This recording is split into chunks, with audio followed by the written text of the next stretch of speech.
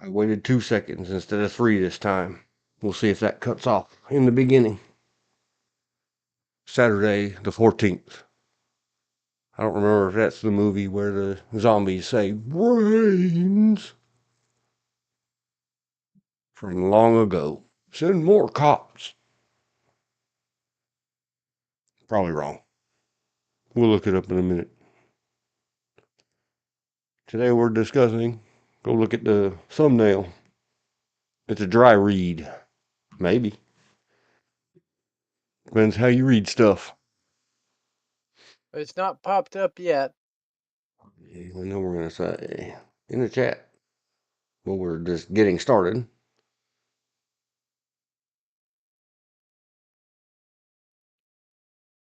Today's dry read. The ruling from Trump v. U.S. July 2024. Blam. It's in the chat. It's in the description. Everybody can follow along. Sing a song. Oh, it's been a rough one. How's your day been, George? Uneventful, But but it's not over. I'm trying to take the pain and not doing so well and being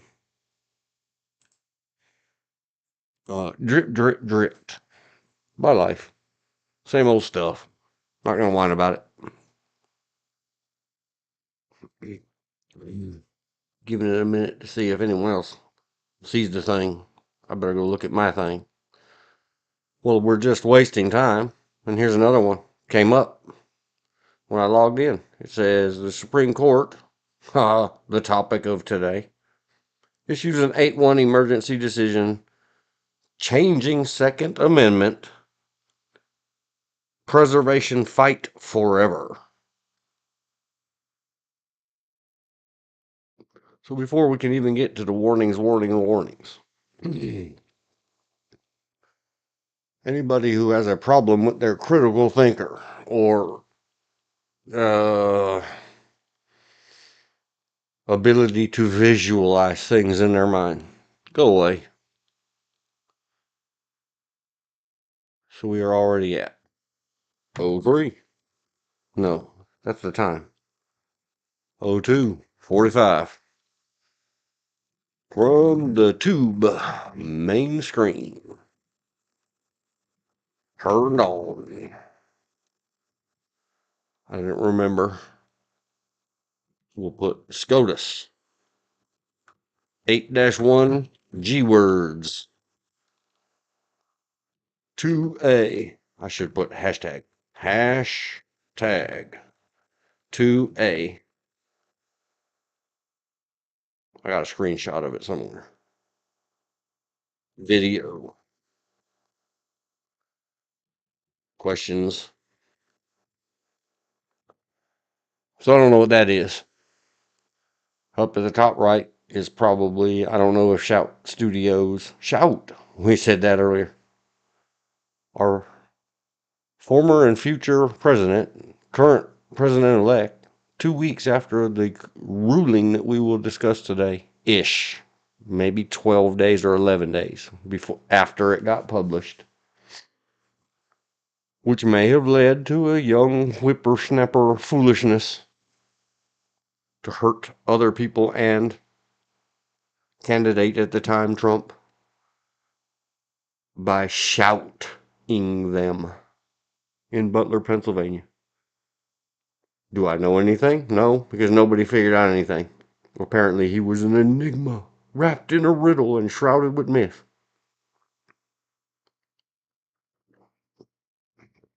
Anyway, so I don't know if shout exclamation point studios is legit, but it's amazing how without typing anything or searching anything. A couple of days ago on Streamer, we discussed my don't rewatch it when you're old, when you're a kid and you watch Space 1999. It was fantastic. Flying egg crates and other such things. There it is. Is it coincidence? Could be. And then whoever an Asmongold is, I have an idea of who an Asmongold is. This is at the bottom left of the screen. The main screen turned on of YouTube. Something about softball Trump interviews from Mr. Destiny. I don't know. I don't care. Everybody's activated. Destiny. Destiny, young man. Tisk, tisk, tisk. It's another document I was supposed to have available and ready. The Uvalde report. The keyword in the center of his title, bottom left of all of our screens right now, is not allowed anymore. That's an activator word. It's not a safe word. It could cause people to panic and trip over their own feet and fall down and bump their crowns while trying to run to their safe space. Or place, or whatever they call that. All that jazz. What else do we have? I did consider seriously throwing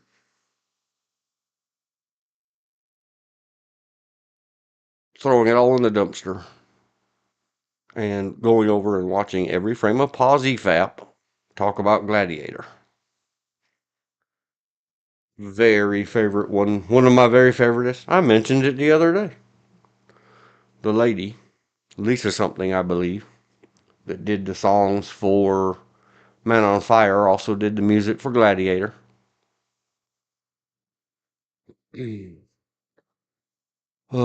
Singer for Gladiator and Man on Fire and that whole Idioglossia thing.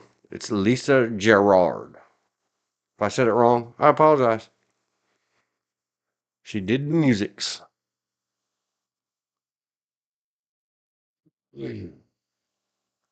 Gladiator is good stuff. I'm imagining myself walking across the field with my hand waving in the weeds.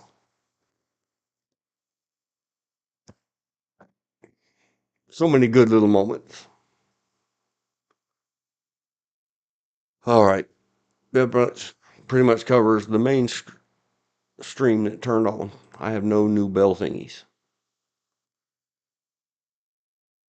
I have not checked yet. Everything is going out of order today. The interruptions just keep on blasting. So I have not checked. My channel. View my channel. Says I am live. We. For we are many. At least as far as I can tell. Right now, it's we. Me.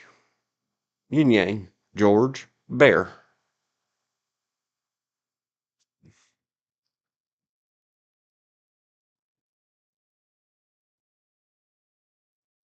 Okay. I heard something.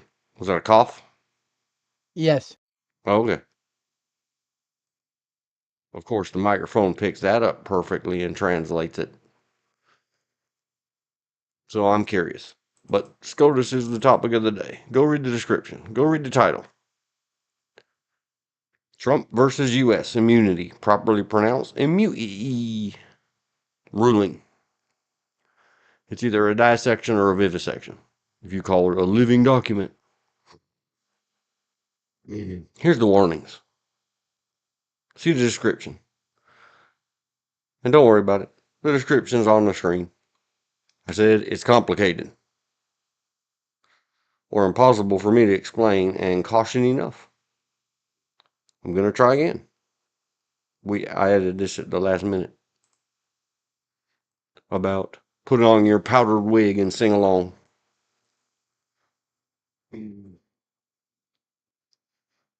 It's somewhere there's a song, probably a Pink Floyd song, I don't remember.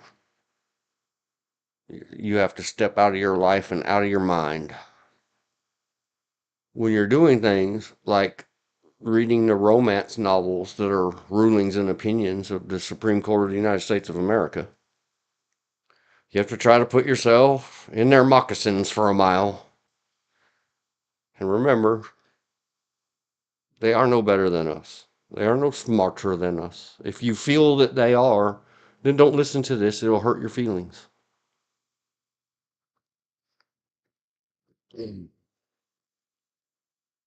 If you are wound up and bound up by the bottom of the 100-something pages that Mr. Trump, Donald J. is going to unalive us all and put us in concentrated camps and all this other madness because of this court ruling, please go immediately away from this stream and type in your favorite search bar or ask your favorite microphone search, where can I get mental help? And go get it, as long as it doesn't come out of a pill bottle or an alcohol bottle or a bottle of any kind. You need to talk to somebody. Trump, Donald J. is not going to KIA them all. Maybe we can help those around him with this kind of dry read and simple understanding. Even though he's a genius, he doesn't have a law degree. Maybe he needs help understanding 23-939. Who definitely needs it is anybody that gets themselves near, and I'm going to say this, I want to be clear, warnings. If you're a sensitive type or a whatever, or easily offended, get off of here, go somewhere else. There's bouncing, jiggly something that you like to look at on the internet. Farting cats. Go find it.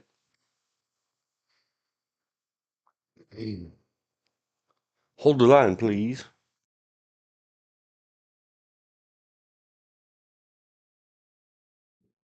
Sorry, I'm back. I had to answer a question. See up here. Many interruptions.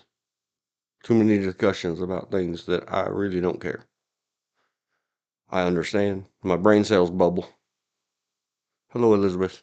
I saw you say hi a while ago, but I'm trying to get through things. Trying to express as clearly as I can. If your critical thinker isn't critical thinking, if your open mind has been closed, move on. This ain't for you. I don't deliver this stuff well. It's very simple to me. I put somewhere. Let's deal with the warnings. All right, first, let's deal with the legendary ancient Egyptian curse warning. Beh-Wahr-Ray the Dorg says, beware all ye who enter here. I forgot the ye. I will inadvertently or very much on purpose, listeners, burst your little bubbles, or just me saying it my way. Well, thinking about the ancient Egyptian thing and all the many mummy movies, or the Mummy series of movies, I was reminded, I think I might have mentioned this before, or maybe I didn't. Maybe I just mentioned it on the phone to somebody. When I was young and went to a real place camp that had real campfires, all the counselors would stand around and tell tales and stories, and when they told a story that was masking a joke, they would always say, and the moral of the story is, and then they'd tell the moral or the punchline. There is a very long joke that I heard as a child. I'm not going to look it up on the internet and provide a link. You guys find it yourself. Levity, Carnegie says, always start with levity. Sorry, that's how my mind works. After you say all the other things, like, I will say something so stupid that all the rest of you intelligent people on planet Earth will be stupid, shocked, and offended by it. And you will feel compelled to tell me that I'm wrong and tell me all about it. Go ahead, type it in the comments. It helps the algorithm, and it might help me reassess my very low IQ. Yeah, like that. So the levity thing. Carnegie. Very long story that I'm not going to tell. It has to do with the Egyptian things, and they get a sarcophagus. And the sarcophagus that probably contains a mummy wrapped in gold chases down all the archaeologists and explorers.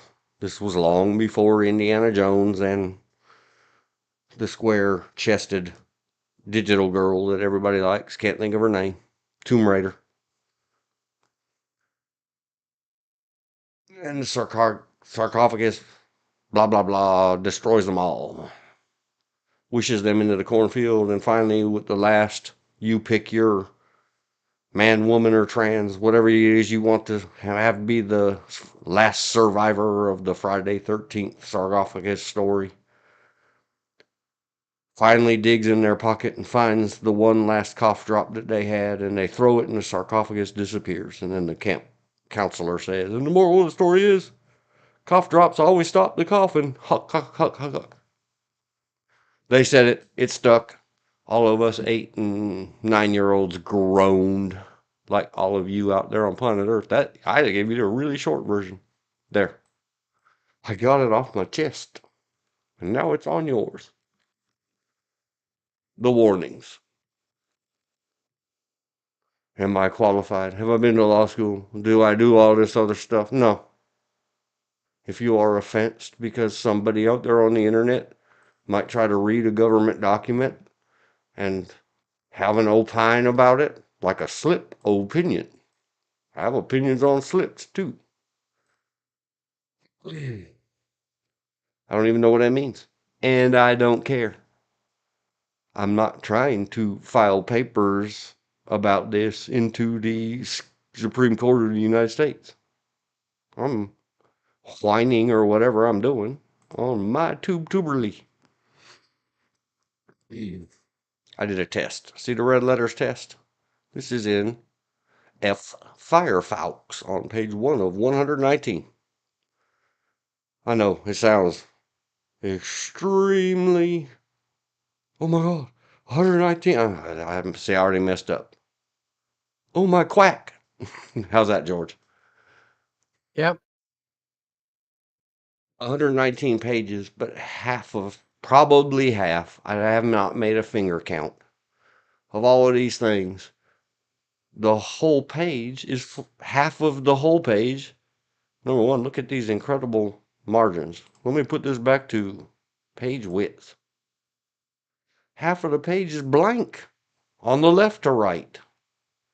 It has at least a 1 inch to 2 inch margin at the top. I don't know. I'm not printing and measuring it. And again at the bottom, it's more like 60 pages.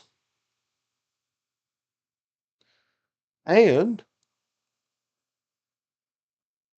after you get through, welcome to my home, as written by the United States Supreme Court or the Supreme Court of the United States. Oh, they're still welcoming you to their home in syllabus. In syllabus. Hello, how you guys doing today? It takes this many pages. 8. Here it goes. Opinion of the court starts on page 9. As with all opinions of all courts, in all of you who take this the wrong way, take this as I warned you. In the goofy bastard child of England, Britain, court systems. How far does it take for them to start inserting these giant footnotes that sometimes occupy a certain fixed amount of space at the bottom of court pages? And I know that space has to be fixed, because if they have a big set of footnotes from one page, they just keep going on the next page and the next page and so on and so on and so on until they're done with it. And by the time you're done with the footnote, 14 page later in your court paper, you don't remember what page you were on to begin with. That's why lawyers have law clerks, law secretaries, legal assistants, and paid help to put yellow sticky notes and pink sticky notes, no brand name recommended, and indexes and keep notebooks. And that's, what are any of them saying, and why does it always have to be encoded?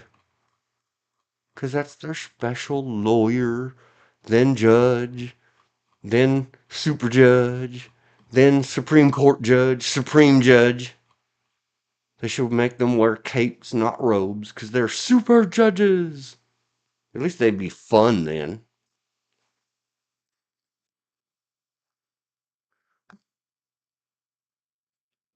So there's all that.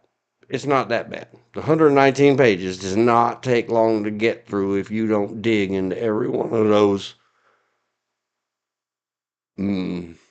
many, let's just call it many footnotes, endnotes, inline references. They don't even get off the first page before they're talking about held. See PP 5 through 43. Of what? I guess of this, maybe. I don't know. It's a secret lawyer code. If you don't know, don't be reading lawyer documents. Do you even a lawyer, bruh? No.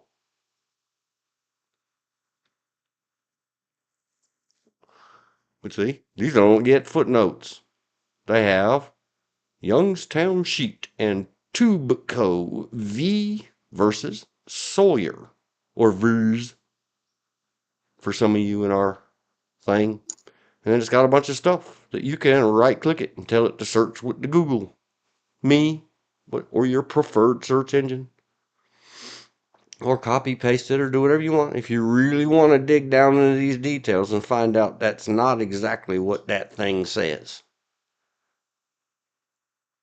The only way for it to say this exactly is for you to blindly, faithfully, as in, oh, this is now the religion of the Supreme Court, believe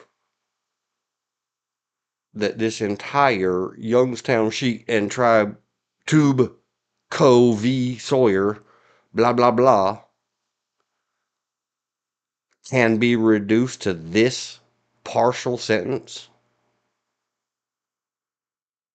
I don't think so. I don't think so. The rest of you are fooling yourself and you're razzle dazzled. All right. I think I've tried to give the warnings. I've tried. Fair warning. Rant at me in the comment section.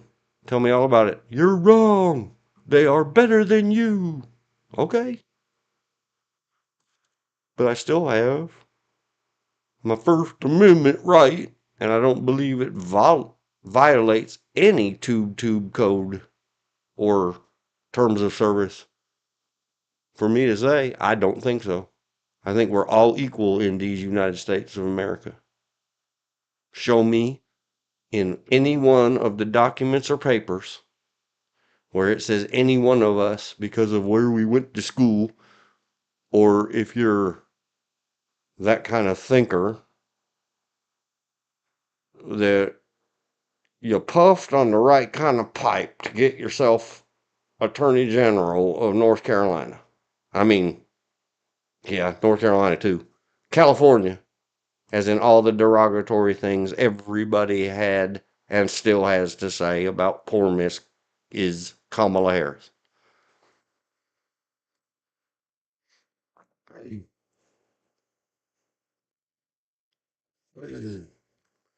Yep, it's that kind of thing. Controversies to court. All right, so we got today. Put the marked up and stream version somewhere, but where online, I don't know. Something I have to do today. So then we must scroll and say, at long last, 29, 10,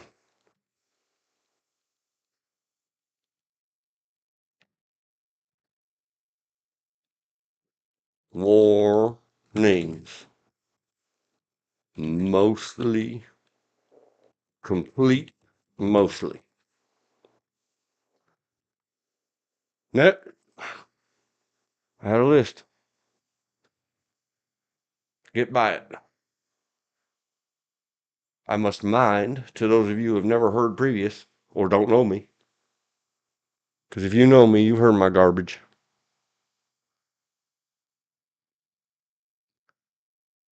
Mind or remind any that have put up with it already. Built and discussed in previous. I had to giggle myself. I like the wordplay, and when it happens organically, I giggled even harder. I mentioned maybe yesterday and definitely 2 streams ago. I'm trying to behave. YouTube calls it live. They don't call it stream. They don't call it live streaming. They call it go live. So when I thought previous lives, I had a heart, and a winky smiley face. I had to giggle. Oh, it's reincarnated. I'm not very smart. Told you guys that. Important for you to discuss because I'm not going to rehash it here today. Some of this occupies hours combined over several streams. The protectors. This one kind of ties to the bottom one. I'm having a bad head day. A simple me. This is me. I'm calling anybody else that, but not that kind of patriotic, not your new millennium. Oh, that's a bad guy. The old fashioned. I was born inside these lines on somebody's drawn map. I get. Until Donald Trump revokes it. Just kidding. He never said he was going to. Somebody's citizenry like mine.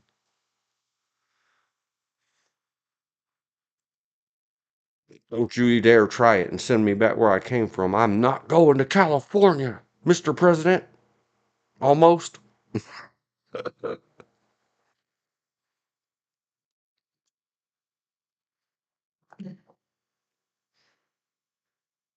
But being a protector, anybody that works in our government, my government, including my individual and collective Supreme Court judgy wudgies, everybody, not the boss, because our, and we're going to go back and read it, the executive, our, mine. I'm a taxpayer. I'm a peasant. That's my. I'm very clear about this. I own it. Along with everybody else. They all own it equally also. Everybody that works for our federal government in any capacity in any way or volunteers to it that is not the boss had better be damn well protecting the boss.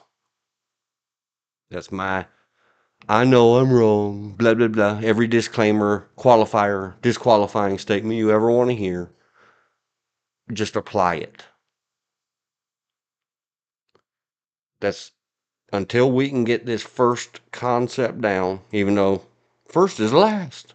It combines with the protectors. We discussed it in other live streams. If you can't get past this, that everybody not the boss better be protecting the boss. So they are the protectors, all of them, from the top to the bottom. We're going to get into it more. You'll see.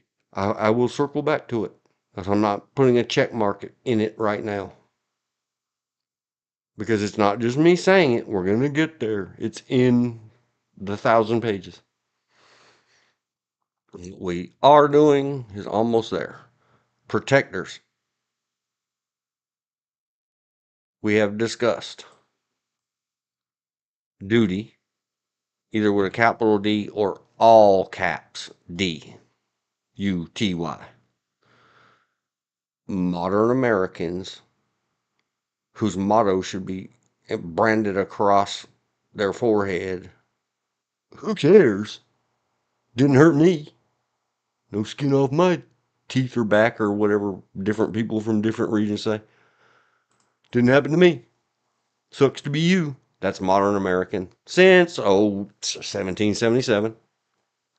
Us versus them. We've been that way divided since we were created. We have a bad attitude about it. We don't understand it. We have to take those things in context. We're going to get to it very soon. We don't understand what a duty is. We're all slobs in America. The Japanese Prime Minister told George Herbert Walker Bush that we are all fat lazy. Japanese words. Prime Minister. You can look it up. I agree with him.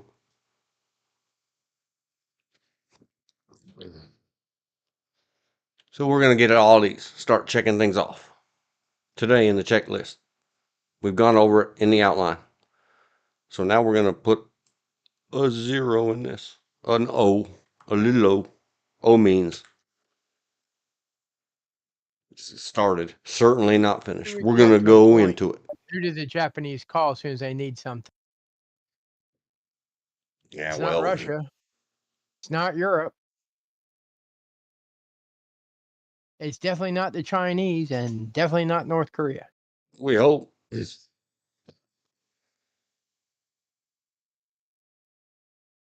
We have an agreement. Who did most of their protection up until about maybe 10 years ago? Yeah, but that's because we conquered them and nuked 2 of their big cities. Well, Their own I guess we should be careful. No, they don't deserve reparations. No. Their own constitution prevented them from having troops to go abroad until about the time of Desert Storm, where they said, okay, we'll change the constitution. We'll allow medical personnel to go abroad. And then Kim Jong-un, whatever his name is, started raising his ugly little head and launching missiles that were landing in the North China Sea. And all of a sudden they changed their constitution again. Oh, for self-protection, we can send troops abroad. Which made the Chinese and the Koreans very nervous. Well, I don't really know what to say about it. I'm against it. All I can say is everybody's opinion of everybody else. You're fat, lazy, and stupid. Of course. We all hate each other equally all over planet Earth. And when we run out of somebody to reach out and hate a little bit, we'll just turn in on our clique. Oh my gosh, I can't get to the other guys. So let's pick one out of our own mess and call them the runt of the pack and make them lay on their back and piddle. Well, we do that. Don't take things out of context. One, don't compare what the country did 60 years ago. A prime example, let's see, well, I think it's now 70 years ago. World War II, the Chinese troops, what kept them being beat by the Japanese was not they're willing to fight. It wasn't the willing. It was the fact that Japanese had such a superior technology over them. I mean, they had soldiers that could march 50 miles in a day and still be ready to do a battle at the end. But the problem is they they had antiquated black powder weapons, because people forget in the 20s, started in the 20s, the Imperial Chinese and the Communist Chinese started a revolution, and it did not end till 1950, when in the 50s, when the Communist Chinese finally won over. And how did the Communist Chinese win? Wasn't they was better? They had more money coming from Russia, so they could pay off peasants to turn each other in. That will be our downfall, is these red flag laws and being encouraged to turn your neighbors in like they did during COVID. Well, if you see your neighbor going outside, call the cops. Why? What's so important about keeping them indoors? The biggest thing I can say about American military over a lot of other militaries, especially communist-run country militaries, is, Dean, you're an individual. Let's say I'm the leader. I get shot. But as an American individual, you know what your job is, and you can do it on your own, and you can take over that leader spot, even if it's just leading yourself. Also, you have an independent mind to know, well, there's a cannon in that door and there's a cannon in that door. How am I going to get in? I'll use the window. Whereas in a communist country, they have to radio back, if they happen to have a radio. What should I do? And have the people above them make the decision how to enter, which might take minutes, hours, days, and by then you're dead. Americans have always been more independent minded. And it's still true today. Even those that are the high mind, when you start taking away their queen bee or whoever they're following, they either fall apart or they take the lead. Like I said, we have too many sheep, too many wolves, and not enough sheepdogs. I consider myself a sheepdog. I consider you a sheepdog. Oh, don't you Dorg me. Huh? I would show you the Facebook posts about that thing and the old weblogger gun school posts. Sorry, internet, but that's what they were called. Except What, sheepdog? that whole sheepdog concept's nonsense. That garbage out of that stupid book, and now they've made it into children's stories. My Yeah. answer has always been my whole life. Well, Well, you you're not guys a go sheep. be critters, and I'll be a shepherd. Okay. Shepherds just stand there and watch. They don't do shit. I'm talking about They too many tell the people. dog what to do. No, they don't. Most shepherds, when they have dogs, they leave them out there to protect the sheep. The dog, they might train the dog, but they don't. They're not out there. That's the whole reason for a sheepdog, is because the shepherd doesn't want to be out there at night. You know. Yeah. Okay. That's the reason I said there's too many wolves, too many sheep, and not enough sheepdogs. They're the ones that protect the flock. Yeah, I've read the lieutenant colonel's work and all the derivative stuff. What are you talking about? This is my own concept. I don't know what you're talking about. You have to make reference. Teach this old dog new trick.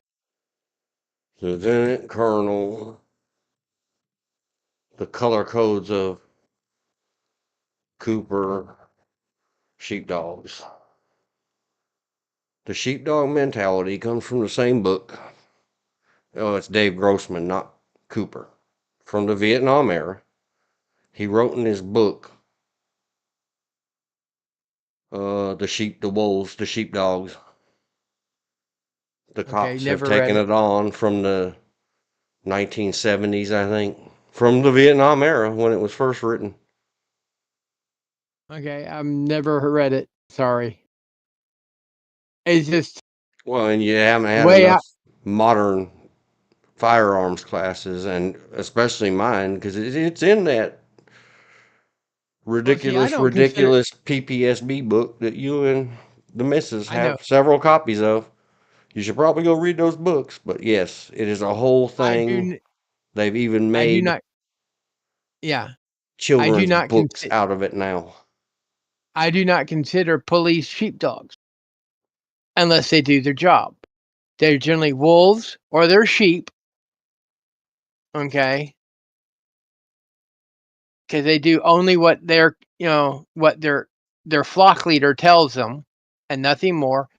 I was ordered to do this. Well, we already know from past experiences, just because you were given an order doesn't mean you should do it.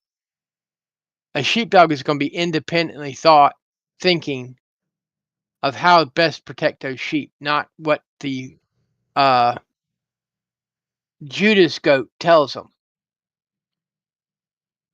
And for those who don't know what a Judas goat is, it's a goat that you use that the sheep will follow so you can lead them to slaughter.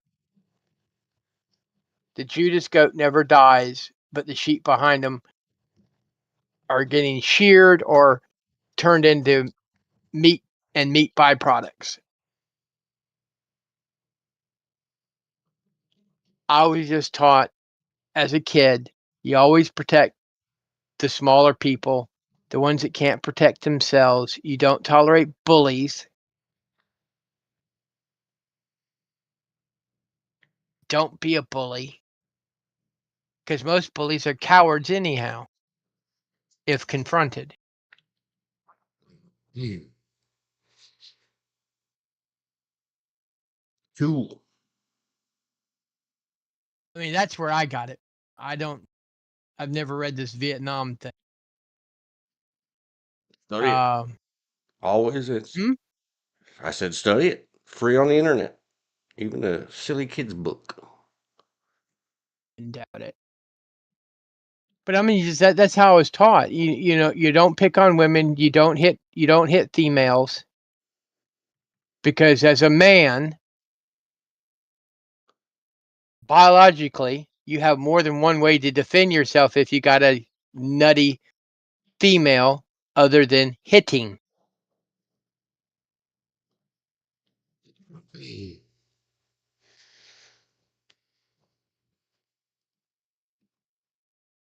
I'm trying to be Again, very careful because everything you're saying is true story. Because why? Because let's go back to oh closest dog book I ever read was Ribsy. Ribsy the dog, and that's because I was having reading difficulties, and that was the book my grandmother got out of the library to help teach me to read. and I apologize, Cooper. Cooper's book is fantastic. Can't say its name anymore. It goes to mindset. It is Grossman that invented the parable of the sheepdog, the wolves, and the sheeples. Yeah. 4300. It all places the mind set into the mindset of context, which is another one. It's very complicated. How do I explain this? Thanks, George. You helped me explain it. When you start reading things like Supreme Court or any court, the lower or the smaller or the less impressive to, I feel bad. I know many people who went along and they got appointed to a judgeship and they thought, oh, I'm going to be the judge in the county and blah blah blah, and then they said, well, let's call it magistrate and you can go sign marriage certificates. Wait a minute. And they get looked down upon and treated poorly because you're not the Supreme Court justice. You're not even an associate. See, the lawyers eat their own too, like everybody else. And I know I'm supposed to call you attorneys at law. I don't.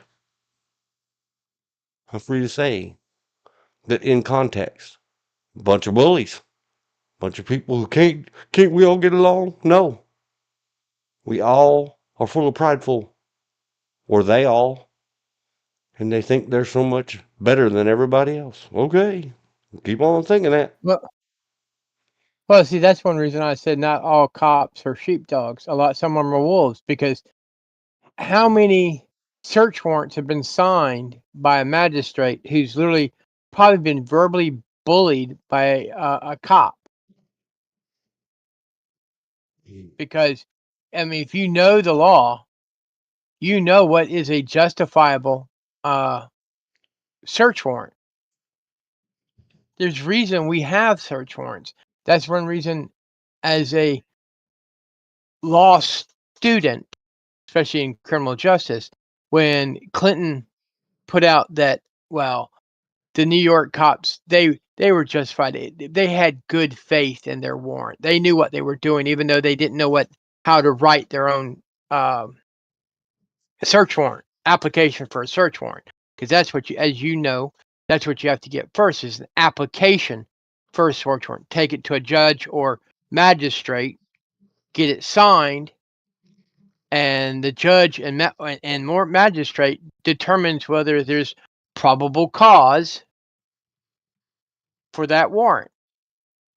And if the judge or magistrate doesn't do their due diligence, of course you're going to have cops running hiddly niddly and doing things that are illegal. They're bullies. Now, that being said, I have known a few what I consider good cops. They realize the rules are the rules, but yet as a law enforcement officer, you have discretion. Not everything needs to go to a court. Not everything needs a traffic ticket. Not everybody needs to be in handcuffs. Sometimes you can work it out without reverting to extremes. That's the reason we have channels like Audit the Audit. I mean, if cops all did their job properly, we wouldn't have channels of Audit the Audit.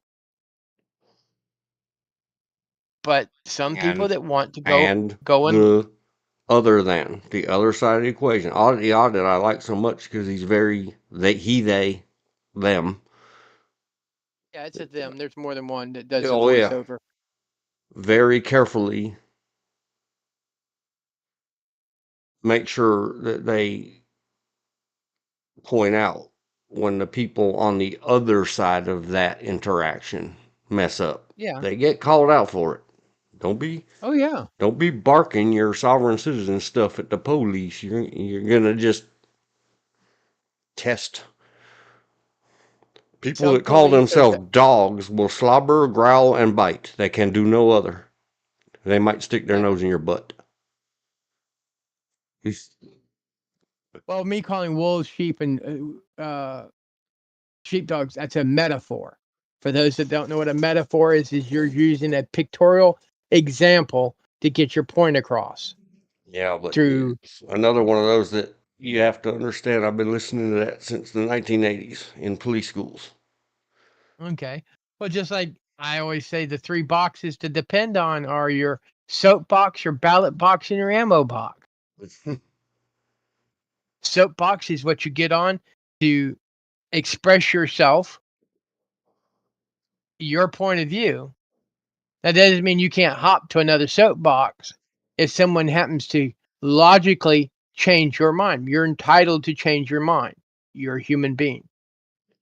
Your ballot box is you vote, whether it's local, state, federal, union, whatever. You vote how you feel or think, hopefully think, is best for what's going on.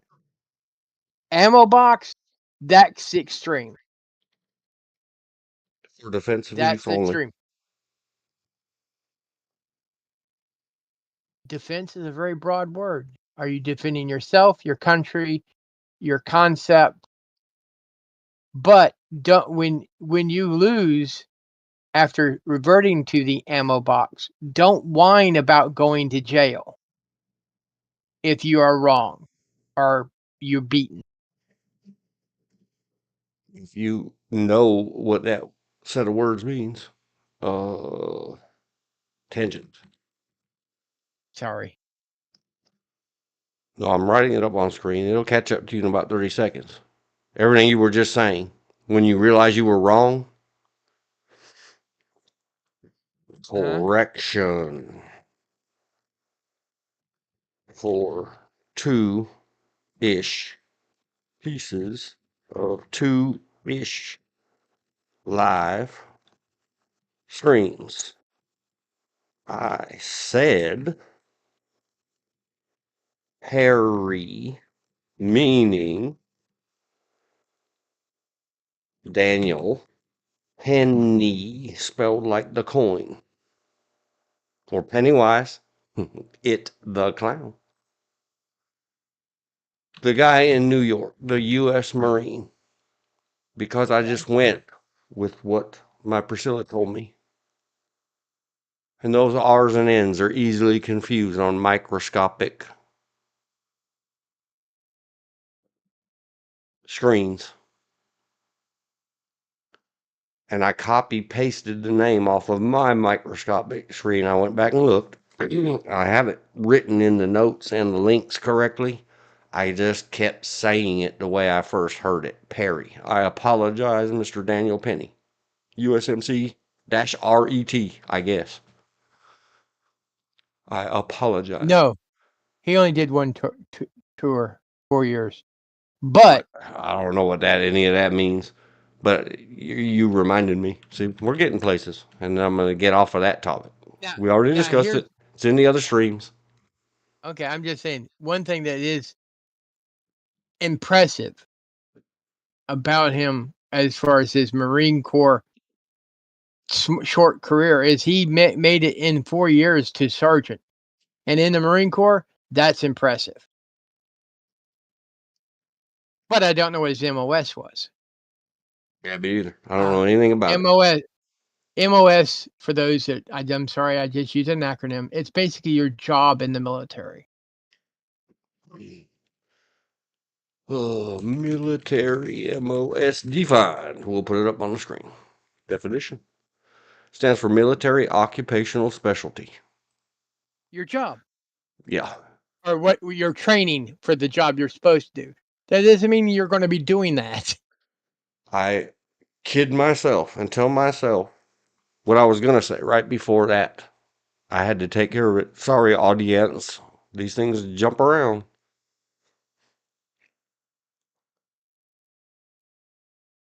The refinement of the thought and the thing. I got to type it on the screen and edit it a couple times. Well, George and I were George mainly, talking about some other things. Sorry. Stop that. Stop apologizing. If I need you to apologize, sir, I will say, hey man, you need to apologize for that. Like I apologize for saying the guy's name wrong. Okay. No, it all leads to a good thing. Here's the context of SCOTUS. When you're reading, and yes, I'm going to keep saying that. Or maybe I should call them Scottish. And imagine them all in kilts. Hey, what's wrong with wearing a kilt? Nothing. Okay. I think they all should. We should make it the uniform. No more robes. We the people need to take that thing over. Or how about schoolgirl outfits, Japanesey style? All of them. I know that Kavanaugh and the other guy, the abuser, never remember the bad guys' names. The abuser of Anita Hill and others that Joe Biden hid for them. How do I know this? Because when Kamala Harris ran for president in her primary against Joe Biden, she spilled the beans and brought the receipts. Context of a SCOTUS is: imagine yourself a smarmy old Harlequin romance novel. Not a sponsor or an endorsement, and certainly not a slap at them. It's just what comes to mind about the heaving bosoms bursting out of their frilly, low-cut tops. All bodice. Yeah, that. whatever it's called. That is what every one of those specialty attorneys up there thinks they're in. It's a fiction romance. I've got it highlighted on my screen. It'll be caught up with the rest of you at some point. Of an age not gone by. The age, never existed. If you can't accept that, if it hurts your little idea of Americanism, then let's discuss one day both sides of this do the states have power or not equation, argument, debate. Go watch all the young people do it. They go watch that Destiny guy about the absolute insanity of these people talking out of both sides of their mouth all the time. That's the If you use, definition of a lawyer, isn't it? no, I'm talking about, yes, because none of them up there are non-attorneys. They've tightened up the reins on their little club I've discussed, lost into the face space. That several hundred people got edified or educated from my silliness about the angelic Ivanka Trump should have been up there instead of Amy Comey Barrett. Why? May I make it? Because she's not steeped or simmered in that garbage system of theirs. I think he should May, have appointed anybody other than somebody boiled in that supposed administrative or deep state and the culture of lawlessness that it is.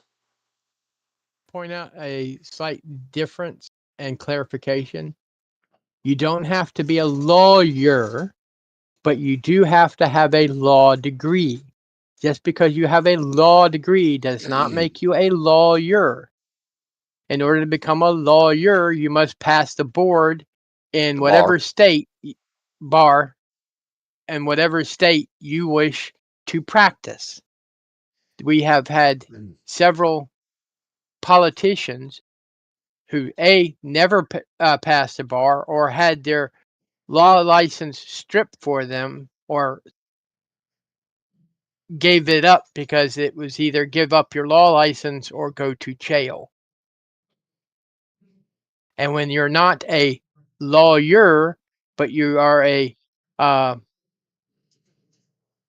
person who has a law degree that could become a lawyer if you could pass the bar, certainly you are a doctoral of law, PhD of law. Just for clarification, and PhDs of law can become judges. Anybody can become a judge. All I have to get is appointed and then approved by whatever legislative body does the approvals. That's it. It's like anybody in North Carolina. Any human of a certain age registered in their county that they reside in can go become the sheriff, the elected sheriff.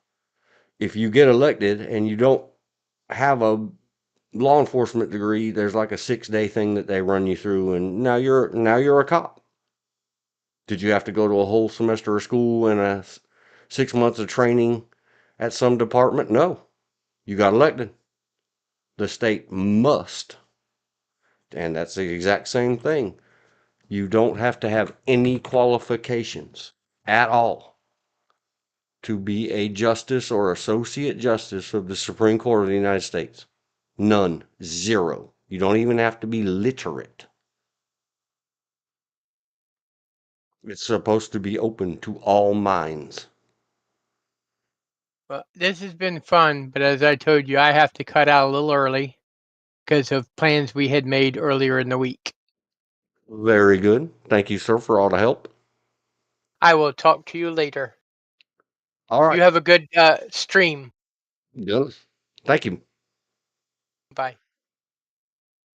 And then, well, he's checked out. I'm going to be right back. Must visit a facility.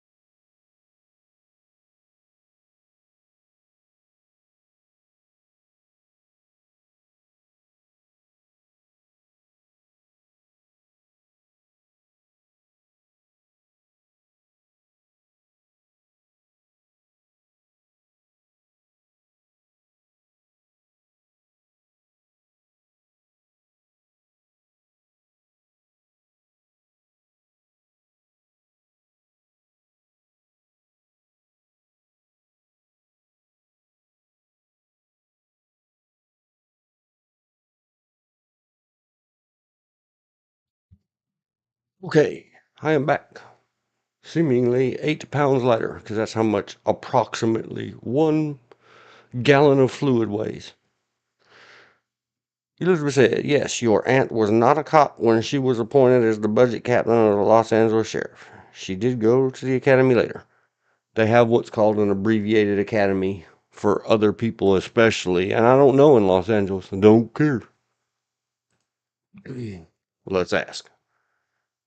It provides context in the sense of, once upon a time, I looked and looked and looked, scrolled all the way till there was no more, click to see more results of the images of Ivanka Trump, trying to find that image that I said, she's an angel, make her a Supreme Court, on the other, now MIA. I dropped it and it broke social media platform.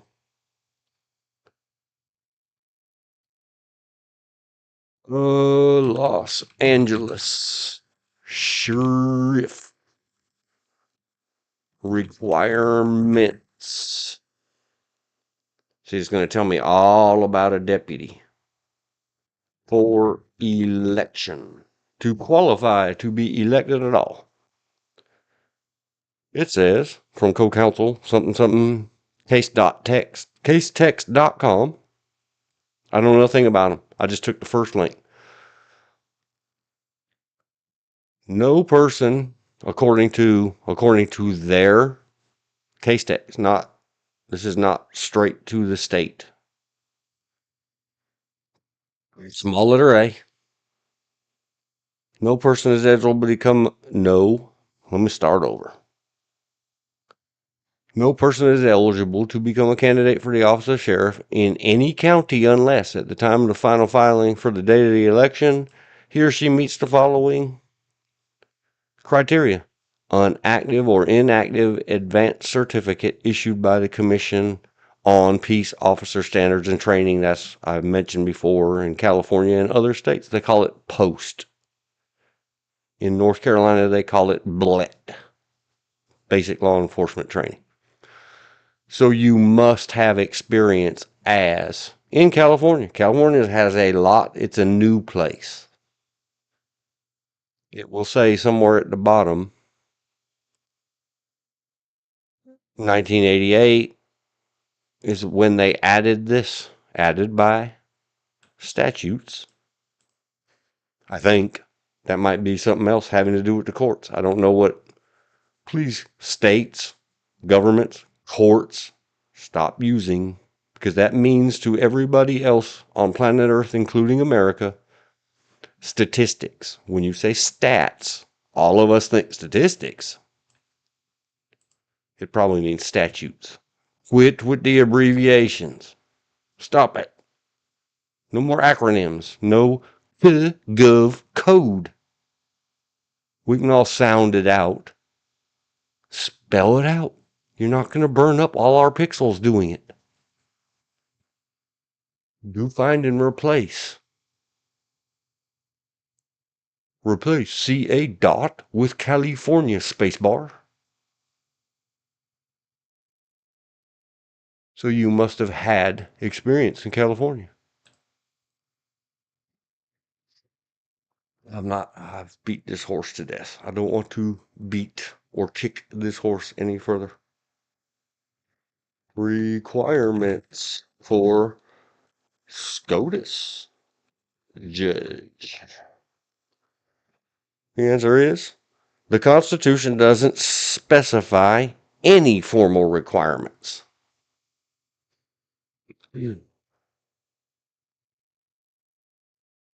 There are some informal criteria that have been developed by Congress and the Department of Justice.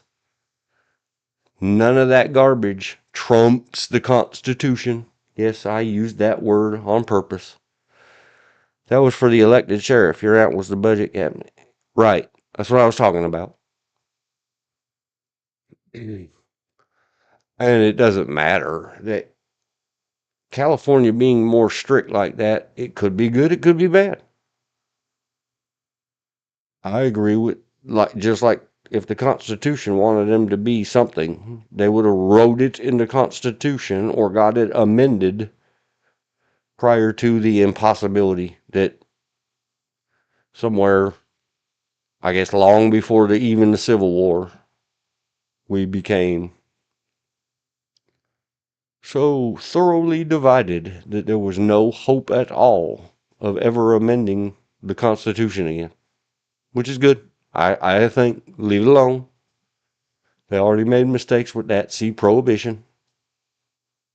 Oh, I guess they were still whacking away at it in Prohibition because that was in the 20s and 30s. They made it Prohibition by amendment, and then they made Prohibition prohibited by amendment. They are not so learned gentlemen.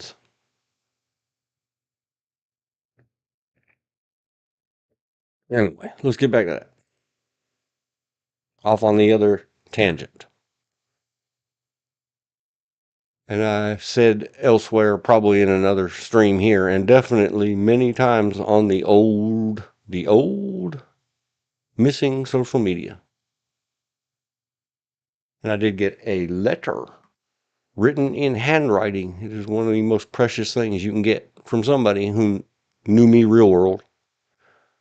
And they said, I miss your posts. I don't remember what it. See? I am not alone. I win. Many, many big pink hearts. You know who you are out there. I wrote in here somewhere. I know I did. I know I did. Maybe I just. Anyway, something about ready kids. Here we go. Diving into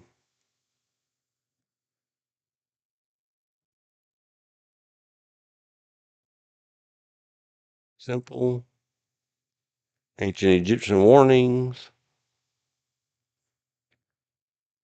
Mm,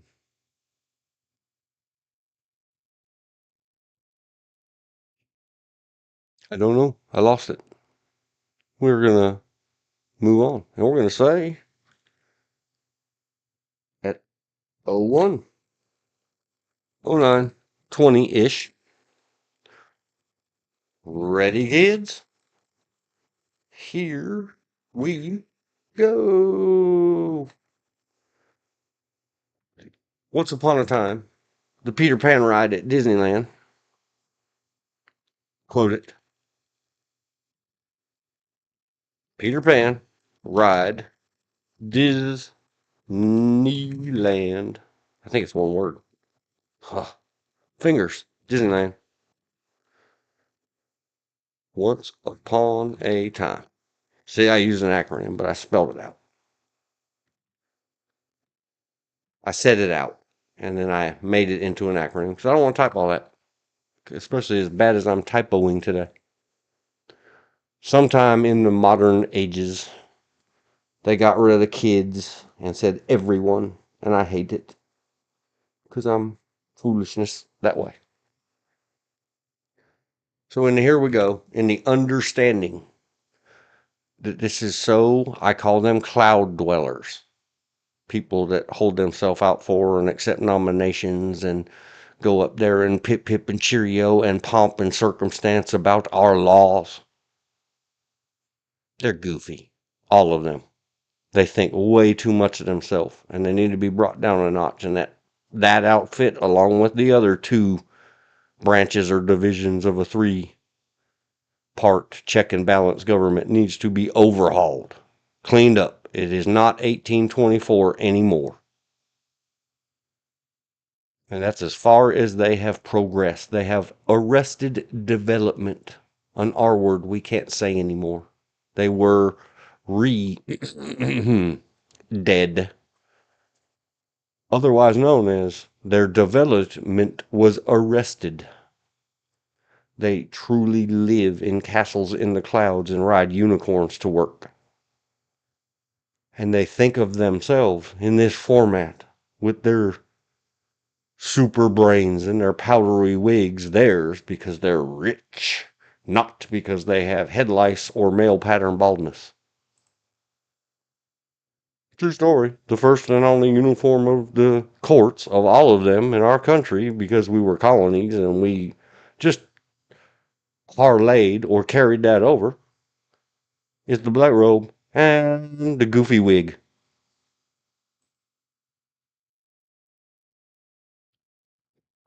And the goofy wig wasn't about anything other than, I don't know, like heavily padded brassieres, making something out of yourself that you ain't. Especially if it was about, you had to have your head shaved off, so that your hair shaved off your head, because your dirty house was full of lice. Very common back then.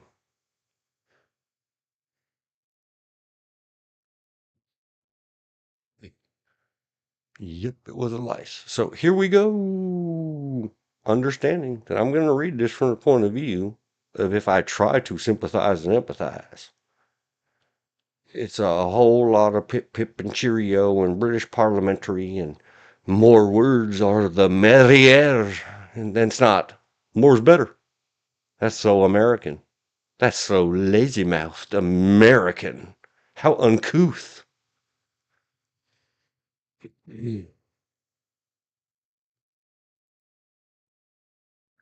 Let's look at.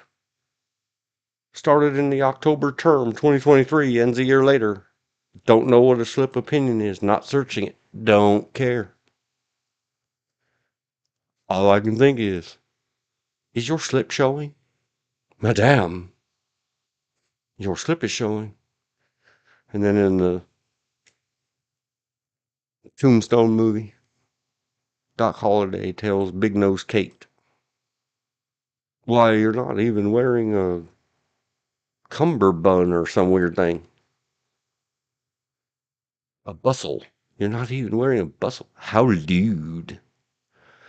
And whenever I think of things like that, all I can think about is Clarence Thomas and that other dude, Kavanaugh. Mr. Super, His Honorable Justice Court Kavanaugh. Thinking, I wonder if Amy's got her bustle on today. How lewd. We know how them guys think. And all the rest of us are going to sit here and argue over their every single word. Note, where it is feasible, a syllabus head note will be released, as is being done in connection with this case, at the time the opine is issued. I know I'm not reading it exactly as it is verbatimed. The syllabus constitutes no part of the opinion of the court, but has been prepared by the reporter of decisions for the convenience of the reader. Please go back and study that yourself, because what does that tell me? That tells me that, well, if we're going to have that as the first thing, the syllabus, and it is simply prepared by whatever the reporter of decision is for the convenience of the reader.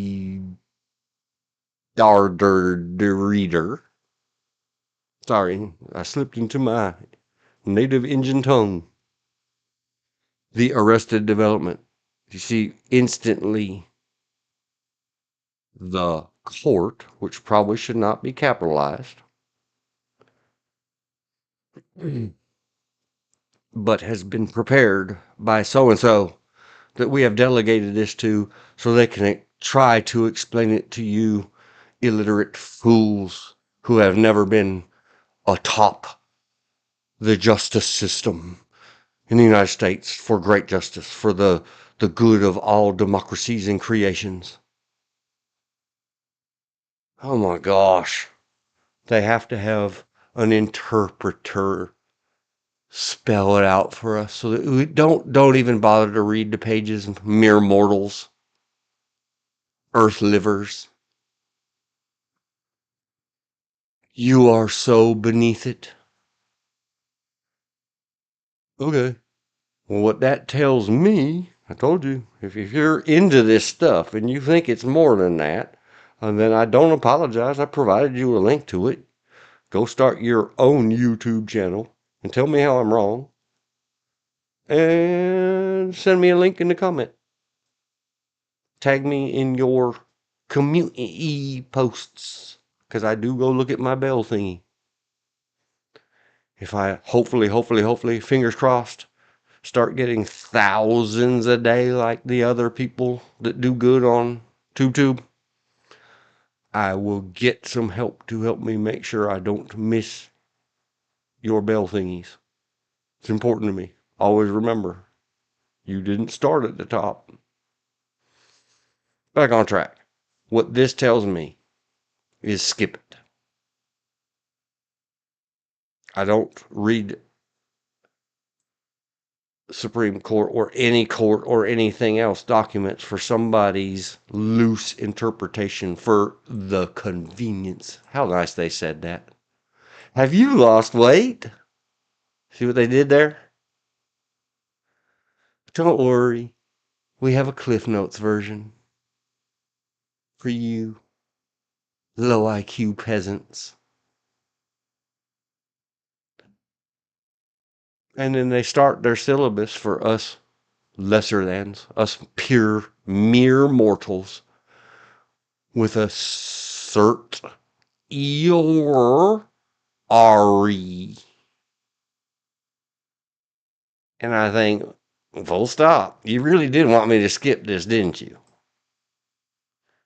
Yes, you did. You wanted me to become discouraged and further in my frustrated inarticulation in my life. But haha, it right now happens to be 2024. See how fast that happened? A writ or order by which a higher court reviews a decision of a lower court. It still doesn't make sense to me. I mean, nothing makes sense of me. Haha, I self-correct. The kids, ever since many days ago, the kids these days call that a Freudian slip. No, it wasn't. I didn't say anything about girl parts. Mwah, mwah. Sir, Eeyore. Eeyore. Go look it up. Rari. To the United States Court of Appeals for the District of Columbia Court. So what that means is back at you, baby court. Little bruh. Number blah blah blah. It was argued. The Elizabeth had said she watched the C-SPAN. I did not. Decided on the July one. I think it was published just a couple days later. They do let things cool off just a second, and somebody who does not get paid very well, probably an intern who doesn't get paid at all, make sure there's no typos in there. They do a good job of that. They live with their feet in their mouth. They don't want the whole ankle shoved in it. A federal grand jury indicted former President Donald J. Trump, and if you're offended by that name, then write writ certiorari your employees and tell them you can't say his name. But if they can say it, I sure can. A federal grand jury indicted former President Trump on 4 counts of conduct that occurred during his presidency following the November 2020 election. Yes, we all are aware. If you're not aware of the facts, what led to this, there was an indictment. I told you I'm going to go fast over some of this. Some of this whole syllabus is distracting to me. The purpose of it is to, hey, look over here. Amy Comey Barrett might bend over. Check it out. This is the whole purpose of this, is to drive you, if you have a working mind, to fill it full of words so that mind is now tired and you won't continue on. to the inner workings. The indictment alleged a bunch of stuff. We all know what it alleged. That he conspired. Trump moved to dismiss the indictment based on presidential immunity, arguing that a president has absolute immunity from criminal prosecutions within the outer perimeter of his official responsibilities.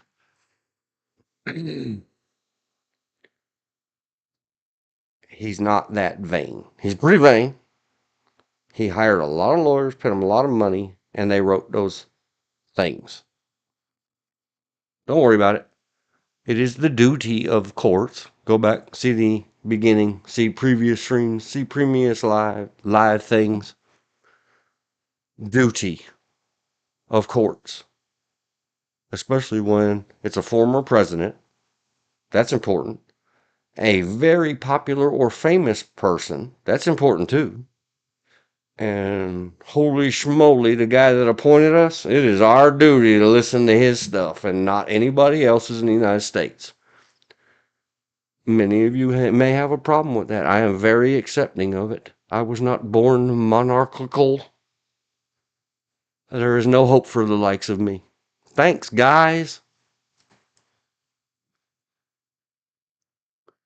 The district court denied Trump's motion to dismiss, holding that former presidents do not possess federal criminal immunity for any act. So I'm like seal clapping to me, in my humble opinion, to the court that said, no, that's BS.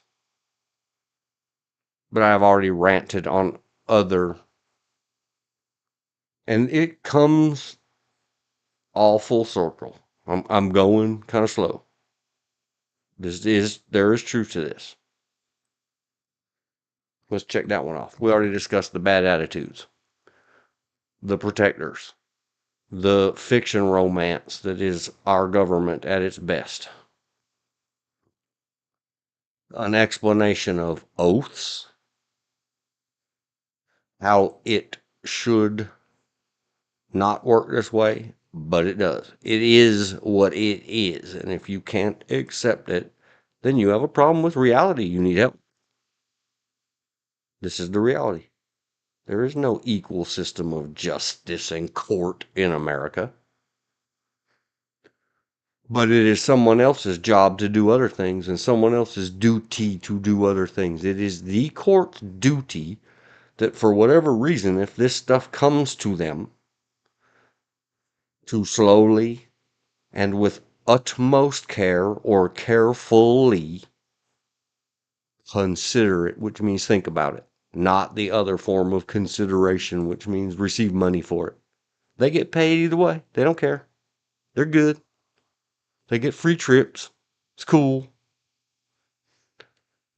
Held under our constitutional structure of separated powers. The nature of presidential power entitles a former president to absolute immunity from criminal prosecution for actions within his conclusive and preclusive constitutional authority. This upsets a lot of my libocrat friends who, look, where they named a person who did a thing. They named him.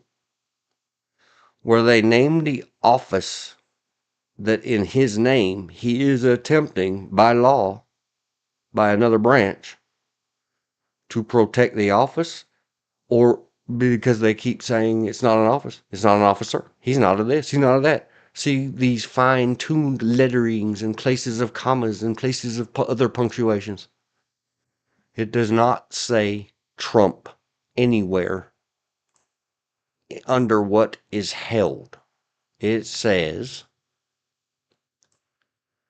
entitles a former president to absolute immunity from criminal prosecution for actions within his conclusive and preclusive constitutional authority.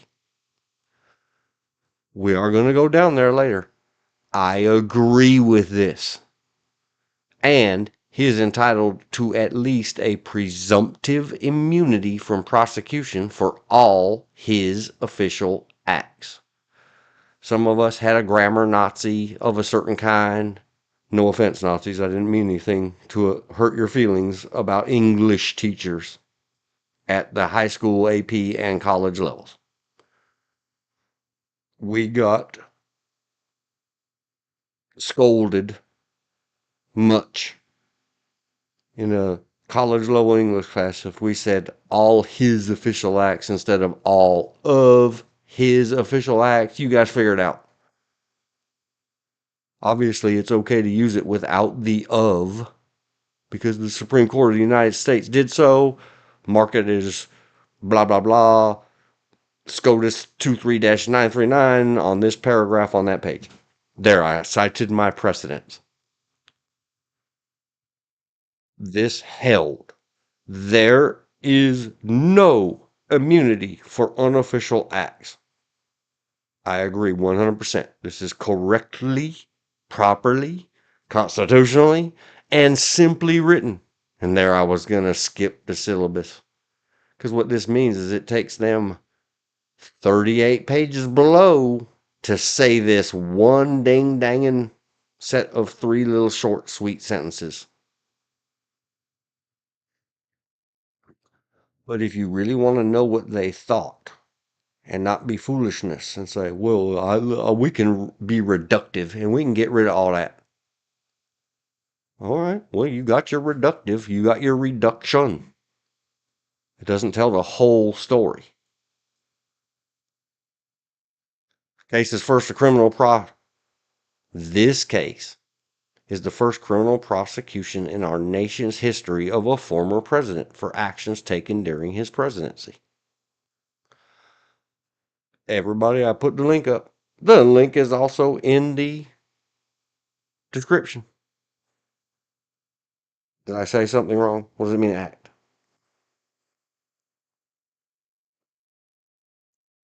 I know it takes a minute to catch up. I'm not going to keep trying to read this because I'm messing up. My jawbones hurt.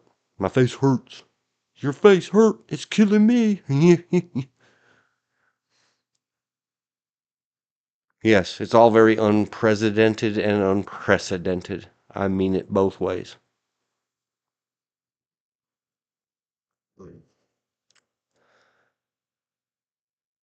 This immunity must be absolute for his core constitutional powers. It is explained ad nauseum. That's another lawyer's word. Sorry, guys.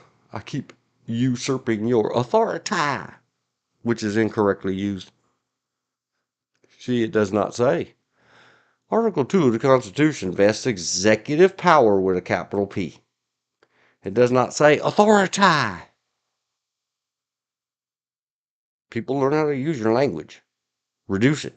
The president has no authority. We use that word incorrectly. When we mean powerful, we say authoritative or authority. What are the first 2 syllables of authority? It's author. It's the ability to create something. The president executes. He may not. He cannot. He, thee. It's eventually there will be a she, or a they, or a xee. I don't know how to say. There will be a be. There will be something other than a he. Executive power in a president of the United States. I go through this a lot with students of defense and both civil government employee and private employee security type persons. A means one.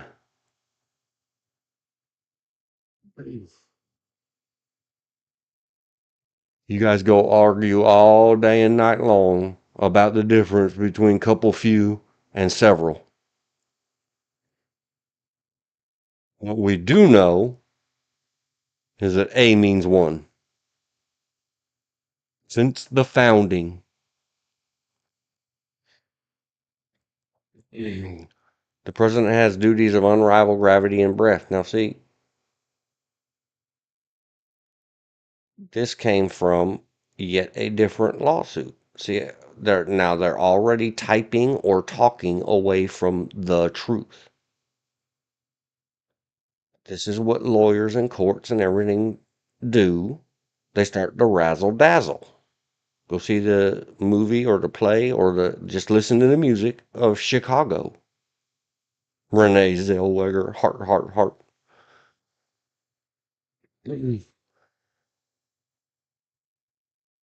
Why are you going to talk about the Constitution and then jump off onto guess who said that the A, not the, but A, because you notice they didn't quote it here.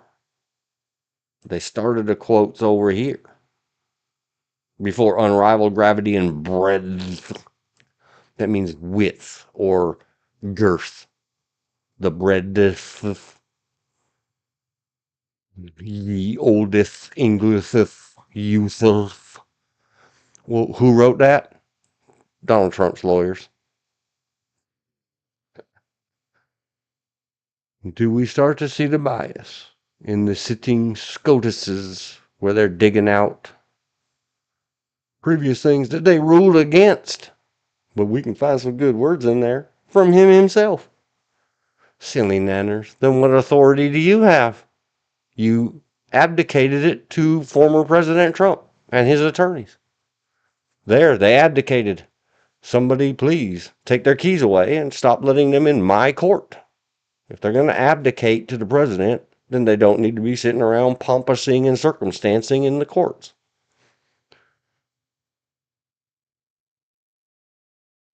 And then they go on, I mentioned it earlier. Here's another one. They're citing some other documents. So don't shut up about other documents. Court. And so now we have to go back to that whole fiction romance. Man, how did they start in the first 3 sentences above and have it exactly right? And then they're like, well, we just can't leave it like that. We must add the words. And razzle dazzle them, they'll never make wise.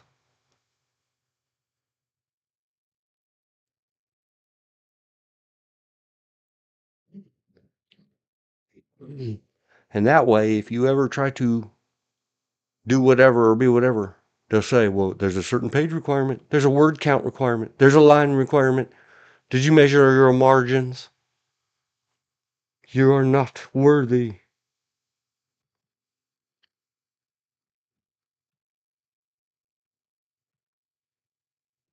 Getting very sick and tired of the syllabus. And I even spelled it correctly. Yay me. Just making a note. In the latter case, the president's authority. Wait, stop. And you didn't wrap it in quotes. Supreme Court.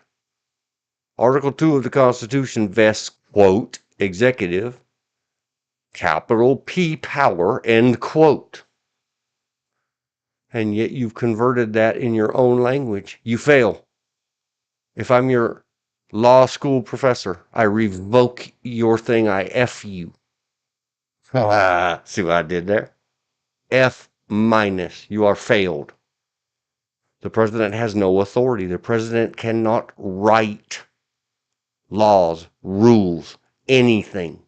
The president is the sheepdog.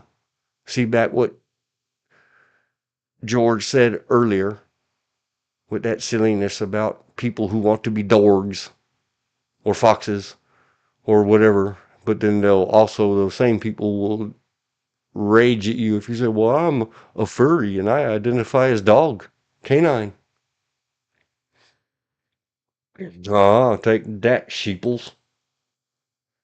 One can bring the president, Bush in the wrong country for 9/11 war. to trial in the world court, but not federal for loss to innocent victims. But the federal can bring an action against that. Yes. But we're getting there. The president has no authority. The president is a dog. The president is an executive employee empowered only to do what the Congress tells him to. And if he does poop in my White House, they should smash his face in and his hiney with a rolled up thing. Don't worry, PETA. I don't have critters.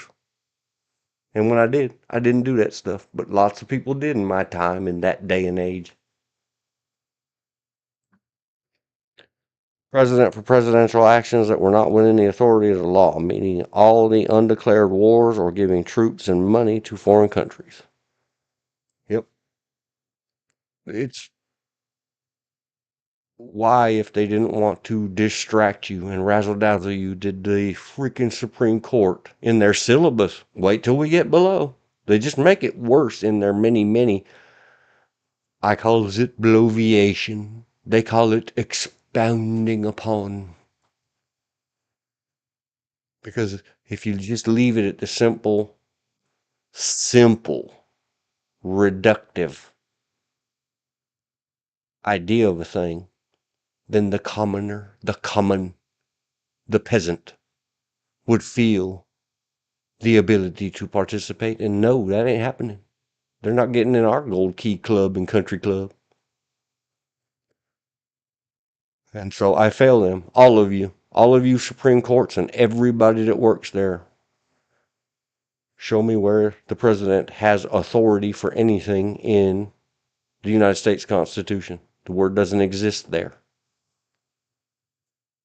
How do I know? Because you quoted it right there. And before I started this, and I've been for many months making sure I don't get up here and say something utterly stupid. Other than everything I say. Qualifier, disqualifier, effacing. The president's power is sometimes conclusive and preclusive. See, now we're playing. Check me out. By id, it has a long Latin word. It means within this own document or the previous citation. Jackson, comma, J concurring. I don't worry about their little, well, aren't we neat? Try to remember what we mean by all these Latin abbreviated terminologies. You're not impressing anybody. You're speaking a bunch of gobbledygook. Remember, this whole thing, this whole experiment is supposed to be built for the least amongst you. It's up to the rest of us to sit there and say, we've been holding these people up too high. They have an inflated sense of themselves. When the president exercises such power, I'm not going to keep saying that, Congress cannot act on and courts cannot examine the president's action. True story. Now we're repeating. They said up here on the previous page, held, separated powers, absolute immunity. And then we put small letter A. We put capital number 1, number 2, conclusive and preclusive. We're going to skip that because they say it again and they say it again and they say it again. They keep repeating it because they had a page requirement. I don't know. It's like, did we get over 100 pages? No. Copy paste some stuff. Cool. It's not to be 100 pages. This is the first time. This is president or presidential precedent. We must make so many words to show that we seriously considered it and contemplated it. The framers designed the presidency to provide for a vigorous and energetic executive. Now they're going to go start quoting the Federalist Papers. Good for them. At least they know of their existence, maybe. Some of their clerks do.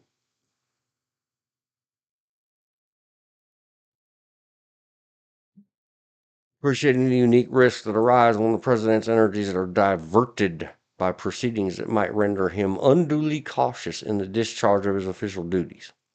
The court has recognized presidential immunities and privileges rooted in the constitutional tradition of the separation of powers and supported by our history.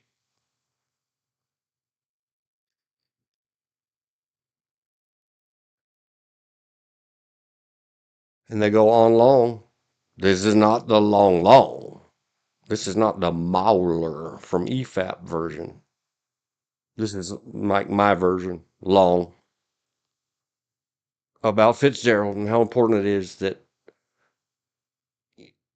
if the, I believe it was, and we're getting to it, they go into deep, deep detail about Fitzgerald and the fact that it involves, I think, one of these has to do with if the president says, hey, get rid of somebody, fire them. And they do. They lose their job. That person cannot sue the current sitting president civilly for the wrongful whatever and try to take away the president's not White House, but house wherever he or she may live when they're not the president. In Clinton versus Jones, they do acknowledge they allowed a civil case for an event that happened prior to Mr. Clinton running for office at all. Hang on to that thought. Well, these charges were all pending before Mr. Trump held himself out as fully eligible, qualified, and not to be distracted by anything.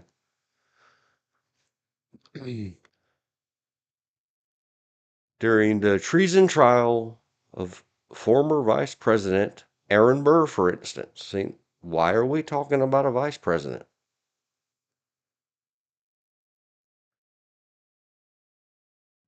Because it has to do with the president could not be subjected to a subpoena.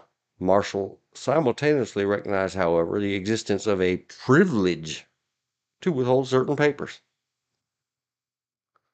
And then go please see the Nixon and everything else. We're running off on huge tangents. That's purposely what they're doing, is running us all the way around and trying to figure out, you mean all you got out of the United States v. Nixon 683 is these two words? Well, then go tear the thing out of the file cabinet and replace it with those two words because the Supreme Court hath spoken. This is all that matters, at least in this paragraph. And get rid of all those other now unimportant words in United States v. Nixon. See how quick that goes? If you don't want to play their games, I think, just like I think, everybody involved, if they're going to drop and request that they not be pursued, those cases against Trump, Donald J., then they should be forced to personally pay back every cent it costs plus interest, including their own salaries, to the Treasury of the United States of America that paid them. You wasted the taxpayers' money. The Supreme Court should be required to pay whoever typed all this garbage and everything else. And somewhere it's on paper and graven in the stones and put so that it can survive an EMP and all this other stuff. If they had to pay for this garbage, if they had to pay for the paper and the printer ink and pay their own staffs, not out of our taxpayer money, these daggone rulings would be less than 1 page long. We got you covered. You get a salary, you get some compensation, but it's a civil service position. Judgy Wudgy. Mayana, you're going to do this for the good of the nation. If you don't like it, we'll just cancel the money altogether and draft Supreme Court judges. The less steeped in this sewer that they call our government and court system, the better.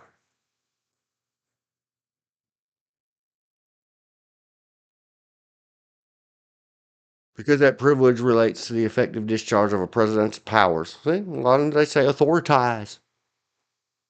You're so confusing. Be consistent. That goes to the whole movie thing. Go over and watch the EFAP and listen to how many times they say that what destroys whatever that thing is in movies that you're supposed to have, and the stage and the play and all that. It's going to come to me in a moment when I don't need it anymore. Something disbelief. What destroys that, first and foremost, is inconsistencies.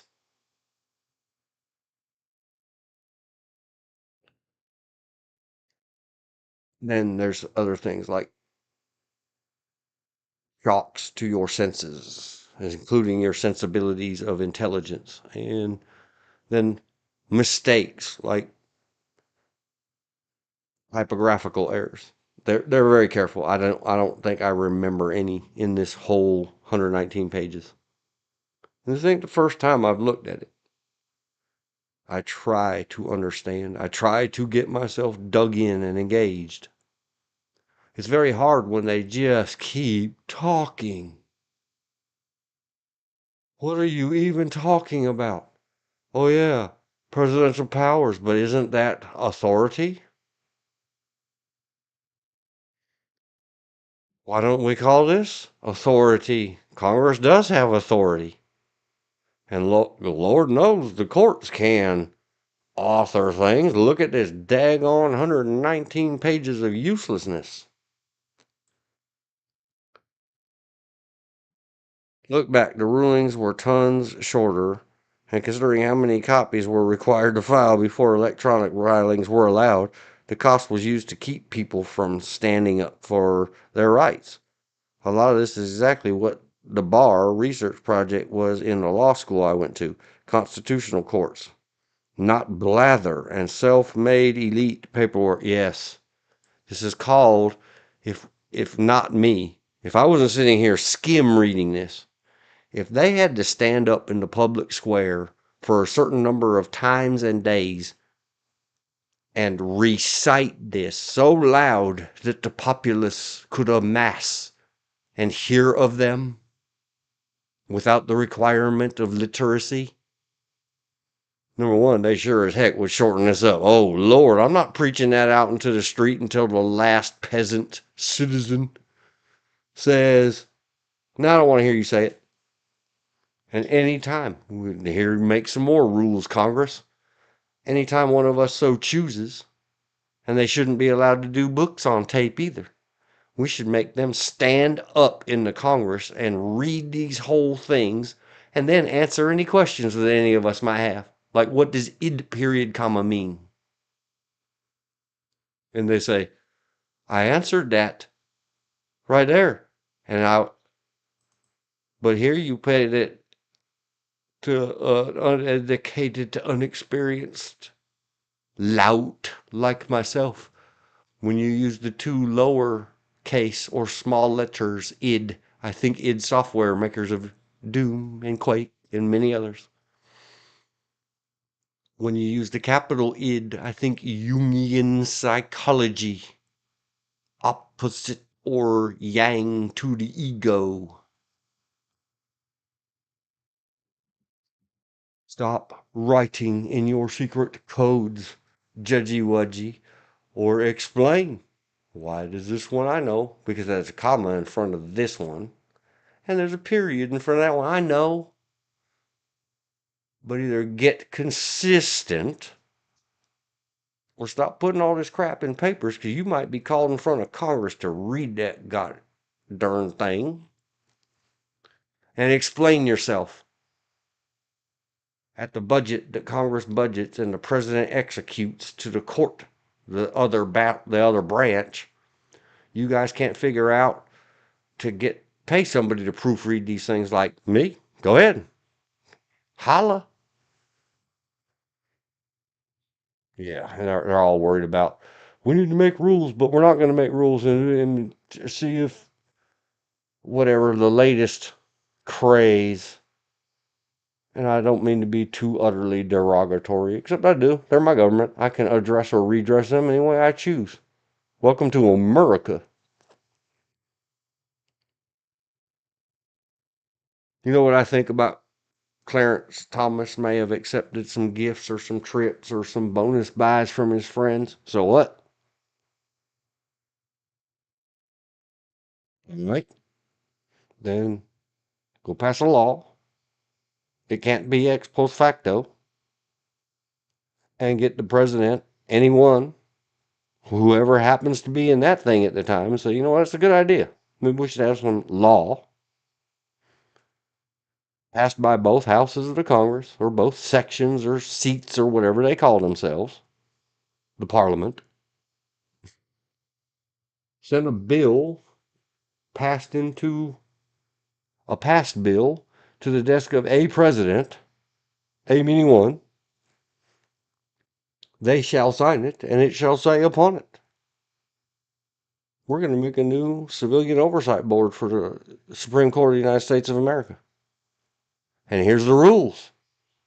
The Civilian Oversight Board will do the rules, but now you have to go flip-floppy, flim-flammy back to Chevron and find out, can administrative state agencies make rules, or does the Congress have to sit there and fix every single letter within the law itself? This court, this current SCOTUS, is utterly improper, in my humble opinion. Criminally prosecuting a president for official conduct undoubtedly poses a far greater threat of intrusion on the power, not authority, you goons, and functions of the executive branch than simply seeking evidence in his possession. Unless he's got the evidence locked up in his little storeroom. Now what? This is not fair. Yeah. We'll talk about duty and everything else. And until you guys fix it, you're the only ones who can fix it, not you, court, Congress, and President, Biden or Trump. Or I don't care, whoever comes after Trump. Rule of law, argument, limited to one page, and suggested conclusion. People power to stand up for themselves against this type of mess, of bureaucratic nightmare in anything. Allah. Yes. That's what leads us to this thing. And I said it would be long, and it's probably likely to be. I might have to go take a break soon and do some more peeping. Not on naked people, I mean urinating. And maybe cook some more coffee. I've been drinking too much just plain water, which is causing me to go urinated a lot. So, yes, the hesitation to execute the duties of his office. Here's that word. It's in my checklist. Revisit it. Oh, so you're saying that there are duties, not meaning taxes, not tariffs. Define duty, please, Google bar. A moral or legal obligation, a responsibility.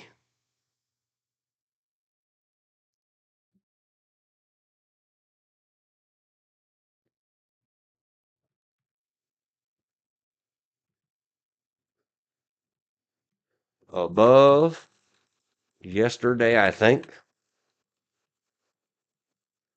and in the ruling, define duty. And the Google bar said,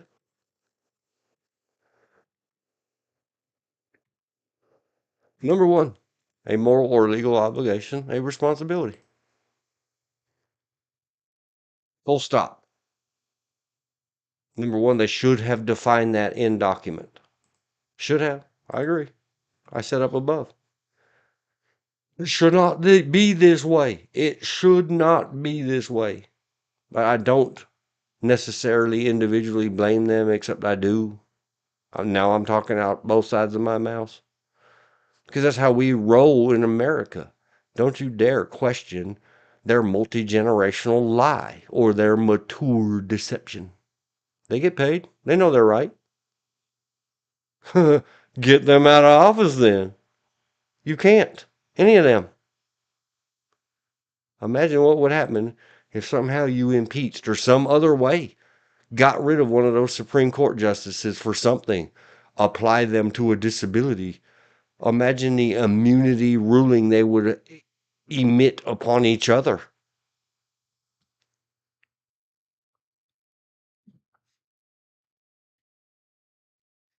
Here's your battles, though.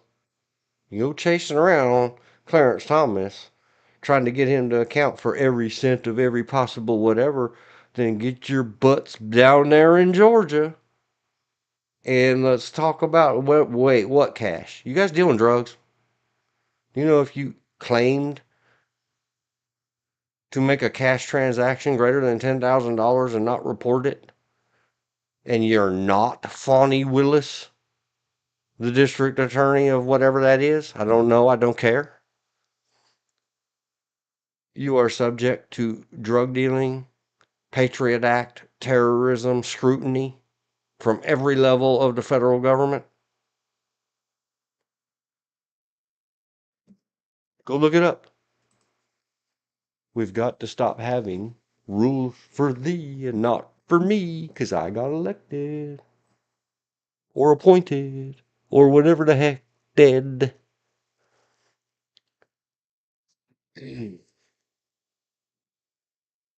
I'm going to have to take a break.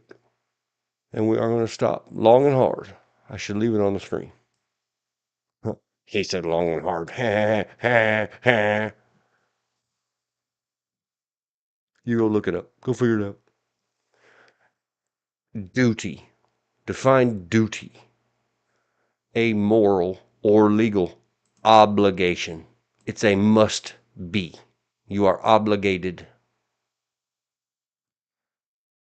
See what I said earlier about this country and our piss poor attitude. We don't even know what that word means. You don't know what that word means. Responsibility. From top to bottom. Uh, I have said previously, I'm going to take a break. I'm going to be rude right here again.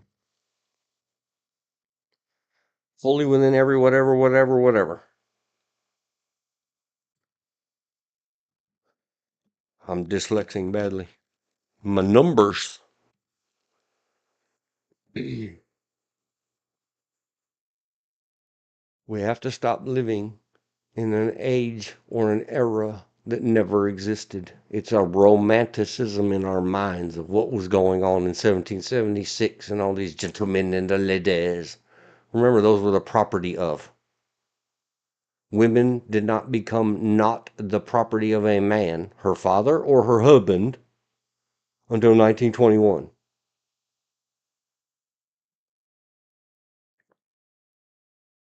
And in the 100 years since, it's all just word service and word play and shut the women up. Nag, nag, nag, nag, nag. Let them vote. Guys, let's go to the Moose Lodge so we can get away from them nagging ass women of ours. Put one on the Supreme Court.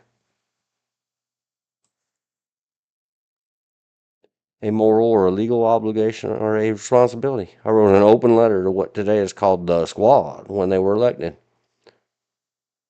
Talked to the top aide for each office to make sure they knew. Yeah, they don't know. They don't understand.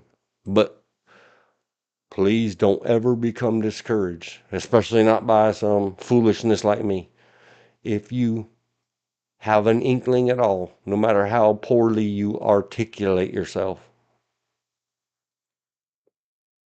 one day I'll explain this. I absolve you Do the best you can and get it to them any way you can. You never know. You might get a bite. One of them might say it's from an old punk rock song. Well, I don't know what you mean, kid, but you sure are a riot and you sure are a scream. Let's do lunch. The let's do lunch part isn't from the song. It's from the Screamers. I'm not putting a note. Duty, an obligation, or a responsibility. We don't give any, I said up above, put it in the checklist.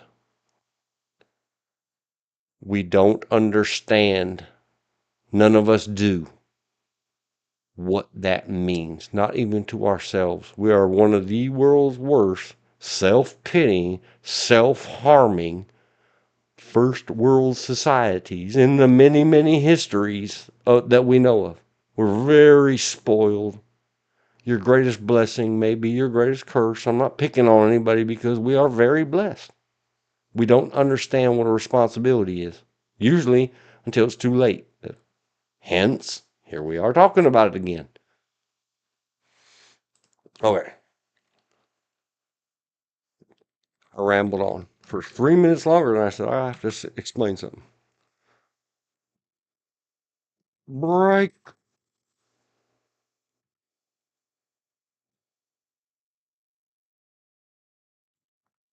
Let me save. Save the page. Hold down the 40, Elizabeth. If somebody jumps in and types in the chat, type them back. Let them know.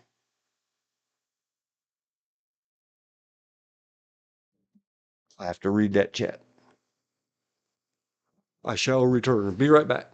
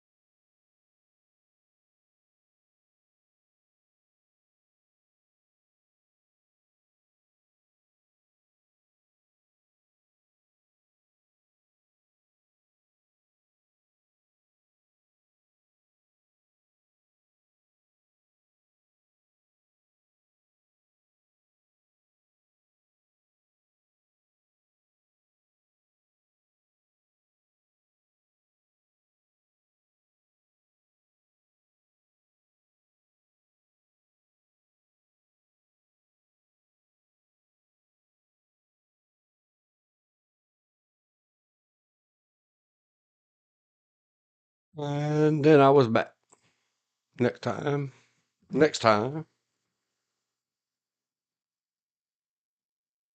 I will try to remember. Number one, put some music on, let it play in the background. Number two, let's go back and read the chat I missed. What I was saying, once elected, the oath of office, not party politics, and girl click. Yep, me too. I agree. Whether men or women, non-gender specific. To the people in the Constitution, absolutely. And the offices that represent whatever. We're getting there, absolutely. You and I are on the same page, madame, if I may call you that. But I also realized, and I even named the file that way and showed at the beginning of this, that it would be marked up. I tested earlier. Remember the red test up in the corner? I failed. I forgot. I'm not scrolling back and fixing all that.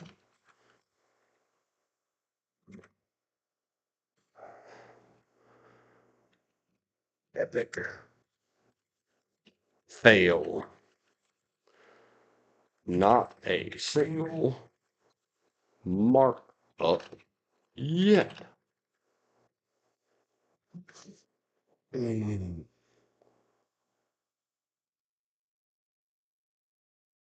Like, instead of just putting the mouse highlighter on it, I was supposed to click highlight and pick a fancy color that I like. We're just going to use the yeller and put a yeller.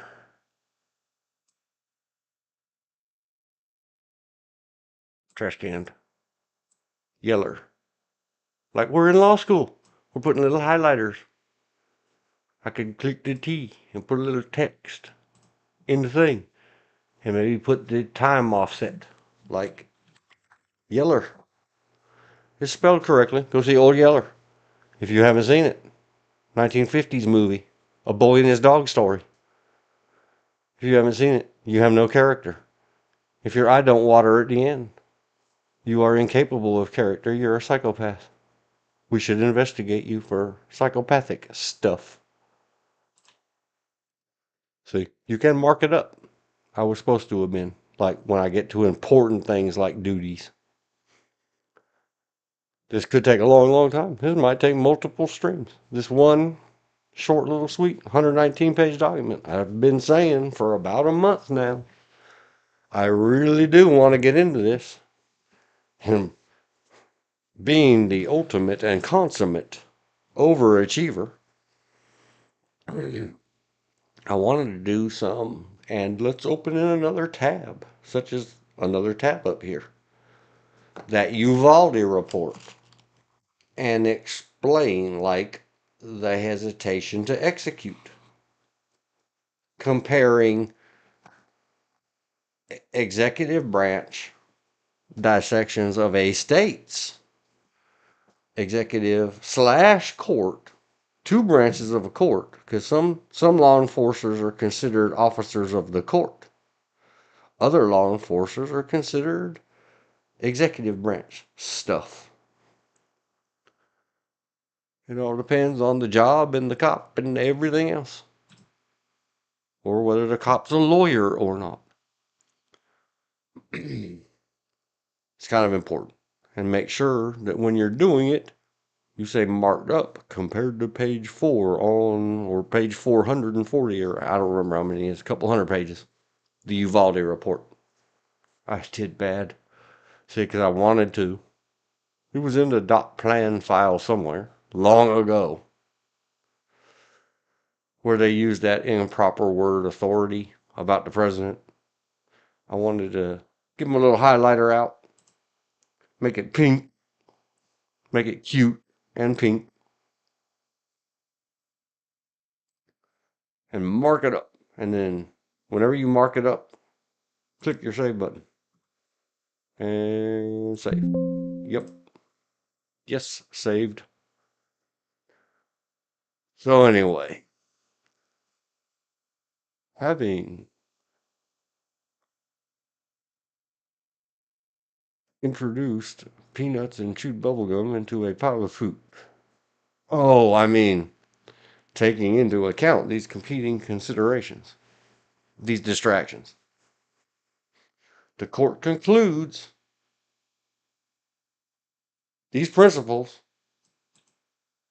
explicated. Explained? I don't know. I've never looked it up before. I don't care. Analyzed and developed. They could have just said developed, but remember, I thesaurused you. A bunch of seventh graders.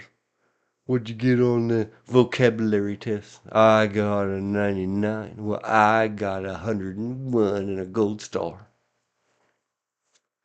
Whatever.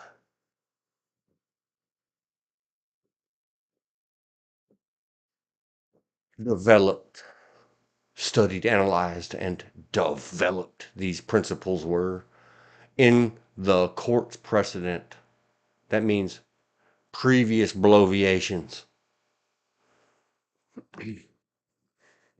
Necessitate at least a presumptive immunity from criminal prosecution.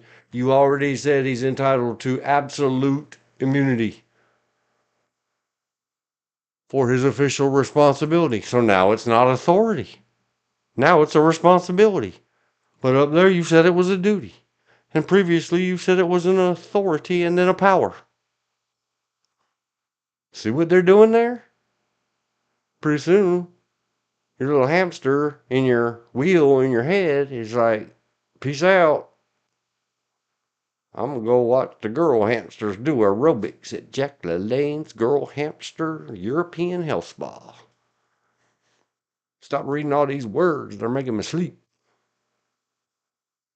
Such an immunity is required to safeguard the independence of effective functioning of the executive.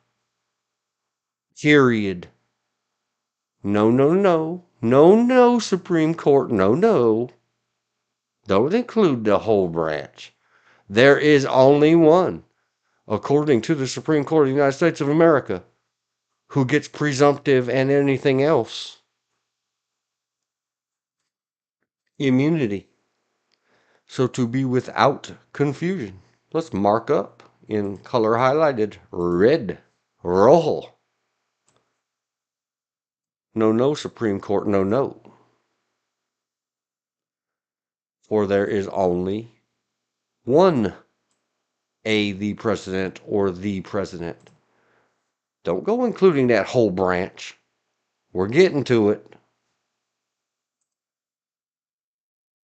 Right here, masked. Confusion. Mass confusion. Everybody not the boss. Where I write it. Everyone not the boss. Duty. I'm going to leave it on screen for a minute and stop scrolling so fast so that the watching with lag time can see everybody else in the entire executive branch, every appointee, employee, intern, volunteer, friend. They make them swear an oath if they visit the place.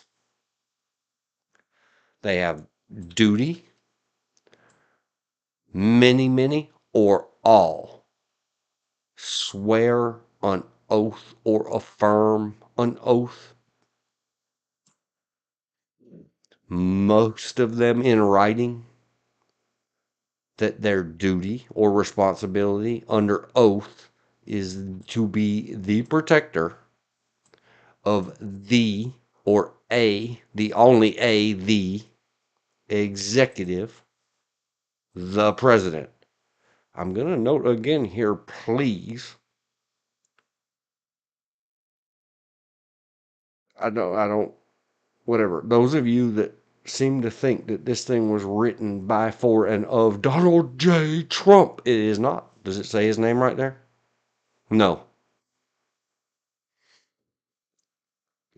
Especially those of you in the dissenting opinions in this document. It's beyond histrionics and hysterics and ridiculous. The president must be immune from prosecution for an official act. Please pay attention. All of you SEAL Team Sixers. He's gonna SEAL Team Sixer us. Not text. Red. Red highlight. It's very important. Every word has weight and value. Study it slowly and carefully. As if you were one of they.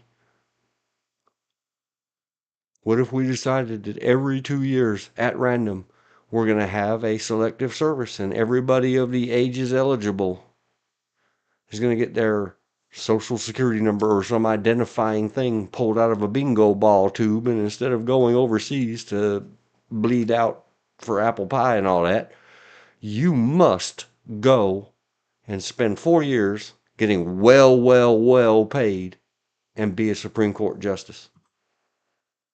We should draft and selective service average and ordinary people to do these things, not go overseas and get shouted. The least amongst you, I bet. I just bet. It's a real shame when you discover and go watch. It's, of course, he was involved in the making. Him and friends of his made it. But it's still worth a watch to me. I'll give it an 8 out of 10. The sort of biographical that Clarence Thomas put out some years ago. Of course, it's biased. It's semi-autobiographical. He does not confess or admit to being the bad guy in that Anita Hill thing. When, I wonder, do you think he could back down from the position he took? He walked himself into a tight spot. I don't blame him for, everybody says the same thing about Donald Trump. Why won't he just admit he told an accidental untruth? Why won't anybody else? Because he's American. That's why. We don't have to. Until you go back and redefine duty and responsibility. But wait, I'm getting to it. The president must be immune for an official act. That's what everybody stops at. That sentence right there. Even though this is the third time they've said it in the syllabus alone. Must be immune from prosecution, that's civil or criminal, for an official act. And then I made it red, which is kind of hard to look at on my screen. I might change the color later. You can click it, or you have to text, and then you go back to click. No, I did highlights. And you go back to click, and you can change the color. Let's make them blue. Blue's easier to look at. And I know, it's cyanish. Unless the government can show that applying a criminal prohibition to that act would pose no dangers of intrusion on the authority, no, power, and functions of the executive, period. This is a great big no. Let me get my crayon. I like crayons. Because I don't want to highlight this as if it's a good thing. No. The branch gets nothing. I'm getting there. I'm getting there. Stop using confusing terminology. Do you mean the executive, as you started out with, the one president of the United States in Article 2, I think it was? Let me scroll back. Hang on. Going back. Should have been highlighting, marking up, documenting. I wasn't. Article 2, Constitution, executive power.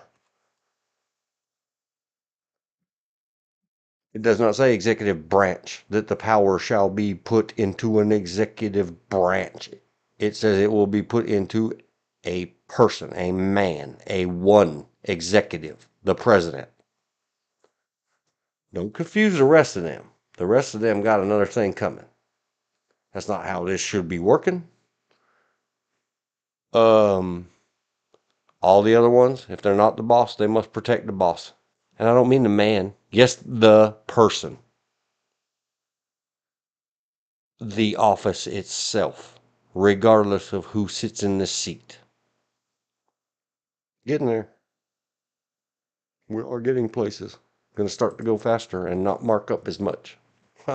Fail. Epic fail. And there it is. It says, immune from prosecution for an official act unless they can show would pose no dangers of intrusion on the authority, power, and functions of the executive. If dude, non-gender specific, red rummed somebody, unalived them in the first degree in front of several, like the vice president and two secretaries and a couple of them Secret Service agents who are sworn federal law enforcement officers. And he said, you know what? I'm the president. He being non-gender specific, hypothetically. So I'm going to take this sword and stab it through whatever. Just a visitor. Just because I'm the president. I'm immune. SCOTUS said so. Oh, well, I bet the government can show that allowing them to continue that behavior is not within, would not be considered an intrusion on the power and functions. Because that is not something our president is allowed to do. They're not immune. And what is, if they did that to one person, ran them through with a sword, wantonly, willingly, and with malice, you can expect that they would do it again. And that's why we have federal law enforcement officers, let alone all those others who swore an oath as well. It's all contained here in the syllabus. Stop screaming about the SEAL Team 6 and how bad he's going to be. What we got, leave Donald Trump alone. I'm getting back to it. I will come back. See everybody else where I scribbled it out of that document. Because this twice might make you think that, well, then everybody else is immune as well. The whole branch. No, no, no, no, no. To be clear, maybe they meant just Article 2, the man, singular, but I have my doubts about their little word mincy. Because then you could extrapolate from this. Well, the vice president is also immune.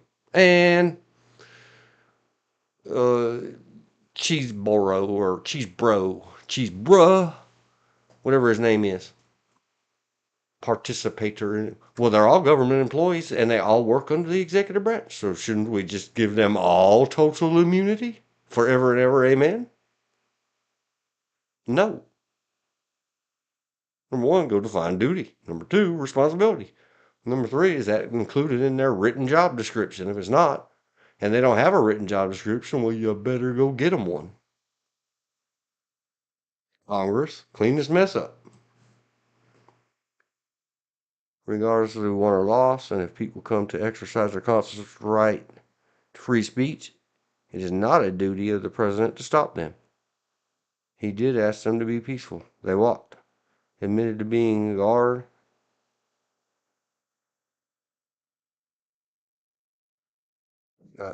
Okay.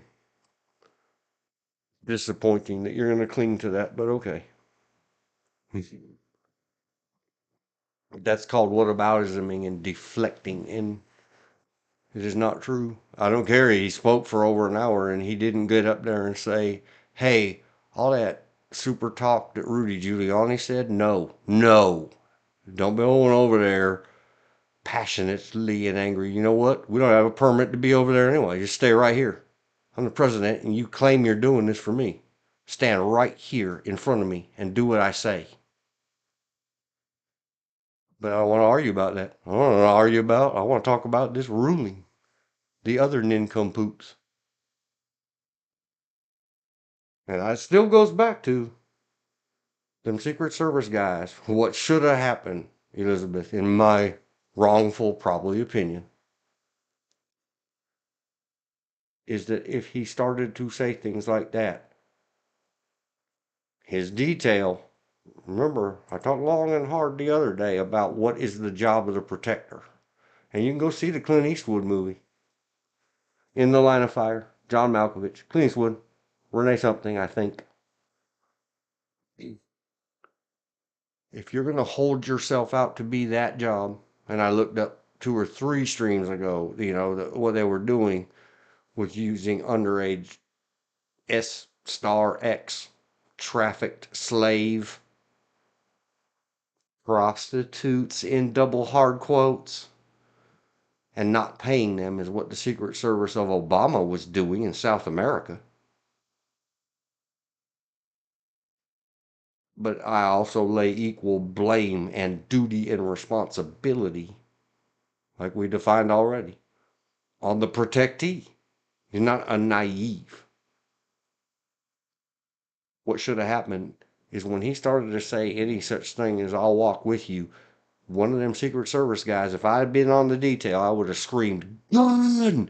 And tackled him and shoved him in a vehicle and dragged him back to the White House. Do not let him give off even the appearance of impropriety. We'll keep on discussing that.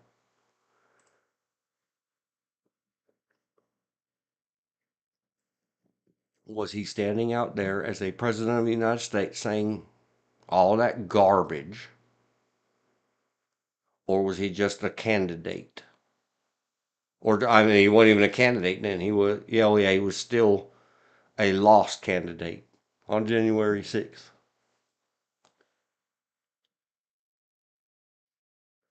Is it, what was he there for? He says, they just asked me to speak. It was a private event and I spoke. Okay, then it was no immunity for it, dude. Then why did you file this paper? Note carefully that he doesn't say that stuff. He allows everybody else, and it affects everybody else's credibility. That everybody's out squawking and repeating this silliness about Nancy Pelosi refusing anything. Congress has nothing to do with the United States Army National Guard. There are long, where they dragged all of the important people, the colonels, the generals, the lieutenant general colonels in front of, it was very enlightening for hours. They did go speak to Congress and said over and over and over and over again. None of them have anything to do with it.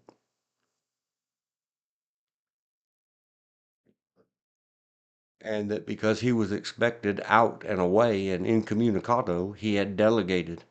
It's the guy he delegated to who was his guy.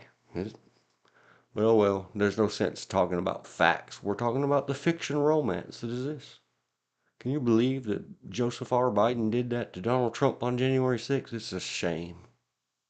I'm being smarmy. Don't clip that, or somebody do clip it. Put it out there.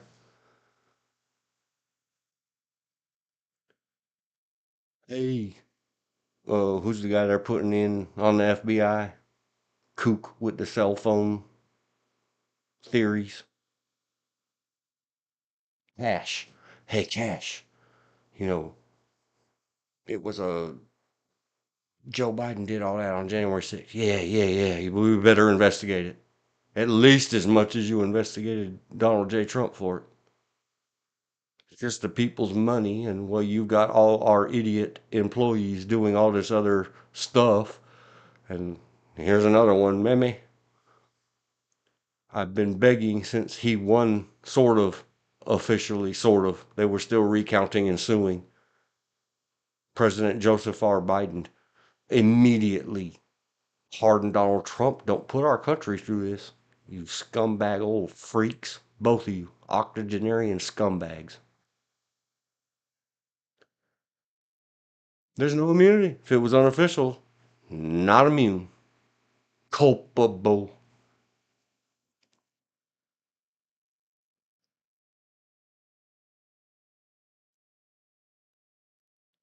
See, they just keep repeating it as for a president's unofficial acts, no immunity. Blah, blah, blah. Immunity is required for official. They just said that twice or three times. That concern does not support immunity for unofficial conduct. They just said the same thing twice in twice as many words.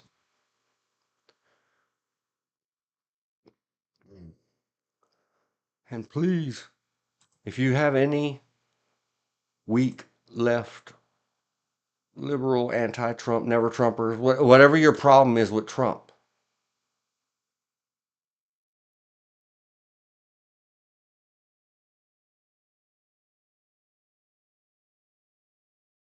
here we go again. They had said it 3 or 4 times already in the ruling that everybody keeps citing and quoting because they haven't even bothered to read as slow and hard as I'm reading the condensed or stupefied version for average Americans like Dean.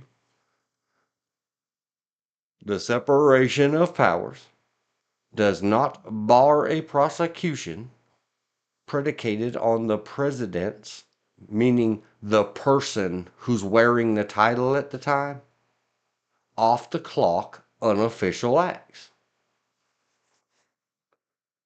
It's very clear. They've repeated it how many times now? In Roman numeral 2? 1, 2, 3. 3 times. In 3 different, 4. Official, unofficial. 3 times in one number 3 before the small letter B paragraph. Stop talking about how Donald Trump has a free pass for anything. He does not. And he is rather doltish. But I'm sure somebody in his circle or airspace or earspace, probably Melania and Ivanka both, have had lawyers read this and explain it to them so they can explain it to him. I trust in that. Please, ladies.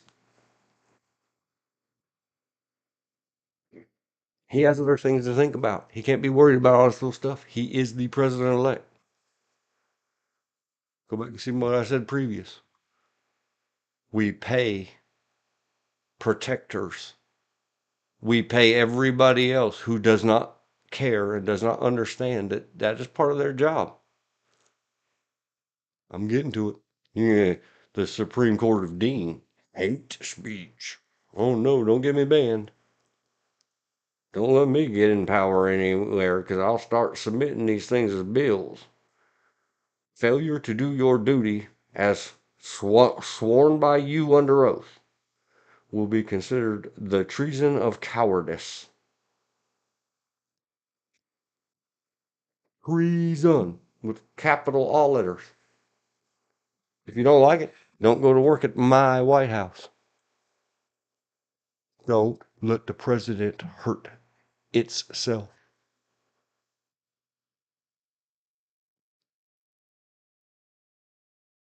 Oh, see, and they just keep repeating it. Here we go at number 1 again. When the president acts pursuant to the blah, blah, blah that they already said, when he does official acts, he takes official action. Imagine that. It's official if it's official.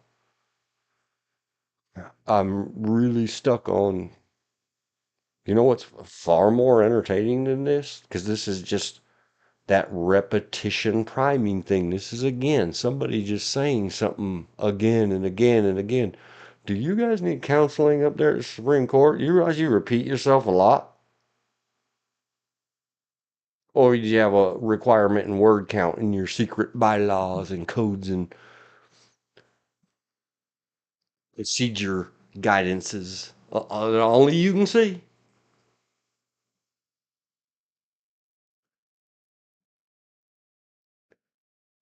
So they go on and on. I'm going to maybe come back, maybe not. I'm getting extremely tired of this. Outer perimeter. It's a hard thing for people to understand. Of the president's official responsibilities covering actions so long as they are not manifestly or palpably, that's more of a medical term. Tangibly. It means you can feel it.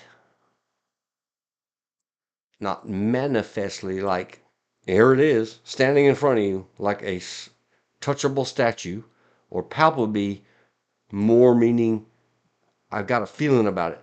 Beyond his, I've already made clear. Let's make it red again. Not highlight. Yes, highlight, because I want to change it. Color red. Go to text. Write text. Star in front of something in the modern era means I meant, but autocomplete got me. I'll give you autocorrect, autocomplete, and they probably use one of the AI things to help them bloviate these documents and add words. Star means what I had meant were, where did you go? Great. Hey, that's great.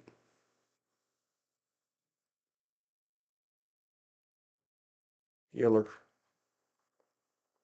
I was trying to type something, you machine. Go there. Trash can it. Make it Russell. Okay. And what I had meant was power. That's all. That's what I meant. There, I fixed it for you, Supreme Court. I need a raise. I need you to take all of the combined salaries of everybody that does anything for you, the Supreme Court, including you. Calculate how much expense it cost to produce this typo-ridden nonsense. And now that I have fixed it for you, you must send me all that much money to make it true and correct. You owe me. I'll send you a bill. In dividing official from unofficial, courts may not inquire into the president's motives. Exactly. Very clear. Let's go back to highlight. May yellow.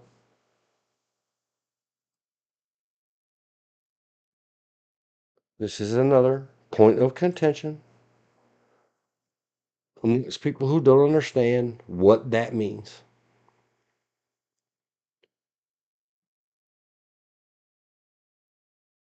A highly intrusive inquiry would risk exposing even the most obvious instances of official conduct to judicial examination on the mere allegation of improper purpose or the mere appearance of impropriety. And that again, we pay a lot of staff people. We pay a lot of appointeds, electeds, and selecteds, and just plain hireds at 1600 Pennsylvania Avenue, that it should be beyond reproach. And we're going to get to it. It is included in this document. And what I guess I read into this, knowing that these people are speaking from this academic, fictional, hypothetical, ideal, not idea, ideal fantasy of what our government consists of, regardless of the reality of what it consists of. And I'm sorry, Elizabeth. I know. It's your guy. I will always drop back to, do we need to pick on someone else so that we can stop picking on the sores of current? And remember, Bill William Jefferson Clinton was rubbing his tallywhacker all over the staff. squeezing his little lemon and letting the juice run down his leg. It's a Led Zeppelin song. Well, on the phone with our military ordering strikes in Kosovo and Bosnia and Herzegovina.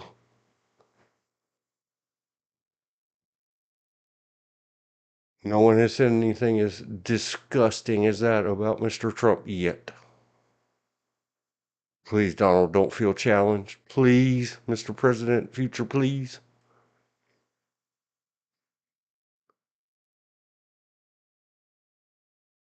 Yes, you cannot be sitting around when the president says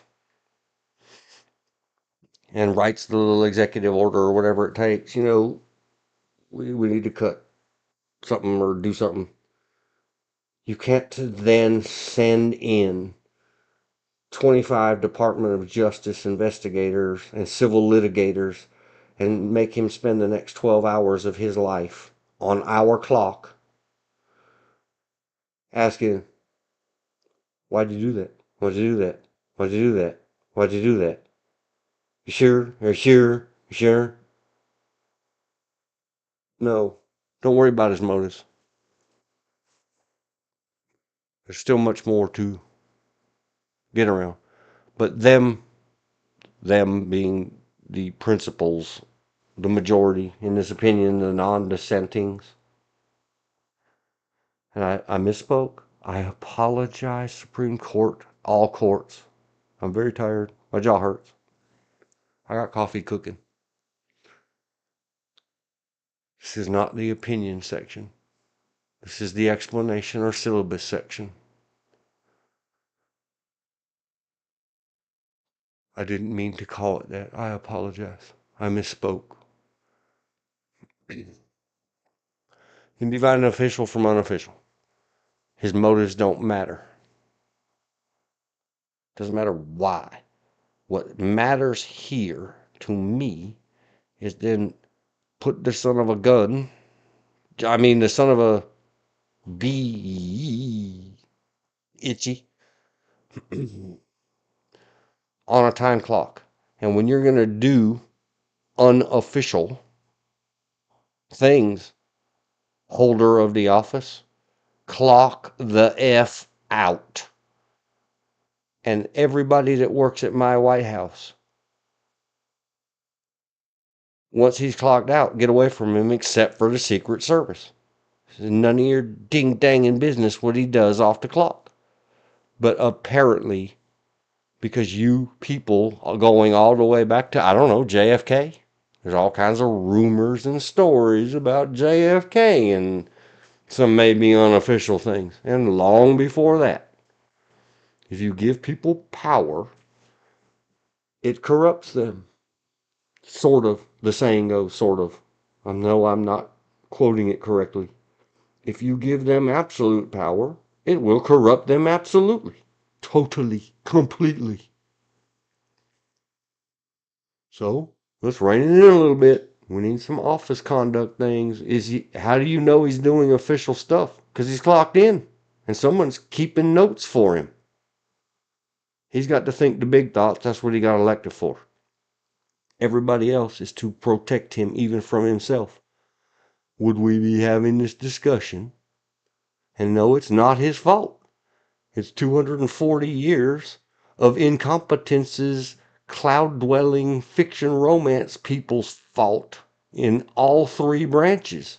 So no one ever thought, you know what? We're so smart and we can see the potential into the future.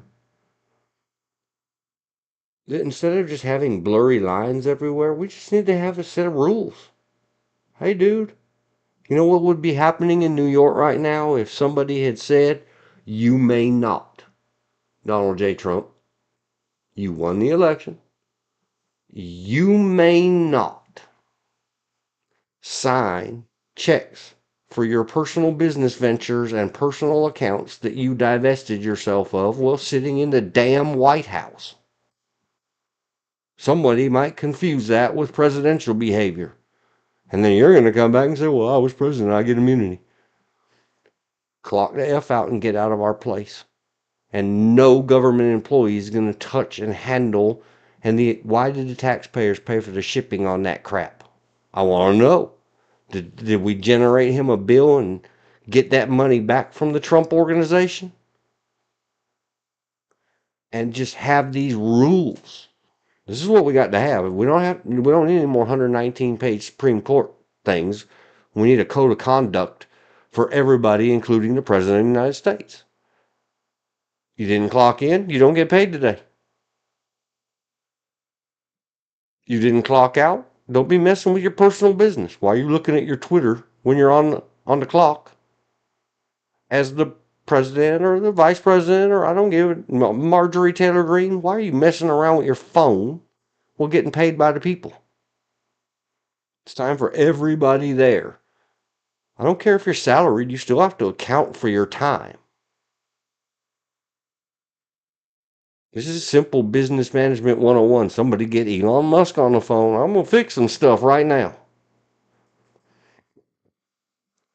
Efficiency. How can you make better use of anybody's time and money if you don't account for it beyond a shadow of a doubt or any appearance of impropriety? There would be nothing in New York about those 34 derivative judicial system objects if anybody in the entire government whose job is to protect the president, everybody, not the president's job is to protect the president, had said, you can't let him sign those documents in the White House. It has the appearance of impropriety. Tell him to clock out, go home, sign him in Trump Tower. Well, we're not paying attention to what he's doing, and he may risk criminal prosecution, including today. He did it unofficial. The Supreme Court in this latest ruling said, if it's unofficial, charge him right now. Jack Smith, would you please go back and read this? Congress, pass a law. It don't matter if Joe Biden doesn't sign it. By name. Jack Smith, Office of Special Counsel, every cent plus interest. If you're not going to fulfill your duty, obligation, and responsibility having accepted it, and continue those cases because some dude got elected, then you lied to start with and you have frauded the people of the United States and stolen our treasure. Congress, all you got to do is get it moving. Because they blame an election and this document that I don't read. Well, no, we can do now. In this document, it says 4 times in 2 paragraphs. You can't question his motives. The action is all that matters. The why is unimportant. If he does crime, charge him with it. What am I reading wrong in this? Hello? Entire government? No, you can't sit around busting 1600 Pennsylvania, let alone the boss. I'm just going to keep calling him that. The executive. You can't keep spending all day saying, are you sure? Are you sure? The way the system is, and the way it was designed, and how it has worked for 240, whatever many years we're involved in this thing now. The dude got elected. This time, he won popular and electoral. So everybody could be quiet. He's the boss. Joe Biden also. Nor may courts deem an action unofficial merely because it allegedly violates a generally applicable law. They go on to explain that later. Ordering in writing or by words someone with the wherewithal to deliver upon the order the unaliving of another human anywhere on Earth within the lines drawn as the United States of America is a crime.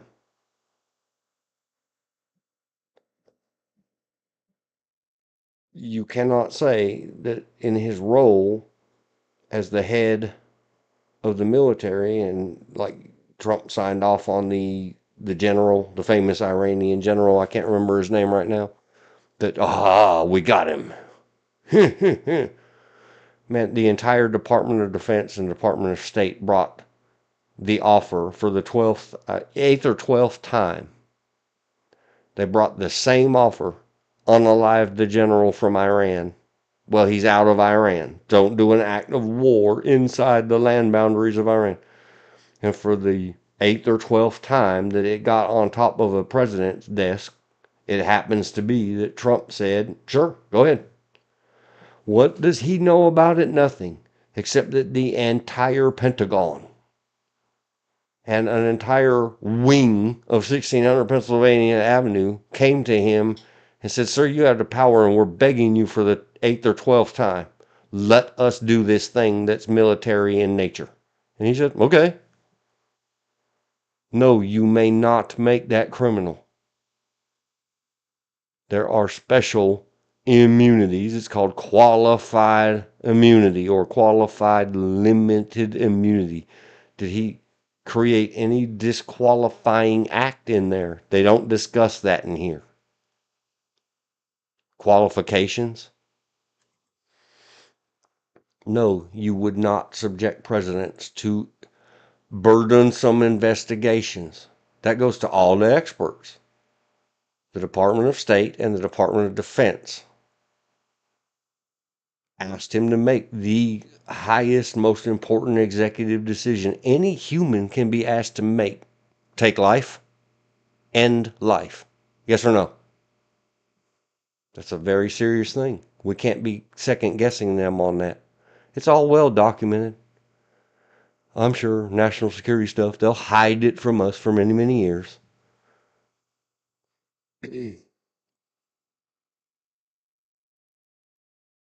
Okay, with the above principles in mind, the court turns to the conduct alleged in the indictment. So it took them all the way till page 5 in the syllabus to get to the allegations. Certain allegations, such as those involving Trump's discussion with acting attorney general, are readily categorized in the light of the nature of the president's official relationship to the office held by that individual. This is where things start to get blurry, start to get a little fuzzy. Did he have interactions with the vice president or not? Were those official actions or not? Okay, like I said a half a page ago, if we're going to get this granular on misdeeds and official or unofficial, are we spitballing here or are you trying to give me an order? Because the president cannot order the vice president anything. Go read the Constitution again. Are you trying to coerce, collude? And I have a lot of hate, especially when they talk about this one. According to Mrs. or Ms. Ivanka Trump and some of her aides in the published text and videos of those January 6th, whether they called them depositions or interviews or whatever they called them.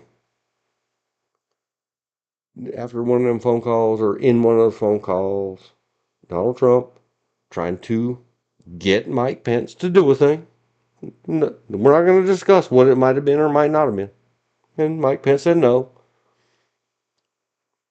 And Donald Trump called him a PU $sign $. I concur. I full-heartedly agree. President at the time, Donald Trump. We're getting there. It all ties back together.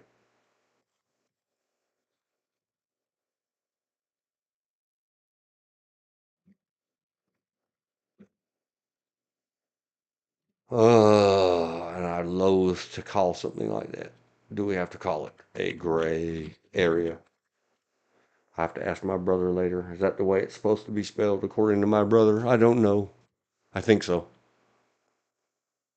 Gray area of official when it involves, let's just say, POTUS and V.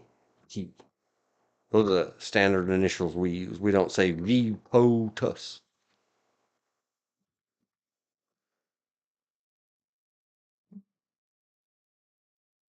And at the same time, in the same minute, break. I have to go grab my beverage. My beverage should be ready. What up? To be right back, girl. I'll be right back.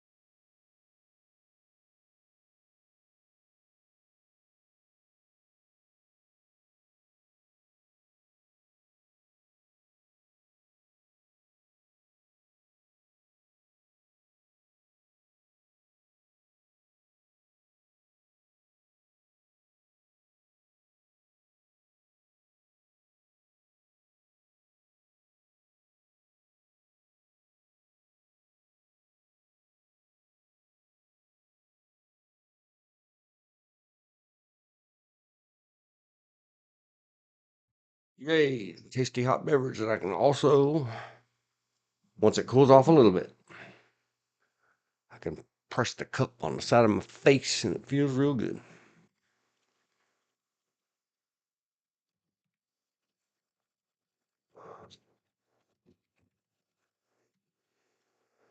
This whole section, and I'm going to scroll it pretty quick. We got many pages to go through.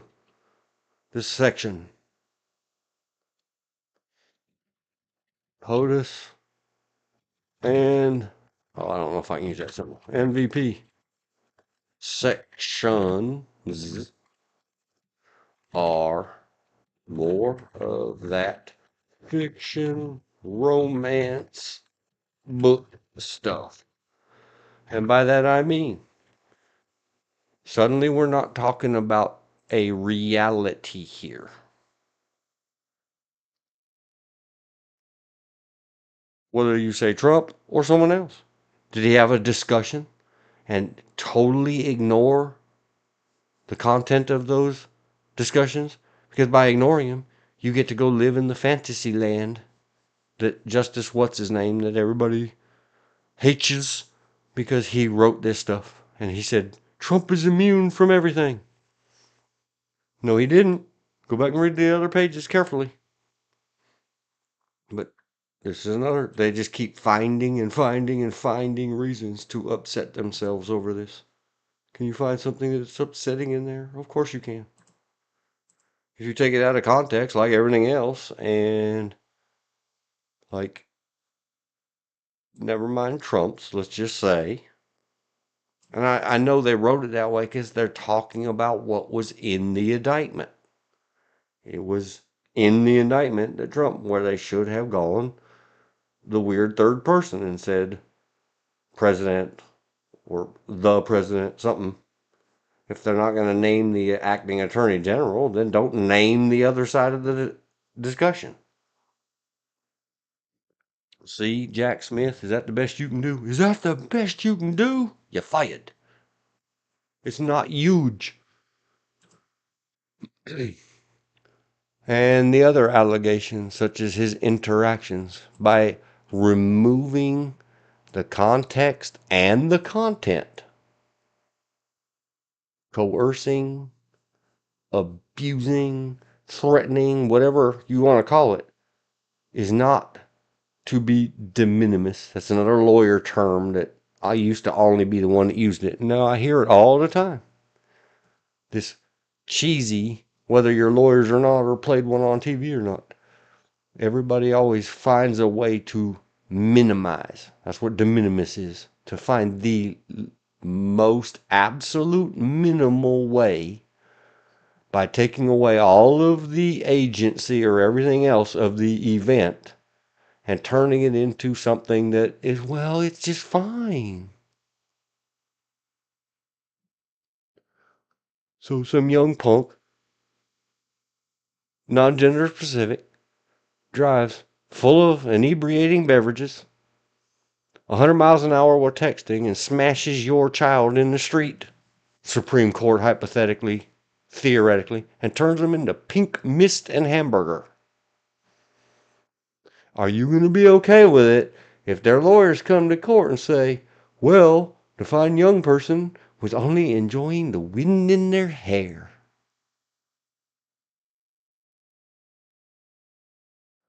See what's happened there? You did can we make something not what it really was? Well, yeah, of course they were going fast. Yeah. Now if we drag it all back out, 700 pages later and 27 hours and $2 million worth of lawyers, well, yeah, of course they were speeding recklessly, inebriated and drunk driving and reckless and texting while driving, distracted, and caused harm to another individual. But let's just call it interacting with the vehicle. So this is why this is more. It sounds great in a classroom or in that cloud that they live in to take away all of the content and context. I understand that because that's how we do. Because in this la la land that they live in, they cannot possibly, even when it's standing on their toes and screaming in their face, accept reality. All this is written into the gentleman president and the gentleman vice president would never ask anything in interaction with each other that might give the appearance of impropriety, calling into question either one's valor and integrity. Pip pip and cheerio. We shall write it into the ruling. Sorry for the bad accent. It's how I roll. It has nothing to do with reality. When the president, his or herself, does interactions with anybody that involve the president doing crime or apparently whatever, that we're going to come back to it. We have to, this all comes back in summary to everybody not the boss. Get some red letters here. And duties and responsibilities. everybody, not the boss. Again, duty, responsibility. Oh, I can't have that. You rolled my screen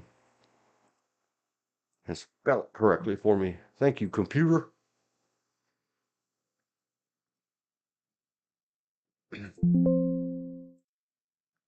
Absolutely.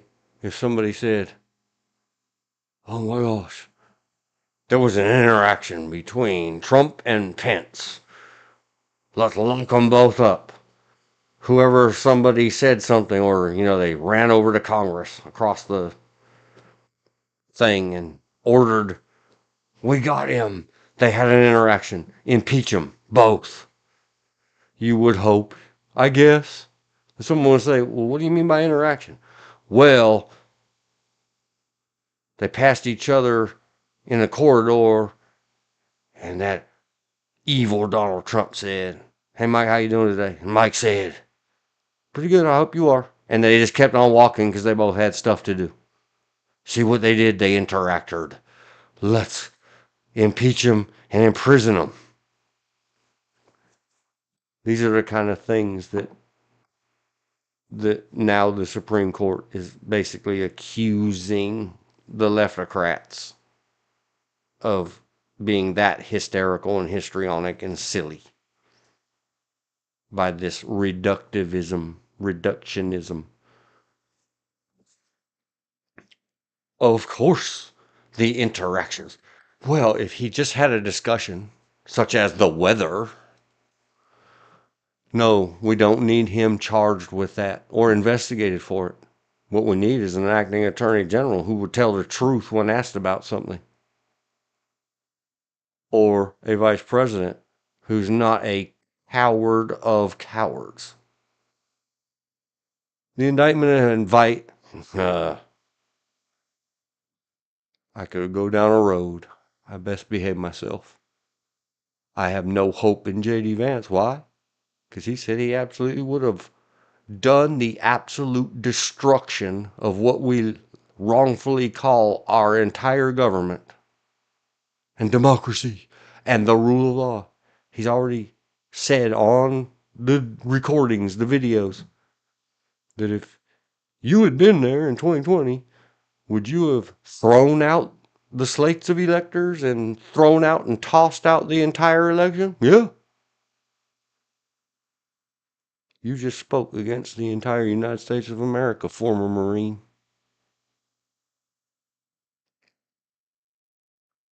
How disgusting. And nobody cares. It's all right. Still, is Pence gets it too. Be careful what you vote for. The indictment alleges that as part of their conspiracy to overturn the legitimate results, Trump and his co-conspirators attempted to leverage the Justice Department's power. Okay. Oh, attempted.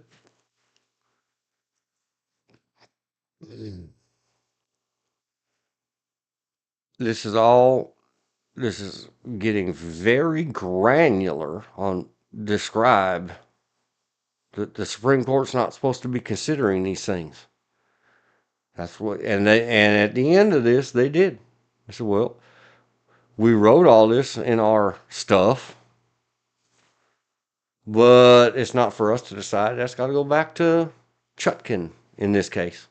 It's got to go back to the court that brought this. See the fancy word that started this whole thing. Serotonin. I can't remember the word. Sorry. Apologize.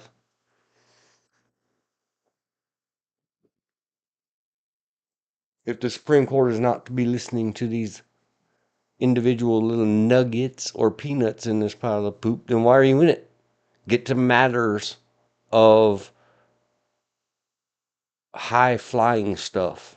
And if you're going to kick it back to the lower court, then what you're doing here is bloviating, confusing, confounding, deflecting, distracting, and you're upsetting well more than half of this country.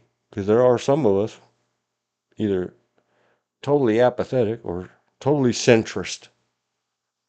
And I can't think of the right words. Never mind. Just apathetic. I'm one of them.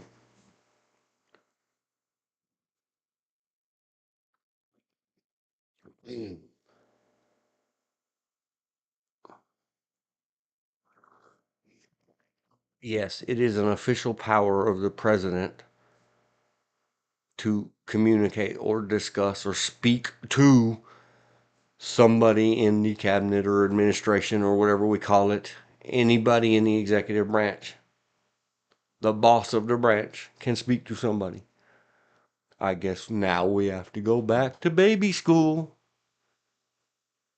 If it ain't written down, it didn't happen. Make the president get it done in writing so it's trackable and traceable. Record everything. Go see the Nixon tapes. And make it all subject to FOIA requests or PRAs or whatever, or just broadcast it always. He really wouldn't have done that stuff if he knew it was streaming live to the internet always. None of them would.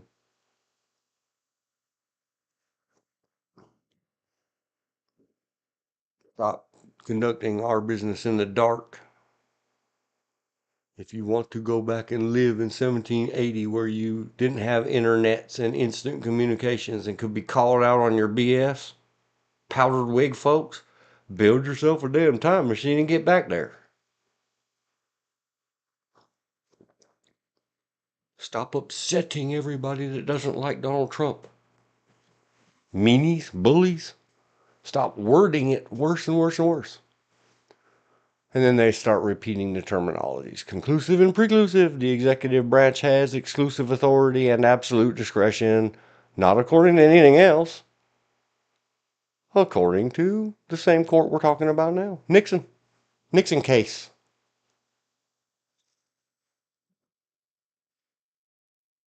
The executive branch has exclusive power.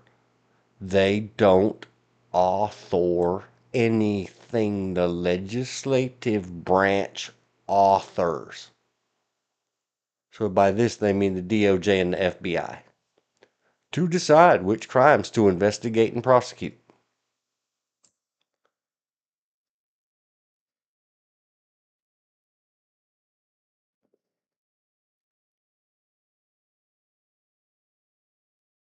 The president's management of the executive branch requires him to have unrestricted power to remove the most important of his subordinates, such as the Attorney General, in their most important duties, according to Fitzgerald only, not according to any kind of law, especially not the law of our land, the Constitution.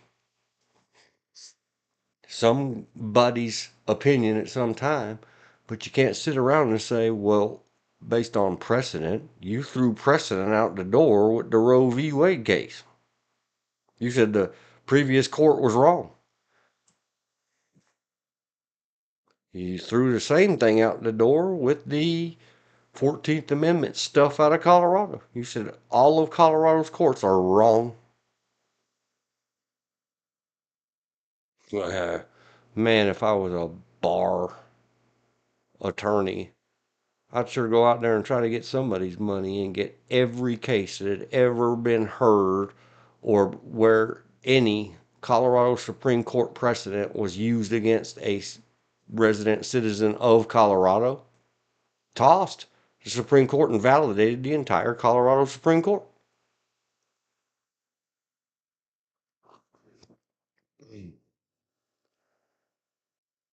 If they're not good at one law, they're not good at any law. And all of those criminal defendants now convicted and lost on appeals all the way up to their state Supreme Court should be let loose. And then double jeopardy applies.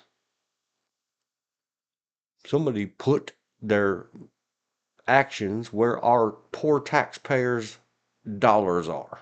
This is all, they're playing fun and games, academics, with our real world system. And it's very discouraging and disheartening. There are many, many, many very upset and depressed and everything else. Not Trumplicans.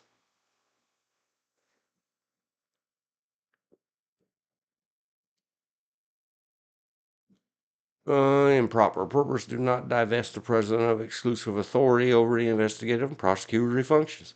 And I'm going to say again, in a hypothetical, theoretical, whatever fantasy land, okay. And even if we use this as the foundation for going forward, the answer is Biden, Joseph R. Jr., the entirety. And now, yes, you do have, I guess, majorities in both of the sides of the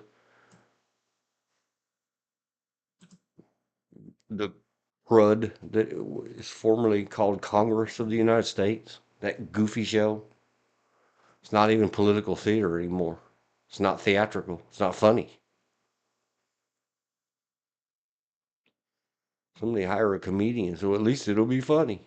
Get them to say yuck, yuck, yuck every now and then.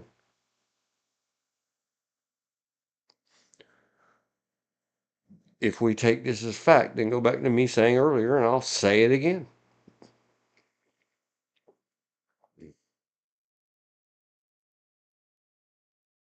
Number one, it's not authority, it's power.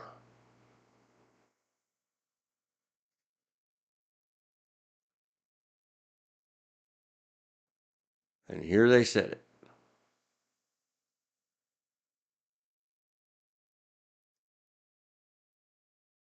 Here's the one that does legitimately say what everybody says it says, no matter what the content of his speech.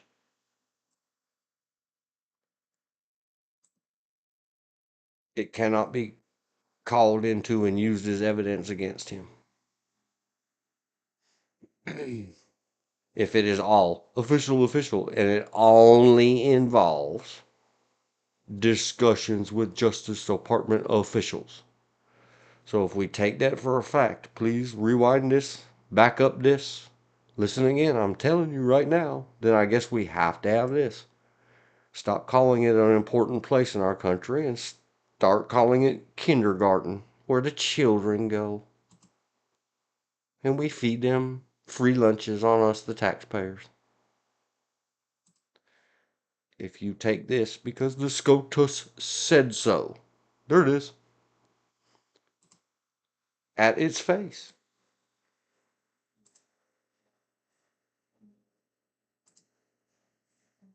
Okay, and clicky. With that at its face, we must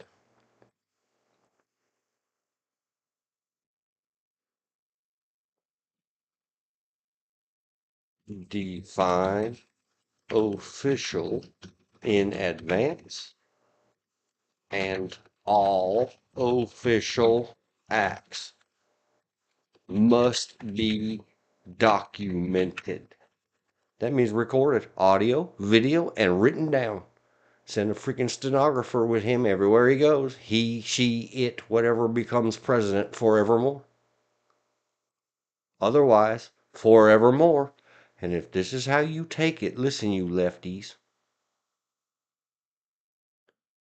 Stop with your histrionics and the SEAL Team 6 that we're going to get to at some point. It's in here. If this is true, then you've still got 1 month and 6 calendar days. 1 calendar month and 6 calendar days. Please go tell Joseph R. Biden Jr., current President of the United States of America, to gather up as many Justice Department officials as he can and flat out order them to go arrest and disappear Donald Trump and everybody around him and disappear them under the Patriot Act for terrorism and take them to Guantanamo Bay and pull their toenails out in a video game, hypothetically. Because that's what you keep accusing he's going to do to everybody in this country. Him and his cronies are going to put them in cages and concentration camps and deferral camps until they can deport them and take away birthright citizenship and all this. You're talking madness. Because you think because it says the word Trump right there, absolutely immune, when they're talking about in the past tense in this case, and you truly believe all that nonsense you're saying that on January 21st, Trump can do these things by delegating it to the buffers, to the little soldiers, then tell your guy now, all 75 million of you, call the White House, send him a letter, tweeter him, and say, Joe, we just realized Trump's not the president now, you are. Get rid of him. Have the CIA whisk him away. Guess what? It ain't going to happen. And you don't believe it. So shut up about it.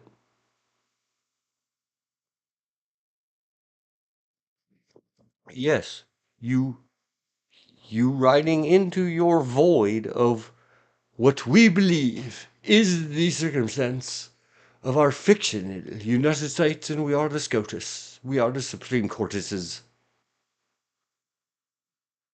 If you accept that it's face, then you better get busy.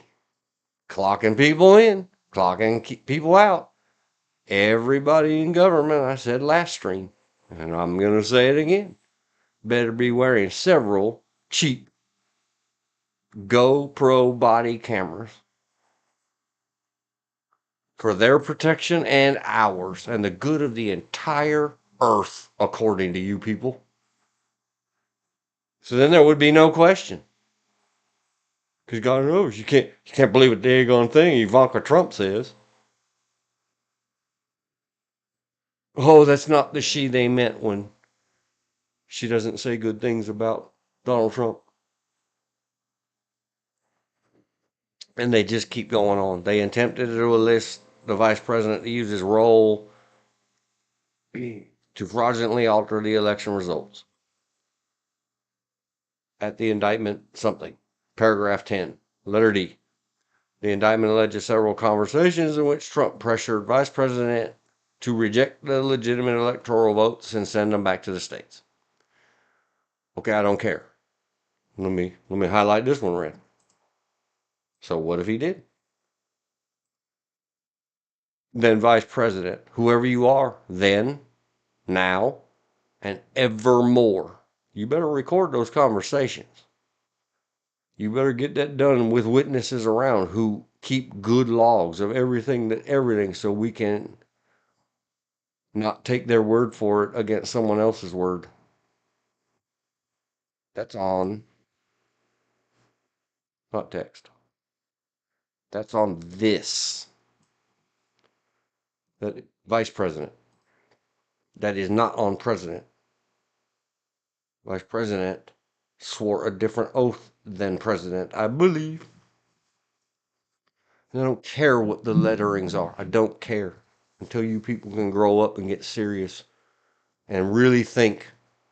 And maybe you should write a 119 page of what do you think without any of this bloat and filler. What? Like you're a freaking 8th grader doing your social studies. 6th grader. What do you think an oath is in 119 pages? With super wide margins, it's really only 50 pages. And then we'll decide as the American people. If you don't know what an oath is, we're not going to vote you. Or we might anyway. But at least we'll have gotten writing up in advance what you think an oath is.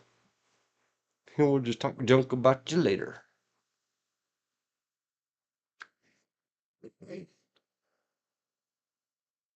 Yada, yada, yada. More details, more details. Trump attempted to pressure the vice president. Okay. So what if he did? Apparently the vice president said no. Allegedly. So and here they go.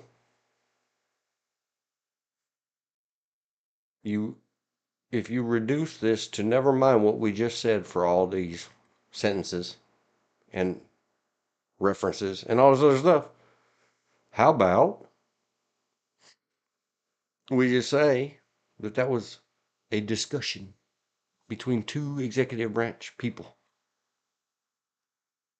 And never mind the content, it's immune. All right, fine. Then we know where we stand. Fix it. Joe Biden, you're still the president. You got a month. Hello.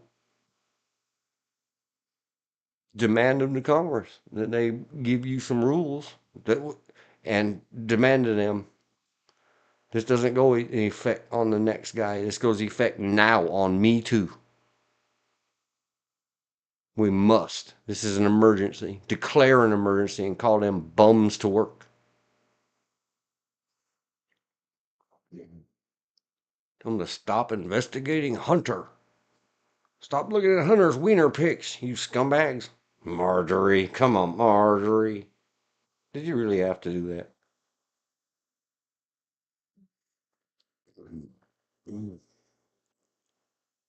There may, however, be contexts in which the president speaks in an unofficial capacity. So now, there may, however, but means, ask Dr. Feelgood, Dr. Phil, his version that he probably got from someone else, and he may have cited them somewhere else, but where I got it from and heard it a lot repeated on his shows. When you say but, it means to the person reading it or hearing it, never mind everything I said just before this, because that was all a lie. And I already showed in the first video I ever put up with the North Carolina concealed carry book. And one or two other streams. We went to the North Carolina Private Protective Services Board and pulled up their training manual. And it says to teaching baby government cops and securities and employees, practice deflection techniques such as, I appreciate that, but no, don't. Because some government goon told you that? Wear their ears out with words and then throw in but. There may be contexts in which the president speaks in an unofficial capacity. So they just said what exactly was being said from the beginning.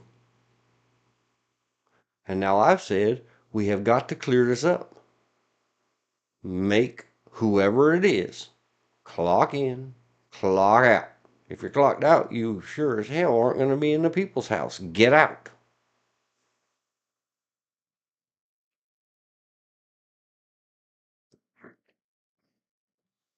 If it's not on the carefully crafted list, I'm sure you can get an employee manual from Name, the fast food chain in America.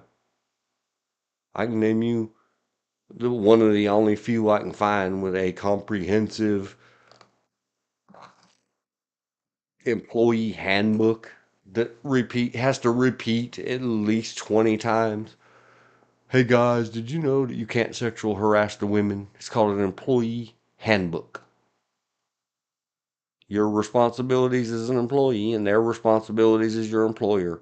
Somebody go find something good. I can't find much else good about the company. St. Moritz Security Service has, out of Pennsylvania, an employee handbook. They have two of them, a yellow one and a red one, that says things like, you can't tell lies. You can't work off the clock. You can't sexually harass people, bully each other. You can't do all these things. That as an employee of anybody, you just cannot do these things.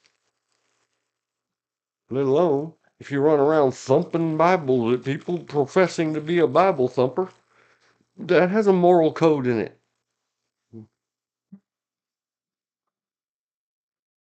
But when you got to get that many pages in, 7 pages in, and however many thousands of words before you start saying, however, there may be contexts in which everything we just told you is nonsense. Then why did you tell me all that nonsense? If all of his discussions are not official, then none of his are. Somebody get this cleared up. Now we have a problem. We wrote ourselves into a corner. Is there an objective analysis of content, form, and context? Now, what was I saying as far back as 6 of 7 pages ago? As long as you take this out of context and ignore the content and pretend that you're just reading a fiction romance novel, and soon there's going to be glistening, warm bodies and heaving chests and breasts and pulsating pectorials and rippledy bounce a coin off them abdominals. Holy cow, this is same old garbage. As long as you live in the fantasy land, that's what I got saying many pages ago when I said I really should just skip the syllabus, and now finally they caught up with me. If you objectively analyze the content, form, and context, will necessarily inform the inquiry or inquiry, whatever you choose. So now we're back to talking about it is not immune. All this trash.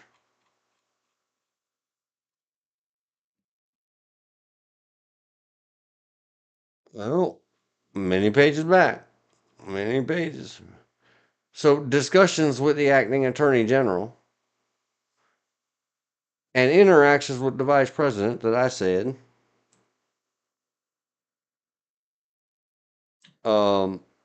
You must ignore the context and the content in order for this to be true. They said, no, it is absolutely true. Until several pages later. See what happens? If you don't have a whole staff paid for by the public out of taxpayer money to make sure to shove a bunch of pages in between never mind all that. That was just a lie. That was just lie words to scare another supposed author of this pulp fiction, because poor Yester when, I don't remember when I brought up the whole SEAL Team 6 and her Honorable K something Brown. Why is she scared? Because they spent 6 full pages scaring her, and she was too scared. Her eyeballs slipped past this. The however. She went tinkle while she was listening to the book on tape. I don't know. And here we're going to go. We're going to say it again. This is like playing verbal ping pong. This is, I wish I could find the video of the 2 little boys sitting there. And the one says, no, no. And the other says, oh. But this is coming out of the same little boy. Non-gender specific. No, no, no, no. Look right. Look left. No, no. Look right. No, no. Look left. See what I did there? It's so dumb. Presidents cannot be indicted based on conduct for which they are immune. Did you know that? Nobody who enjoys qualified immunity can be indicted based on conduct for which they are immune. This is a redundancy. This is a word filler. Nobody in the government employ can be indicted based on conduct for which they are immune. And not only indicted, they can't be sued civilly based on conduct for which they are immune. So instead of talking about all this other stuff, the president must be immune.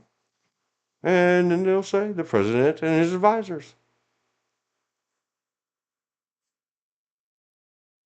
may not be admitted as evidence.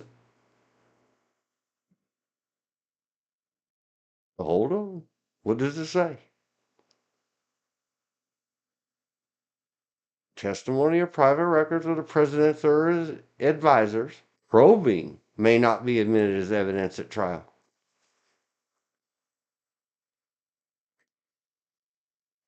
Why do you suppose nobody has a written order or directive or memo signed, not even e-signed, in his world famous, he loves it, signature with wet ink, providing a document, a physical evidence of him doing any of this? Because he's smarter than that. He knows if it ain't written down, it didn't happen. If they are truly, and here we are, we're word mincing again. They're so smart. They're so much smarter than us. You really got us, Gorsklich, or whatever your name is. Your private records are not public records. Their private stuff, their little notes, if they dared write it on a napkin provided by the taxpayers with a pencil provided by the taxpayers, then them's our notes and records. We own them. If you want to have your own private records, then clock the F out, get out of my White House or other offices, and go do your dirt with each other in secret, where it doesn't become an affront to the sensibilities.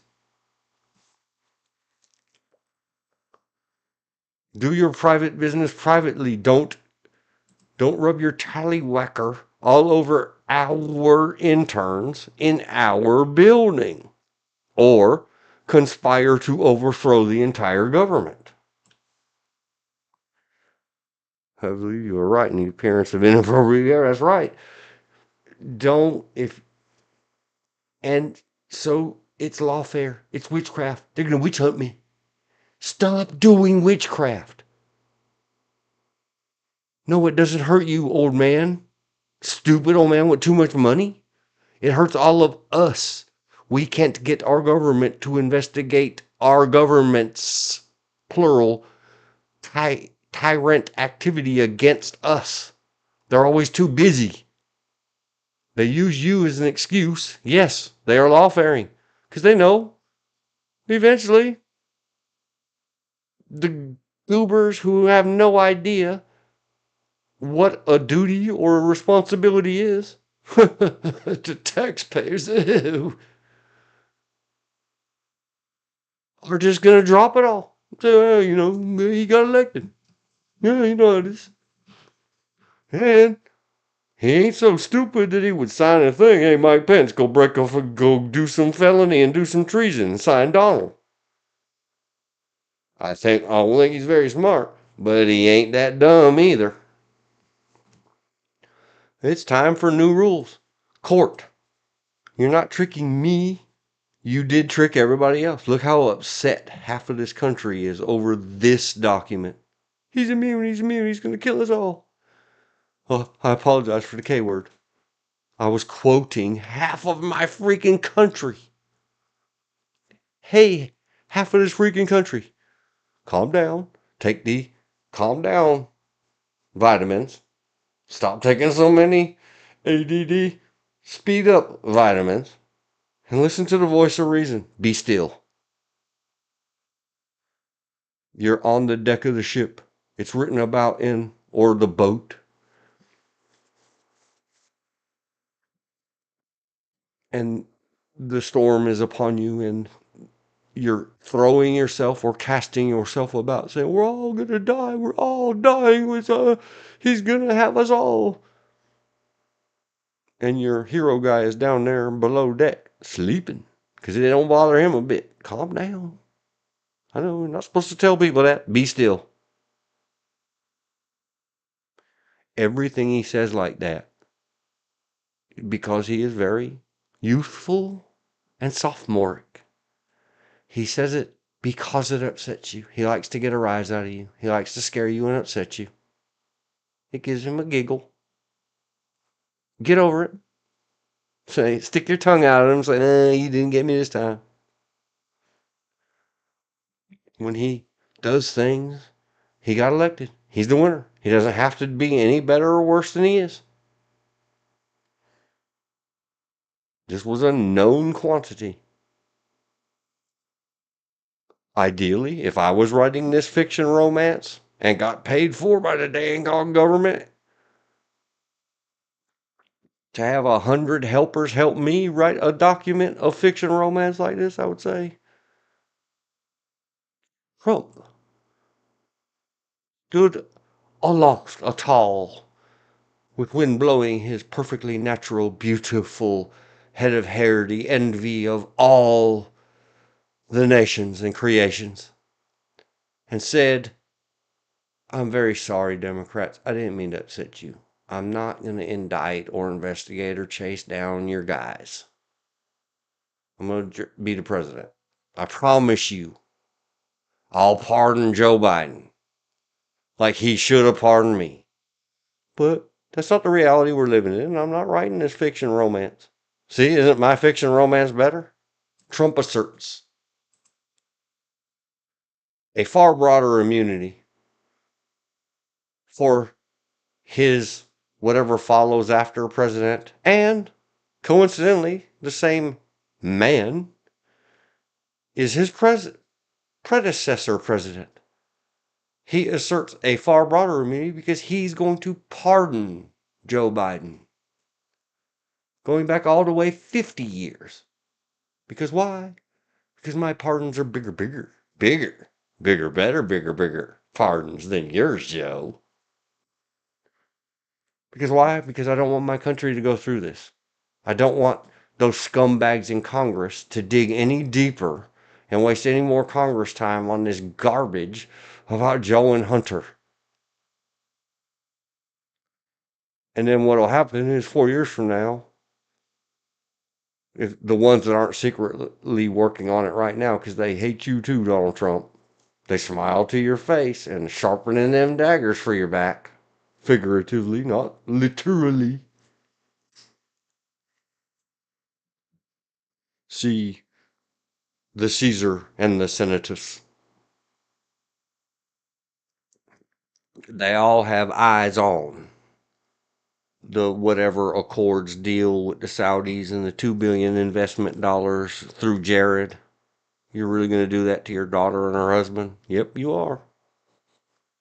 We'll talk about more of that duty and responsibility later. And if you survive, obese guys of a certain age don't have a longevity.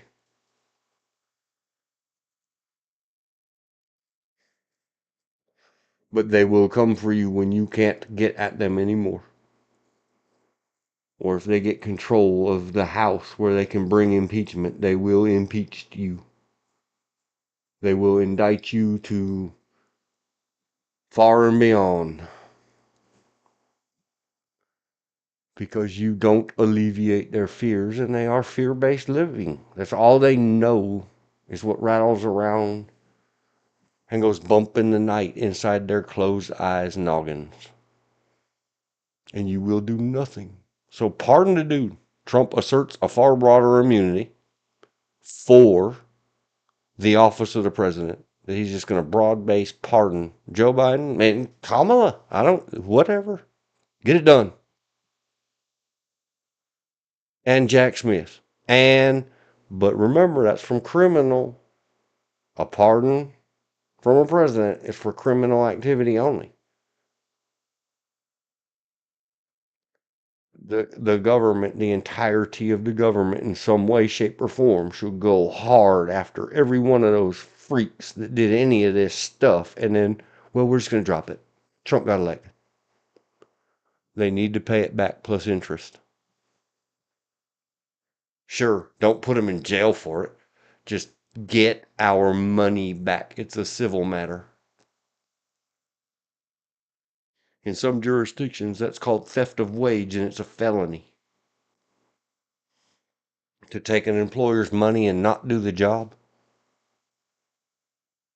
It's not that way in North Carolina. North Carolina is very clear about the fact that if you don't manage your employees so good, that's on you.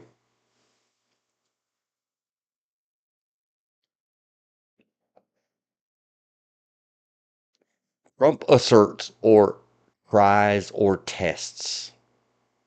That's what assertion means. A far broader immunity. He claims.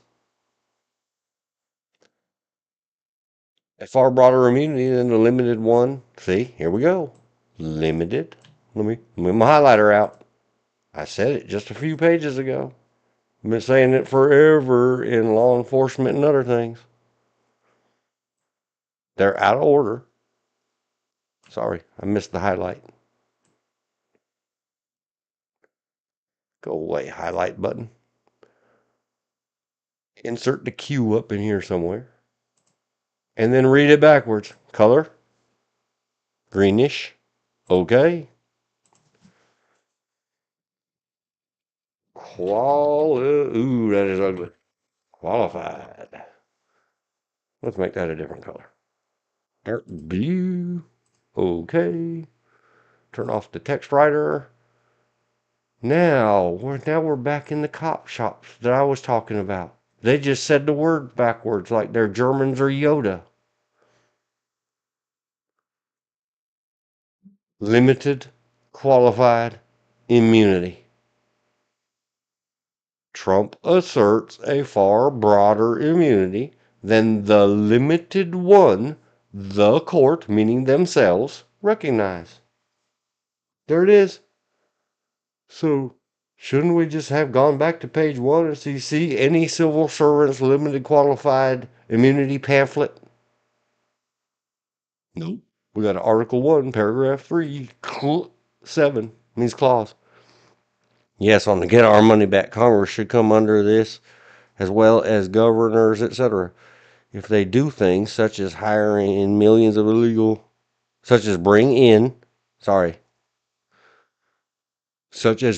millions of illegal immigrants that cost the taxpayers billions. Absolutely. Go, if you make them, and it's a politician who said this garbage to me and somebody I care about a lot once, who, because we live inside of certain lines penciled in on some goofy dude's God-inspired map, deity-inspired map, I'm not allowed to say the little white glove across the face and meet me in the street and stand at paces.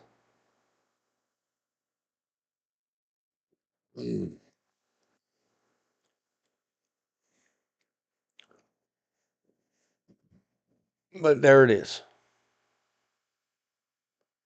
Filtering out all their other learned letters.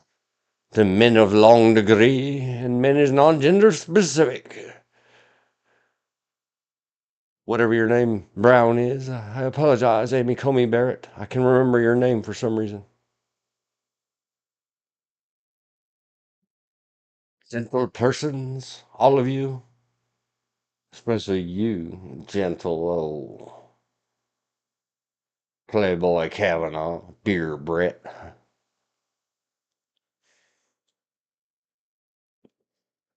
Stop turning in these asinine, meaning of a donkey, college term papers. These aren't even this isn't even long enough to be a thesis. This is more that garbage that got you through law school. Stop it. Your law professor ain't the American public. You know what you're going to go down in history as, at least my history? A buffoon. All of you. However many there are. I don't even know how many there are. I don't care. 9? Is it 9 Supreme Courts? Is there 9 robes upon the Supreme Court? Her Royal Majesties? Mayana. Do you swear? No, but I know all the words.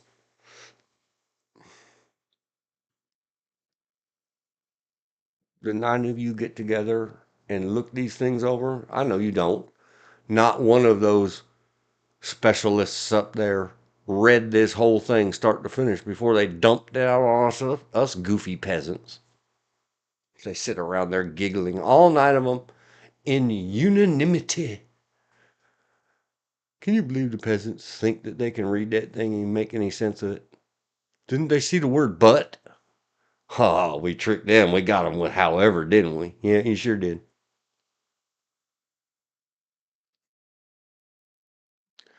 And this whole section takes them all of this because Trump asserts, meaning his team of lawyers, who should be, based on letter C here, in my humble opinion, ordered by the Supreme Court of the United States in anonymity, that if you ever bring crap like that to the Supreme Court, lawyer, you are for life banned from practicing or entering papers or soliciting or holding yourself out as anything the law in this entire country and all of its protectorates and territories for life. Go turn burgers. There's got to be penalties for frivolous filings and frivolous misuse of our court system.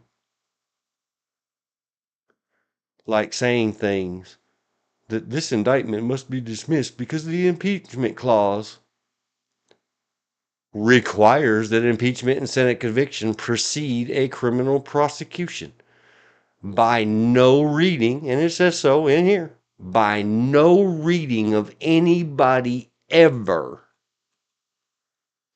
is this novel approach ever been tested. If they say it has never been tested, that means that somebody so feared their law professors, they didn't even turn that crap in law school. Let's see what Teach does.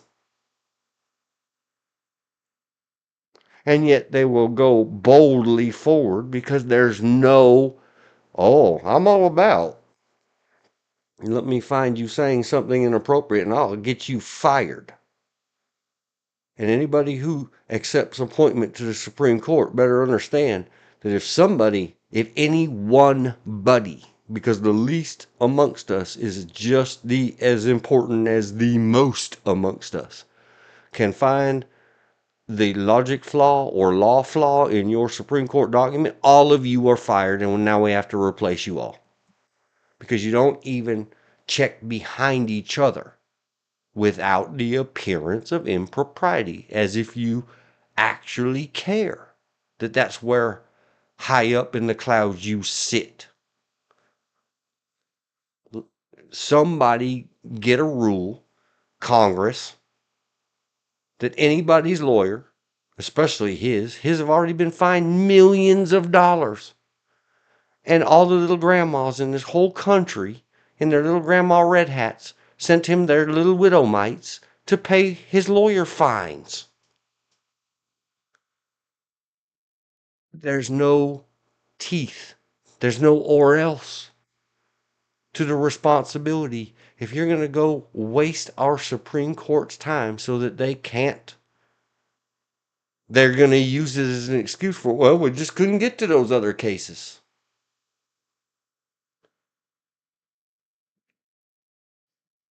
Those lawyers have got to go. They have to, with sweaty hands, tippy-typey their AI bot, clause generator, filing generator bot, with much trepidation and fear. Be careful what kind of crap you take to court. It should be a zero tolerant. We got plenty of lawyers that'll fill the gap in this filthy country of ours. We live in a very litigious society.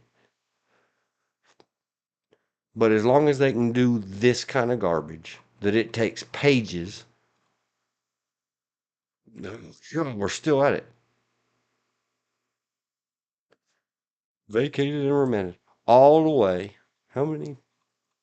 I said pages. I may have been wrong. One full page of government jibber jabber that only says no.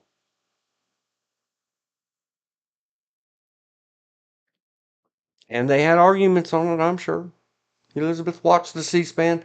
How long did they talk about this stupid, well, they didn't convict him in the impeachment. You can't do nothing criminal about it. How much of our entire government's time and our money That's debt-funded money. How much of my grandchildren's grandchildren's grandchildren's money got spent pissing around about this impeachment clause? We're giving our money to support other governments for their forever rights over land. That's etc. Where the people pay, and suffer. Need to give us our money back. That's right. To the victor, the spoils. Yes, this is why I also don't have the ear of anybody important. Here they go again, unsaying all their previous sayings. Just highlighted in yellow. The president, all this is very important. Core constitutional powers. We are aware of that. Presumptive immunity from prosecution for, it does not say anything about any other than official acts. This is the OH no. That word, oh, yes, maybe. Because they also in this thing said that it's not an office. But now we're talking about specifically a very specific set of real estate or floor overheaded by a ceiling, surrounded by walls. The Oval Office is not the presidential office. I believe what they meant here, except they left it vague. Somebody go discuss and disbar and remove. And every one of those 9 that are there now need to go. Why? Because of this word trickery in here and nobody caught it. Wait, we can't say that. That immunity applies equally to all. And see, none of the Trump people pay attention to this.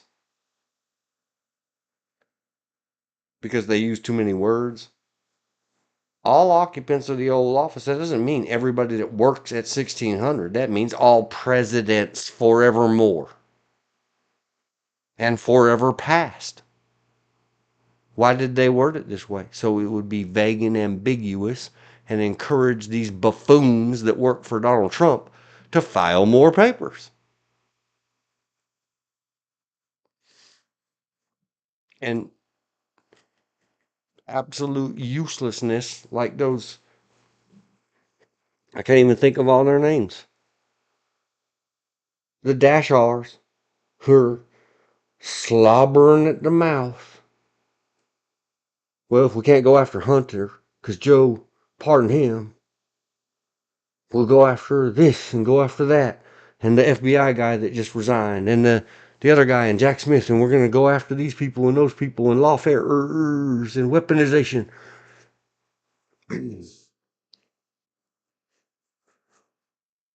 Okay, go ahead. Just remember, 4 years hence, Roberts, CJ, the mastermind of all this word magic, this word craft, meaning witchcraft, this hypnotic, it doesn't even have good, whatever you call it, the pen something when you make poems that have a beat to them. Whap. It doesn't have a good whap to it.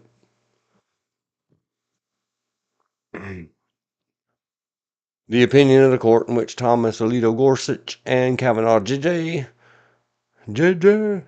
joined in full. Barrett J joined except as to Part 3C. Thomas J filed a concurring opinion. Barrett, J. What does the J mean? Justice? Filed an opinion concurring in part. Sotomayor filed a dissenting opinion, in which Kagan and Jackson JJ joined. Jackson J filed a dissenting opinion. And then we get into, now we're doing the syllabus, 9 whole pages. But having gone through the syllabus, this expounding or expansion is utterly unnecessary. Watch as the pages go by. Hang on, I must mark. Finally, 4 hours in. 04, 01, 10. Finally, without apology. I didn't write the daggone thing. I told you I could have wrote it real quick. No. Sent. Somebody rubber stamp our names on that bad boy. Giggle, giggle. No, giggle, giggle. Done with silly bus. I want to write that. Silly bus. There, I wrote it. On to, drum roll, the opinion. Info. Got the timestamp. The opinion of the court. This opinion is subject to formal revision before publication in the United States reports. That means we have to go find the reporter of decisions, or you can send them email. There you go. Please don't harass the court. Look at their excuses for themselves already. If you start, other than the robots that scrape email addresses out of PDF files anyway, but if us, the peasants, start harassing them, they'll give themselves 7 months vacation and not hear any of our pleadings and cases and petitions on writ of cert,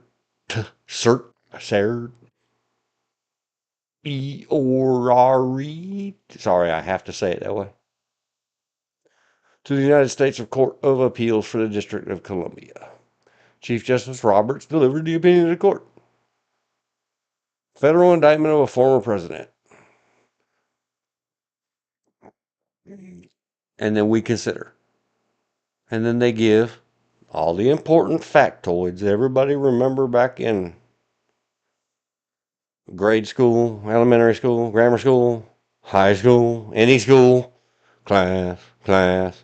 When they start with the date, name, something, and date. Something and date. Don't we all just go to sleep? That's what they did here. That's why they do it. Like, man, we're going to bore them right out of this book. No low-cut bulging shirts and bendy girls. Ha ha ha, gotcha. No cowboys in tight blue jeans. Dungarees. The indictment alleged that after losing the election, Trump conspired to overturn. According to the indictment, blah, blah, blah. Used false claims. He did the threatens. He did the coercion, but we don't say that. And no one ever said collusion until the right side said collusion. It's not a thing, but here it is. It's in the lexicon. Blah, blah, blah. Third, him and his co-conspirators attempted to use the Justice Department and conduct a sham election. Claw back our money. If you're going to claw back his pay as president, I guess you have to go get it back from the charities he allegedly gave it to. He never showed receipts. Conduct a sham election crime investigation, send a letter to the target states. Yeah. It's too many details. We all, you want to read the indictment? Not a partially quoted, partially re-sculpted, partially restated something or other or another from, I think it was Roberts. I don't really choose to remember because I really don't care. If I cared at all, I would type Jack Smith for count indictment of Trump. Enter. Oh, there it is on the NBC News when they decided they would drop all the charges. There's the revised indictment from August 24th that they revised. It's on the SCOTUS blog, not directly affiliated with the Supreme Court, where Jack Smith was forced to go in and say everything in the indictment, one item at a time, is not qualified or is disqualified from immunity as per your ruling that Foolish Dean is looking at right now. It's important. This is historic stuff in our little country. Here's a statement. This one is at the DOJ. All of these places, especially the DOJ, Department of Justice.gov, will have links to or findable links. Here it is, United States versus Donald J. Trump, August 1, 2023. It has a bunch of text, but there is a link there at United States versus Donald J. Trump. This is the original indictment. All 45 pages of it. I hope that didn't save in my downloads. I won't remember to delete it later. I have it from way back last year. So, being thusly, just saying save it. I'm beginning not to like the Firefox version of editing. I'll probably return to the Edge because it only asks you the first time which folder and do you want to overwrite. After that, when you click the save, it saves. But if you want to read the indictment, not somebody's version of what they think it said, go read it. And so here's the 4 counts. Count number 4, conspiracy against rights in violation of paragraph 241. And then he moved. He did not personally do this. He and his team of attorneys. And here's another thing. If it's a question, I know I'm off on a tangent. And even though I fully disagree and disheartened, but if we would just get things going the way I said earlier, especially in our super high up offices, again, you have to wait till the end, but I have to get this out while I'm thinking about it.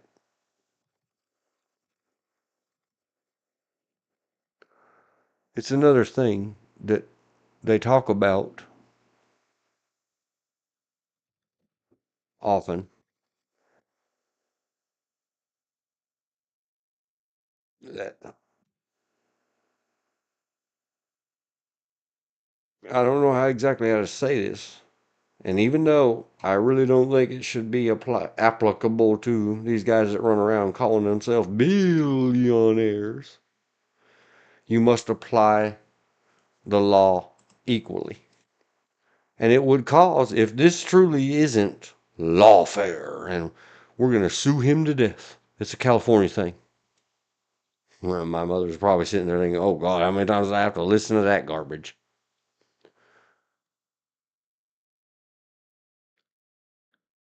Not only attorneys of his choosing, but a secondary government provided offense until the qualified immunity discussed by me often and the Supreme Court in further coming and previously in this Supreme Court ruling says if there is a question, like I said, if there is the appearance of impropriety so many times, if you have a doubt about a thing, don't do it.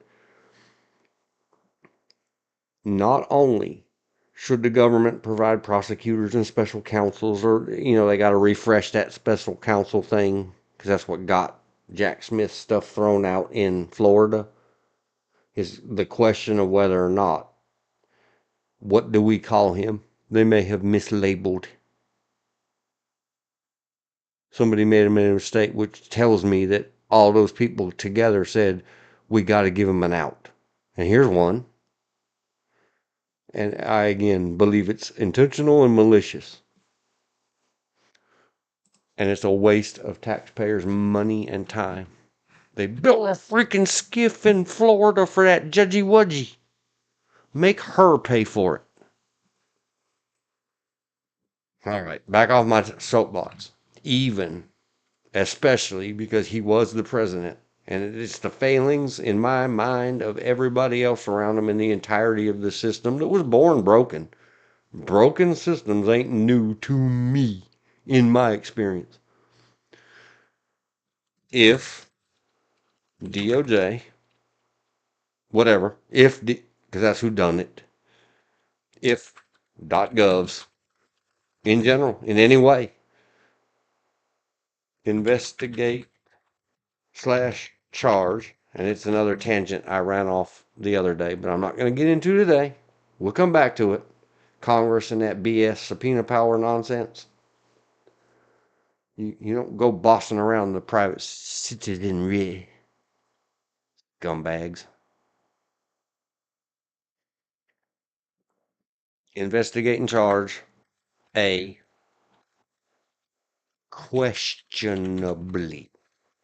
If there's any appearance or thought or question, if the government must ask itself, would this person enjoy immunity, or especially because they were a government employee or government protected person, any amount of limited qualified immunity or qualified immunity or limited immunity, any kind, flavor, restatement, questionably any kind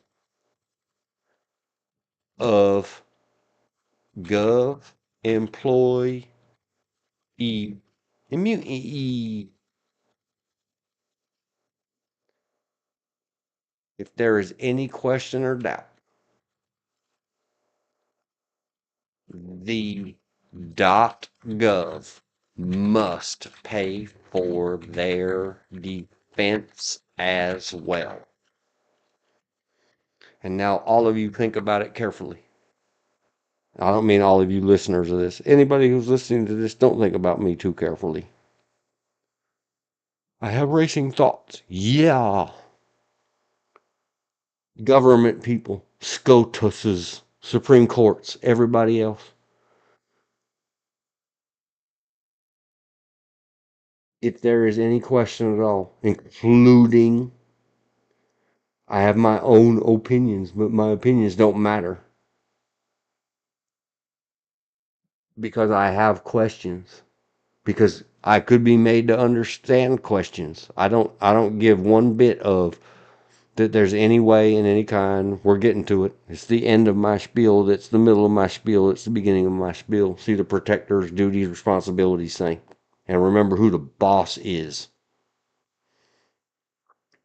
Especially regarding someone who was, is, or in the future may be. We got to take this stuff serious. If they announce a candidacy, do they now get out of all criminal proceedings? Especially what anybody else would be charged with terrorism for? Okay, just remember that. Even for the super elitist rich, that no matter what they do, it turns to gold. And I think it's morally reprehensible and disgusting that Trump and company will take people's money when they claim they're already in not need of anybody's money. Even those people, even Elon Musk. If the .govs are going to go at somebody, the .gov must pay for their defense.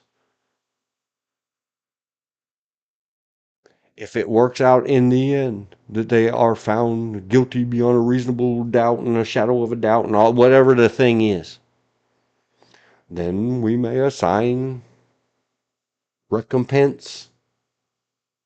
You know, they got to pay.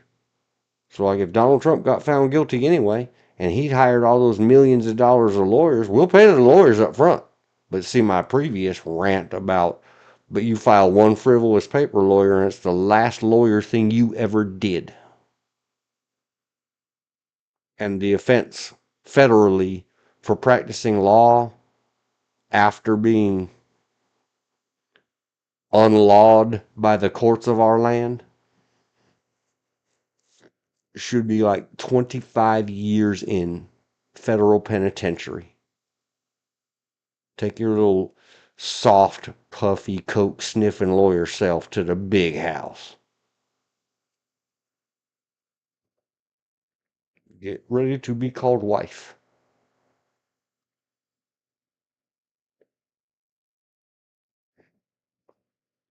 Yes, we should be covering. Miranda should be, and Miranda is a case that led to what everybody calls Miranda rights. There's no such thing. Please stop saying it. The memorandum or the warning or caution or reminder that law enforcement officers and certain other investigators and interrogators must give to somebody accused or in custody of before asking questions. Says if you can't afford one, one will be appointed to you. An attorney. Even if you can afford one, an independent one should be appointed to all of these cases, especially if they involve the top, the seat, the executive. There is only one. State cases like in Georgia, no. But these federal cases, yes. Because we want as many presumption of innocence. Remember, it's always the presumption of innocence. Even I have many, many biases, and here I am saying this about Trump, comma, Donald J. 45, 47. We must presume his innocence and vigorously defend against any and all charges. Even, especially with the set he's got, and the ones that keep quitting and the ones he keeps firing. And it's just sad, but it's the way of, if we're going to be equitable and fair in our country, even for him, in spite of all my other jibber jabbers and nonsense. If there's going to be an independent counsel on the let's jail him side, then there has to be an independent counsel team of equal or more value or dollar cost of, well, no, let's not.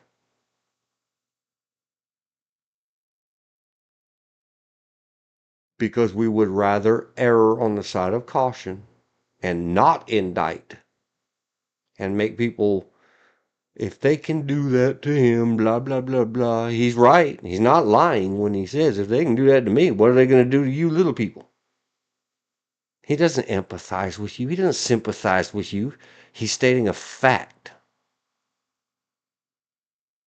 Imagine that. He's right. Stop clocks are right twice a day. He's right more often than that. So that it would be something else for the investigative branches and the criminal branches and everything else to consider, that you got the double budget. Every cent you spend going after somebody, and I'm not talking about drug dealers. The DEA doesn't need to provide anti-DEA lawyers and investigators about their trying to deal or all that. I'm talking about if they have any kind of government employee immunity, especially the highest offices. It has to be very serious. Just my thinking. Back to the pages. Sorry for. I'm not really sorry. I'm not sorry. I told George earlier. Stop apologizing.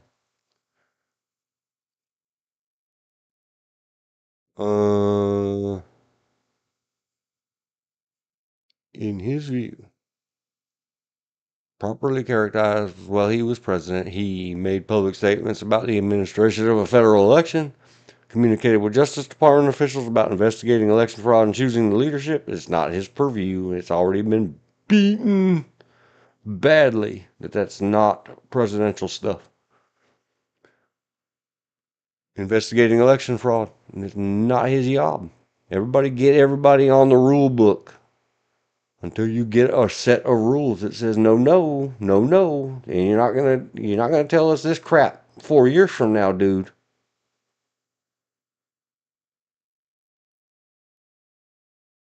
And it should be automatic impeachment. They don't even have to vote. It's just feed it to the AI bot. This is the factual, actual what happened. He failed to document fully his communications. Well, he didn't do his job as president then. Bye. Congress is obsolete. Take all the politics out of impeachment.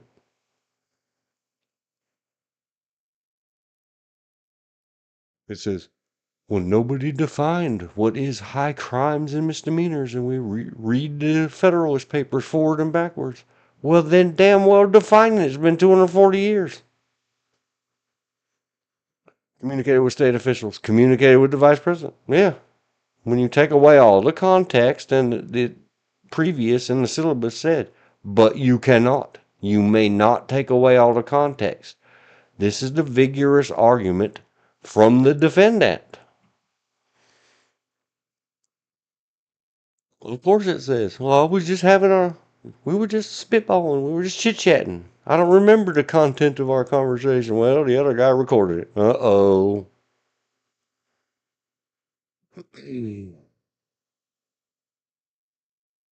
And he contended that the president has absolute immunity from criminal prosecution within the outer perimeter of his office and responsibilities. Get that all stuff defined or shut up about it.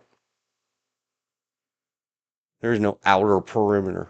There's the duties and responsibilities of your office, and that's it. There's no sub-definitions and no subcategories. Congress, get on it.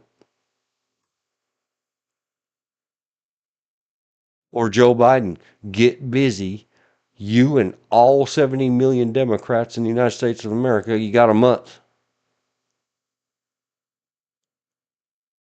Do thousands of these things so that 4 years from now, the Supreme Court has to answer thousands of these things.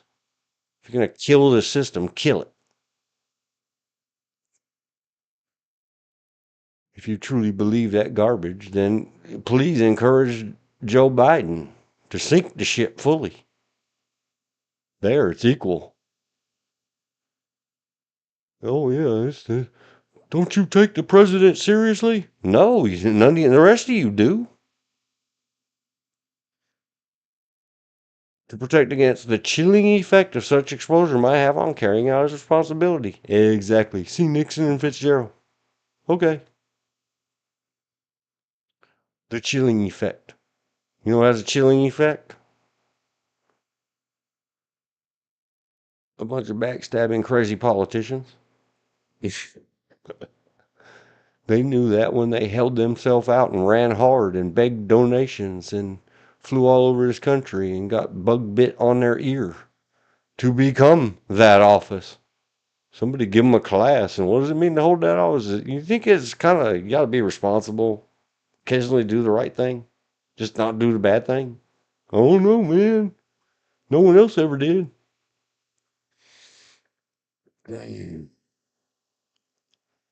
And all the rest of this, they're just going again and again and quoting and finding a different something at whatever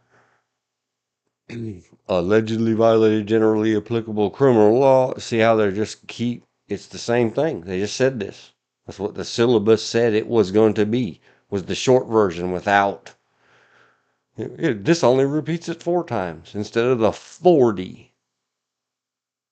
And I guarantee you, I would really like to know, with a very detailed accountancy, how much did any of the justices or associates at the Supreme Court, the Big Nine, spend bent over a desk or leaned up against a screen having any involvement in this all, or was it just staff?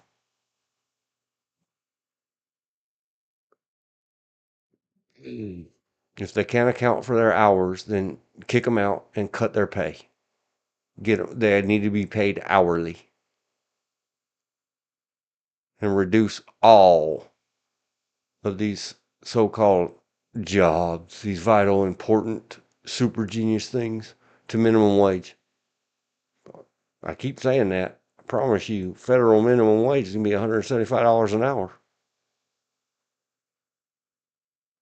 If we cut congresspersons, you want to be a congressperson? Go spend $10 million getting elected to your local House representatives, your district, and you get to earn $7.25 an hour. And there's no overtime. So if you hit 40 hours that week, you're not allowed to work anymore that week until the period ends. There ain't nobody going to be in Congress.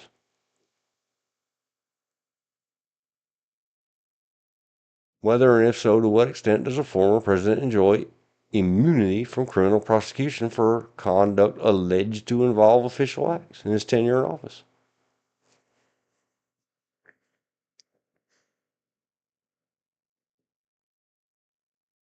And I don't know, working up here in the crystal castles in the clouds with unicorns, what is known as our United States government, I've been around plenty in an investigator or a private investigator capacity around district attorneys and civil attorneys. Whenever they start deciding, I've also grew up in California, but they just sue each other. Throw charges at them, see what sticks. Criminal or civil, doesn't matter. Lots of lawyers need to get some billable hours in California. Around here, when it comes time to, should we do this, should we do that, should we do this, sometimes the lawyers will take their juniors or their associates or their partners and go in the conference room. And one set of the team, one lawyer will take the one side, and the other lawyer takes the adversarial or opposite side. And they try to figure out before they get themselves involved in it, is this worth taking to court? Especially when it involves politicians. You might just want to let it go. Other countries limit elections to a few weeks, and some do not allow online or TV advertising. We in the USA need to look back and see where we lost our government of the Constitution. I would say it's much longer ago than we would like to believe. It's from day one in my book. That's just whatever. We never had a government of our Constitution.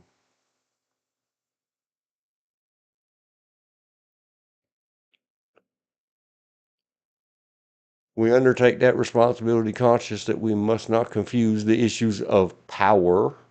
Well, notice it doesn't say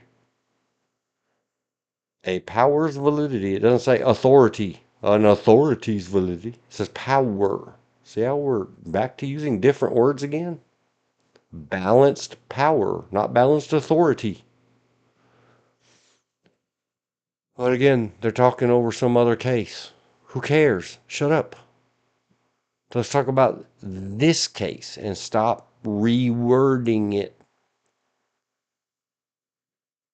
I know who these people were because I'm very intolerant and impatient and not smart. Let me say that way. I'm not genius enough to be this level of lawyer. Personal anecdote. It seemed like in every class I was ever in, the teacher would say, 1 plus 3 is 4. Does everybody understand this? And everyone would just nod their heads a little bit and try to stay awake. And then up would come who a future SCOTUS justice, making the monkey sounds and the ape sounds, holding their arm up by its pit, flapping their hand around. Teacher, teacher, teacher. So does that mean? Does that mean? Does that mean? You said 1 and 3 is 4. Does that mean? Does that mean 3 and 1 is 4 also?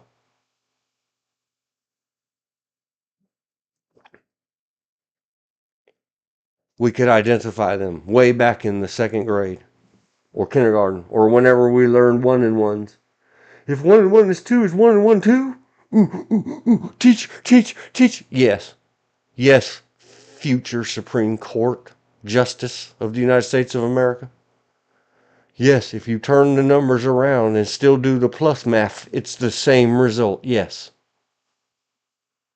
Do you see how novel my construction was, though?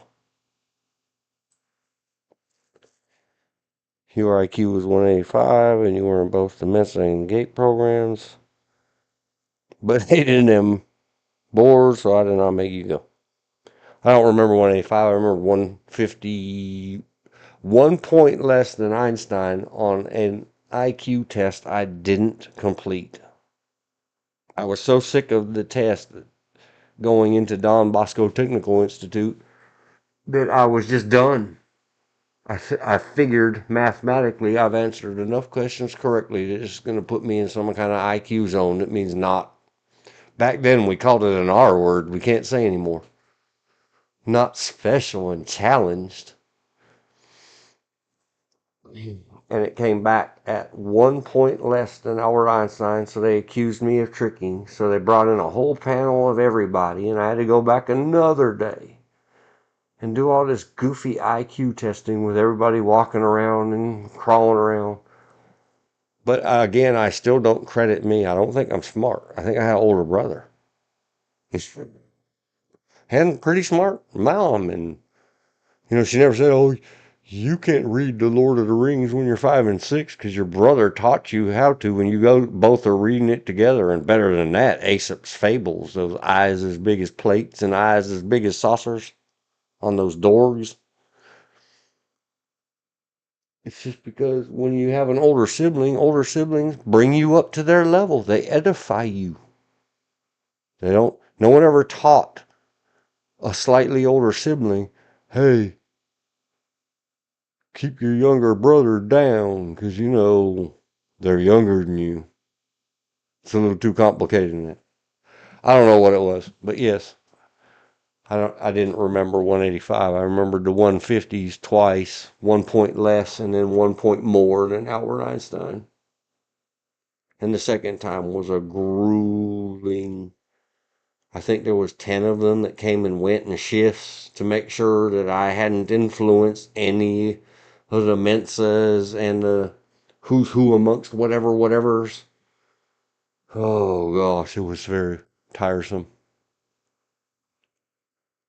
People put too much sauce in that, or I don't put enough sauce in it. Maybe I am just too low IQ for this kind of stuff.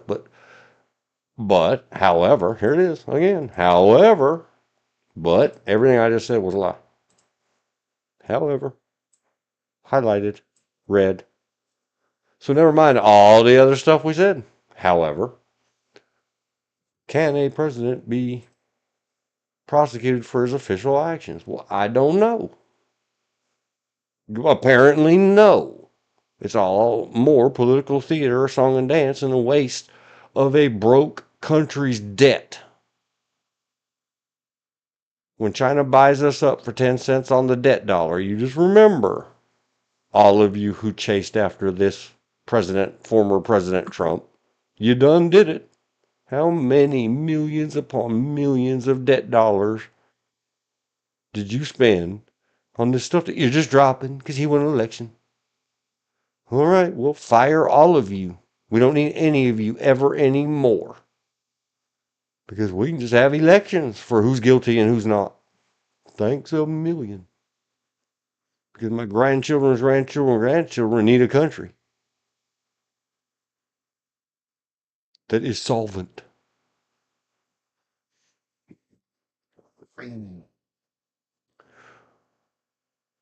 See, Turf of Oral Arg 32. I think that this time is transcript.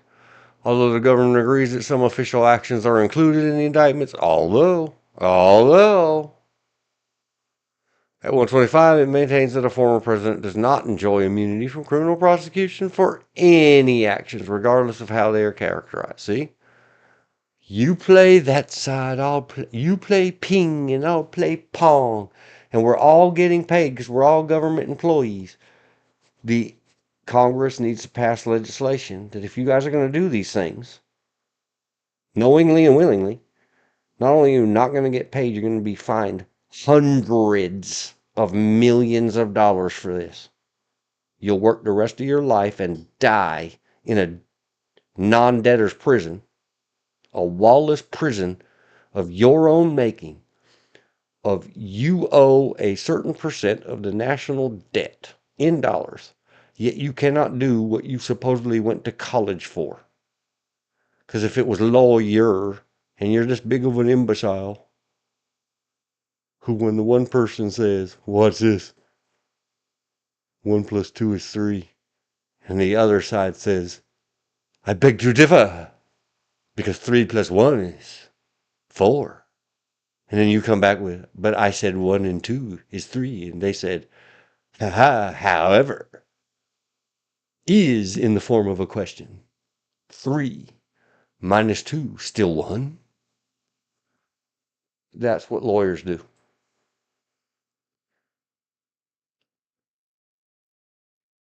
You both are reading and understanding medical and legal books because adults are educated. They were doing their own. Yeah, it was all just around me. And no one said, oh my God, you're too young, you can't do that. Oh my gosh, what are you doing? The point to send on a word better for the next 7 generations is every native nation not contaminated by so-called civilization. There's a point in our government to make. Yep. So we conclude, under our constitutional structure of separated powers, the nature of presidential power. Notice that in the Roberts version, attributed only to Roberts, that authority word hasn't popped up, but it was all over the syllabus. Whoever created syllabus out of Roberts does not appear to have that misuse of words in the most important words in a nation, in a country, in a union of individual nation states.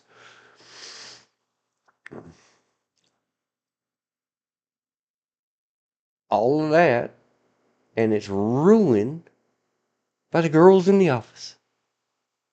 Probably because Dear Brett was humping their leg while they were trying to type the thing up.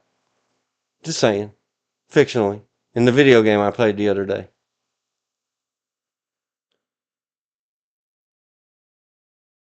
Rubbing his tallywhacker about their persons. Asking them if they admired the size. Under our constitutional structure of separated powers, but what about the authority? The nature of presidential power requires that a former president have some immunity. Okay, we've covered that. Yes. If they have maintained the qualification for it. No anybody, it is very clear, is immune. We need to drag everybody government because it is not 1773 anymore, proper, and none of you are courts, and none of you, you're all jesters.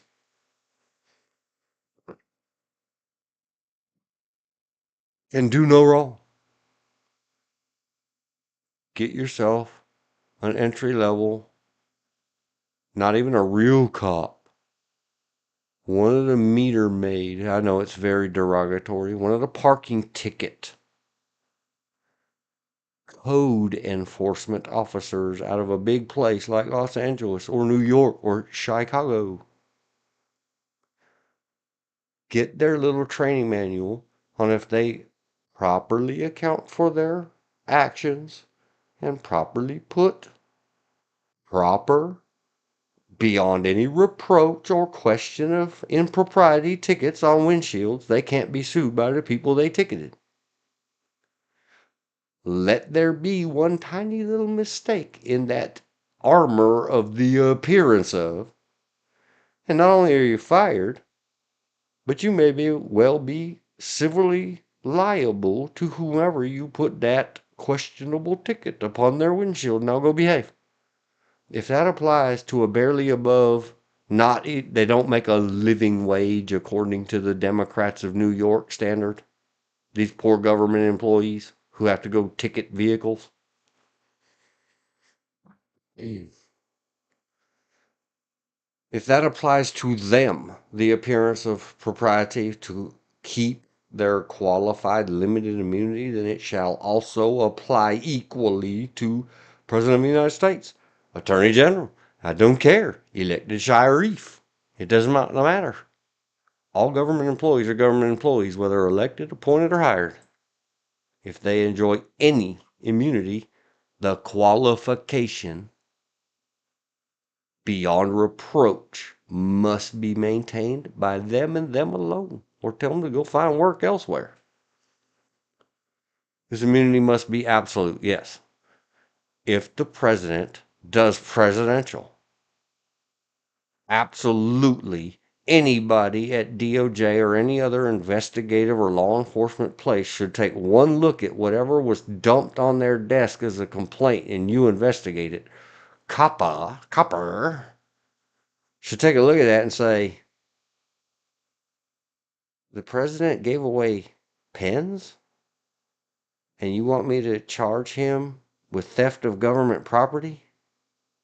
Or buying influence from the people that were standing around who were all vetted and approved, and he was told as part of his duties, hand him the pen after he signed the paper? You want me to charge him with impropriety?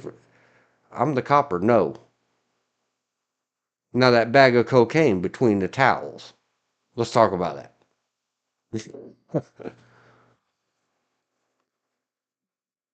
We're getting back to the protectors, the people.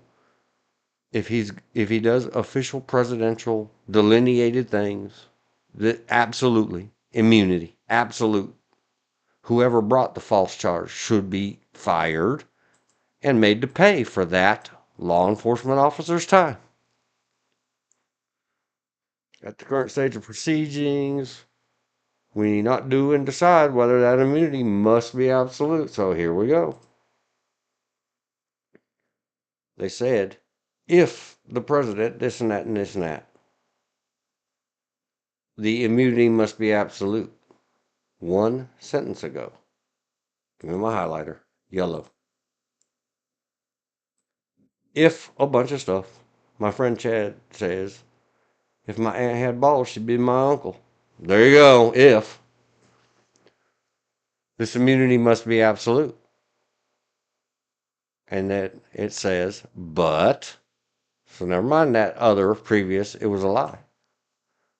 But we need not and do not decide whether that immunity must be absolute.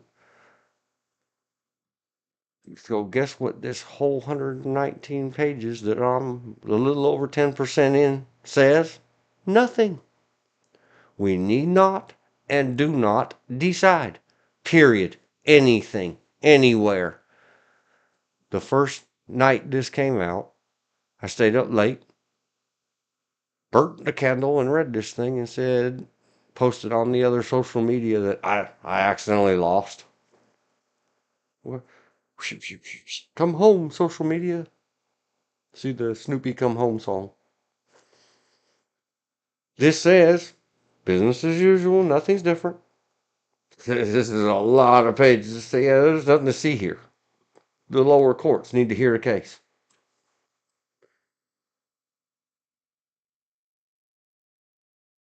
This is why it is sent back to the lower court for the hearing of evidence and finding. This does not make this type of decision. Right, which is what they should not have heard it, I guess. I don't know. Because we allow this pomp and circumstance, and we make this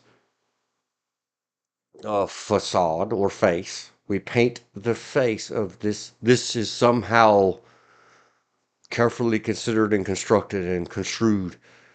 But when it says in the same sentence area, within two sentences, this immunity must be absolute. However, we need not do not decide whether this immunity must be absolute. So must it be? We don't know.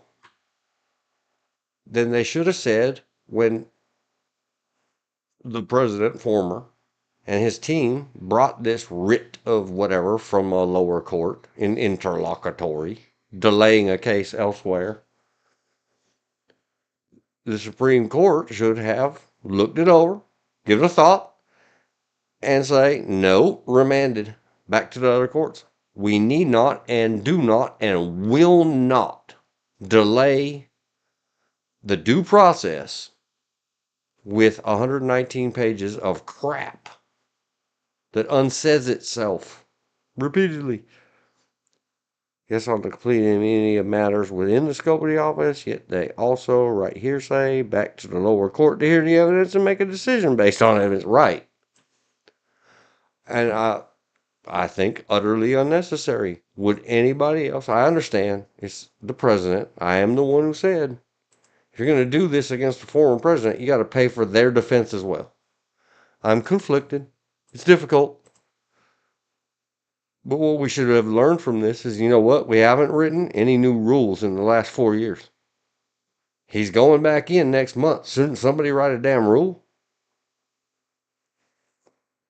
And it's not just him. All those government, I'm very derogatory worded about government employees of any kind that surround either president.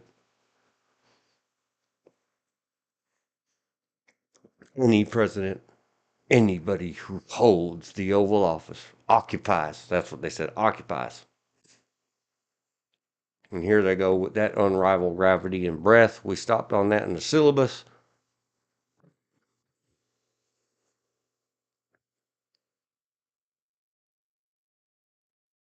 This is another one.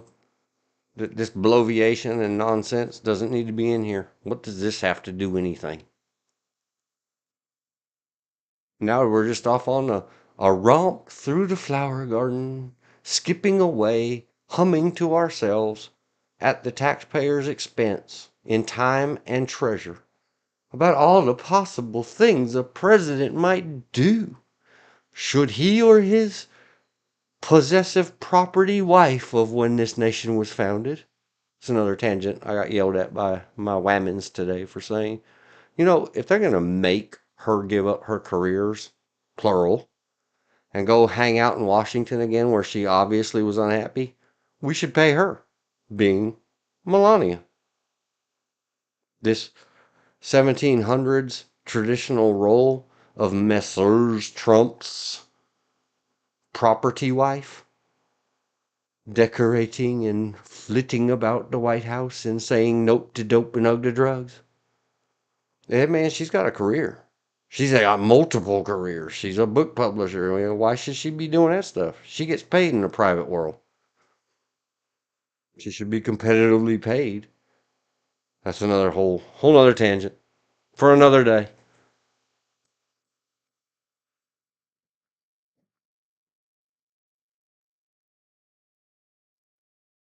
All these things. This has no business in a Supreme Court.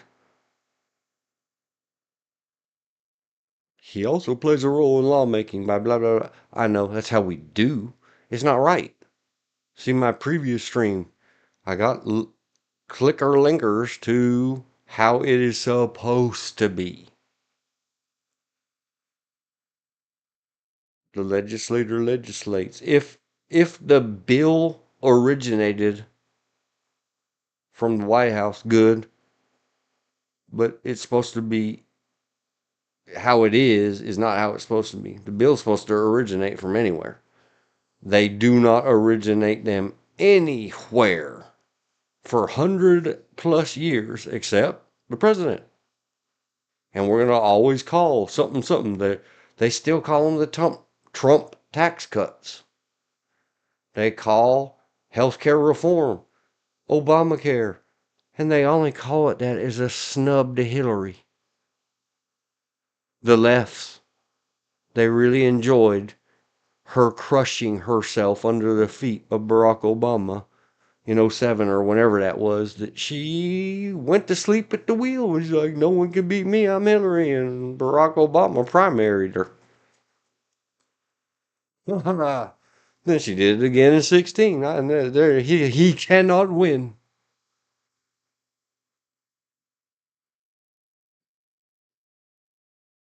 What became HRA, Healthcare Reform Act, colloquially known as Obamacare, was simply that dusted off old dry garbage from the 1990s known as universal health care, authorized by Hillary Rodham, not Dash Clinton. Remember when the Congress threw her out of Congress? Because first ladies don't do that. They really did enjoy hurting her feelings. But she walked into that bat. What can one say? So we go on and on. And here we go. In the name of Roberts. There he did. He messed it up. He's fired. You're fired. When the president exercises such authority, the president just has zero authority. The president has power. But the courts have no power.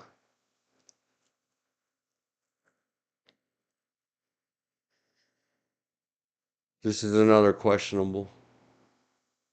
And I don't remember what they call it anymore. The doctrine, the supremacies, the divisions of the branches. It's all fun and games. It's us government people making sure that we're checking and balancing each other. You know what I'm saying? But not for real. Why can't I go to court and sue and have the court compel somebody who held themselves out to get an elective office to do their job or get out?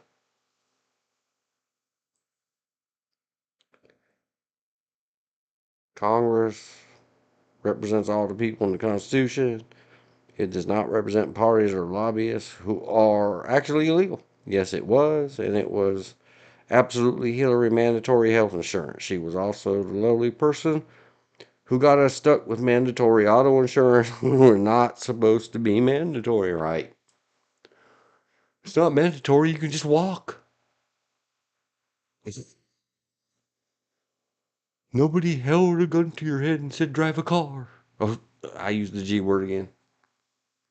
The merit. Nobody held a bubble maker to your head and told you must drive a car and buy insurance. It's a privilege. Apparently, so is healthcare. It's a right, it's a privilege that requires you to spend money, whether you earned it or not. But that's not slavery. Compulsion to work. Yep, we can go down a lot of roads, but we're trying to get down this road. And then we're talking about, in Youngstown, for instance, we have the President Truman, exceeded his constitutional power, not authority, when he seized most of the nation's steel mills. That's their majority opinion. But once it is determined the president acted within the scope of his exclusive power, not authority, his discretion in exercising such power cannot be subject to the further judicial examination. That's criminal. And here I'm going to go again. I don't know what Youngstown is. I don't care. President Truman was probably a little bit before my time. But what do I see in this simple statement? I see. What do I spy with my little eye? Blah, blah, blah. Not subject to further criminal investigation. So, impeach. Remember, there are civil remedies and political remedies, and it is well documented. I'm not going to go look it up, that impeachment is for politics. Don't run for president when the other side has a majority in the House of Representatives. You run the huge political risk of turncoats in your own supposed party in the Senate convicting you. If they have a good and clear majority in the House of Representatives, they can impeach you because you're in the wrong party, bruh. It's politics, man. Go study impeachment and the powers in the two separate houses of the Congress or chambers. It always makes me giggle. And here they are again, fighting in the chambers about the chamber pots. Ghost trannies in the bathrooms. Do you guys know when that place was built, they didn't have bathrooms?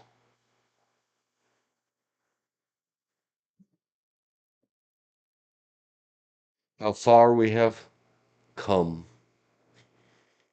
Or fallen. Either way, you pick.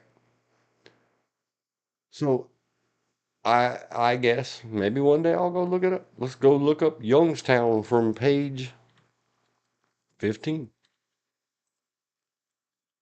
at 04:59. Look, let's make it as a to do. I can search it later for to do. All caps. Control F. Look up Youngstown from page. See, I don't need the PP or PG. I do need the PP. Ha ha! As soon as I get this reference correct in my notebook from page 15. RE details and should court. No, I'm not going to capitalize you bunch of goons. I say it with love and the most HRMs and groveling at your feet upon my peasant knees. Should court have referred to House for impeachment? And by court, I mean any of them, because if somebody tried to take it to court, who tried to take it to court? DOJ. LE, other, means law enforcement. I don't think I've used it before. Whoever took it to court and the court said no, either the court. These days, you got to fax it. Back then, send a messenger, send a runner, whatever. I don't know when Youngstown was, I don't care. The point is, yesterday, blip those digits, upload the downloads, and demand that they bring it to the floor and vote it. And let the people see how our representatives represent. If it's egregious and we don't like how they politicked it, we'll vote them out. It's another thing that Donald Trump is very often correct about. The not populism of definitions going way back to a ancient time gone by and Greek orgies and all that other that these crazy people live in these fantasy worlds. That's what representative democracy is. We have the power to vote. What we need is some of that administrative state to turn its administrative in on itself and start cleaning itself up. But we're getting there. We're talking about things. And now let's put the girl up on the screen. I still haven't hunted any music. I shall return shortly.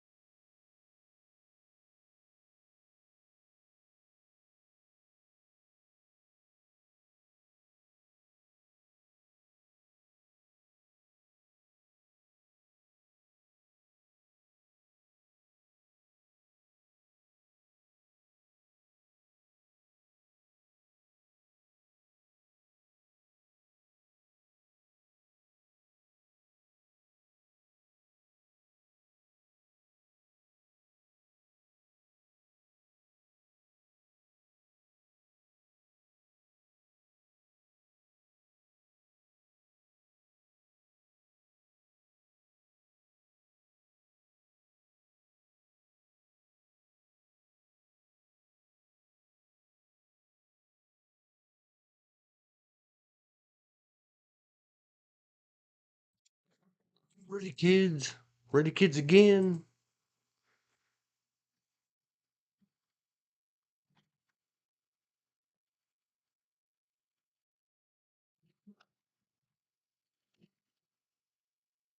See, I said I wasn't going to talk too bad about the Clintons, but it just the way it natures to be.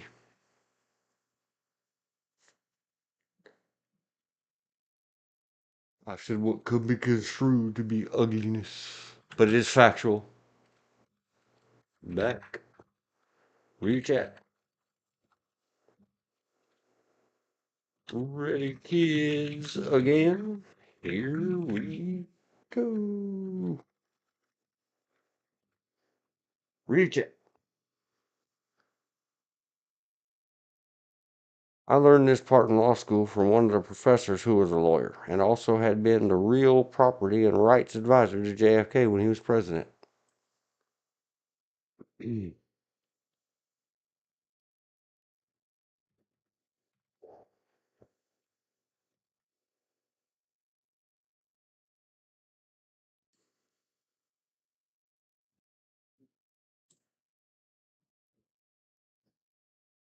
Okay, I made myself a note. Somebody teach the lawyers stop typing so much. The judges should charge lawyers, and I'm not sure how we work this out. Teach these people how to refine what, say what you mean and mean what you say and shut up. Judges should charge lawyers, appointed by the court's defense attorneys, I guess. Maybe so. By the word for their filings. When it was going to cost some money, all of a sudden these things would get. Well, how many citation site quote sites did you get? 7,000. I got 7,001. I'm the better lawyer. It's hard not to talk bad about them, but the founding director of Children's Defense, which is like legal aid for kids, when asked Hillary right there on the stage with her if she was going to vote for her, she said, I love Hill, gave her a hug, and then said, we disagree on policy. That would be no. See, they can't answer a yes/no question with yes or no. I was joking with my betterment earlier about how Ross Perot, remember he ran for president against the Clintons and Herbert Walker, I think. And he was the spoiler. Had he not, he was the largest hunk of independent or other Ross Perot. Them great sticking out ears. There he is right there. Part of his interview and debate, and he was a computer nerd guy. He was in big money tech, big tech money guy, but also involved maybe in the oil businesses. We don't talk about that. Tech, very green. Wow, he just barely passed away 5 years ago. 89 years old. Rip Ross Perot. What I remember best is that besides I was in technology when he was in technology, but in 1992 he ran for president. In 1996 he ran for president again. Number one, telling them, interrupting them when he would try to speak in Congress and everybody else and interviewers and newspapers would dare to interrupt him. Then he would interrupt them and say, can I finish? Can I finish? Can I finish? Can I finish? Can I finish? Can I finish? And finally, when they said, okay, yes, finish, he said, well, no, I don't remember where I was. I'm going to start over. And occasionally, and I couldn't find a link this morning. I was busy researching something else, trying to get busy. Get on the Trump thing. Get it out of your system, Dean. Stay away from Ross Perot. He was my hero. For a minute, if you're going to have a hero in politics, it was him. He lost. He did a good job because He told them he would tell people up front.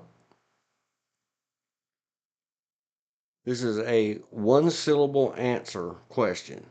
That means yes or no. You get one syllable. In that one syllable, you have two options, yes or no. And then he'd ask his yes no question.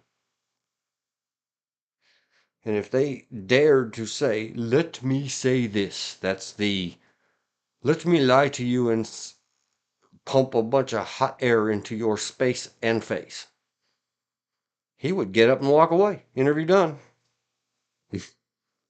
Don't waste his time. Ross Perot was told, quit, or we will go on paper and tell everyone your daughter had an A word. She had not, but was about to get married. Ross quit. Well, that sucks. If true, that sucks.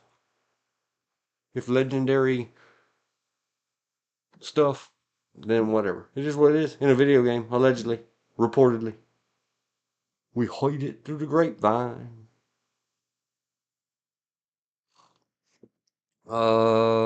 Something.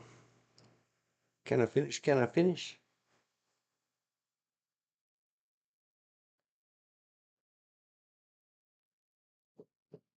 Ross Perot. It's another thing. In terms of political economies, elections, and other than that, and I found it recently before I started doing these streams, trying to yin and yang at the same time. Bill Clinton was able to deliver very clearly how 40% of this country is diehard Republicans or whatever he called them. I always called it religious. And 40 exactly a percent is going to vote Democrat. So you don't have to worry about the 80%. You got to worry about that 20% in the middle. That's all that matters. Where do you spend your political capital?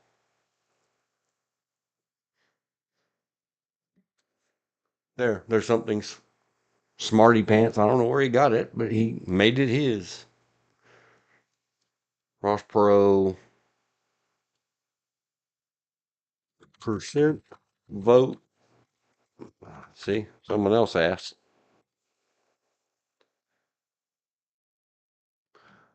Ross Perot was a spoiler.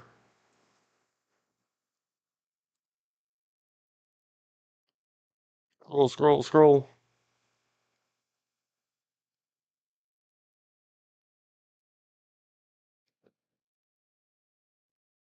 See, Ross Perot took 19 million votes. Nobody has ever been near it. Almost 20% of the vote, and that's that 20%, Bill Clinton said.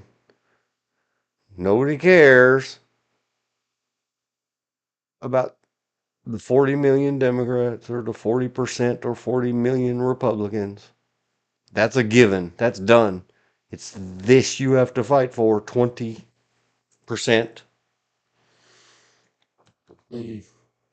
And Ross Perot wrecked it. He took it. Bush couldn't have it. Clinton wins. Aw, poor Herbert Walker. It's so sad. Aw. I was campaigning for him at the time. Man, it's a bummer. Politics is a nasty business. I have tried to consult and advise, and hey, local person, you're going to Washington, D.C., you should hire yourself a bodyguard who also understands that that is a part of a protection, let's call it package, with kind of the point of what we're getting to today. Because you're a goof from a small little place in North Carolina, you have no clue. They're going to eat you for breakfast, and you're going to wake up next to a DOA'd prostitute with flash bulbs going off.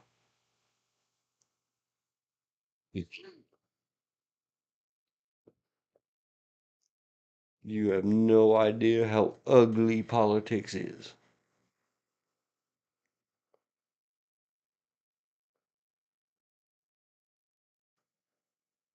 And see, then they go on and they talk about the Civil War and President Lincoln. And he was going to pardon anyone who would engage in a rebellion. Shut up. It has nothing to do with nothing. There was no Civil War. Why are we talking about this? And what does pardons have to do with immunity? Okay. Well, he was considering it, etc., etc. And there was some case. United States v. Klein. Well, I already said, and I'm going to say it again. Then President Joe Biden, go immediately now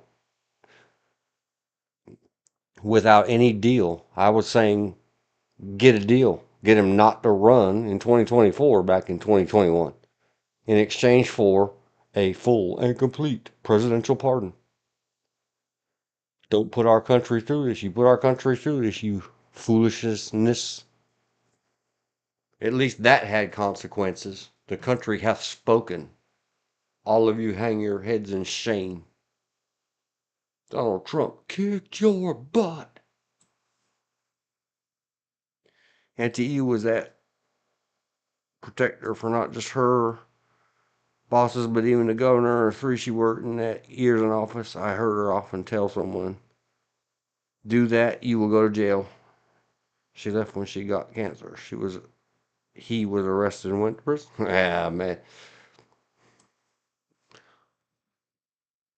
That's where I got the phrase, a culture of lawlessness. It's what the federal courts described, not the sheriff, not the assistant or undersheriffs, the entire department from the top to the bottom, all of it sworn and non-sworn or unsworn personnel. There was like 18,000 at the time. In 2012, the Los Angeles Sheriff's Department was described by the courts as a culture of lawlessness. Think of the juxtaposition or paradoxical use of terms of the largest quasi-military law enforcement agency on earth is a culture of lawlessness. I like words sometimes. It struck me. I said, yay, Judge. Congress should bring up this pardon power. And it was meant not letting your lobbyists and criminal family members go free, right?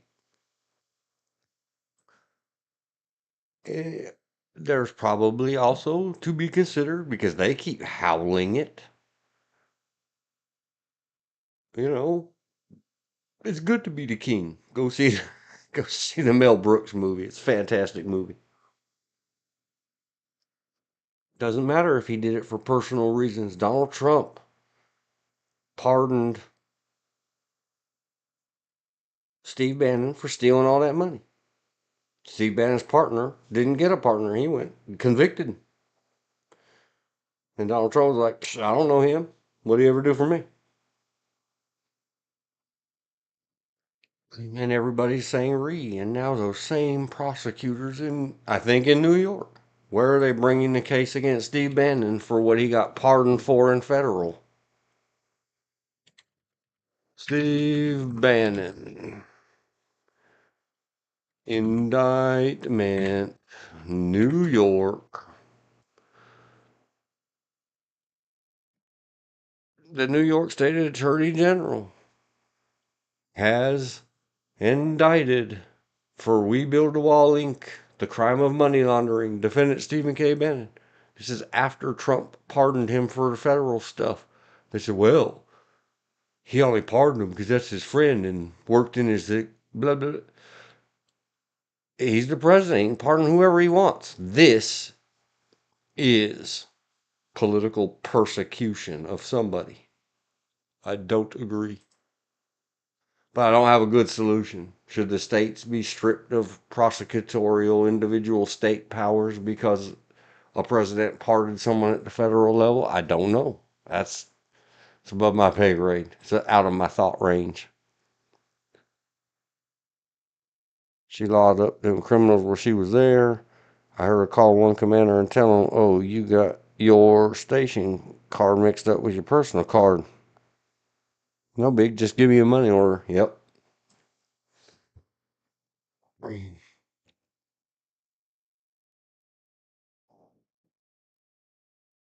I don't want to talk about all these president pardon stuff, and they're back at Youngstown.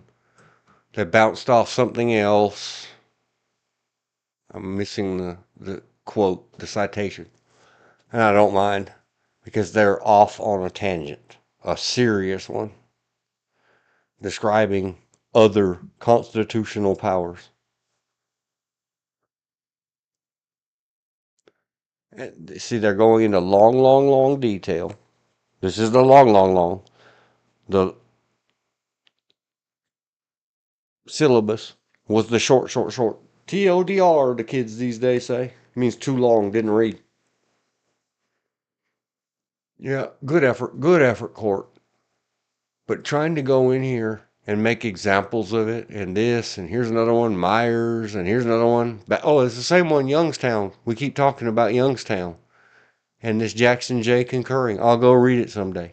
Maybe. I have other things to study, like when I turned on the YouTube today at the beginning, it said SCOTUS went 8-1 on the firearms, hashtag 2A. Some dude's video, I haven't, or somebody's, I'm sorry. Pronouns not ascertained. Speaking out of turn. Where my ting is. There it is. Over there. All this is just, well, if I can say it this way, conclusive and preclusive and exclusive. So is conclusive, preclusive, and exclusive all different? Yeah, it is now. Because now we can argue and present argument. And can you counter cite? Like there's somewhere else in some other case, why are you, and maybe these are Supreme Court cases, but why does that matter? You destroyed that in your A word ruling about Roe v. Wade. That's up to the states.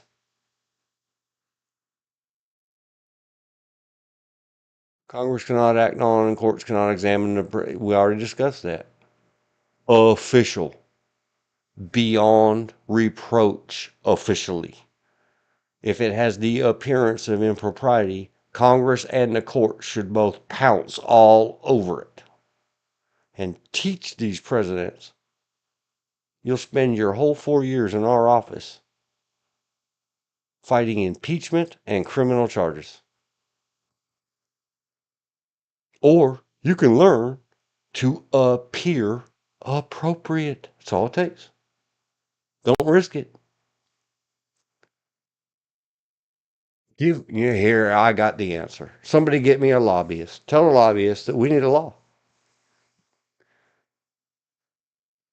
Congress gets paid. I don't know what's worthwhile. $1,000 per congressman that votes to impeach the president. And guess what? Nothing else is going to get done in this whole country from day one to day end until the president quits because they'll be so tired of it. Congress has stopped. Because if there's an extra little, $1,000 means nothing to a thief congressperson. But greed knows no limits. Every day they would bend down to pick up a penny and be in the history books to boot. Then all of a sudden, all the ones that speak for their person, their president, on their dash lettering, the R's and the D's, they would destroy each other. They'd have photographs of every bad thing. Impeachment, impeachment, impeachment. I get paid a bonus. Sad. True. I believe in my fiction romance. I closed business Friday. Wait. She locked up new criminals while she was there. If I closed business Friday, no problem. He had nothing to say. The money order got there. It was obvious he had been using that card for personal terms before. Well, actually knew it was yep. The entire thing, top to bottom, a culture of lawlessness. They did manage to disappear some stuff.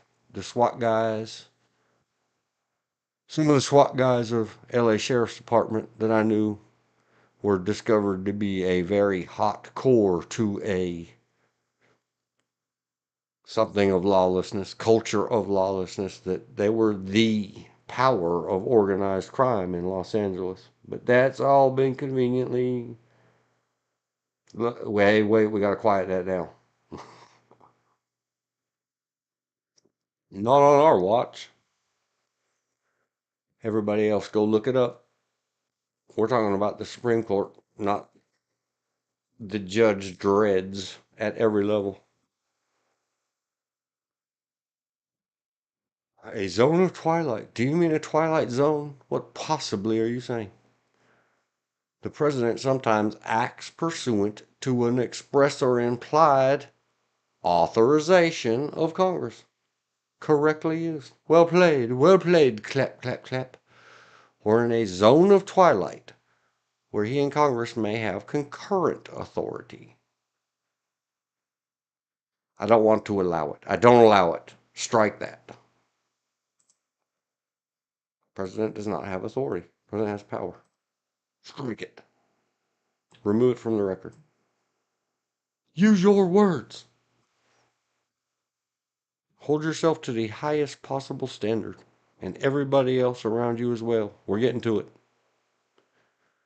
Only a limited number of our prior decisions guide determination of the president's immunity, because nobody has ever pushed the limits this hard. That's why. It's good. It is the destiny of our nation. Be glad that he only pushed it this far. Look at what has become of our country over it.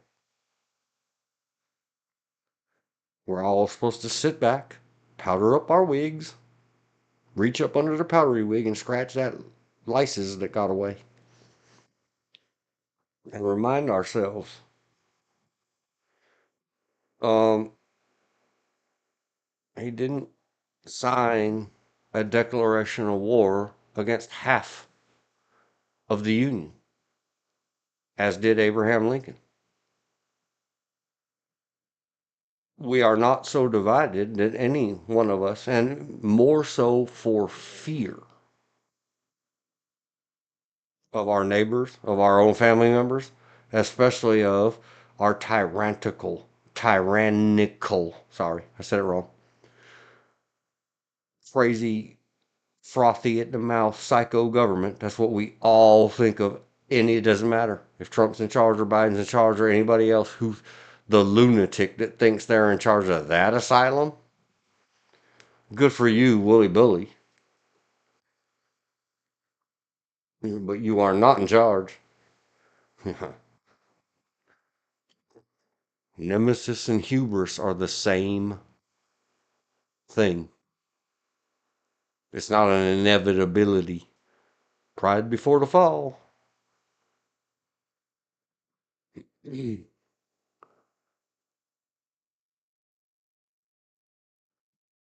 If you recognize that only a limited number of prior decisions have any determination, then stop looking into the good old days in the fiction romance novels of old. Sit down. Stop opening the dusty old tomes and books and open your eyes and your mind and say, what in the current now do we need to be saying about this? Because this is unprecedented. Then stop digging deeper and trying to find something that we can relate sort of, but that is questionable and could probably be overturned by a future Supreme Court made up of different demographics.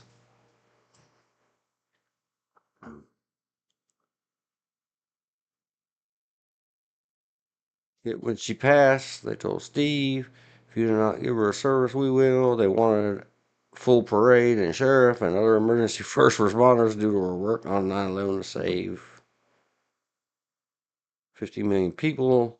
Steve talked them into the 2 days later memorial. Many came and brought cards from that first responders that could not come due to not having time to get time off. They all loved her, no matter. the run-ins she had with them, some were actually later proved to have been underpay from foreign cartels and gangs. Yet she helped them be best, not icky criminals. That's right. It's hard to stand in the fire and not get burnt, not concede and cave. And I'm sure she never said anything to me about it. I'm sure there was enough of that cartel and drug money running around that occasionally they came by and said, for a few dollars more.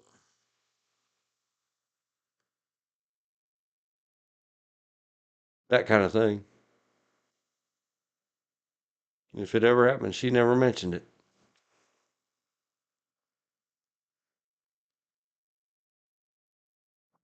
The framers sought to encourage energetic, vigorous, decisive, and speedy execution of the laws by placing in the hands of a single constitutionally indispensable individual the ultimate authority that, in respect to other branches, the Constitution divides among the power of many. See the latest Star Wars fiasco? Coven of Space Witches. True story.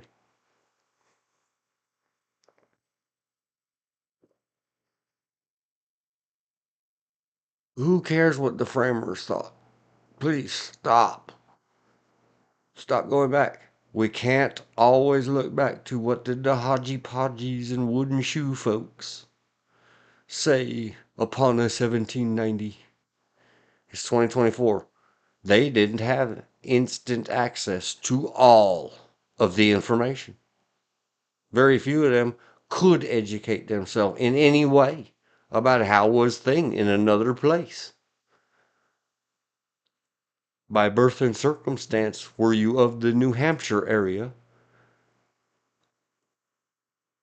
The idea of some crybaby complaint about the Southern Carolina or the Florida who don't even know what a snow is. And we have blizzards. Okay.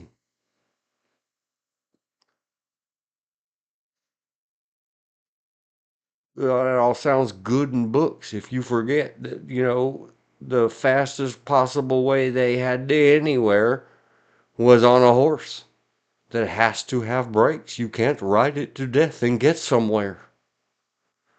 They didn't have fancy jet aeroplanes. You, it's another thing that it's lost to our peoples. I don't know how do we educate and let going back to and I learned a lot of this not from the Catholics, from the Uden, Uncle Dave and his little synagogue, Sunday schools, context. It's extremely important. They teach the little children the original tongue, not Aramaic, Hebrew. It's a lot older than Anglo-ish, or the language-ish of the Anglos, which we mispronounce Inglo, which is English.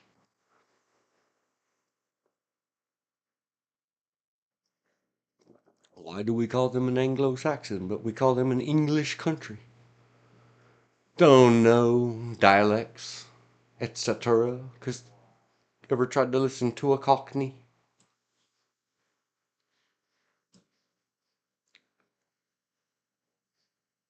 A long, painful death. I said sometimes those who protect us are as scary as those who protect us from. A strange period of my life. I had stage 4, level 4 cancer. Death was not exactly a big fear of mine.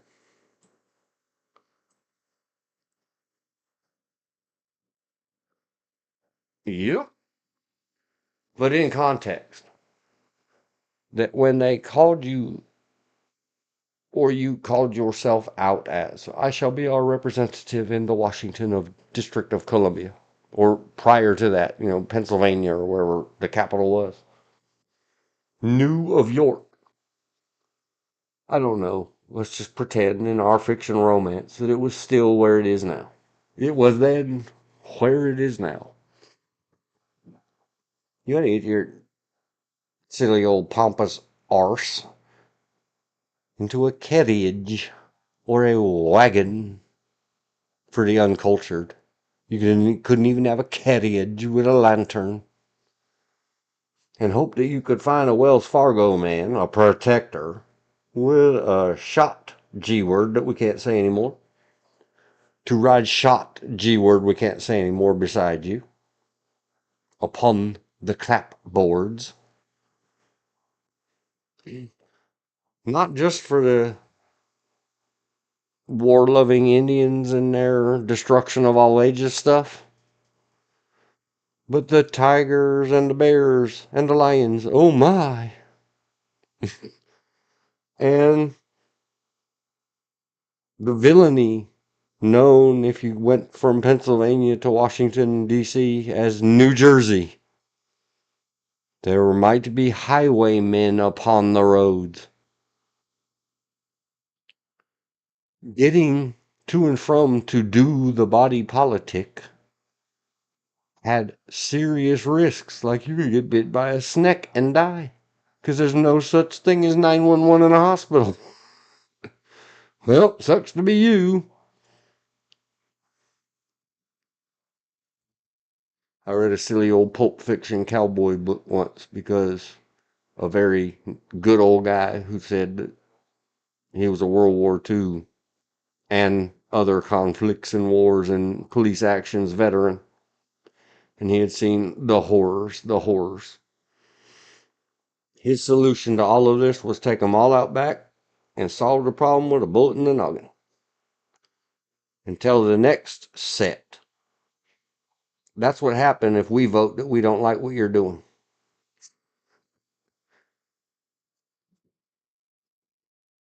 Consequences. Make them all look out for each other and shake their fingers at each other.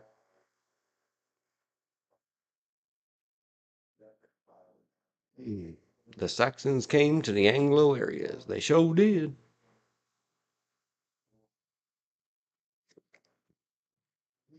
And by the time it got over here, with the division of the churches, we had to call them wasps because what was important was the W part up front. Go look it up yourselves.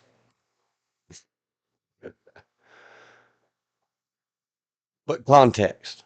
In context, why did previous Supreme Courters in the early 1800s, in the early 1900s, the automobile did not come into considerable use until the 1930s?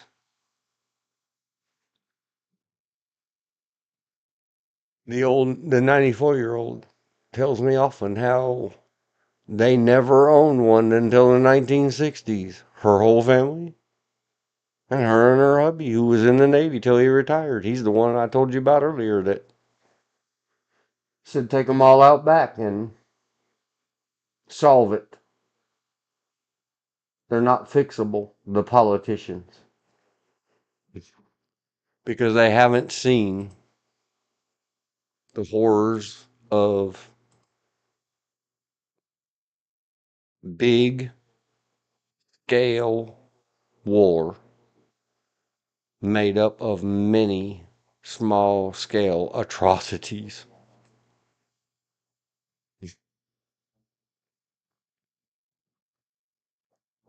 Change a lot of their things. I would like to see Marjorie Taylor Greene run up a hill with a little red plus backpack and try to hold the life in some blown up person. And fail because you can't. It doesn't work. There's nothing you can do. And then fly back home and see if you are so keen to say much stupidity that you say. Or if you get a little bit of that movie-fied 1,000-yard stare. And all of a sudden you became more of a deliberate person. How can we respect other branches if we don't respect ourselves? You can't. How can you protect someone else? The protection of property and the security of liberty. How can you protect anything if you won't protect yourself?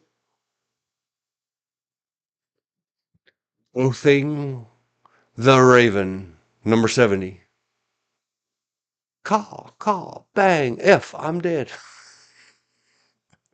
That was the crow, not the raven, which they recently remade.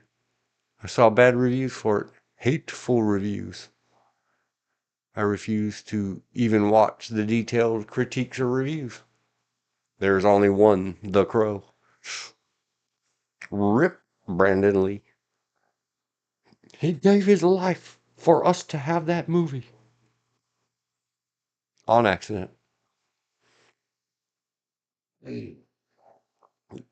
He must make the most sensitive and far-reaching decisions entrusted to any official under our Constitution. See, again, we're talking this weird theoretic or hypothetic as if there's nothing else going on in the whole wide world and there's no possible way. And I'm not going to say anything else about Mr. Trump, and I'm simply repeating what I said previous in live, in person, and they admit it. They freely admit, and blah, blah, blah. Well, what's the president to do? And then they victim shame and blame Ms. Lewinsky. It's horrifying. I hate it. To this day. It's all her fault. What is a poor president to do when tempted with such delectable trifles?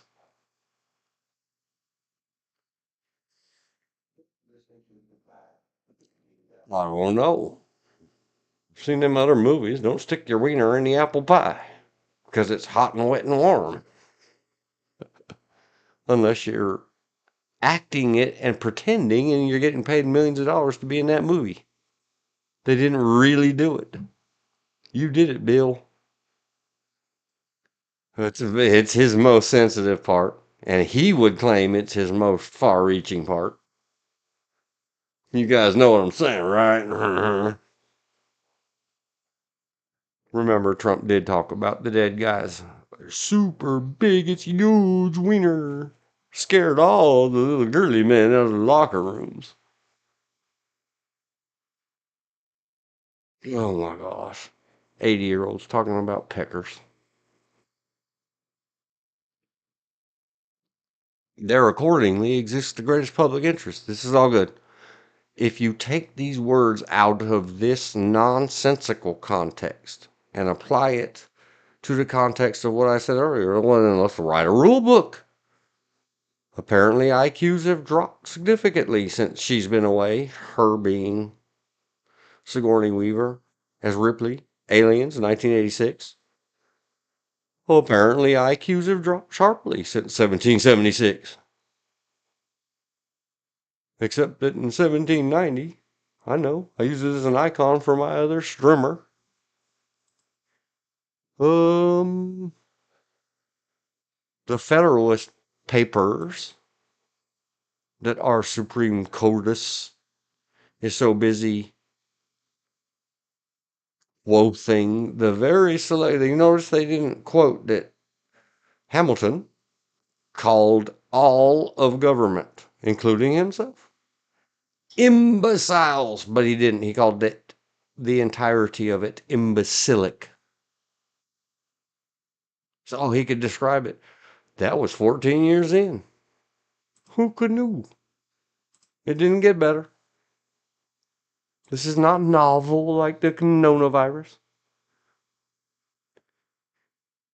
You remind me of memories from the ER. How many idiots came in needing surgery due to trying things they saw in porn or other stupid things. One woman jumped out of a moving vehicle. I'm waiting for it. There's so many. Yes, the emergency room tales. One day we're going to have to do a stream on that. I have a couple of friends that work in that environment. And they say, oh my gosh, you know what happened at work? And I said, that ain't nothing. Dress got in the door wheels. The guy had stepped out to address nature, and the vehicle rattled itself into gear and took off, and she could not drive and got scared. I learned at a very young age, along with neurosurgery, let's take a romp down. Interlude. What hours is it? Oh, 45, 33, and we'll call it a gallows. So that in case I haven't already offended everybody else by calling out their government for what it is. It's a show, it's a song, it's a bad dance. I give it 0 out of 10 stars, and I think we should not contribute them any more money. I truly believe that. For a while, for the good of the nation, let's make all government service, meaning you held yourself out, you say you can do it, like Congress. Volunteer. You have to be rich to go there. Sorry, poor people, it's too bad. Or maybe we'll pay you minimum wage if you don't have verifiable other means. Gallows humor interlude. Or the ER. Please don't call it the ED. Some of us who come from back then know that ED means erectile dysfunction. And back in the day in the ER, they used to always make the jokes. The men folks had to make the jokes. Can I see the head nurse? Yuck, yuck, yuck. Well, now when people say to me that they're the head nurse in the ED, I'm like, what? Is that lawful? Do you serve children there? For the ER tale.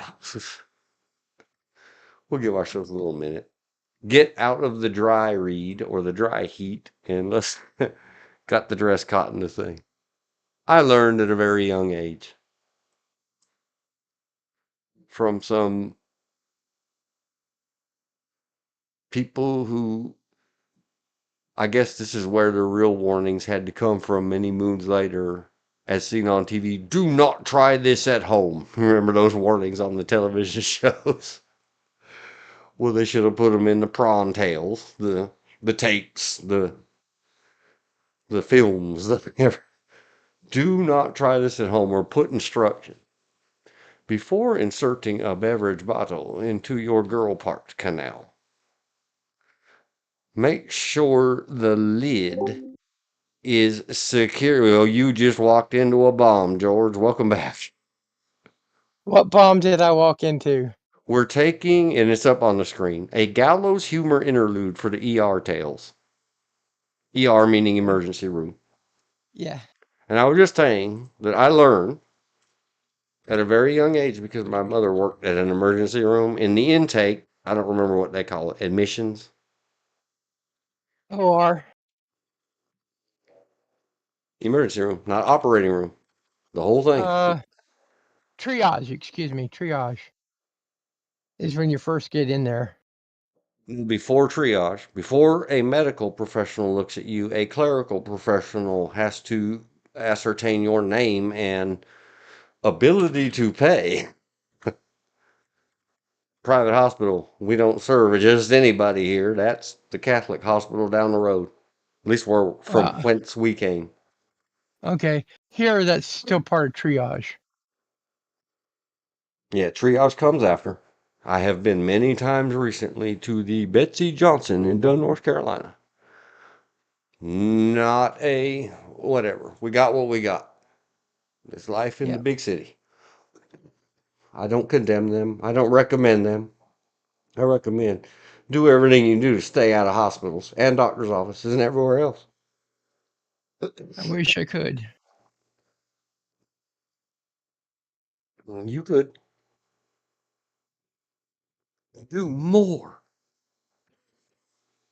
I'm just being smarmy, George. I apologize. Okay. Let me get my tail out. If I can, not southern tail. I'm not trying to get my butt out, even though you can't see it.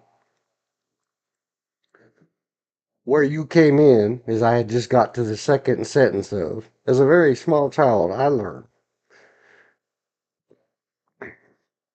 Before you go, as you saw in your favorite films or movies or VHS's tapes, inserting Uh-huh. a beverage bottle into your woman hole. Make sure that it is absolutely full of some kind of fluid and that the lid is absolutely secure. Because if you insert that bad boy and there's no cap on it, it will create a vacuum and become lodged in your woman hole under vacuum power. And you might find yourself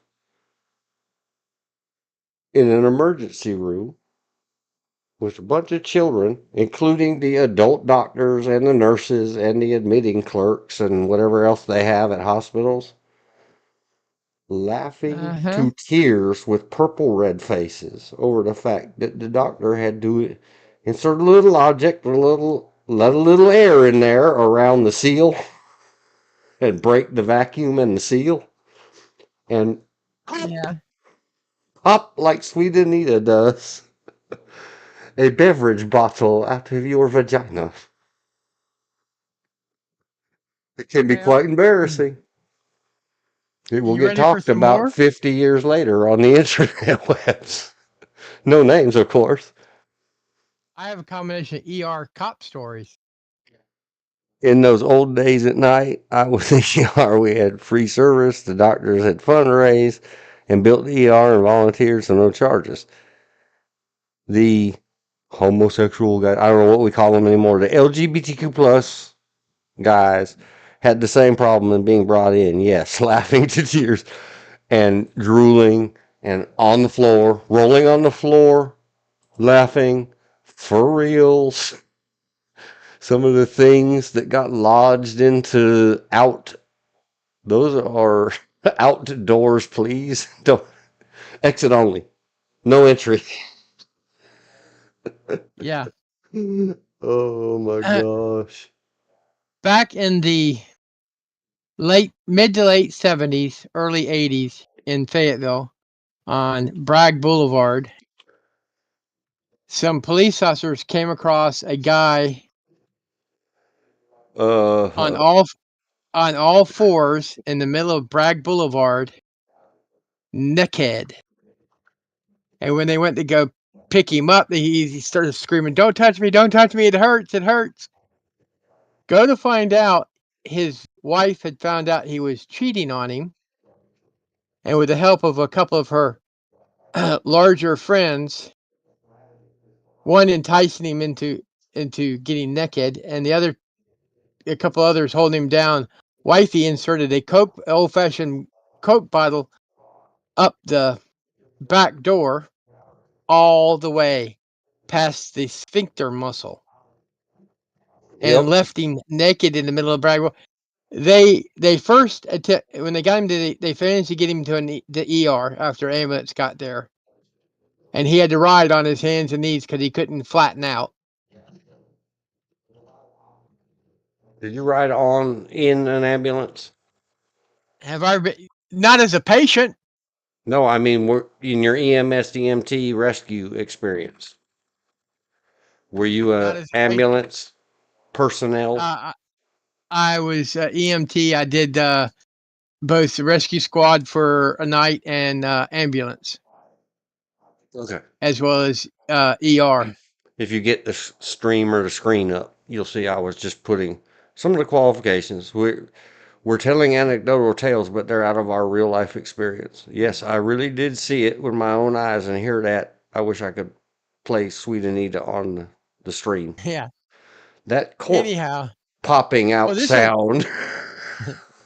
I didn't hear it, but this is coming from my criminal procedure instructor, former highway patrolman, and reserve deputy sheriff. Anyhow, that they first tried at the ER, they first tried laxatives, super strong hospitalization laxatives to get it out. They wind up having to cut it out. hmm And true story. And the doctors let it happen because any of you that trust medicine, since this has been a severely bubble bursting dry stream, Let's do some wet work. All of you tough guys that have watched the CIA movies know what that means. Back then, in the emergency Here, room, I was five I or have two. six, maybe as I old have as 7. I Some have guy two. stuck his tallywhacker into one of those beverage bottles made of glass. Ooh, And when it engorged and created a vacuum inside the bottle, the vacuum kept swelling and purpling, and the little purple helmeted soldier became a big purple blob of movie scariness fame. Inside, shaped like a bottle. That dude was very painful. All of his college friends brought him in, which they, of course, were laughing and laughing, and then yeah, of course. trying to be serious Wasn't with all of us in the hospital. He needs help. It's an emergency. Look at that thing. It's the size of, I think they were 16 ounce back then, the glass beverage bottles. yeah. Oh my gosh, this guy's poor wiener was. Trying to figure out how he got it in there to start off with. They start out small. Maybe it was Yeah, cold. Maybe the glass they're, was still cold from having I contained don't. beverage. I But don't know. anyway, he got it in there, and it got larger. But he got it larger, having created a vacuum, and all his friends made fun of the sounds it made as he was working himself in the bottle, and it made noises. Yeah. And then suddenly he made noises and said, "Get it off, get it off, get it off." And now he was only semi conscious. It hurt so bad, and that thing was really full. A 16 ounce beverage bottle. Yeah. So they wrapped him in sheets and did all this and did all that and put a cloak up and give him the gas. I don't remember what it was. And then one got the maintenance guys at the hospital to get them a fairly sized hammer and handed it to me and said, "Hey, go hit that bottle with a hammer." I mean, allegedly in a video game I played once that they banned, and it never happened. I could never find that game again. It's the game of Here's life. 2 military OR stories for you. I know the medic that was on when these 2 came in. First one, the guy comes in, he's flat on a gurney, and he's complaining he can't move. He's paralyzed from the waist down. Can't move. But he hurts. He's in extreme pain. Hold on a second.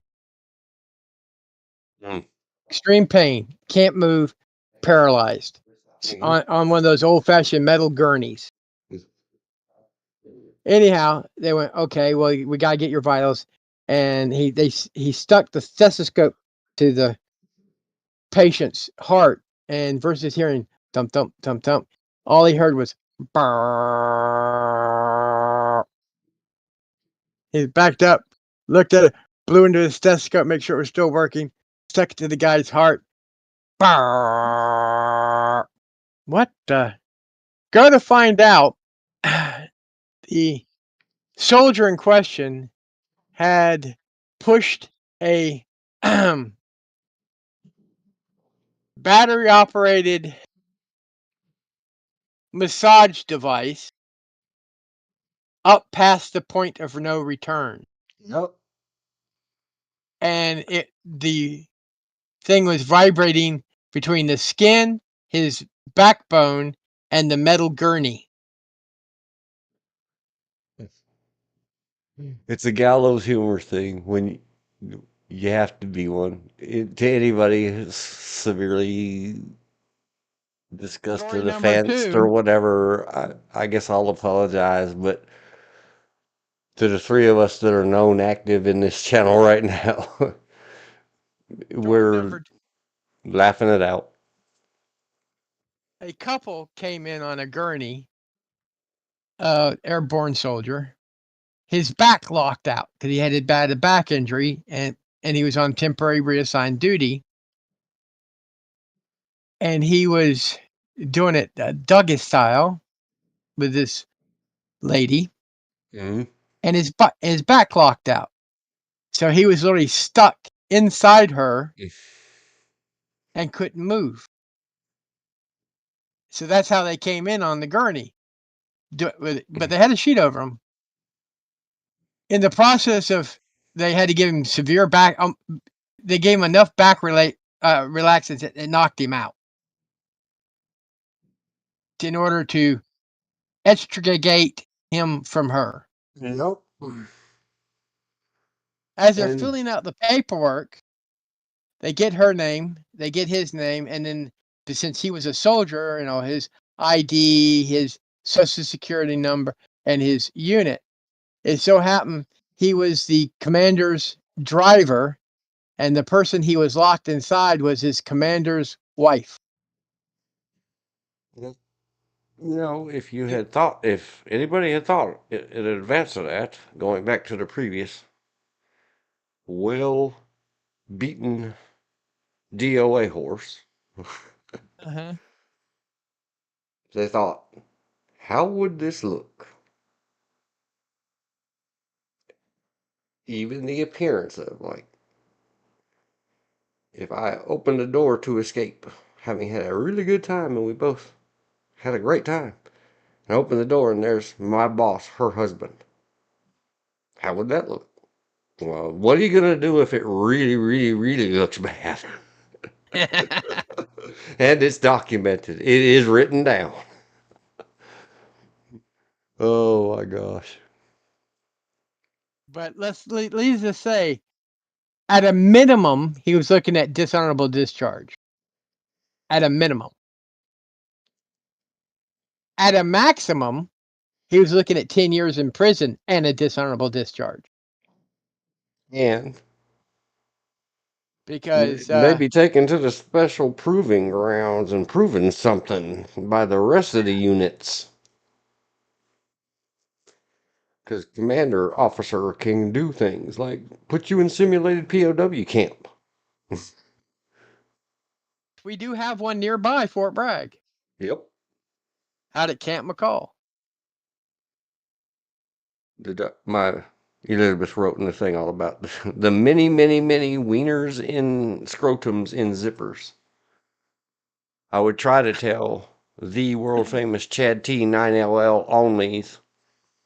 Okay, I know you mentioned zippers. Yeah, I have to say this one. I'm sorry because you brought it up, and I remember it's a funny story. I was at a gaming store called the Gamers Guild, which no longer exists. I think that there's a new one that's taking up that same name, but it was over off of Yadkin Road, and we're playing D&D, old school D&D.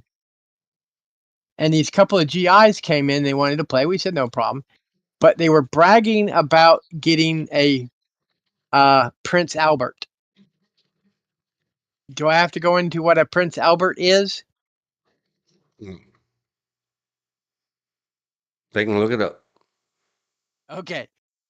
Anyhow, bragging about getting Prince, just gotten Prince Alberts. Which we got, okay, whatever floats your boat, trips your trigger, that's on you. We don't care. We don't even really want to know. But what makes it so funny is about an hour, we've been gaming about an hour, and he gets up and he goes to the bathroom.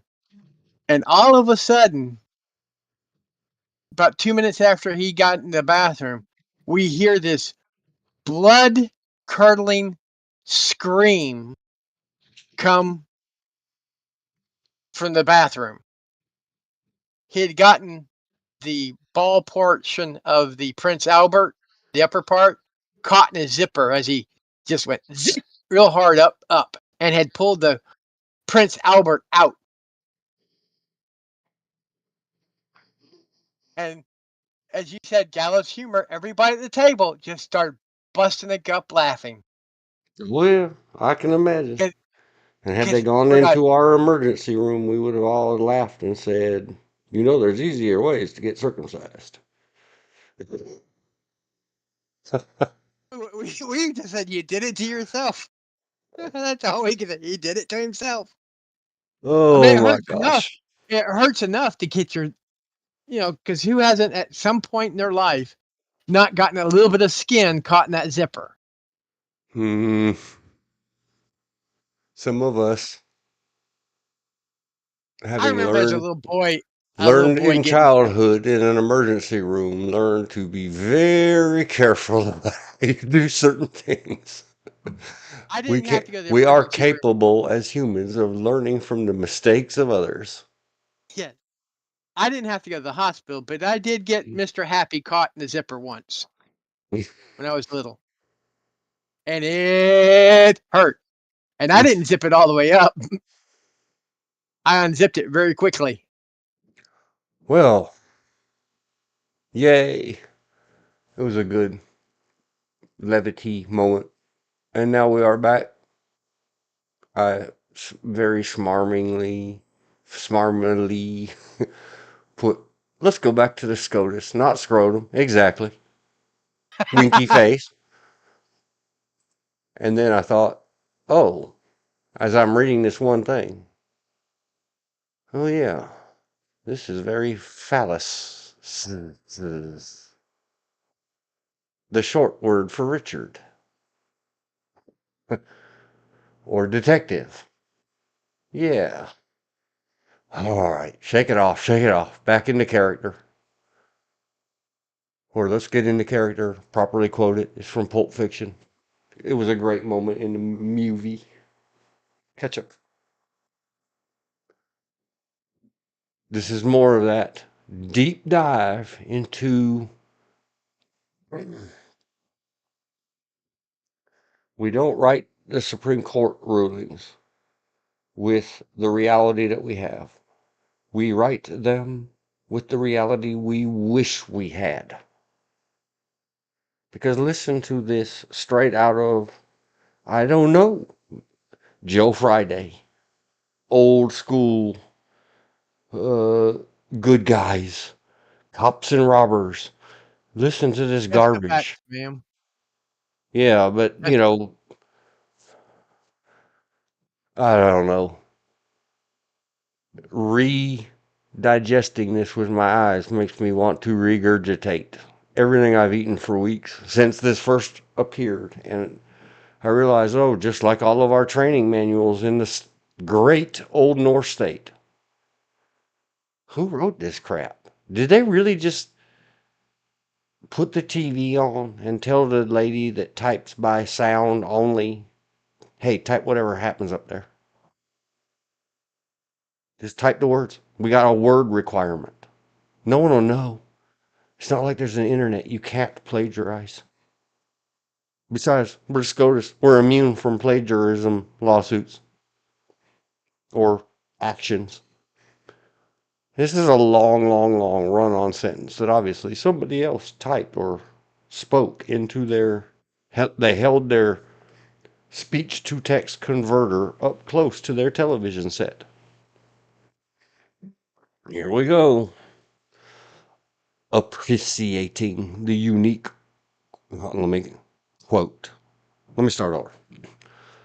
Appreciating the, quote, unique risks to the effective functioning of government, end quote, that arise when the president's energies are diverted by proceedings that might render him, quote, unduly cautious in the discharge of his official duties, comma, end quote.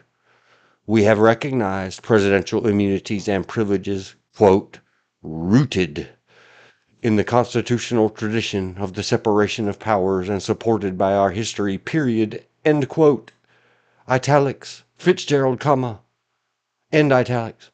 457 U.S. at 749, 751, 752, and 32.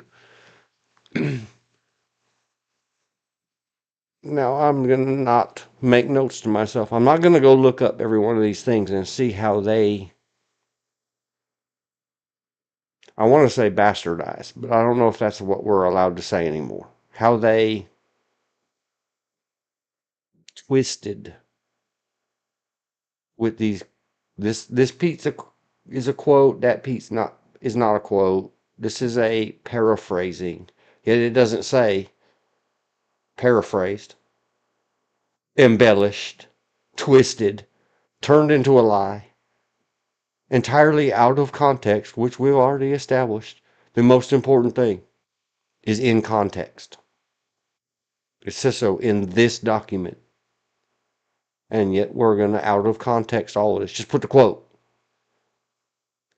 And get rid of your et sequa and all the others and the idibs and the idlibs and the madlibs. Just put a clickable link, please.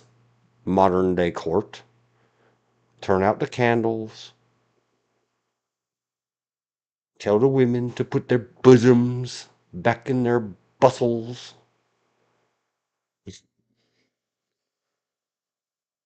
And just stop this. This sounds like a Pulp Fiction telling of what a president and a proper Scottish should be once upon a time in the colonies. The slightly improved yet recognized estates, but still we shall tribute to the monarch. It's just so goofy. That might render him unduly cautious in the discharge of his official duties. So what you're saying is you need a manly man to be the president, but not one that just chases his penis around while it rubs itself on interns, and he hates when that happens. Okay, this is just silliness. And I wish it would stop. Stop it! Somebody go find, I guess you'd have to have worked in certain industries like me. Go find this steel or sometimes lead, but lead is soft. If you use lead in your typesetting type, in your manual printing press, in offset lithography that has nothing to do with lith because it's metal. Litho means stone. It takes a whole bunch of individual little metal pieces to make up a printed page. Take all of those, dump them in your nice white glove, and say this, of course, means war, and give it to each cheek of whatever justice wrote this garbage. And then call them a you, and when they don't answer, did you just call me a you? Give them it again. A weighted glove. This is as silly as in the use of force continuum training in probably 35 out of 50 states, it still says the psychological presence afforded to the officer by the uniform and the badge. Look, nutcase, have you ever seen a city in America, including 150 years ago? Ever heard of the Outlaws? If you haven't, you can go watch it in a really good movie. It's not exactly historically 100% accurate, but you can get the gist. It's called Tombstone. Great movie. Gangs, Wild Wild West, gun laws. G-word laws that we can't say anymore. But somewhere along the line, we got this TV psycho version of justice and law enforcement and all this other government of pomp and circumstance, appreciating the unique risks to the effective functioning, when all I'm reading here is, well, somebody tell the rather doltish dude who's trying to run for president, who, can't think of the actor's name right now, Wyatt Earp. He played Big Trouble in Little China, and he was Elvis once. Kurt Russell. Kurt Russell's Wyatt Earp would say, you don't strike me as a very deliberate man. Don't let that dude in the White House. If he is, and if he's such a coward that he would be unduly cautious, then go interpret, please, what it means, especially to a bone-spurred, some people calls it a draft dodger, other people just calls it a coward. Whoever it is that would be unduly cautious in his official duties, no matter what, impeach him and throw him out of the office for being a coward. And then go say, ha ha, we tricked you with all our words. Because it says in the Constitution that you shall be the commander-in-chief of the armed forces. Somebody go make a little side note rule in the administrative codes that he has to swear the same oath and suffer. Besides impeachment, that's civil. But besides being the civilian executive, you are also in the military now. You're in the army now. Court-martial the bastard for cowardice. Bastard is not gender specific. See the movie? Oh gosh, I'm not going down that road. I just had a PTSD flashback. Horrifyingly. I suppose you would objectively say it's a very well-made film. It won awards. Movie. It was back in the film days. You cannot unsee some things in this world. We'll discuss that another day. So anyway, this kind of madness. This is just fiction romance novel again. Then stop letting the girls wear distractible outfits around such a man. You know, manly men's eyes will be drawn to the bosoms and the bulging buttocks. Good gosh. For instance, we recognize that it's functionally mandated, blah, blah, blah, blah, blah. So is our president a baby who needs his ass and his nose wiped 10 times a day by other than himself? Are we really that poor, America? That's what I mean about this is all. We therefore concluded that the president must be absolutely immune from damages liability for acts within the outer perimeter of his official responsibility. Fitzgerald 457, that was a civil matter. That has to do with money damages, not criminal. Okay. And by the by, do you know? I don't know what. No, I don't know. Silliness. Did you know that DOJ has sort of a memo policy that they still won't publish?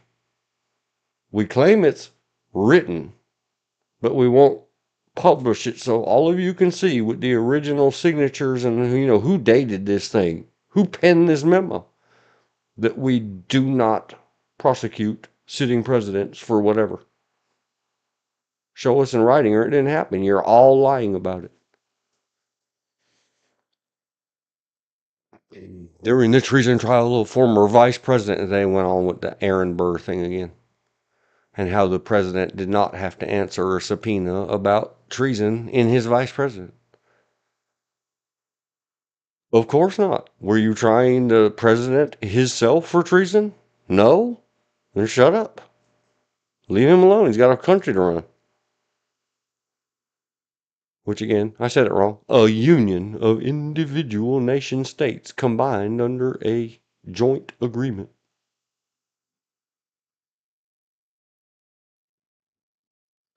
This is all just, they repeat, they repeat, they repeat. Let's say it again. Play it again, Sam. Play it again, Sam. Play it again. Absolute privilege. Constitutional duty of the judicial branch to do justice in criminal prosecutions. Nonsense. Nobody should be more upright, uprighteous, and forthcoming. That whatever subpoena me, you got to hurry the heck up, and you guys might have to come here with your little court reporters and stenographers and all this old school stuff that you won't just run a video camera. Run two, make 2 copies, you go type it up later. You old fools. You want to talk to the president? He's on the payroll. He's an exempted salaried person. If the Congress has questions and the investigators have questions, he is duty bound, obligated to answer those questions and put to rest anything. Go watch all the other things about enforcement executives.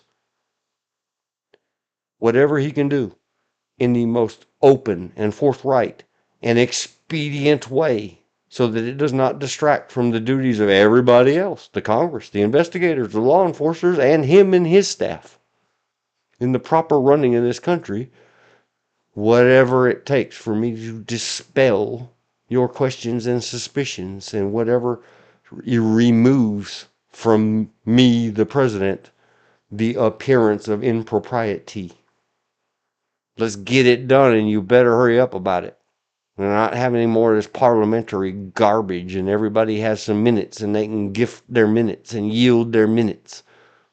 And some old British hodgy-podgy stodgies named Roberts rules of parliamentary procedure that we still live by these days. We expelled the British rule by blood and mud. Well, except for that book. That still matters. The tiny little wooden gavels that the doctors cut off the pants.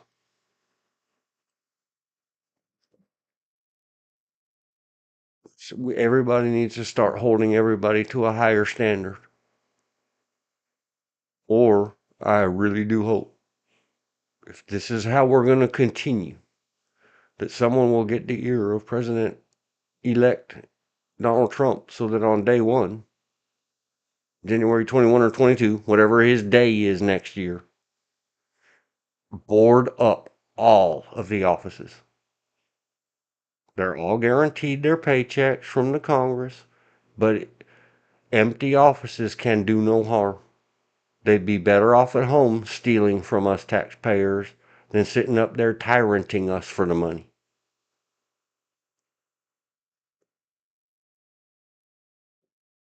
Fundamental to the operation of government and inextricably rooted in the separation of powers. Criminally prosecuting a president for official conduct undoubtedly, never mind this. You already said repeatedly. I'm still in the majority opinion, George.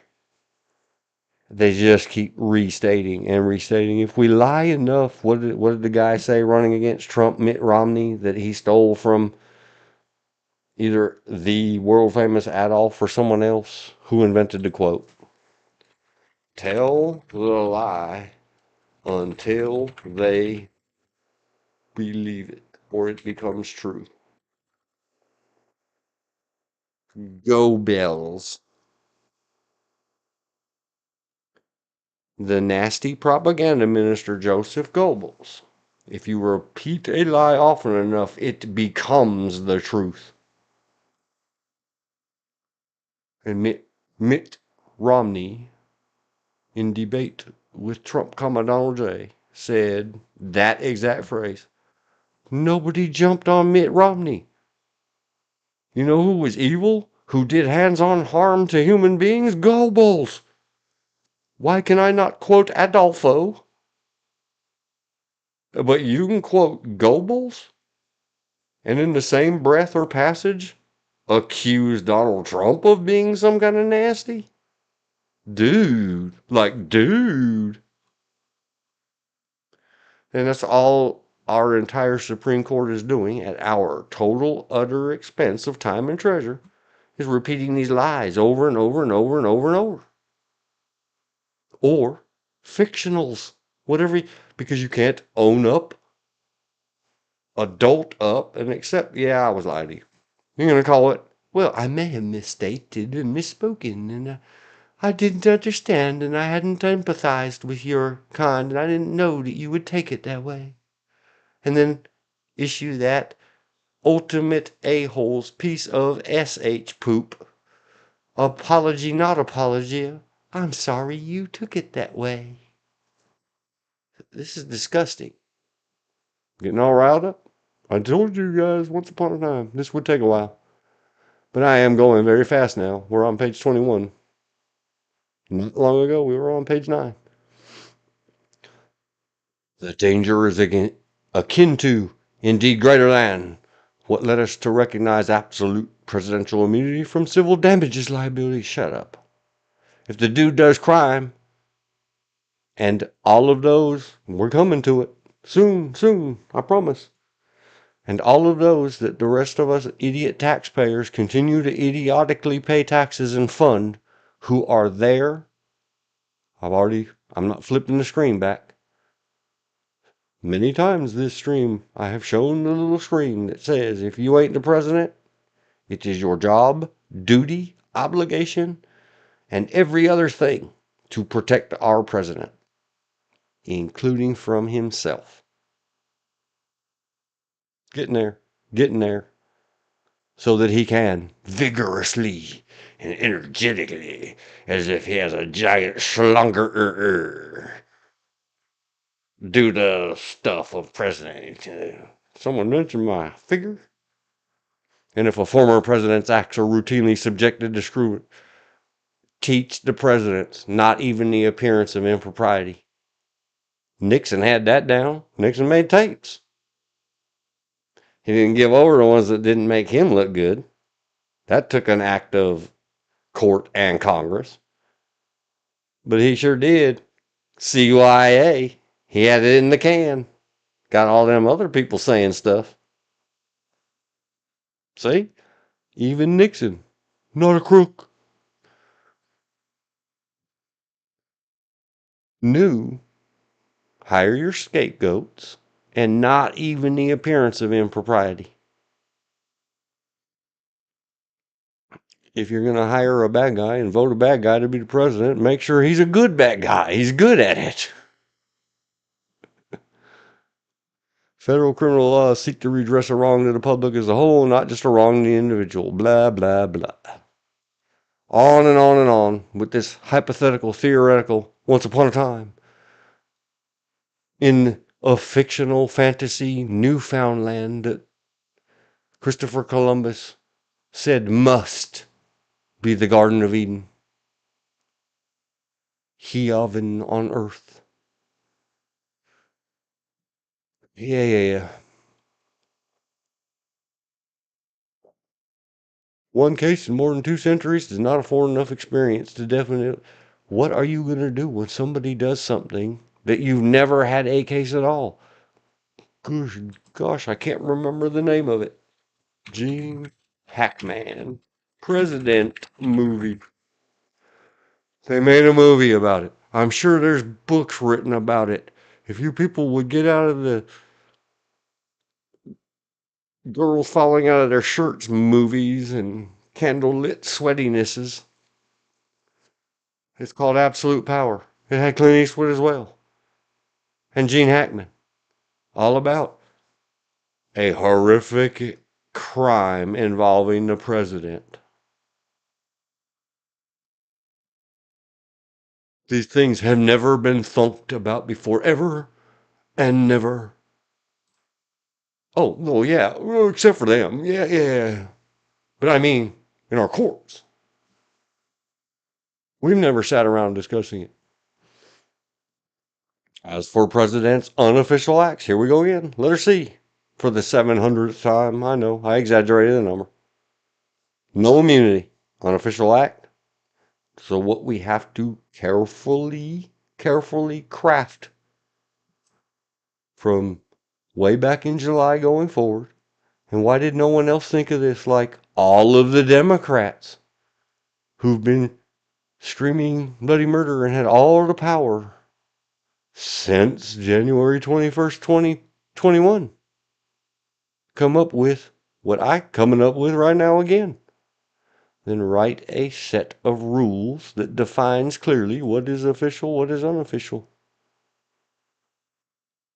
Give incoming presidents a little class and make them sign their initials in wet ink next to each one, that they fully comprehend and understand that if they violate that or are credibly accused of it, they will be expelled from the White House. Paula Jones, we're not talking about that. No matter what else he did, I've discussed several times. Yes. Clinton is the bad guy. He was a test of our emergency presidential system. We failed.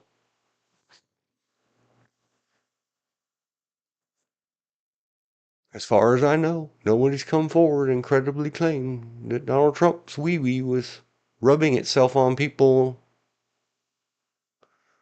in my White House. Just saying. Distinguish official from unofficial actions. Yeah. We've already been through that. They go through all these words in a court of final review, not first review. So here they said again. Here's the sentence. Ours is a court of final review and not first review. Then why isn't that the only sort of sentence after no, we are not hearing this appeal or case or filing or whatever the heck they call it? After you get done in the lower court and you get done in an appellate court level or district or circuit, you may come to us. They refuse to listen to many, many, many other cases that just involve John Q. Citizen. See? They are all guilty. All 9 of the justices. And they put it right here in writing. They're not telling secrets in dark back rooms. They wrote, this whole thing is an exercise in our abuse of our power and the abuse of our office. And that we absolutely will not equally dispense the law. So all 9 of them need to go. You quit. I will take this ruling 23-939, all 9 of you, as your letter of resignation. You see how bold they are? You see how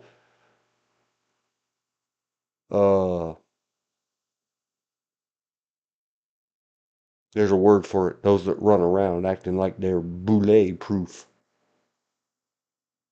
Smug, how Marie Antoinette-ish. I'm not sure all the correct term. It's leaving my mind right now. That they don't even, they do not at all have any self understanding of how offensive putting something like that is. Of course, this is not for us to review. Of course not. Be mindful of our frequent admonition that ours is a court of final review. Why are you admonishing yourself 24 pages in? You should have frequently reminded yourself that on page 0 and refused to hear this stuff. We'll talk about that later. But this is a matter of great import, and the due process must process. Denied.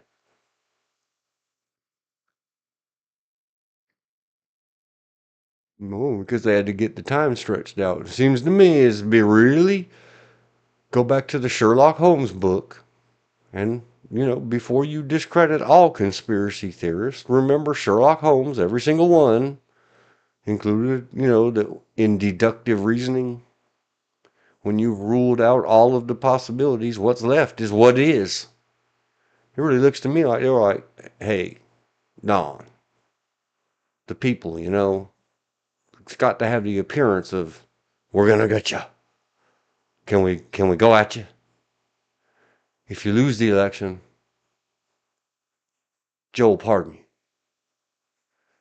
But if you win the election, we're just going to call it off. And yeah, we're going to delay, just like you've always done your whole life.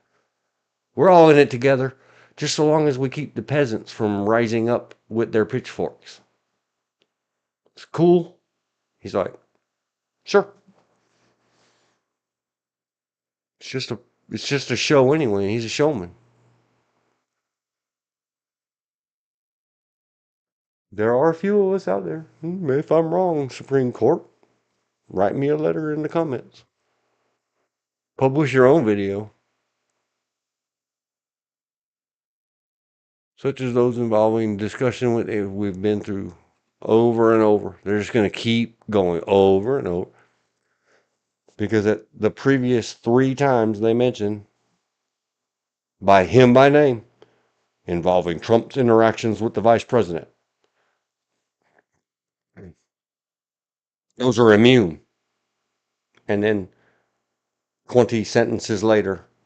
Well, no, they're not. It has to be judged what was the content and the context of those interactions, whether they get immunity or not. And yet we're going to keep saying over and over and over, immune. Yeah, it's immune, but they're not. It's covered by immunity. See, I've given up on marking this thing up.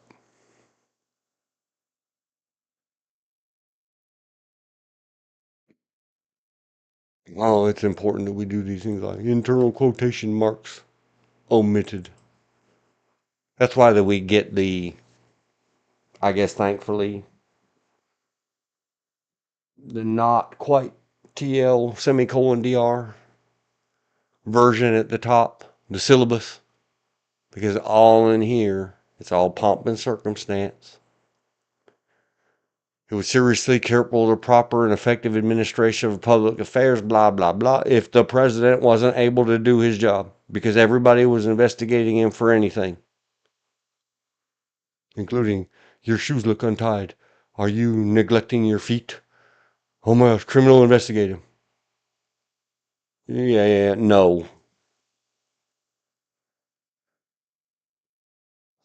And they said and said and said, we are not the thing. So let's turn to the conduct alleged in the indictment. Okay, no. You already said this is not for you. And if we go to the bottom of B, words, details, date, time, citations. Look at all these citations. Mitchell, Cheney, Supra, Fitzgerald again. Look how we do. So many. Back to the indictment. Then we go to number 2. The indictment next alleges, and they go to more details. The ceremonial role. At the bottom of all this, if you follow the trail of breadcrumbs, it leads you, Hansel and Gretel, to the witch's oven. Because it says at the bottom of it, with all this stuff, 1981.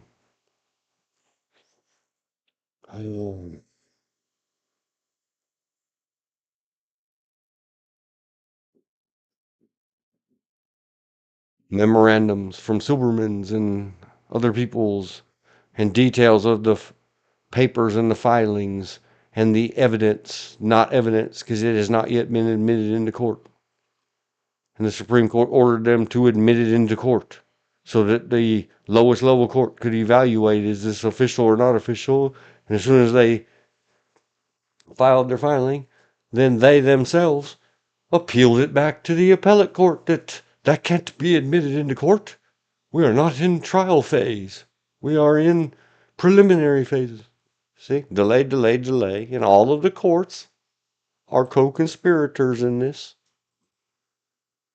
They're collusionists. On and on and on. So we have to get this very clear and very understandable. Everybody that works for our government, if you're wanting even the appearance of qualifies as official, so that you therefore qualify as immune, you're going to get on a time clock program. You're going to clock in, and you're going to count for every second you're on that clock and what you did. And then you're going to clock out and get out of our offices and save us some money. If anything that even appears to be personal was done on the company time, even if you're the president, don't make a mistake. Don't take a personal phone call. Well, if you can't send him back to that McDougal's where he played in the window for a while, make him work there for real. Because you know what happens if you mess around with your cell phone and standing in front of that fryer at McDougal's? You're fired. No personal calls.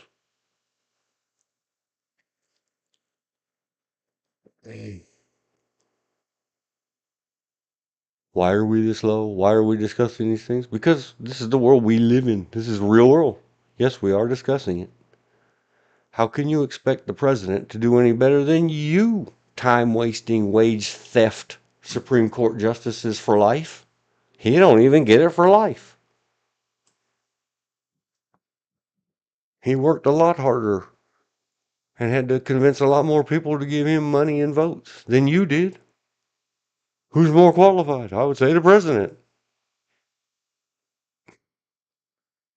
All these details, like I said several times before, and I provided a link somewhere.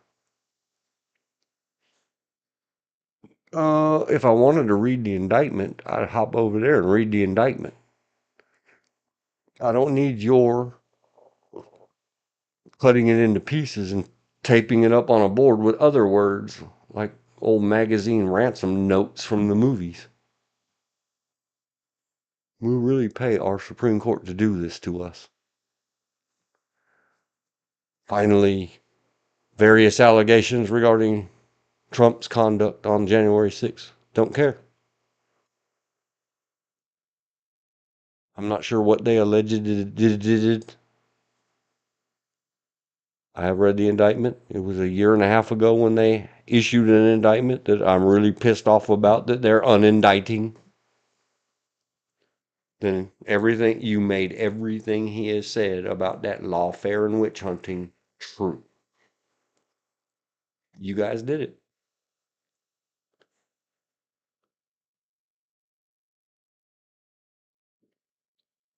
Including not reading this ding-danging stupid fiction romance thing.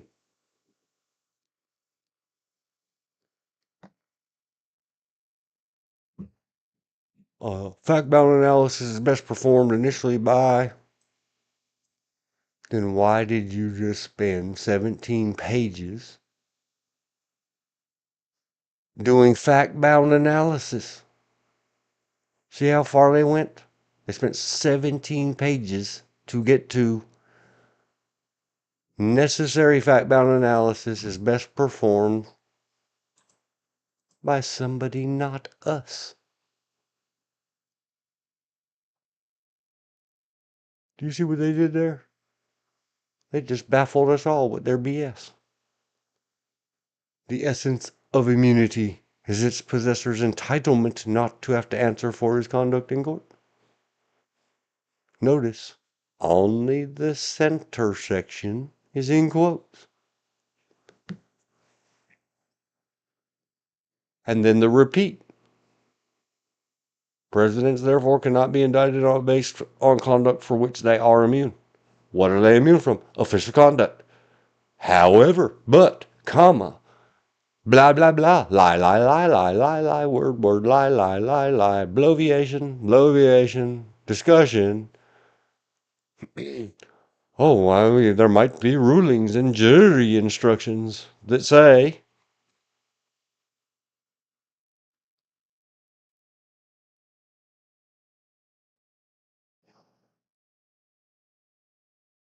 define official conduct. And in every single one of these things that we said, the indictment is trash. He's immune from that. Except you must review every single word in that indictment and every context and every content of it. In its broadest blah, blah, blahs on all those previous, now 28 pages. And make sure that he did not disqualify himself from the qualified immunity. He done did it. Okay, here's the point. Highlight color. Yeller. Seek to protect not the president himself, but the institution of the presidency. There's your whole instruction book. And forget all this jazz.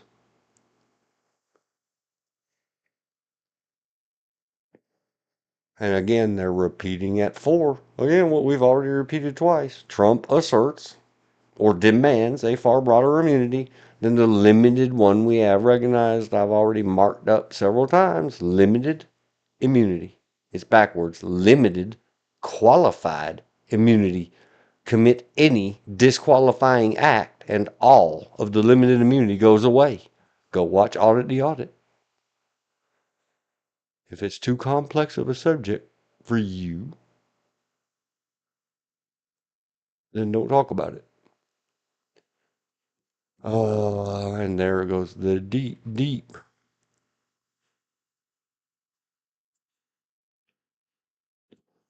Back on the impeachment clause and how Trump was wrong. Trump and company said that in order for you to criminally charge me, you have to successfully impeach me first and convict me in the Senate. And the 4 pages, 5 pages,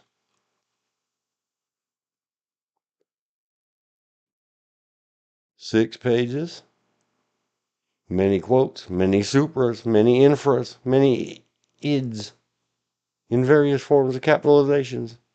Big fancy words like good faith. You wouldn't know it if it walked up and bit you in the nose. And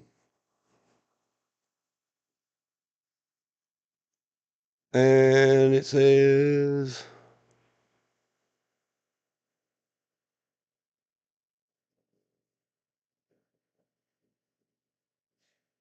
more ids, more everything.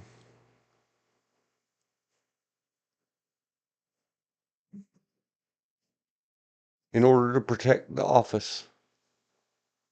Supposedly all this has something to do with they don't trust the government's assurances that prosecutors and grand juries will not permit political or baseless prosecutions. Okay, Supreme Court, then if that's what our Supreme Court says, is that the government will be weaponized against political or baseless prosecutions. If they'll do that to a president, they'll do it to all the rest of us. Supreme Court, order the fix now.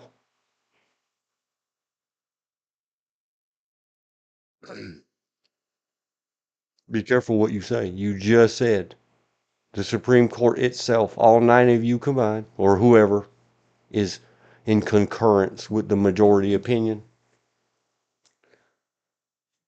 as the highest possible law in our land, your answer is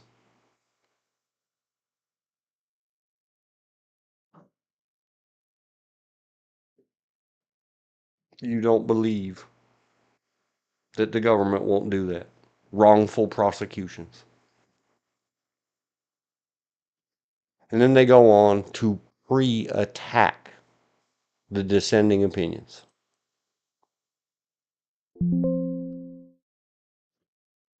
And what do? Go over, copy, paste the same stuff. Discussions between the president and his attorney general. Interactions between the president and his, it's not his, that's our. The president and the vice president are 2 separate election names. Because some states choose, right now all of them, to make it party connected. It would not stop anybody from going in there and voting Trump for president and whoever was with Harris for vice president by hand. You could split the ticket if you still wanted to do it the way the Constitution is written. Are you an originalist and a constitutionalist, or are you not?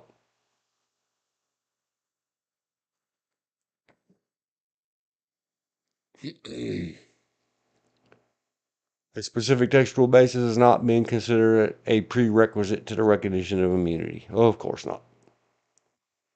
Because again, you're not talking about what is.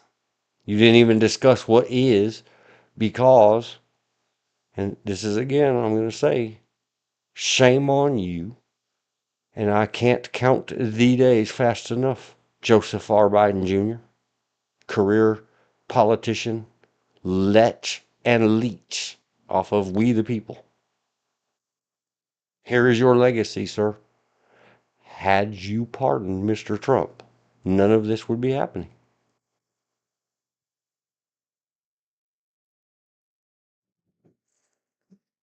For the good of the nation.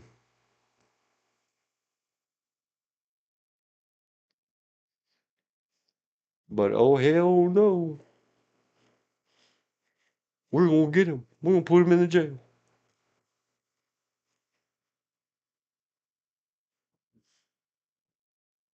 We'll show him for not saying no. He didn't say yes. He didn't say go.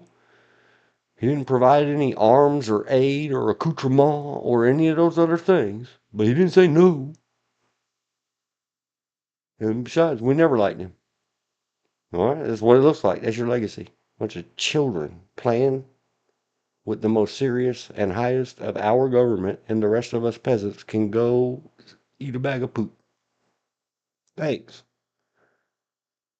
At least in the political cartoon, Marie Antoinette offers little rolls, little biscuits, perhaps scones. They called them cakes.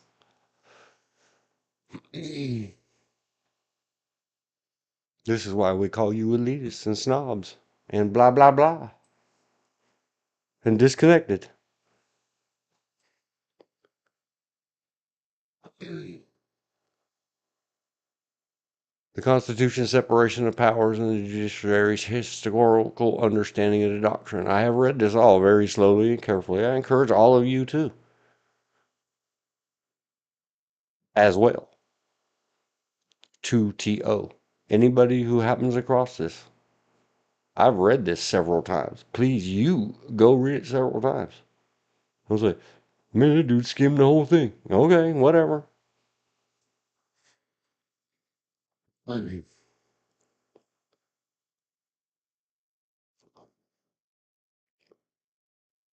There are little snippets here and there that go back to, I say, yep, that is it. That's what we're getting to.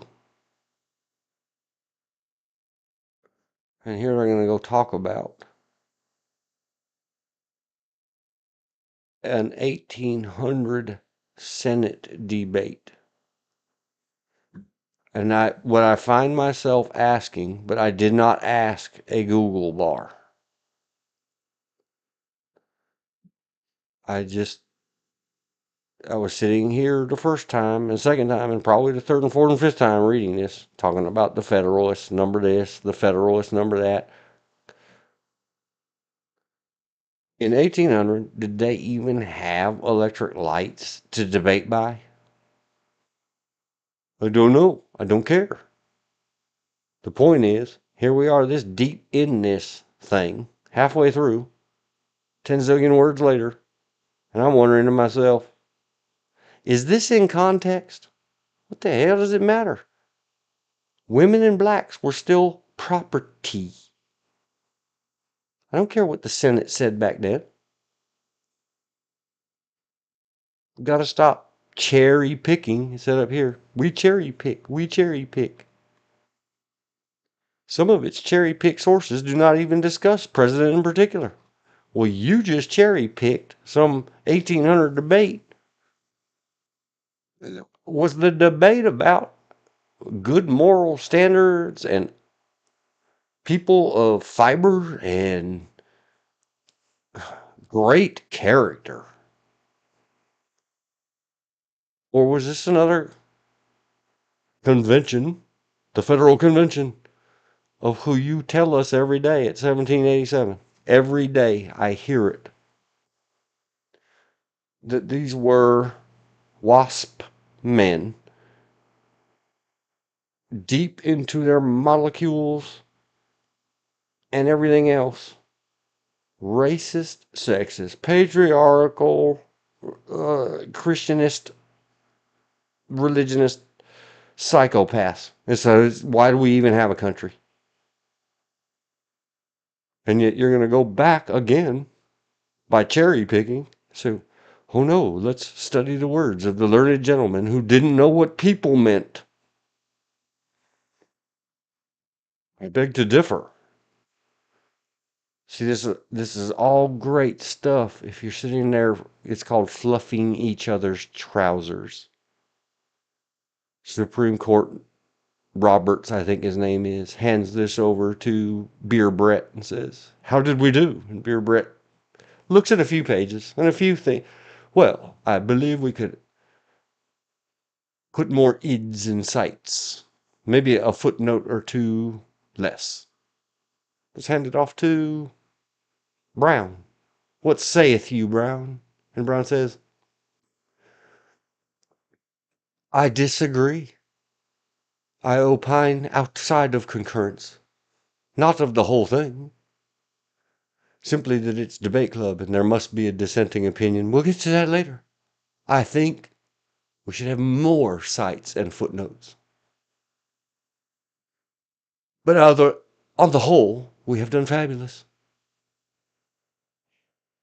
And pass it around the table, and they all pat each other on the back, and job well done.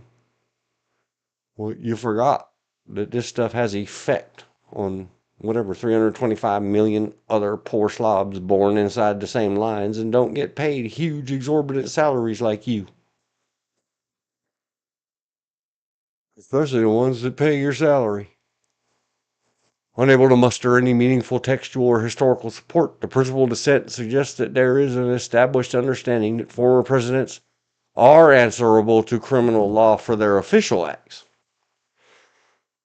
Here we go. What did you just say? Did you just unsay 47 pages of your bloviated nonsense?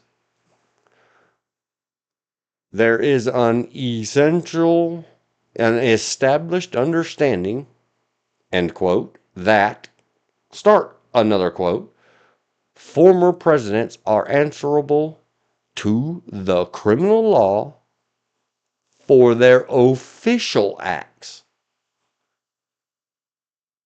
No, they shall not be. You have said 25 times already in this document, no, no, no. Official acts are covered under immunity.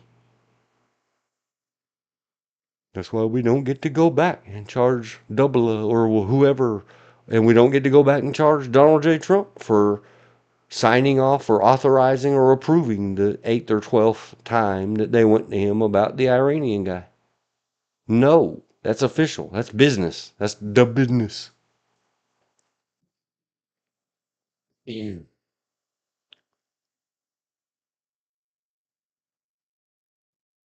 Accounting for that reality. Ha, ha, ha. Again, they're rewording this. 2 and 2 is 4. 3 and 1 is 4. Is everything 4? I don't know. Let's have oral arguments. Is everything 4? Yay or nay? Have a vote. And then take it back to the lower courts. And have them go through it. And then send it to the districts. And send it to the circuits. And then bring it back to us. And give us everybody's 1,000-page of documents and arguments and evidentiary proceedings and sustained and overruled objections as to the myriad way you can get to 4 on the mathematical scale. And we'll publish a journal. Stop saying the same thing over and over and over and over. We have risks, yet we ignoring those risks. Been there, done that. I want to get to the important part. They're still picking on, they're still bullying in advance of Brown's going to come out and say something. Brown's going to come out and so we're going to say nah before Brown can say huh. Here we go. Checking out all these words. Nah, Brown. Huh, says Brown. Nah, says us.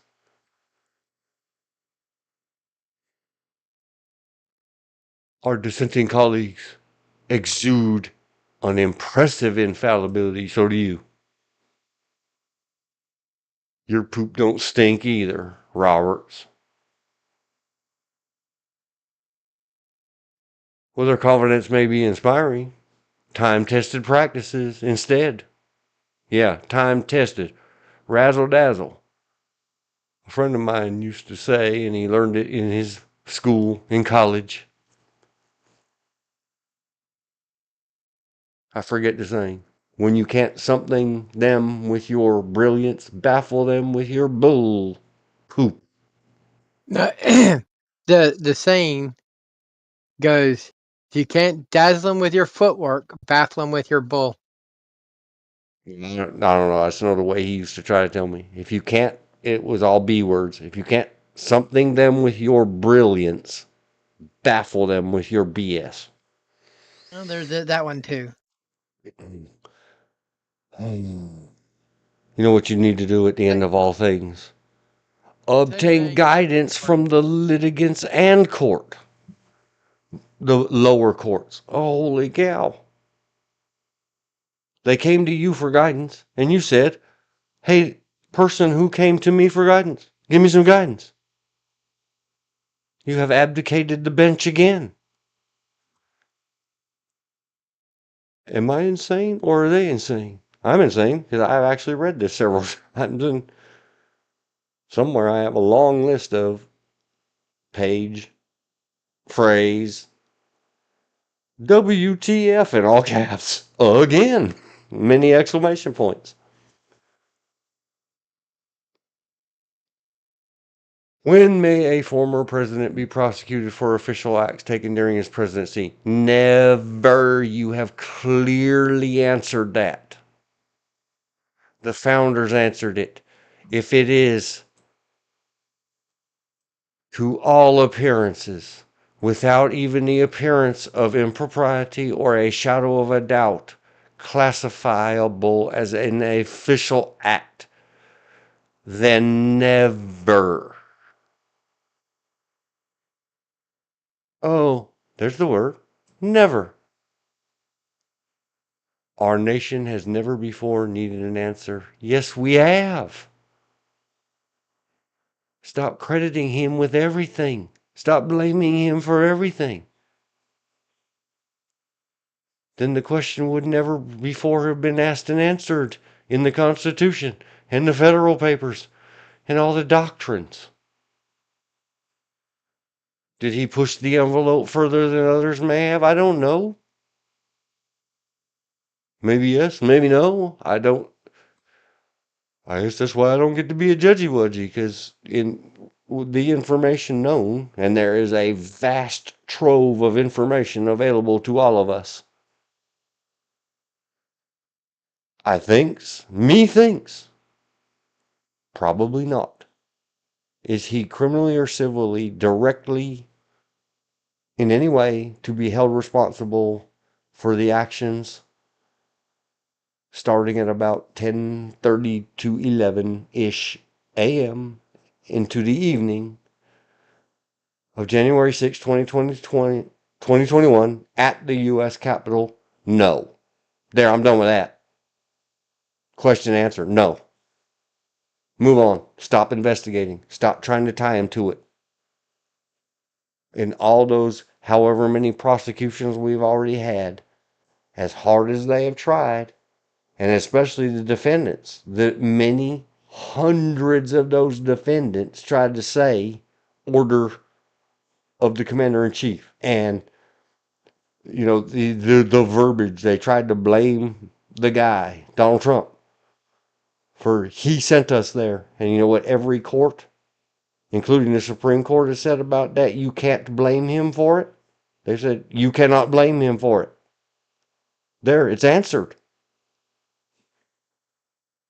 by the Supreme Court of the United States of America.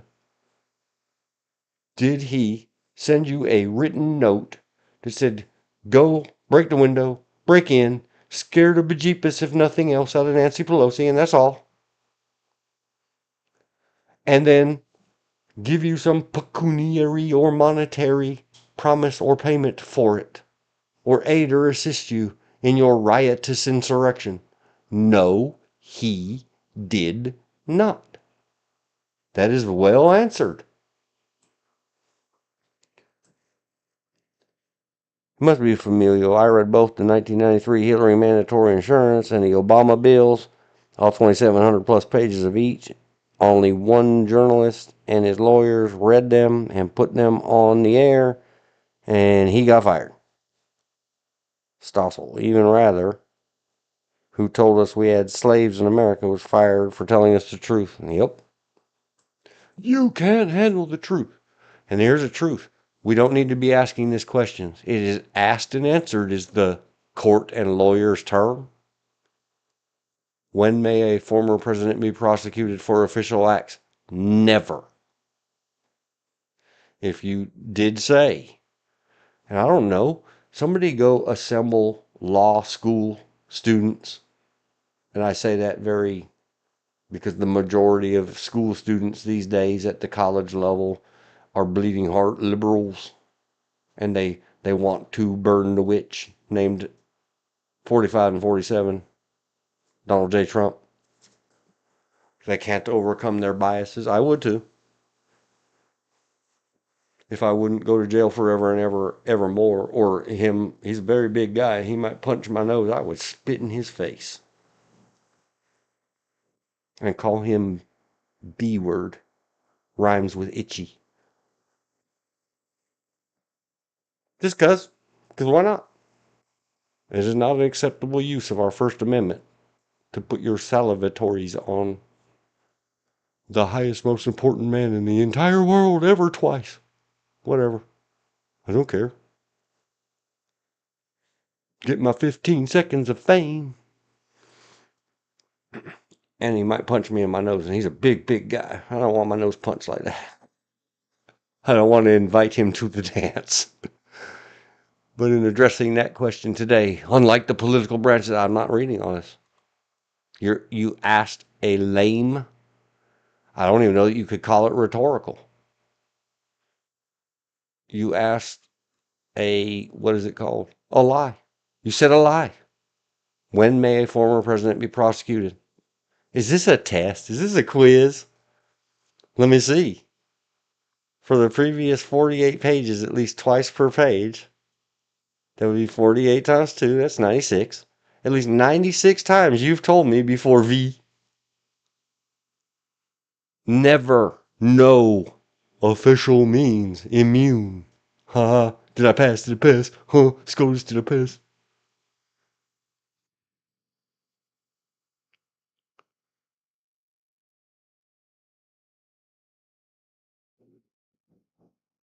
And on and on and on. Our first president had a perspective. Who cares? Call him up. I used to call my mother's dog that got hit in the road. His name was Patton. On the cell phone. I mean, off the cell phone. On the payphone at the college across the street. In heaven. I was a little kid. I thought those were the angels answering the phone when you press zero a lot and said, I want to talk to my dog. Is this heaven? A lot of them laughed and said, oh, yeah. Who's your dog?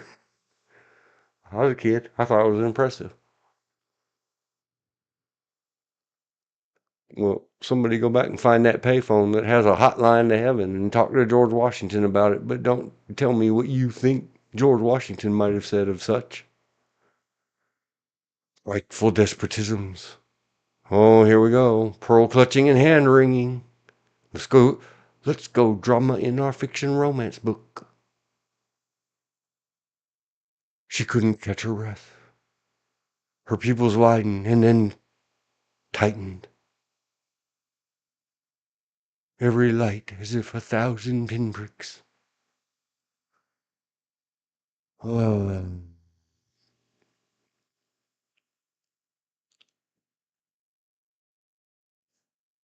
and they repeat again. The immunity applies equally to all occupants of the Oval Office. They do not mean all of the staff. They mean all of the presidents ever, regardless of party. This is a presidential immunity discussion. Unnecessary and very denied us people our right to due process and speedy trials of great import. It is so ordered.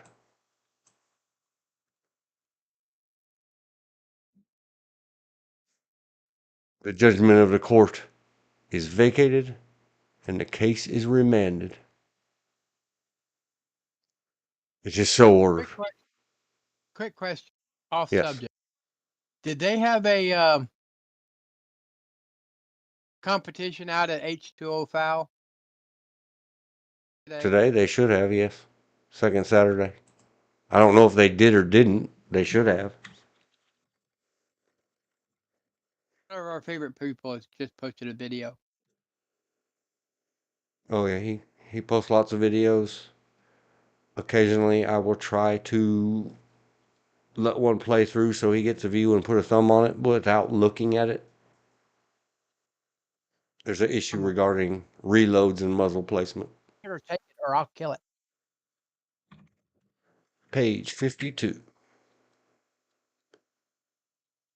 equals at concurring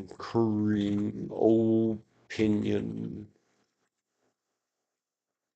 And this is going to be a fast skip. Hurt. Justice Thomas. This would be the hey babe, let's talk about big old floppy titties guy. That dude. Made by Joseph R. Biden and destroyed by Kamala Harris in her run primary that she lost horribly against Joseph R. Biden Jr. And poor Anita Hill dragged through that muck again, and the other 3 or 4. Everybody go look it up themselves. Go look at the Democratic primary. Joseph R. Biden brought out the dirt. It's amazing how this stuff seems of great importance when they're running against each other. Sounds to me like both of them should have been impeached or criminally charged or something for failure to do their duties. Please see the word duties again. I'm going to skip right over this. Because where we are at is where we were at long ago. Duty.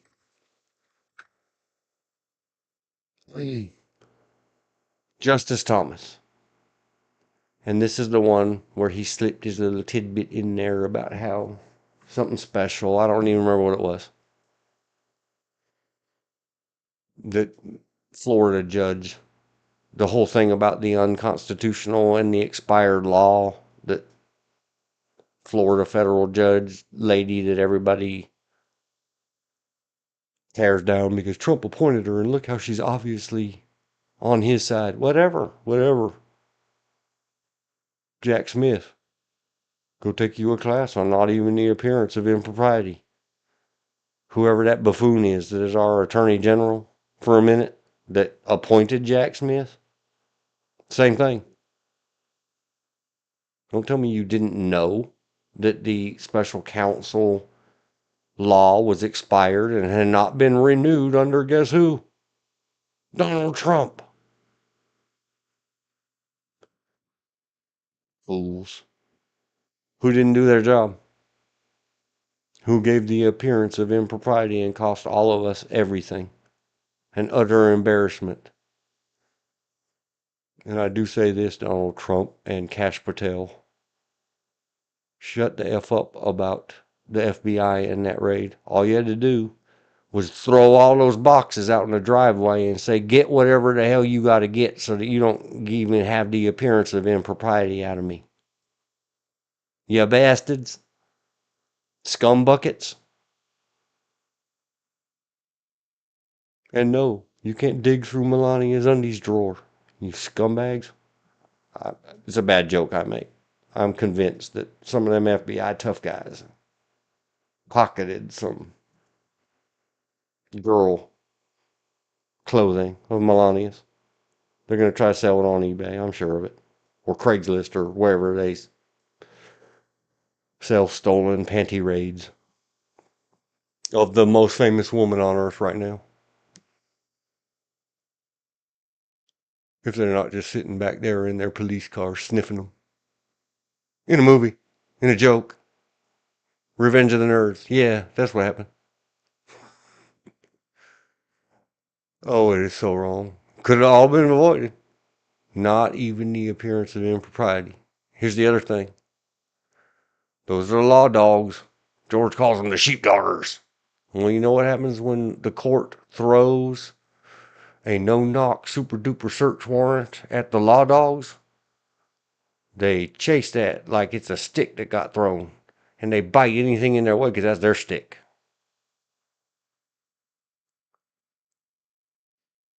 Trump and company need to be glad that somebody didn't startle one of those fools.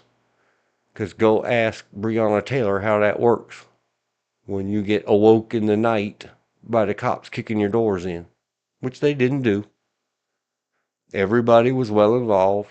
They made sure that he was in New York and none of the family was home. The Secret Service and the staff opened all the doors. The lawyers were present. That whole tactical gear psychoticness that the FBI guys do is because they're law dogs, man. We're going to Trump's house. We got to do our favoriteest, bestest ever SWAT. Diddle-oo, diddle-oo, diddle-oo.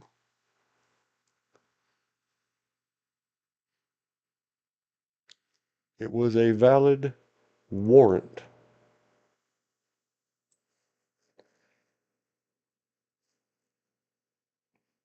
White Chicks, the part where FBI got caught sniffing undies. And then find out it was two men. I know I've seen White Chicks, but I guess I didn't pay enough attention. It must have been on a screen while I was doing something else. Now I'm going to be compelled to go watch it and imagine. Yep, that's the secret agent, man. They didn't go there for any classified documents. They're like, we got a search warrant for her panty drawer. How stupid. This is where our country is. If I'm thinking these things, can you imagine what they're laughing about when they have their little meetings at the Kremlin?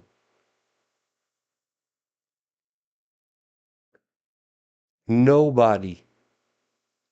It's another thing. We're going to talk about it. Duty. Duty. Patel, Trump, shut up about the FBI. Don't blame the sheepdoggies. They're just sheepdoggies. Dogs can only do what they're trained.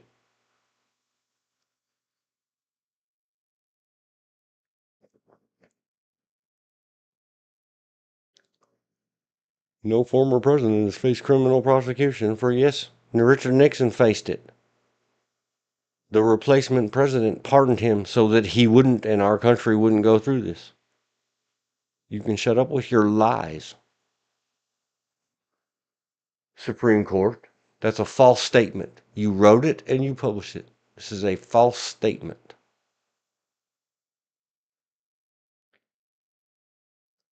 That's what you put 34 felonies on Donald Trump for, or civil $500 million worth of civil monies. I don't remember in your lawfare against Donald Trump for making a false statement.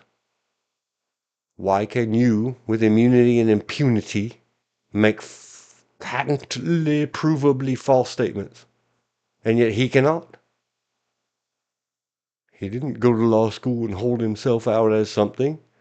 He said, what do you got to do to be president? He said, get elected. He said, own it. He did what he said. And we're getting to that. It's coming.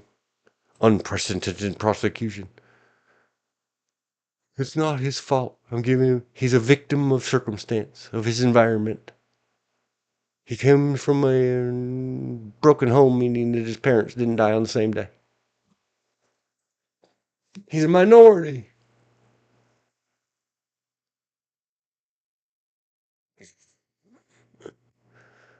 He had a drunken brother. It's all his drunken brother's fault.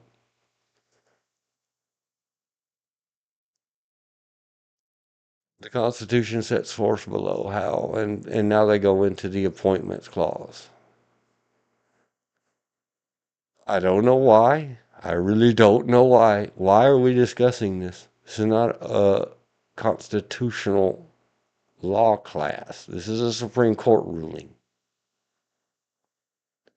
And this is the part where what's her name took off in Florida and threw the case out.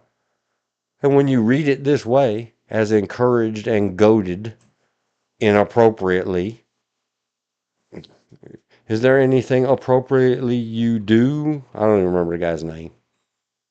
The bad guy who treated Thomas, Clarence Thomas. I keep nagging and ragging. Maybe he's got COVID brain. I don't know. I saw a documentary I mentioned earlier. It's very good. Tells about his poor upbringing and I guess suffering and learning and life lessons he's learned. I liked it. I thought pretty good. Good stuff.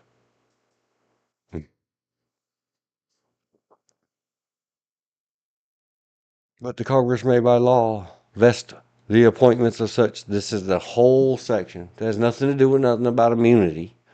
This has to do with the Florida case about the inappropriateness, according to a Supreme Court justice who, why can't he just write that and send it to the New York Times? Why you got to munge up this with 20 pages of garbage about why is Clarence Thomas the only one that saw this? That, hey, they appointed Jack Smith under an expired law, and that the Republican House and Senate Majority Congress and a Republican president never thought to look at that and take care of it and fix it. Well, it happened. Good eyes, Clarence Thomas. I'll give you that. Because technicalities are technicalities. And it's a shame that it has to be done in this way and that we somehow see it. Why is that seen as inappropriate for anybody? I don't care what your job is. Look at me tearing this apart. It just so happens that Clarence Thomas noticed the impropriety and got that stuff tossed out of court. Why can't he get, hey, I had an opinion. I had a thought. Would someone want to publish it for me? Or why does he have to bury it in here? I don't understand. Is he not allowed to have an opinion outside of court papers? Because he's a SCOTUS? Is there some pompous asinine thing involved? Why couldn't he just get on the phone and call that lady down, the lady judge, or file an amicus brief? Man, can you imagine the weight of that?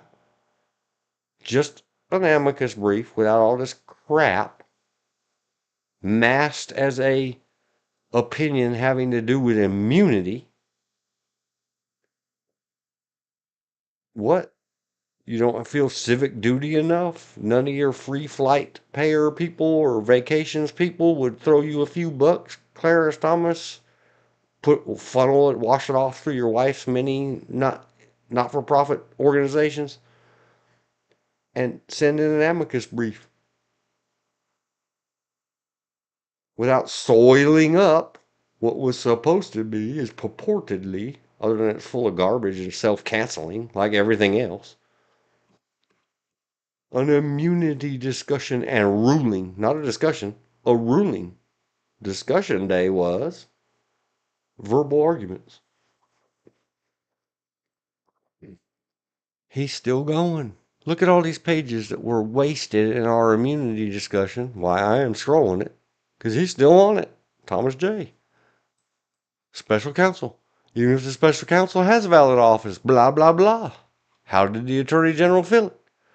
And on, and on, and on. Like 12 pages. And there we go. Done. He spent 1.5 pages on immunity and 12 pages on Jack Smith. Amy Comey Barrett. Her honorable, her venerable, her all greatness is whatever we're supposed to call, comma JD, Judgy Wudgies, and this concurrence in part. Many of even the hardest case, they hate her because she is her. She has religion. She's not Ginsburg, Bader Ginsburg. Is that who she replaced? Maybe, I don't know. And she's Republican. They hate her for all of the above reasons. And she ain't hard to look at. That too. Ew. That B word. The remainder of the opinion is consistent with my view that the Constitution prohibits Congress from criminalizing a president's exercise of core Article 2 powers as closely related by conduct. Yes, she agrees. If it's his official duty, the Congress and the courts may not. And the executive branch law enforcers may not. Don't even investigate it.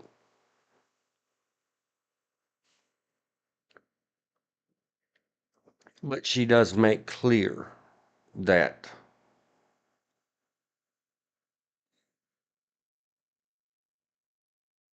some prosecutions of a president's official conduct may be unconstitutional. No, all.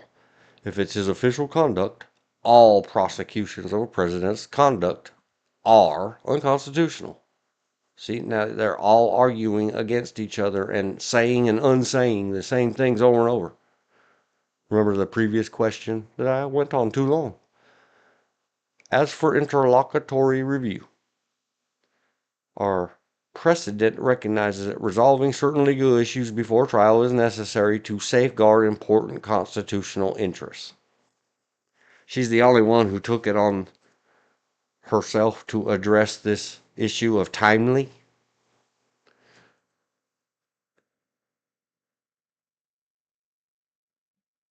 So she does go into some effort, and you really need to be lawyer brained. She is lawyer brained.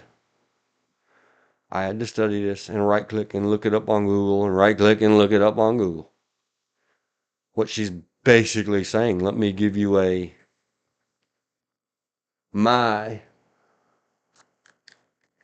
what was that first section called? Summary? No. Syllabus. Even though she goes back into got to have, these are requires. How many are requires? How many times did you quote Youngstown? Cite. How many times did you cite Youngstown? The only thing in her cite first of Youngstown is 3 words, conclusive and preclusive. If you had just left the daggone quotes off, see what happens there? You don't get to put this huge citation in here that takes up a whole wraparound sentence line. Again, it's bloating. When she's discussing this about the necessity to accept the interlocutory or in the middle of a case discussion, because to her it was very important that should any of that, and she disagrees that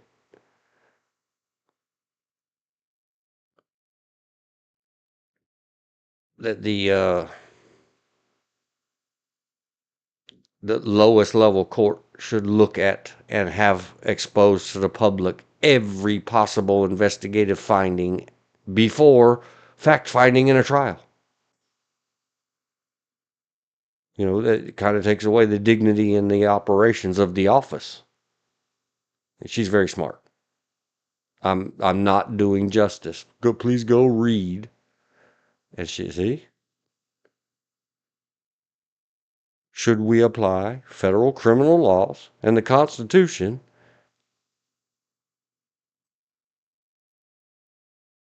about this guy?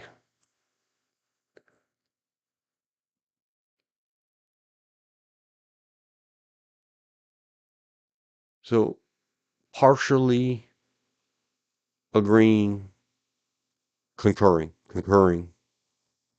The partial concurrence of Barrett is worth a very slow and very, I say hard, but I mean complicated. The other ones and the syllabus are not as big brained as she is, and I'm not being insulting. She's running at a very high level, having probably well forgotten what it was like. I don't know, maybe she studied this stuff when she was a teenager. She was just a law nut. I don't know. But she has obviously forgotten what it was like to be not the top of the game. A criminal defendant in federal court normally must wait until after trial to seek review. More references. But where trial itself threatens certain interests, constitutional interests, we have treated the trial court's resolution of the issue as a final decision for purposes of appellate jurisdiction. And that's what I was trying to explain, and not doing a very good job. She has many, many more footnotes at great length than a lot of the others.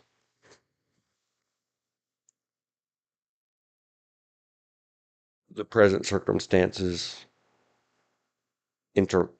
within our precedent authorizing interlocutory review.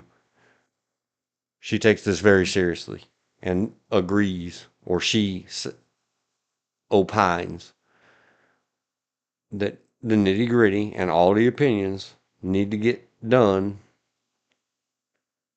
before anything gets exposed to the public that may be embarrassing to the office of the president. You're not worried about any individual person.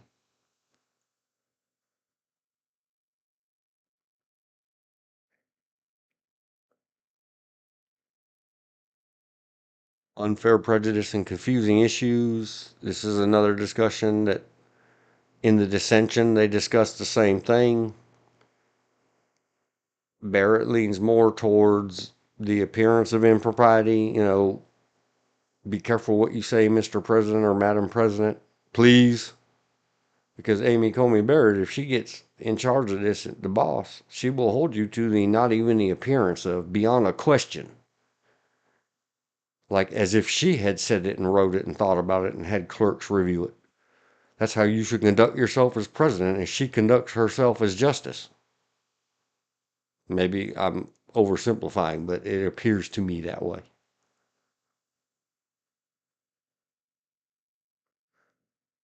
The Constitution does not insulate presidents from criminal liability for official acts.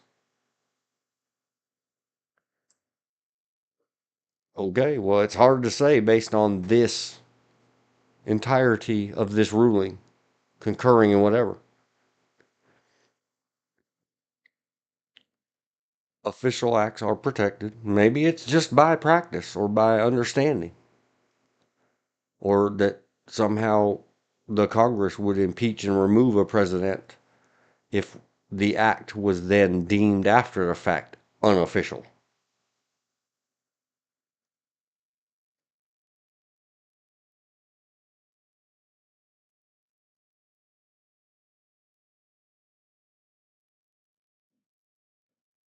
And here again, it's a complicated topic. I had to go get somebody else's opinion on the opinion of Amy Coney Barrett to try to help me understand when they say things like this at a federal court judge level or an appellate or a Supreme Court judge. A president facing prosecution may challenge the constitutionality of a criminal statute as applied to official acts alleged in the indictment. So what she is saying is that only if an indictment comes down, then does the president or former president get to challenge the constitutionality of the statute as a whole. If the challenge fails, he must stand trial.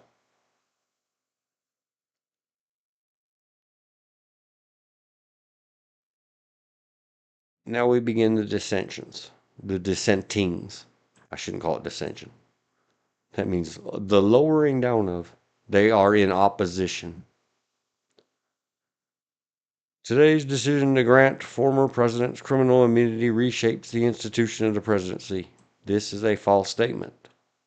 We've been through it for the last 7.5 hours. This is not what the previous syllabus or any of the other previous opinions said. Criminal immunity exists to all the previous opinions of the justices as long as the act itself cannot be called into question as to whether or not it is official. the concurring in part of Mrs. Barrett, says, in her opinion, as a Supreme Court justice, she would hear a case or allow a case, an indictment to come forward, and then whoever had held themselves out to be president and worked that job for 4 or 8 years, it would be up to them to challenge the constitutionality. They would be guilty until they could prove themselves innocent. That takes a huge, much more, not even the appearance of, than all the previous ones. Neither one of those, neither one of all three of the previous opinions, as we get down to first dissenting. Timestamp it. 07 36 00 first dissenting opinion. 3 justices. I know, I'm supposed to capital it. I didn't. Starts with a false or misstatement. So are we supposed to be on and on and on about misinformation, disinformation, written false statements into government arenas or whatever? You know what they accused him of? The music lover judge's civil case about the property valuations. That all came down to, was it a false statement or not? And that the statement validity was open to interpretation. Why is this not held to the same or higher or highest possible? That why can I sit here and question, is this exactly what? How can your dissenting how can your dissenting have any value or validity if the very first words in it are invalid? See where we go with this appearance of impropriety? Take it up with the commoner people. Start teaching kids in school to never question your authorities, meaning those in power. Don't call them out on their own errors of logic is the proper correct way to say stupidity. It makes a mockery of the principle. See, here we go. Now we're getting dramatic. She breathed, heaving her chest up and down. Foundational to our Constitution and system of government, foundation garments are undergarments, petticoats and the such. Ribbed corsets that thin your waist and increase your bust, that no man is above the law. Puffy, puffy. Go see the funny Mel Brooks movie where the lady throws herself at the racial minority and says, "Take me, you mandingo."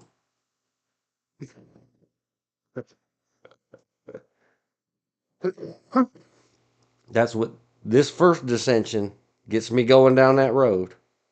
White chicks. I want to so let's just watch and react to the raid video released of Melania's panty drawer raided by the FBI called White Chicks. That's what the intelligence networks have guised it as. By the president. Anti is before.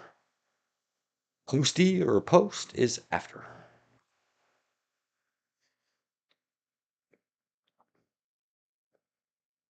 We need. Relying on little more than its own misguided wisdom. Now we're name calling. I can name call. I'm the citizenry's residents. I can say what I want. Address and redress my government, but be polite. You know, you never know them. One of them might hear your nonsense and call you up and say, "Will you proofread some of this stuff for me?" For money, absolutely.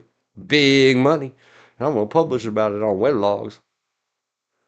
Finally, one of them dummied up and didn't think they don't know it all in their own misguided wisdoms and prides. And he goes, bold and unhesitating action by the president. The court gives former President Trump all the immunity he asked for and more. No, they didn't. The court said he asserts at least 4 to 5 times. I don't know exactly anymore. And they said, and he asserts wrong. OH no. To many of the things that President Trump and his lawyers asked for in their writ certiorari. On this dissent, she is doing little more than testifying in her own misguided interests. Exactly. Do I have little respect for her? I'm trying to, but you can see where I'm going with this. These are, they always say patently, but right here, anti at every single, at 1 through 67, anti.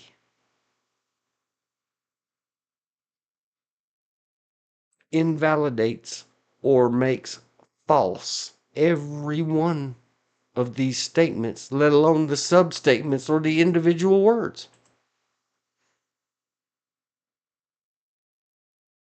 It's as if they didn't read it. Somebody told me, hey man, they said that they're going to give him what he asked for and more.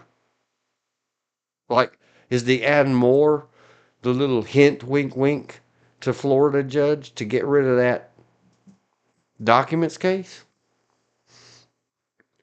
Well, it's just a difference of judicial opinion that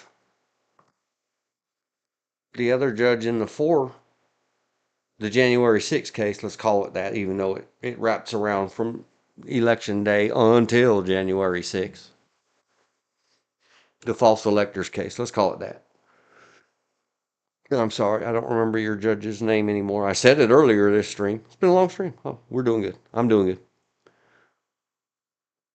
She had a different opinion about what the Supreme Court winked an eyeball at. Judges are entitled to separate opinions. Everything's off now because the prosecutors should not be allowed to ask that. Oh, can we revoke the case just because we feel like it and we don't want to be politically persecuted by him because he actually won the election that we all bet our lives and houses on and he couldn't win? No, that's prosecutorial or lawyer misconduct. Not only no, but now you're replaced. The Department of Justice sent a whole team of lawyers down here to continue this case, and we're going to send a bill to Jack Smith's house. And it will resolve however it shall resolve. Because what it says many times in this document is not what it says right here. This lunacy, this I can't breathe, let alone believe the truth that they gave him all that he asked for and more. No, they didn't. They did not give him all that he asked for. They knocked him and his attorneys down pretty hard on a lot of points. The indictment paints a stark portrait of a president. See, these are those drama words that I expect out of just got out of journalism school and now they're writing for the MSNBCs. I'm not knocking any of you. Fox News uses the drama words against Democrats, and the left medias use them against all the dash R's. Stark and dramatic and all kinds of madness. These descriptor words, these elevation words. This is also why I stopped watching C-SPAN. Certain persons in both houses of Congress utilize this form of questioning in hearings rather than ask a question. They testified to their idea. They were pushing rather than asking questions to define and detail the truth of the matter asserted, which is their job, exactly. I don't I don't know. I haven't read enough of them. I'm not that worried about it. Just the ones that matter in terms of law enforcement, security, self-defense, like the Marbury versus Madison, maybe. I don't know all the quotes. I got a bookmarks and books and, keep up to date on all the latest stuff. I got a note in my log file that I saw today. SCOTUS rules again. It's important to the industries I'm in. Did this really happen? Did they make a ruling in the last few days about the hashtag 2A and the permanence of it? So we get into all this stuff, and now we're going to talk about the indictment paints a stark portrait. Okay, and they say all these words. Now they quote a document. App. App. No one knows what an app is. Indictment paragraph 2. So apparently the piece in quotes is just something out of the indictment. I already said too many times playing with this document here. Don't, what did the previous one say about being all selective? Cherry picking? All that stuff? Don't be cherry picking them 15 words out of that indictment. It's a 45-page indictment. Attach it to the end. Say, see indictment. Paragraph 2. Despite being, now we're quoting the indictment again. But this is the stuff we all complain about. If journalists did this, cut the video, cut stuff together, took it out of context, they got called out hard about it by Kamala herself. She said, dun dun dun, do you know how that would make me look? Oh, it would look like she was in on it or have the appearance of impropriety on whatever that interview was where they had hacked up a Donald Trump thing and tried to get her to react content to it, and it was nothing that he had actually said. And she called them out and caught them on it. So we know that some of them, and I've heard Donald Trump utter the words himself many times, not even the appearance of impropriety. Well, this appears inappropriate when you take XYZ number of words, put in a bunch of commas, and then you put in 2 more words, and yet notified repeatedly by his closest advisors is not what they said. Note the close of the quotes and then the open, that his claims were untrue at 188. There's 7 pages of indictment between the 2 halves of this one sentence. That's called constructing a false narrative. If journalists were to do this, or if there was some, I guess it's the court of public opinion, because we are all powerless. This is all we get to do is cry and whine on a YouTube, and hopefully not lose our YouTube because we dared to cry and whine and say, I guarantee you that if you took something that someone on their side of the aisle, whatever, they don't really care what you do to Mr. President twice, Donald Trump. But if you took some hacks of Joe Biden over his career, 7 years apart, and, Max Headroomed it and cheek crackered it together and put a little tongue sticking out of its face, smiley in the corner with 10%, 90% transparent.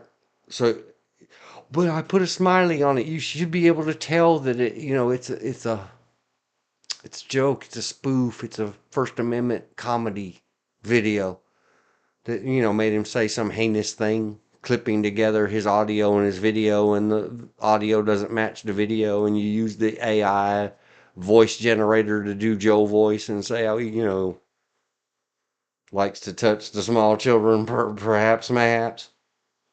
YouTube would destroy you. But these people get to go do that. Yes, those words were actually said, not together. I don't believe you. Why? Because you proved yourself in all your previous words to be untruthful. Remember my previous streams, participants, listeners? When you do these things, even the appearance of, you lose all credibility. And at what point? To me, to this guy, I'm very judgmental, and that's why I scrolled by so many other things. Once you've spent your credibility, or why, you have to earn my disrespect. I will give anybody, anywhere, more respect than almost anybody else I know of. And when they earn my disrespect, I'm through. I will dust the dust off my hands and wash my hands of this event and walk away. And somebody said, well, you just walked away. What happened? I'm not going to listen to your lies. I'm going to listen to your BS. I'm not going to. And this is what has happened. Yes, this is a type of constructing a false narrative is why I do not care for this justice. And this is 3 of them. 3 of these, I don't know how much they make. They make too much. Disenfranchise millions of voters.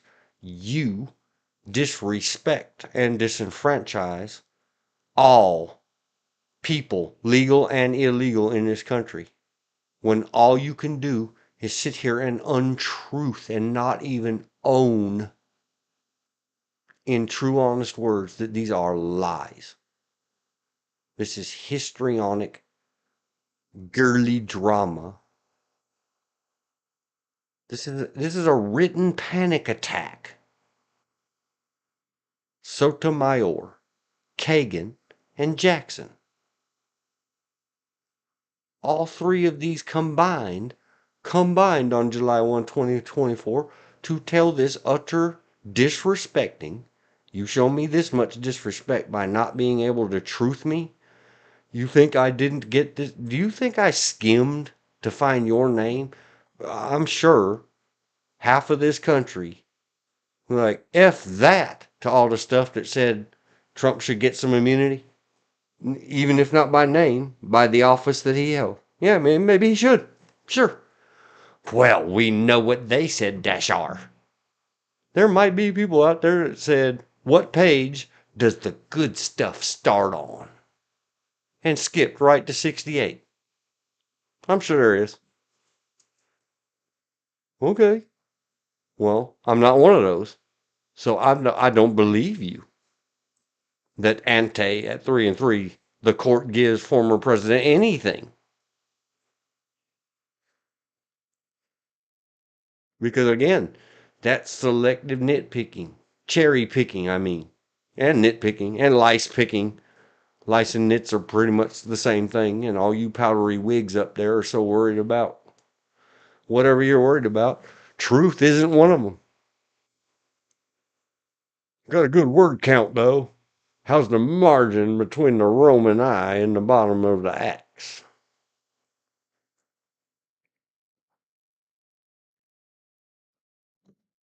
This is a stark, accusatory statement.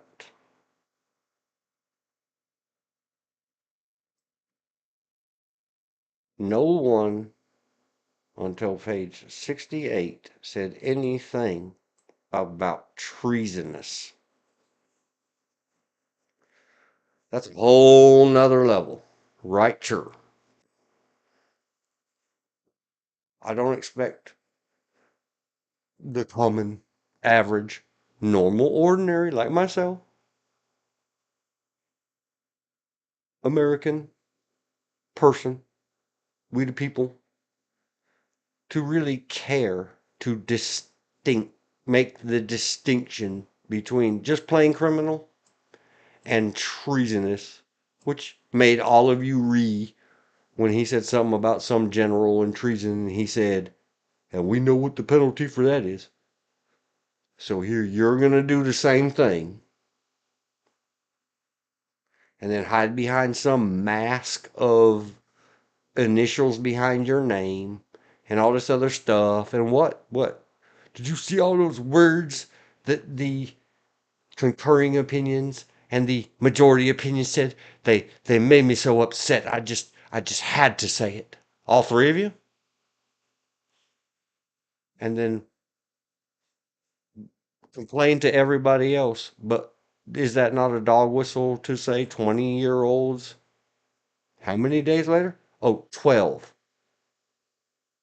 12 days later, a 20-year-old ended the life of a firefighter, permanently disfigured and injured two other innocent bystanders, and shot what is now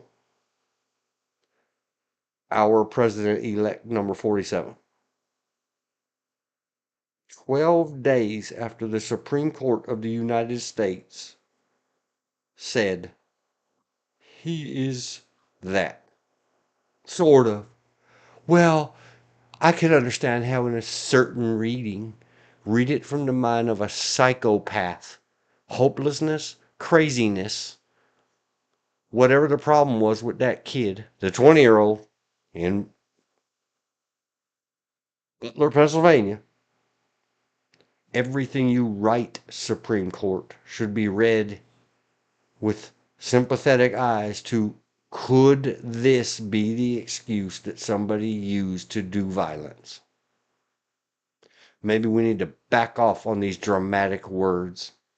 Maybe we need to get a hold of ourselves.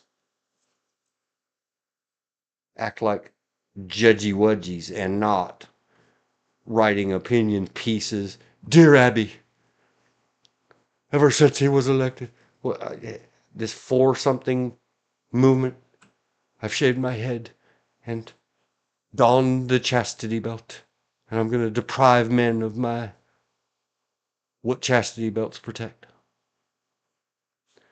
The two never justices are rapidly in this descent, coming to the level of the first to put their names on this. Yes. It's got to have our little clicky club. Oh, yeah. So anyway, all these drama wars, that's kind of a serious thing.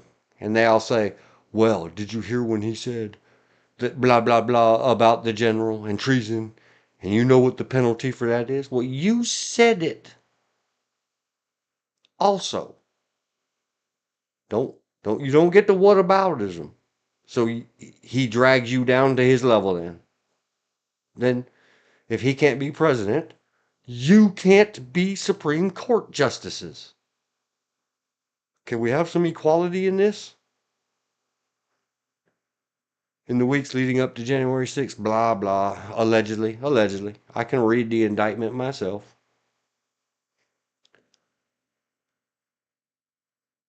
It is alleged.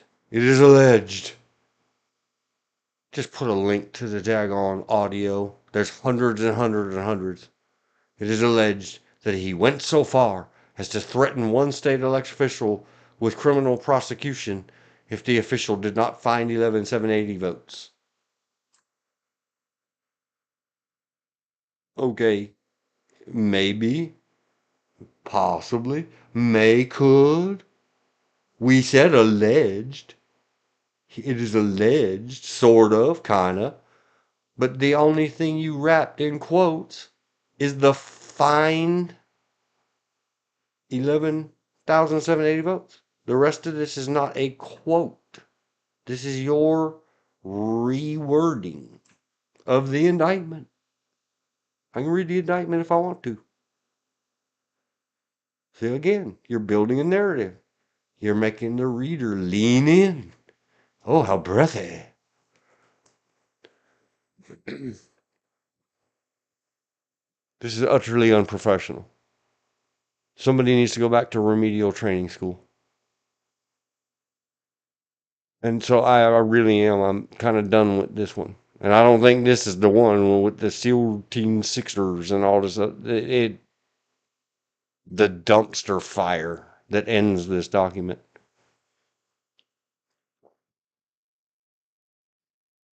The allegation is so not professional. This type of fake news stories is why I do not watch news anymore. Exactly. Except this isn't an marked opinion piece at the LA Times or the New York Times or CNN or MSNBC's or whatever. Clearly marked opinion. This is marked opinion of the Supreme Court of the United States of America.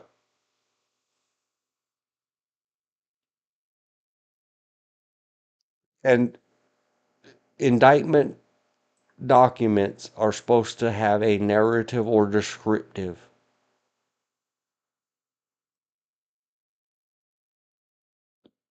Court opinions and rulings are not. There's no reason. Just include, see the indictment in full. Then come back here and read this again, please. Hold the line.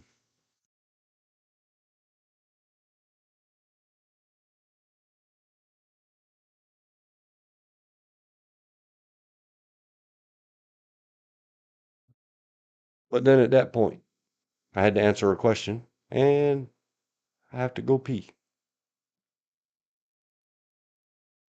Again, they're just repeating what has been repeated and repeated and repeated throughout this, that is semi quotes or rearrangements of quotes again and again and again.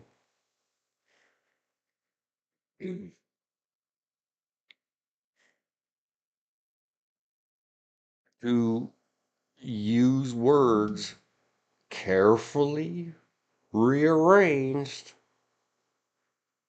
to create a different picture than what the indictment actually says. When persuasion failed, he purportedly attempted to use a crowd of supporters that had gathered in Washington, D.C. to pressure the vice president to fraudulently alter the election results. No, he did not. He purportedly, not reportedly, not allegedly. Now we've got a new word. So we ask, search Google for. As appears or is stated to be. That means not written. That means somebody said a thing, though not necessarily so. You see how carefully crafted the use of that one word is? But maybe not. Donald Trump does that all the time. But he does it about not important things. He says, I don't know, I heard that. He says something definitively. And he repeats it a couple times. And then, just out of habit, he'll throw on the end. Or maybe not. I don't know. I heard that. I think I heard that. Someone told it. Someone said it. And I'll pounce back on. If it isn't written down, it didn't happen. Don't tell me what purportedly anything. So you carefully craft this other and then insert quote from the indictment. See, this is all, it's useless. Go back to my other video about somebody get a hold of the courts in Georgia and get his case thrown out there along with everybody else there. Because with this much inability to trust the work of these authors or writers, they have impeached themselves. You can't trust any of their work. Don't waste your time with it. Error on the side of innocent until proven guilty. Take it as a technicality. I'm talking about the Fonnie Willis case where I talked about earlier. She testified under oath and he testified under oath to that same court and to the United States Congress in deposition that he falsifies his records. Take away everything else. Don't get mired in the details. Don't get breathy like these 3 Supreme Court justices. And that case has to go. Somebody, please, who cares, go get those merchant lawyers' attention. A SCOTUS opinion or dissent is professional when it sticks to the applicable constitutional law and may be sent back to a lower court, as this one is, for further evidence and finding by that lower court. This is a gossip rag statement, not a professional SCOTUS dissent. Yes, preach on, Sister Elizabeth. This is madness, and it is self-discrediting. Or when you have discredit, you have no credibility. There's no credibility in this.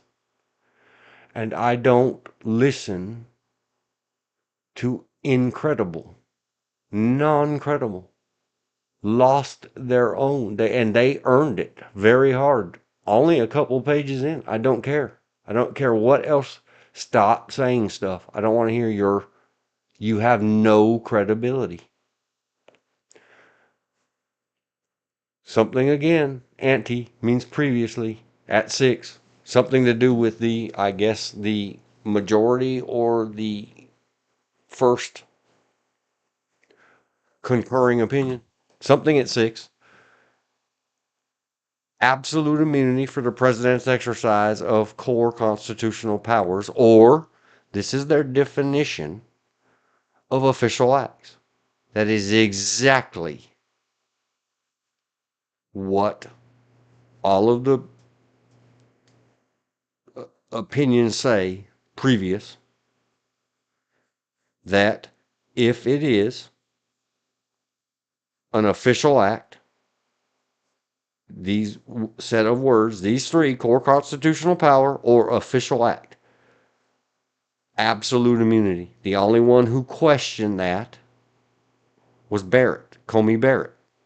She said, no, let's let them err on the side of taking the president to court. The other one said no, not if the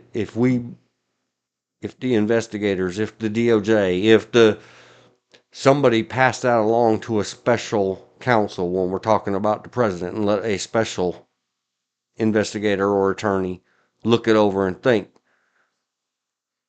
is there a disqualifier here that makes this not official? If they can't find it and we can't find it, then nope, this ain't going to court. So yes, that is exactly what they said, except for Comey Barrett. This holding is unnecessary on the facts of the indictment. And the majority's attempt to apply it to the facts expands the concept of core powers beyond any recognizable bounds. You just twisted what they said. This is not an explanation of what they did. This is a lie. I apologize. I guess. No, I don't. You did it. Hire yourselves. Okay. Somebody go out there, go to your SCOTUS blog or whatever, and say, you know what some idiot on the internet said? That this is a lie. Well, write yourself another 119-page thing of why this isn't a lie, and I'll come back and I'll say, oh, yeah, it's a lie. It's wrong. Okay. If it's not a willful and intentional lie, then it is simply not true. With no attempt to be ascertained. It is objectively not true. Because the majority did not attempt to apply it, being the definition of immunity for core constitutional powers. They said repeatedly, and the 2 concurrings concurred. The fact and the application of those facts goes back to the lower court. It is ordered remanded to the district. They did not attempt to apply it. They did not at all. This speaks untruth. But then we have to add, beyond the recognizable bounds. And in the event It is eclipsed. See? It's a total blotting out of the sun. By the second move, now they're maneuvering and 4D chessing against each other, which is to create expansive immunity for all official acts. They didn't attempt to create or create. They simply stated, this exists. Trying to claim that core constitutional powers and official acts, as defined above, are two separate opinion and definitions when they went to great pains to explain that these two words are these three words, and these three words are these two words. They all mean the same thing. It's exactly what it means. So any other discussion of it is silliness. You're speaking untruth. And so I just keep on scrolling. Why should I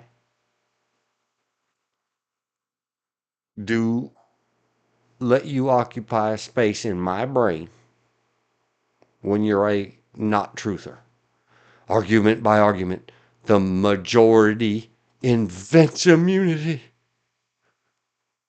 through brute force. Now, see, these are those drama words where soon they're going to be using combat and war, and it's a slap in the face.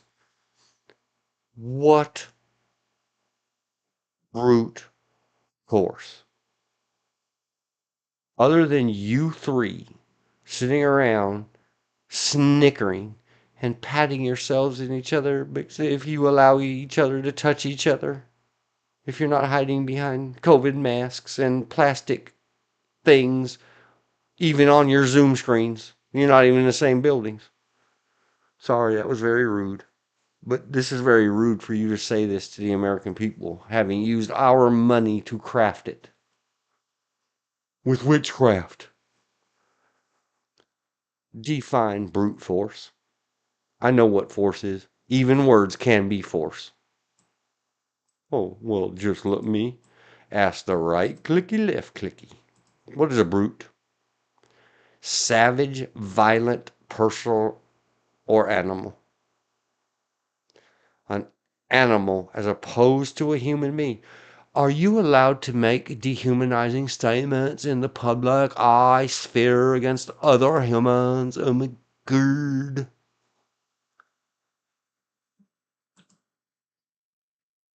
So you just called the majority not humans or violent.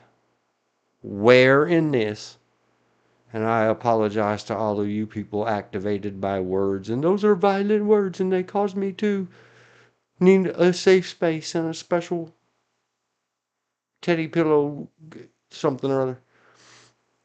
I don't mean to be this harsh, but you are not holding somebody get the ear of these people and say they activated me because I pay these breathy 7th grade girls to write this murder she wrote. Brute. They violenced us in there. They used the T word.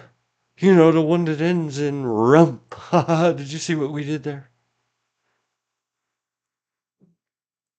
Its arguments crumble. See, here they just made a conclusory statement. Those are not allowed in court. I object. Your Honor, I object.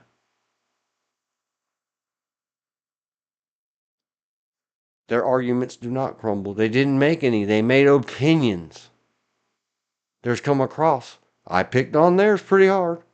I got pretty redundant and ridiculous. And I did markups back there. I'm bored with marking up. I'm not marking you up because I would get my little draw. And I would get my little red. And I would say, lies.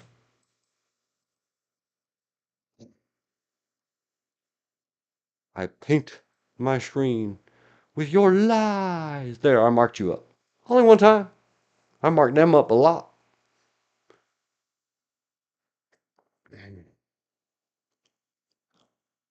And that's where I go with that.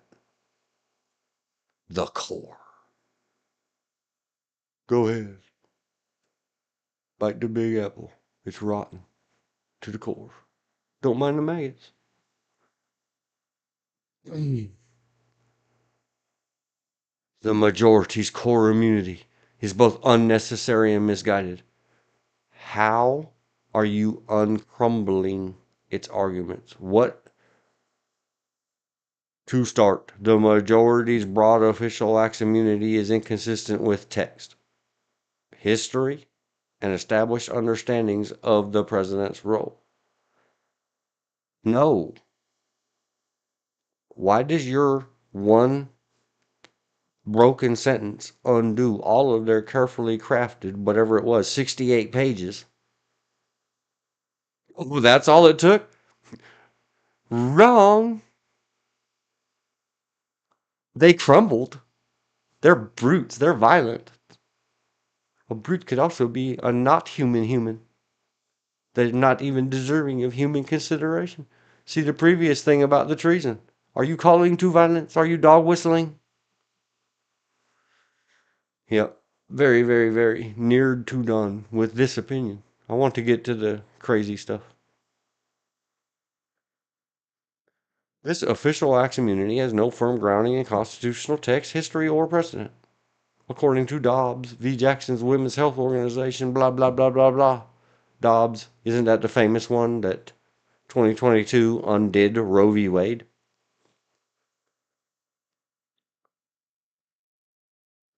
Okay. Then nobody's going to be president. There will be no president. Because if anybody has to face criminal immunity for ordering the army to war at the behest of the declaration of the Congress, and everything went by the numbers, the president's going to get charged with whatever, 20,000 cases of first degree red rum and conspiracy to commit same, then no one's going to be president. You're not going to have one. It's a risk reward scenario. You're saying re, and I hear you. I feel bad for you. The lower court. This is a gossiping nag statement on a professional SCOTUS dissent. You're right, exactly. Call for a careful assessment of the scope of presidential power. For the majority, that careful assessment does not involve the Constitution's text. Holy cow, they're the only ones that quoted any. Quote here with the paragraph, ante at 5. Where did they not? You know where it started with? Article 2. Blah, blah, blah. The executive. Their only mistake in their not just quoting the Constitution verbatim is that they kept more so in somebody else's handiwork of the summary at the beginning than in the actual long form Robert's opinion, interchanging the words power and authority. That none of you know any better than. You all do it. It's just a me thing that I'm so very serious about every one of those words and what they mean that it bugs me. Not enough that I didn't skip everything else they had to say. I understand. That's how the common people do. Are hundreds of millions of Americans wrong because they just do what they do because they get away with it till they don't? Yes. But because I know better, I will do better. And I don't knock people for it. Lying? I don't knock them for it. You saw how fast I skipped old Clarence Thomas's whole thing on the other case. I have no use for lies any more than I have for not related. Some state constitutions at the time of the framing specifically provided express criminal immunities to sitting governors. Blah, blah, blah, blah, blah, something about a governor. We're not talking about governors. And I don't care what some dude wrote. Some dude or chick, I'm sorry, wrote in 2021. Don't care. They didn't write it so that the common man could have it. Obviously, this is in some kind of book that you must buy because you think you're important. And you can afford the good books, and the peasants can't. So let them eat pulp fictions. Oh, in case they need free pulp fiction, we'll write a breathy Supreme Court document. If the framers had wanted to create some constitutional privilege to shield the president, that means they cut something out from criminal indictment. They could have done so. Memorandum from the Rotunda to Kenneth Starr. That's the guy who hunted down and chased out a sticky blue dress from President Bill Clinton. They did not. The framers did. It's called the Constitution.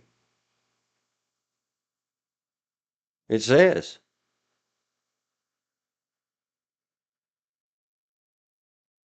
impeachment. The framers could not imagine.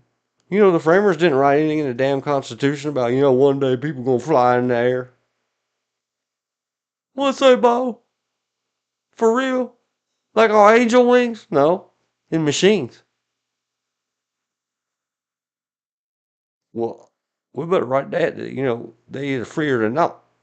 What about little baby ones that they control with a box in their hand with like some lights in it?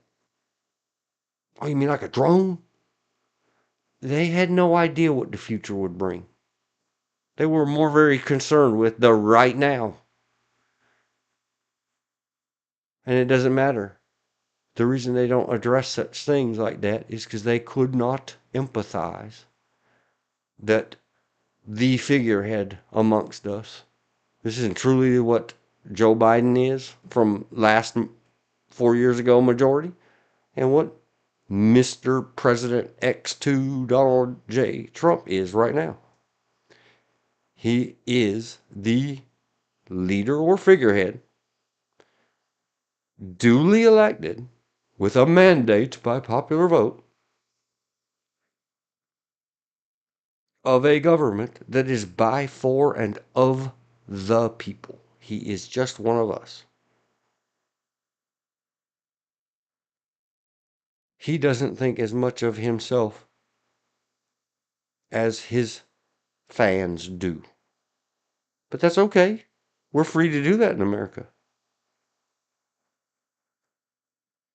They were free to do that they could not fathom. These are people who fought, or even if they encouraged others to start, they signed their names. Do you know what signing your name to the Declaration of Independence was? Or to the Constitutional Congress? It was getting your name added to a list of death warrants from King George, the bad one, not good King George who sits here listening to me run my mouth.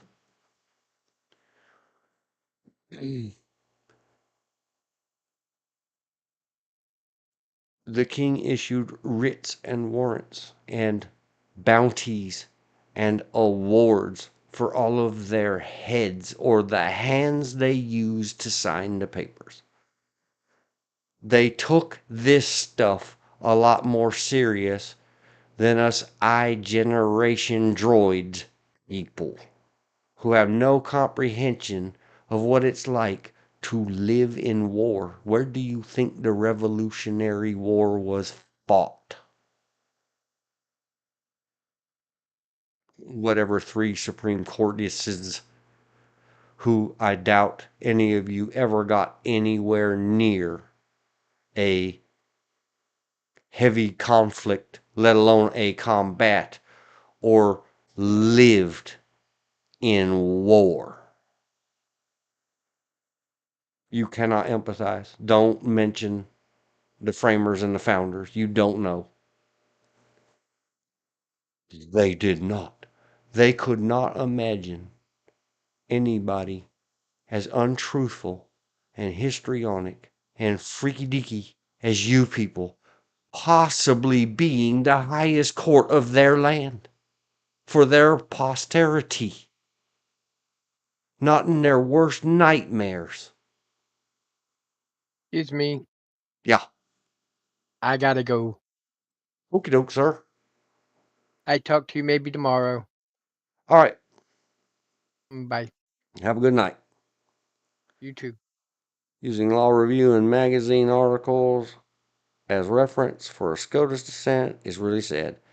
Today, have a How to Be a SCOTUS Member class. They sure need one. Yep, they may need one. No, they do. They absolutely. It is beyond the necessary.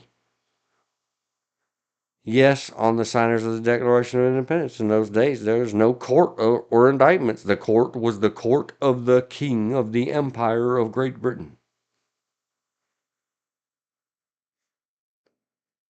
No court or indictments. There was, they would have been caught, quartered. The lovely practice of tying hands and feet to four different things and seeing which parts came off first and last. People were very much more serious. Even as much as 100 years ago, we could still invite each other out to the dance in the street, town square, the clock strikes 12 and all that, go see the movies, allegedly, reportedly. People understood what a service was. This is a problem. It can be fixed, I guess, somehow. I don't know how do we educate the overly educated in the academic realm that some of us have had to understand our whole life. You book smart, but you street stupid. I don't care how many comma, initial, period letterings you have after your name. You ain't got enough common sense, see that, to let somebody, because none of you, Donald Trump's the same. Donald Trump would never let somebody sit next to him and him say, here's what I think I'm going to say. You think that's a good idea? And them say, no, sir. He'd fire him. Next. Here's what I'm going to say. Think it's a good idea? Best idea ever. You just got a raise. So are all these Supreme Court people. They are so self-loving. They would never say, hey, am I embarrassing myself this way? Is there even one American that's going to not say a bunch of name calling, who's going to actually sit down, read this, and say, why are we talking about Donald Trump? Look at you. Have you and the truth ever met in your whole life? How dare you?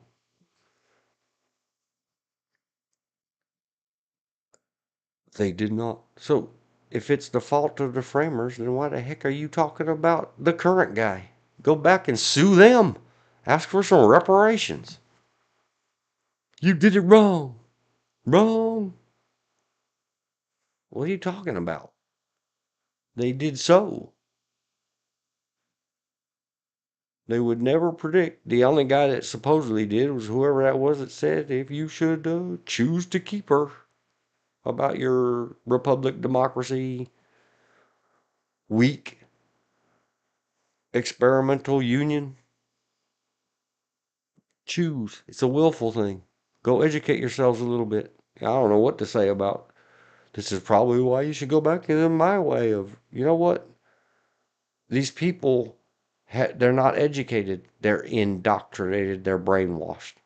They're hopeless. They make me feel hopeless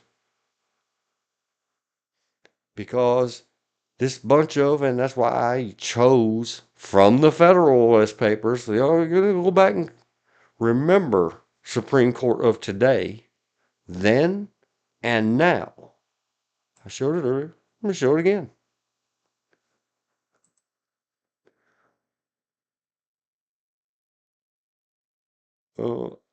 What did the sainted, vaunted, world famous? No, it's in downloads.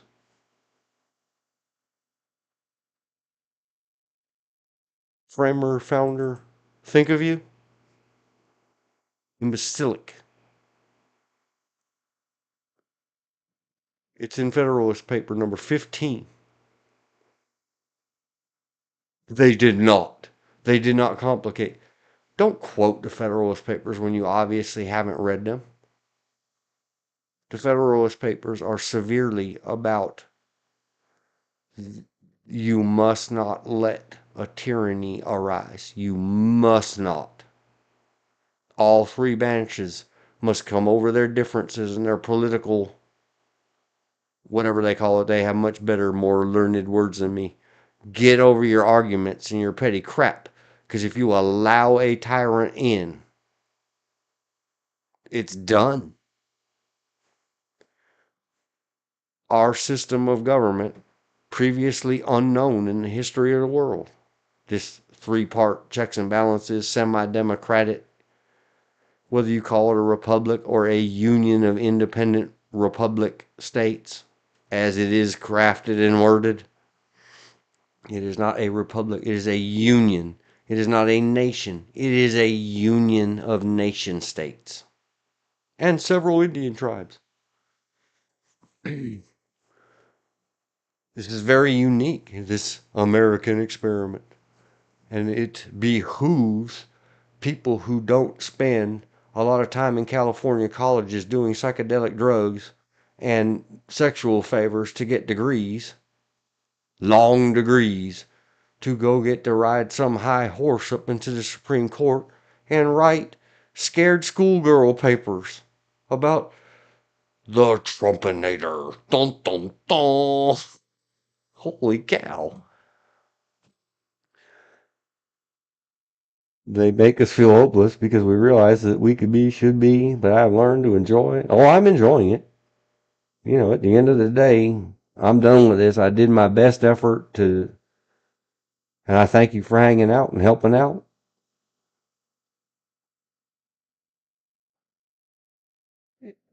I've tried to send the letter or whatever, you know, just having thought about it for months.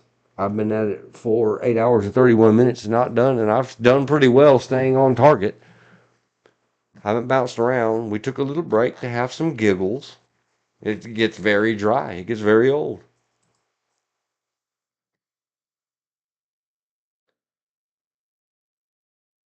Yep. And inside scoop, I trust G star D, deity, Judeo-Christian, English naming. I come from California. I know all the correct parochial or secular ways of saying the things. As far as the Constitution does not speak to this question, because they want to allow, remember, these people's grandchildren would invite each other out into the street and stab each other to death over things of honor. And it's a very difficult thing for very protected, sheltered, blessed by their American experience people like Supreme Court justices, obviously, to understand that some of us lives are more serious and we have a more serious definition of seriousness and deliberate. And we have an idea what honor and duty is. It's not an academic concept to the rest of us. We don't get paid either way. Insofar as the Constitution does not speak to this question, yes, it does.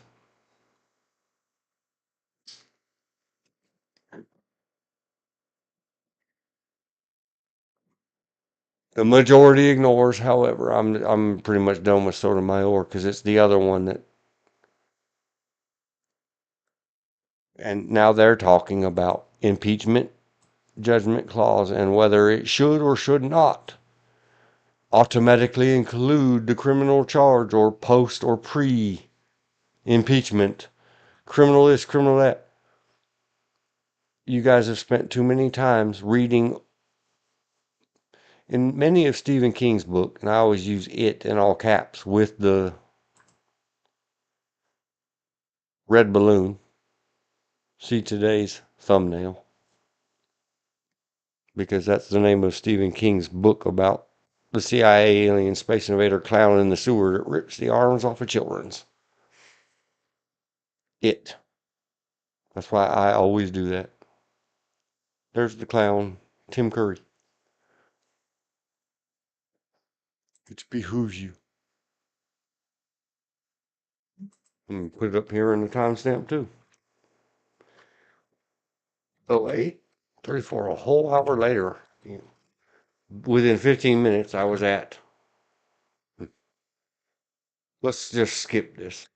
I hate this. Just a whole hour later, still salting me own wounds with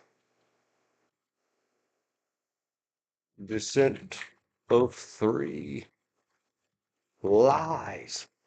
Lies! You lie! It's game over, man. Game over.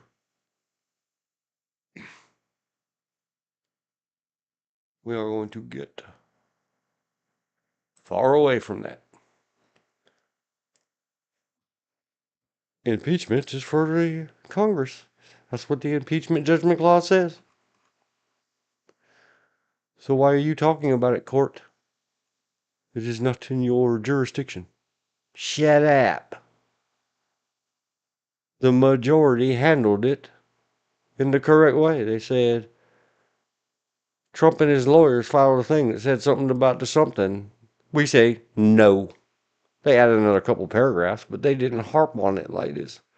Don't mention Alexander Hamilton. He called you imbecilic.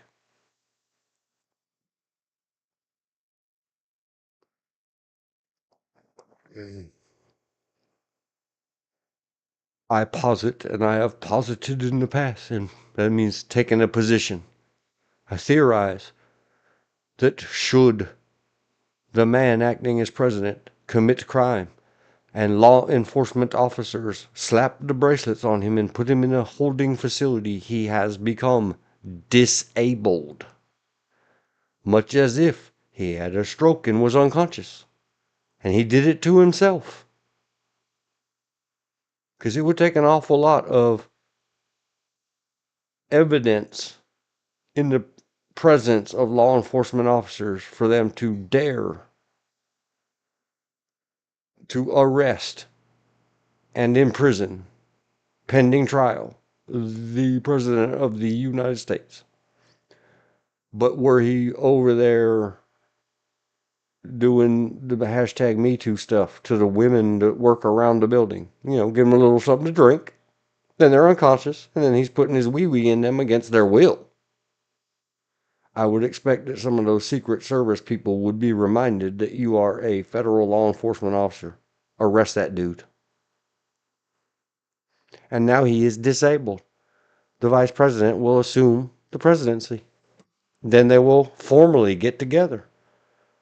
And maybe, hopefully, which is where it all ends, is where it all began. I'm getting there. Maybe, hopefully, concurrently, without regard to whether, do you think, can he escape by the coward's way out? Whether or not Epstein did himself.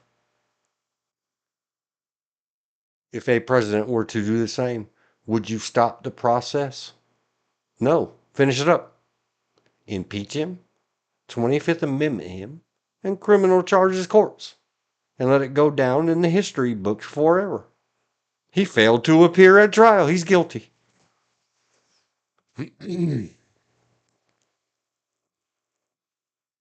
That makes punishment a deterrent to criminal activity. But just as if a president fell down and bumped their crown, they would become disabled. In the case of disability or inability, such as having done yourself criminal activity enough to get arrested, or been found guilty at a court of law from a case that arose prior to you running for that office. It don't get put off till you're done. You knew that stuff was hanging over your head when you ran for office. Everybody get a little honor, integrity, understand the definitions of the word duty. James Madison was aware that some constitutions provided governors immunity. No, we're not talking about that. I don't care what James Madison noted in several places regarding the sovereign of then. to become part of the US of A or the USA or the US. They had to agree before their own silly constitution.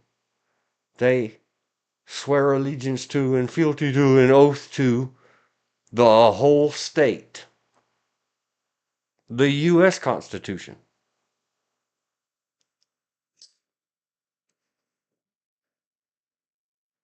So all the rest of this is, again, academic. I feel like this whole silly thing is the written transcript of a very ridiculous debate club session. What if this? What if that? What if what you just said wasn't really what you just said and I just said something different, non sequitorial? And let me throw in a little SEAL Team 6. I'm really done with that. They have discredited themselves. Sotomayor. Your honor. Please get some honor.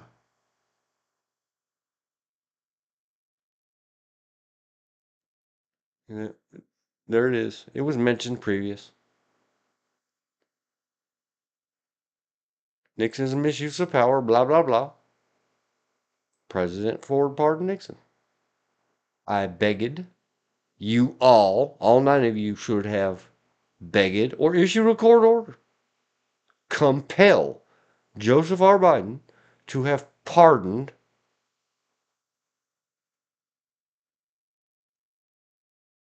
Donald J. Trump so that our country doesn't go through this test. 240 years didn't raise IQs. It didn't harden intellect and severity or seriousness or deliberateness of people. Except self-assess and say, do I really have any idea? Do I really think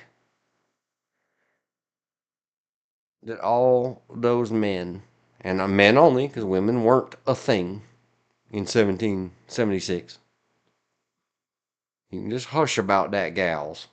History is what history is. Do you really think that all those men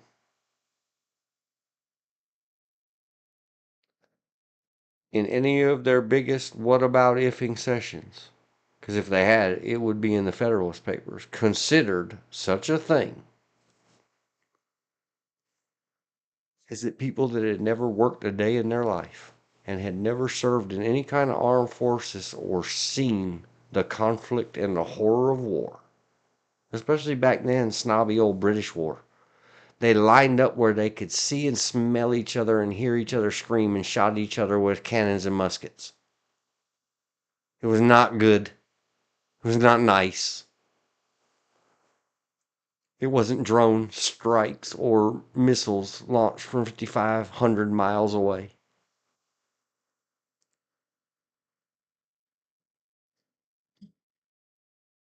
Oh. And no, Mr. Trump had bone spurs in his feet, allegedly, reportedly. He doesn't know the horrors of war. That's why the president doesn't do all of the jobs himself. There is a whole giant government.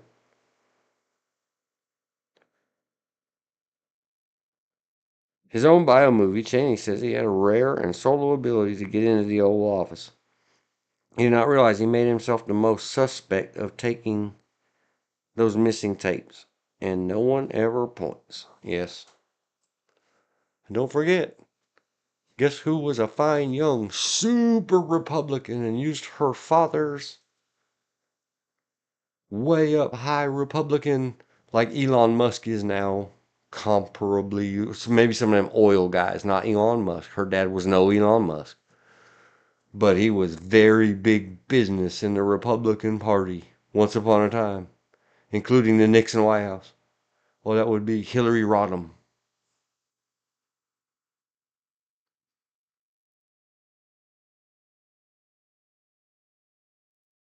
And then she slunk away and became a Democrat. No, it wasn't me. I was never no Republican. Especially not around a Republican Nixon White House. Oh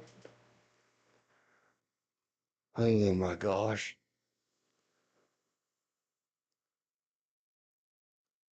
And they speak as if they know. Did you even go watch the videos? The Iran-Contra thing and Reagan and the invention of the readily available use of the word plausible deniability. And I did look it up the other day to make sure I wasn't going to say anything ugly about Oliver North. Everybody go look it up again. It's a big deal. Ronald Reagan was not involved in that stuff. Why did he have plausible deniability? Because the psychopaths that are the administrative or deep state said we can't let this splash back on our man. Please, see, please. Now we're getting down to it. Getting down to the seeds and stem. Oliver North. Plausible deniability is all about protecting the man and the office. These are very serious. Go look at some of them very serious, dangerous people were willing to do red rum against newspaper reporters at the tail end. G. Gordon Liddy. Would you people that are going to be in our historical eras, today is our historical era of tomorrow, please go take a history class. Maybe somebody write a scumbag of politics book. Or tell them, hey, this crazy dude, 8 hours and 46 minutes worth of video addressing your stuff and addressing you. Gordon, not Gordon Ramsay, you donkey. Liddy. Isn't that his name? G. Gordon Liddy?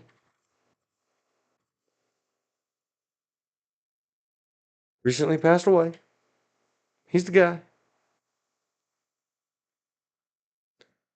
He was convicted of conspiracy, burglary, and illegal wiretapping. The conspiracy they were, I don't remember all the details. It's been a while since I refreshed myself on G. Gordon Liddy. You can go study there. Britannica is a very nice source. My grandmother had books by Britannica that I can't find anymore from long ago. One was letters, important letters of world history. They had translations of Christopher Columbus to Isabella, I think her name was, the Queen of Spain or the Empress. And they had letters from some of the American colonists in discussing of changing this place over from colonies to our own unique American experience or experiment. And a quote I remember from it and haven't been able to find again. If somebody knows, help me get it back. The letter from an early American settler colonist in discussing of building a nation. That the problem was an independent of a monarch. They had no ideas yet. Democracy, republic, different form of monarchy. Nobody knew. What they knew is that, and this is the quote, I remember it very clearly, the people cannot function. That's probably not the exact quote. With a government an ocean away. In the 1750s, 60s, and 70s, the Atlantic Ocean being between the people and their government meant months. So if your neighbor was raping your wife and daughter every day, sorry I used the R word, I apologize. Please forgive me. And you were one of those kind of people, like seems to be the left and the liberals, that don't want to handle their own business. They want to call gendarmerie and have the government come slap the bracelets upon the bad guys. Well, you had to pen yourself a letter. Were you literate? farmer, and then find a ship that was going in that direction, not to one of the other places. It meant something. It was very meaningful to me. Somebody go find that. It was in a Britannica published book, not the encyclopedias. Britannica is a huge publishing company, and guess where? Britain, England.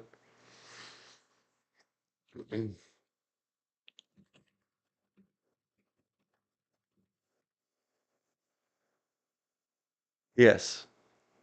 And here it is from now released,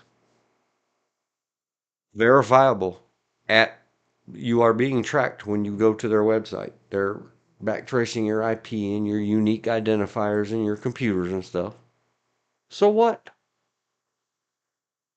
If you get that scared of the Central Intelligence Agency, and that's where they publish these documents, and the tracking is necessary because if you turn up later trying to relive these things like you read it as a how-to manual, not a people in our country are really like this in 1973, 2, 4, whatever all that happened. They were trying to kill newspaper people to kill the stories about Nixon and them, and mainly Nixon. It's very demented. That is anybody thinking those thoughts towards their party about their guy. Stop thinking those thoughts. Don't take money from your guy to do it either. And don't go to jail for it. Go read the whole, that was the whole thing based on the previous precedent. See this whole,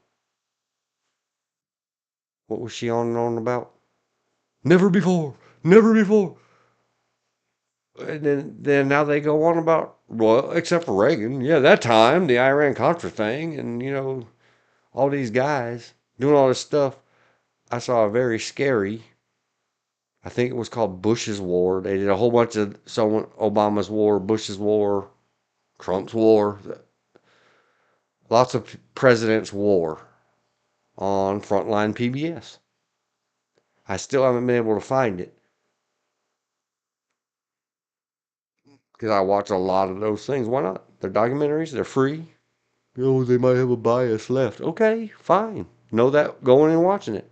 But you might learn something. What I learned is there was a high up lawyer, a White House lawyer, who said they would all die. Not only go to jail. These were a bunch of lawyers in the White House, like those guys that we pick on, and they're going to fall on swords for Donald Trump. And they stupidly thought that they could push this whole fake elector thing. Whatever. These guys aren't hardcore like the ones that were there for Double, like when they purposefully leaked, and no one still to this day knows who purposely leaked. I like the actress that was in the movie. She played a vampire in some other series of vampire werewolf movies. Can't think of her name. British lady. Very good. But she played in the movie about when they broke or blew the cover of a CIA agent, asset operative, employee, risking their lives and their families' lives because of politics. And in that sense and era of things, and when they were talking about getting Double to somehow sign off on the continued enhanced interrogation techniques, back then we couldn't say, the TOR word. Yeah, Dick Cheney. I can't run off on a tangent, but it's important. White House lawyers or counsels said they were willing to die to protect George W. Bush, the younger President Bush, from all of their kooky government stuff so that it wouldn't come on his legacy. And they were lying to him and manipulating him for this plausible deniability thing. It's what I'm eventually getting to. all the way from the beginning. I said way back there in the today. Give a lot of warnings. Make a little levity. We had some levity twice. Oaths. Are you a protector? If you are not the boss, protect the boss, especially from G. Gordon Liddy's and not the Ollie Norse. I don't know about that. But whoever that White House lawyer was, it's in one of the many PBS Frontline or Frontline PBS, whatever they call it. And it might be in one of the special, sometimes they're 30 minutes long, sometimes they're 3 hours long, where they interview, that they use snippets of the interview in some other, that's what Frontline PBS is. But here's the whole interview with the guy. This dude was scary. People don't scare me. You know, he reminded me of Mother, the look in his eyes and that weird, it is super creepy. People that look like they're always smiling, but somehow mad. It's like, I don't know what other to call it. Sorry, I'm a simple person. Like a devil's grin, a devil smile. And it's always there. And it would be just like that when they're doing huge and evil things. And I don't even remember the guy's name. The CHP guy that you had affiliations or you knew or were friendly with his son. And I was in bands with two of his sons or stepsons. And he had fell off his CHP motorcycle and burned all the cheeks off his butt. And he was in with a lot of other, there were some state police, some LAPDs, and him as a CHPD and some other CHPDs in that crooked, corrupt gas station, allegedly in the fiction book. That dude was super scary. Much like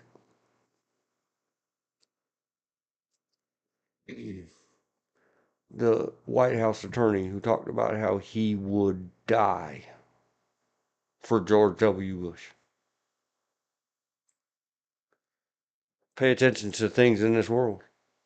Don't let the fact that old PBS and Frontline, they lean lefty. That doesn't mean that everything that if they're just putting up video of some guy talking and that guy says the thing, well, then good for them because no one else interviewed the guy and got him to say or allowed him to say the thing.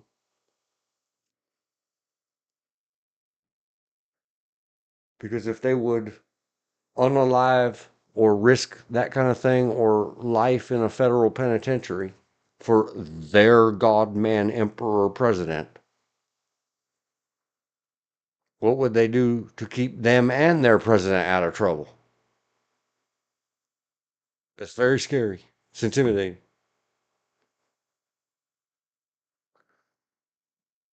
Indeed, Trump's own lawyers during his second impeachment trial assured senators that declining to impeach him would not stop a criminal prosecution.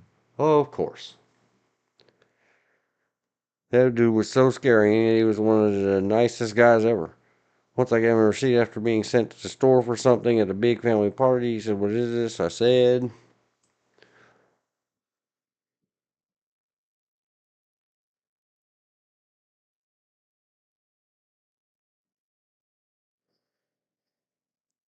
yeah, that dude was just creepy. He never said anything like, live and die for double, like Gordon Liddy. Well, we're just going to go do some red rums to make sure our Nixon doesn't get in trouble. And be careful when you talk about the sycophants and the blah blah blahs or the goon squad that Donald Trump surrounds himself with. Marjorie Taylor Greene, Lauren Boebert, uh, Elon Musk is the richest, and because of the money, also fame, fortune, and power. He ain't giving all that up for Donald Trump. Don't worry about it.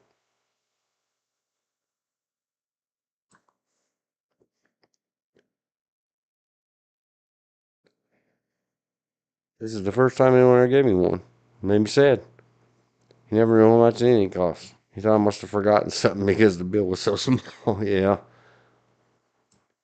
That's another part of being involved in a massive criminal enterprise. Is that, and it's another biblical saying, quote, parable story. The company of thieves and the bad guys, they are their own worst enemies. Doesn't mean they won't do damage to others before eventually having their own fall. But no one can be trusted. It's hard to imagine a criminal prosecution for a president. Whatever. Then you should have begged. You should have ordered. You should have written letters anonymously to your President Biden and said, pardon that dude. We don't have this worked out, and everything we write, we pass it across that nerd dude, the computer nerd guy, the horse guy, and he says, this is crap. You can't publish this. This is embarrassing. This is forever. And Mark Zuckerberg can't delete this. Trump did not claim immunity for such acts. You just said this whole thing was about his claim to territory to you guys. I know I said it wrong. I don't care. You're not saying true things. The majority pays lip service to the idea that the president charged with enforcing federal criminal laws is not above them. No, they didn't.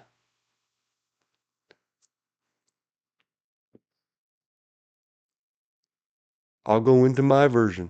I guess I could amicus the court. Hey, majority, your thing needs some more words like this. Uh,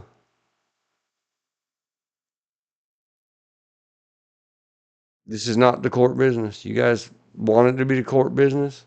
Impeach the dude. Get the vice president to stand up. Coming back to where I kind of got the sense a little bit, especially from Amy Coney Barrett, but a little bit, maybe equal, maybe a little less, from the previous majorities, that what's missing here is not whether or not you should be picking apart individual acts of the president, but the entire staff. Everybody else there swore an oath of service, duty. Protect and defend the Constitution and the people, all threats, foreign and domestic. The president doesn't swear that oath. The president has one carefully crafted in the Constitution that says basically to the best of his or her ability. His. Because women didn't count back then. Can we please go back to Sotomayor? I believe Sotomayor is a woman. Can we please, as much as you beg for it, go back to the founding days standards and principles and get you off our court? You do not qualify, not person, for two reasons. In order to be justice, you must be human, and you are not. Not today. All the rest of you, planet Earth, please understand. I'm being smarmy about the not-so-smarts in 1776. Alexander Hamilton called them imbecilic. But he included in that his own true self. Because he said all of the government was imbecilic. Go see the federal paper. He was in the government. You have to be a little high IQ. The dude was high IQ. He wasn't holding himself above anybody else. Or collectively, e pluribus unum. Individually and collectively, we're imbecilic. To determine whether a type of suit against a president or former presidency is just more and more and more of the same old words I already said. Take the individual acts at a lower court level, perhaps at a prosecutor level. Somebody show a little decorum, show a little discretion, show a little discreet, and let it go where it goes. Go read Amy Barrett's thing. I'm sorry, full name, Amy Comey Barrett. She always goes by all three. Her Honorable. She said, bring the case. Let him defend it. If it's nothing, it's nothing. If it's something, we'll deal with, was this political? Because the majority had dealt with that too. If you bring political cases, there will be consequences. The voters will hate you. You are disrupting the voters' government.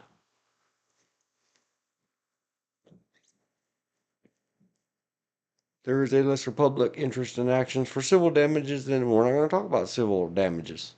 This has nothing to do with civil. And they've already discussed majority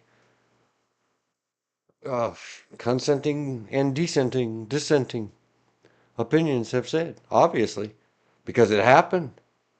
Paula Jones civilly sued Bill Clinton, William Jefferson, while he was in office, and the court said that's a civil case that initiated prior to his entry into office or his campaign for that office. It goes. He knew it was out there when he held himself out for president.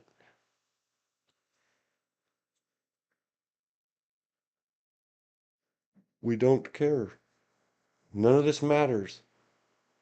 Greater than what led us to recognize absolute presidential immunity. Yeah. Yep. For civil. Stop talking about civil. It has nothing to do with civil. Stop looking to something else. Say, oh my gosh, this is unprecedented. What shall we do? Well, we'll write a new opinion. And we won't rely on any other opinion and try to use it's a computer nerd thing. Once upon a time, Word Perfect had what was called the Make It Fit expert. It was just a thing. It was a little add-in to a long gone, unused computer program of a once upon a time. Had to do with margins and font sizes and word counts and all this other stuff, mainly for attorneys. Many footnotes we have to get on. I have to move on. I'm done with Sotomayor, and I was done 45 minutes ago, at least, because Sotomayor is wording, more wording in a histrionic way. Everybody go read it up, prove me wrong. Say, dude, I've read this several times. Say B word, itch. You can say it, I can't say it. I'm the streamer. You're full of BS. Okay, fine. Send me a timestamp and whatever. Even judges cloaked with absolute civil immunity for centuries could be punished criminally. And so you should be. Your absolute civil immunity only deals with official capacity. Please go read the pamphlet on limited qualified immunity. How do I know? Because it's my favorite topic. Maybe I have a fetish. Judge, and recently part of this case came back. So recently meaning the last couple of years. It's been a while. Judge, criminal charge, invasion, sleeping woman's underwear. No joke. 8 years ago. Nope, that's a Louisville judge without pants. Somewhere, a very important judge was sneaking into a woman's house where she was sleeping and doing stuff with her underpants. And he got, here we go, Philadelphia News, 6 ABC. I don't know anything about them. Hopefully they don't ads me. Sotomayor, you are judged by the company you keep. And then you keep saying these untrue things. In East Islip, Long Island. A Long Island judge who police say repeatedly broke into his neighbor's home to steal her underwear. Then he got on the FBI and went to Melania's house. Just saying. Has confessed to snatching panties on multiple occasions, even though he has pleaded not guilty. He is not immune. Define official acts and qualified or limited qualified immunity. Suffolk County Judge Robert Sicali has been removed from the bench and is facing up to 15 years in prison. Not for pilfering panties. Because that's scary as hell when you're sneaking in somebody's house. You're lucky she didn't wake up and have a good self-defense class like from someone like me. You would be unalived. He was sneaking in and standing there doing things with her undies, apparently, before sneaking away. Well, she was asleep in her bed, feet from him. Burglary charges. The judge is a married father of 3 children, and he is accused of sneaking in a home across the street and stealing the underwear of a 23-year-old woman who lives there with her parents. He reportedly knew the girl from when she worked as an intern at the Islip, whatever you call it, town attorney's office when he used to work there. And she lives across the street. He said he stole underwear upon feeling urges. He admitted it on several occasions. He entered the home, opened her hamper. I guess I better put this in the timestamp. Because we're talking about us judges. We have absolute immunity. No, you don't. For official acts. As long as, like you being biased and saying some heinous thing like, I don't know, calling the defendant a racial slur or some other thing, and then claiming, well, I did it from the bench, I can get away with that. Absolutely immune. Then shut up about Trump. If you can do no wrong, neither can he. And then you gotta cancel all the courts in all of Americas. Neither can the rest of us. We don't have that sovereign stuff here in America. 09, 12, 50. Soto.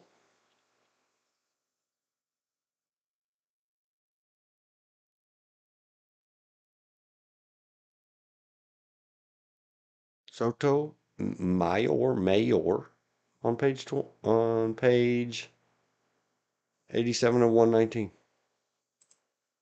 Sotomayor, page, I don't even, 87? Those are 87? I said 87 of 119. 87 of 119. Judges, absolute. I'm misquoting, so let me not hard quote it. This is a notation. Absolute immunity. I beg to differ. And so do the stolen undies. He took her hamper and took her underwear. Yeah, it means he had a thing for the worn ones. He didn't sneak them out of the drawer. It happens. Guys do that. It's called fetish. He was taken into custody. Happened around 9 a.m. Thursday when the young woman was alone. She was sleeping, but woke up when she heard the door open. She called out hello, and that's when she saw dude at the doorway. Somebody go let Sotomayor, her honorable venerable, sit down with a scared young woman, if that's how she identifies, and try to get some sympathy. That is scary as hell. some man in your house when you're a woman asleep. Please go see Ted Bundy. Most young people I know, they don't know who Ted Bundy is, but something like that comes to their mind, not, oh, that's where my dirty pennies have been going.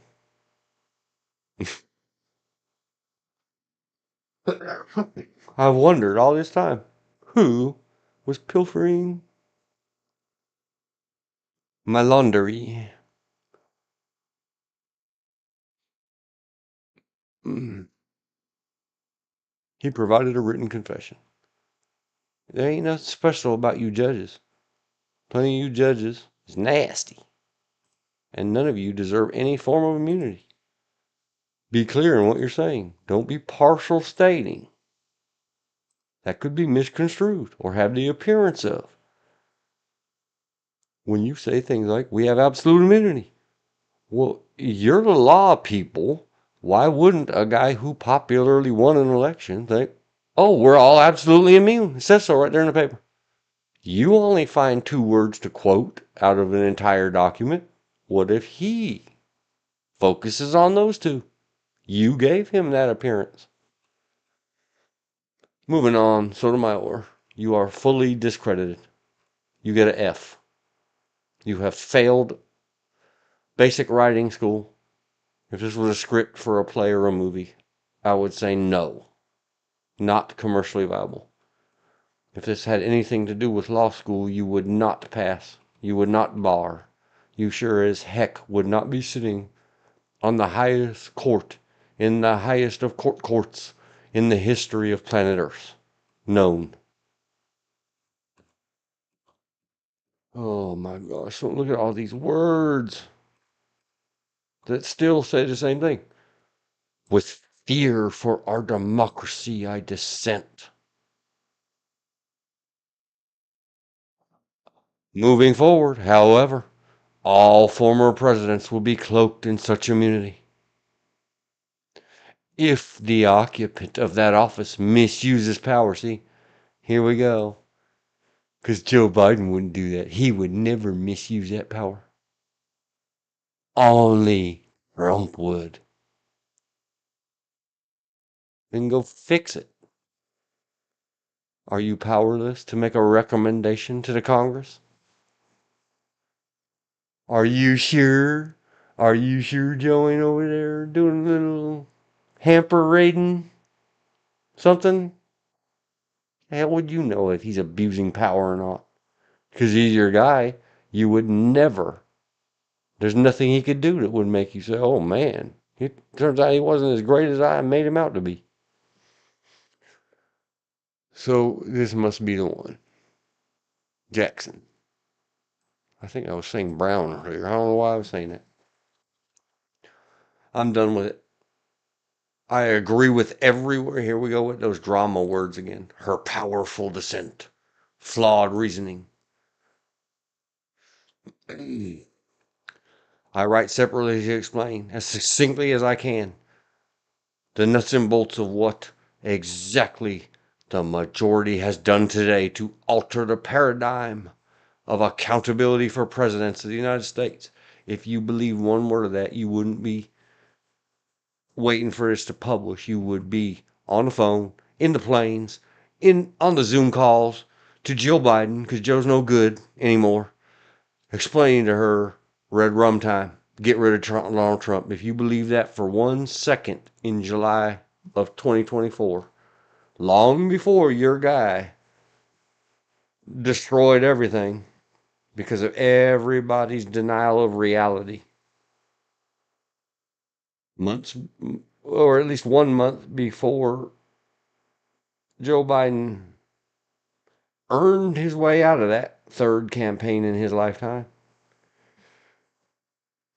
Donald Trump didn't beat him at a debate. He was not there. There was skin there. That was a zombie. You guys all did that. You pulled the wool over your own eyes.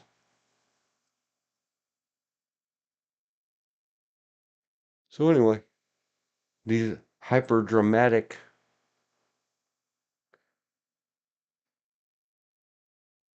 at which they are failing. Absolutely.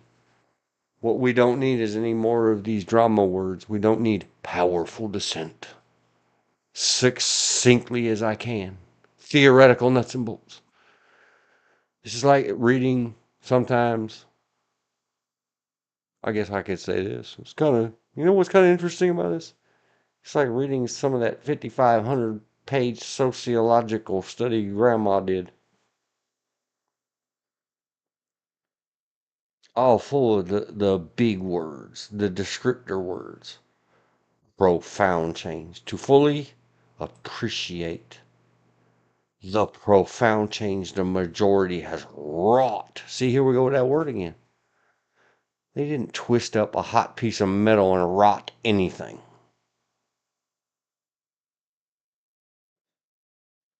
And it takes a special kind of book reader or whatever, romanticist, to sit around thinking thoughts like this, or how to, I don't know what.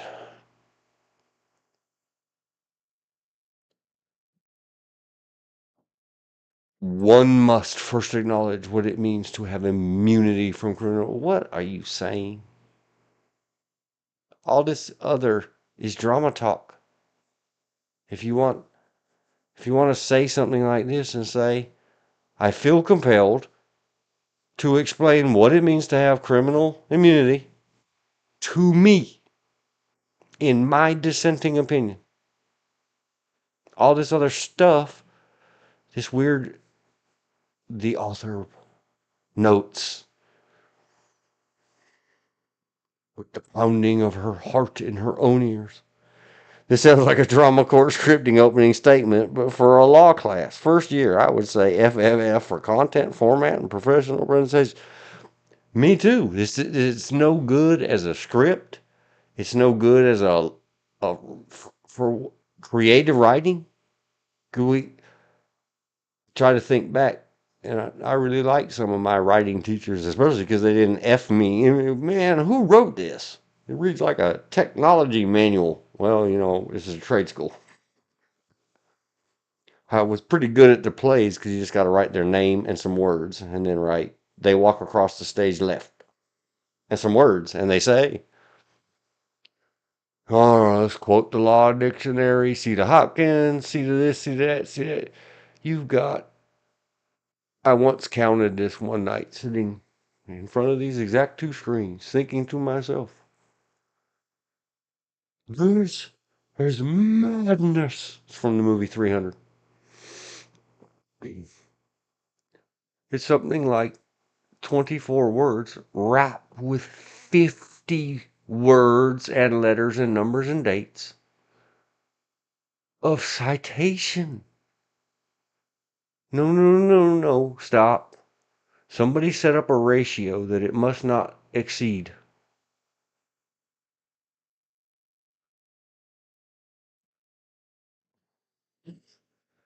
Like a king, the kings. See Blackstone at star 33. I don't know what any of that means.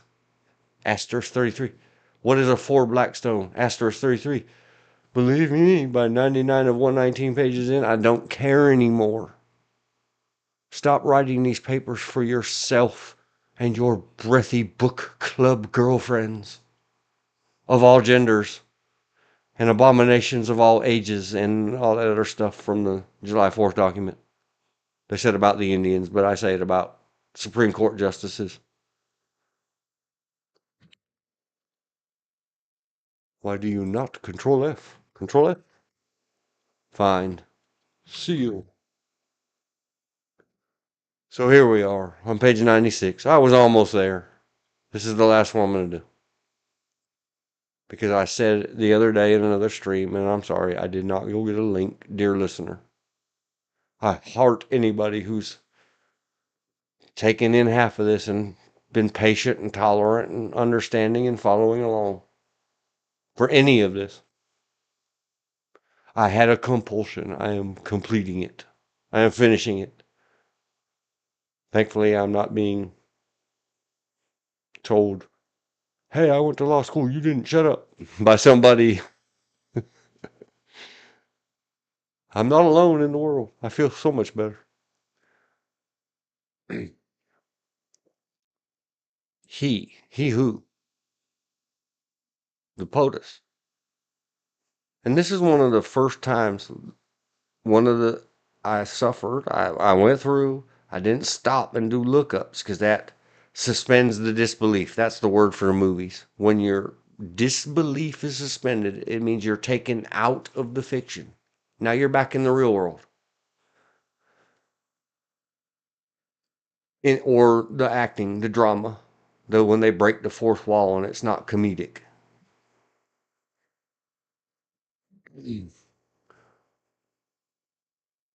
This poorly written drama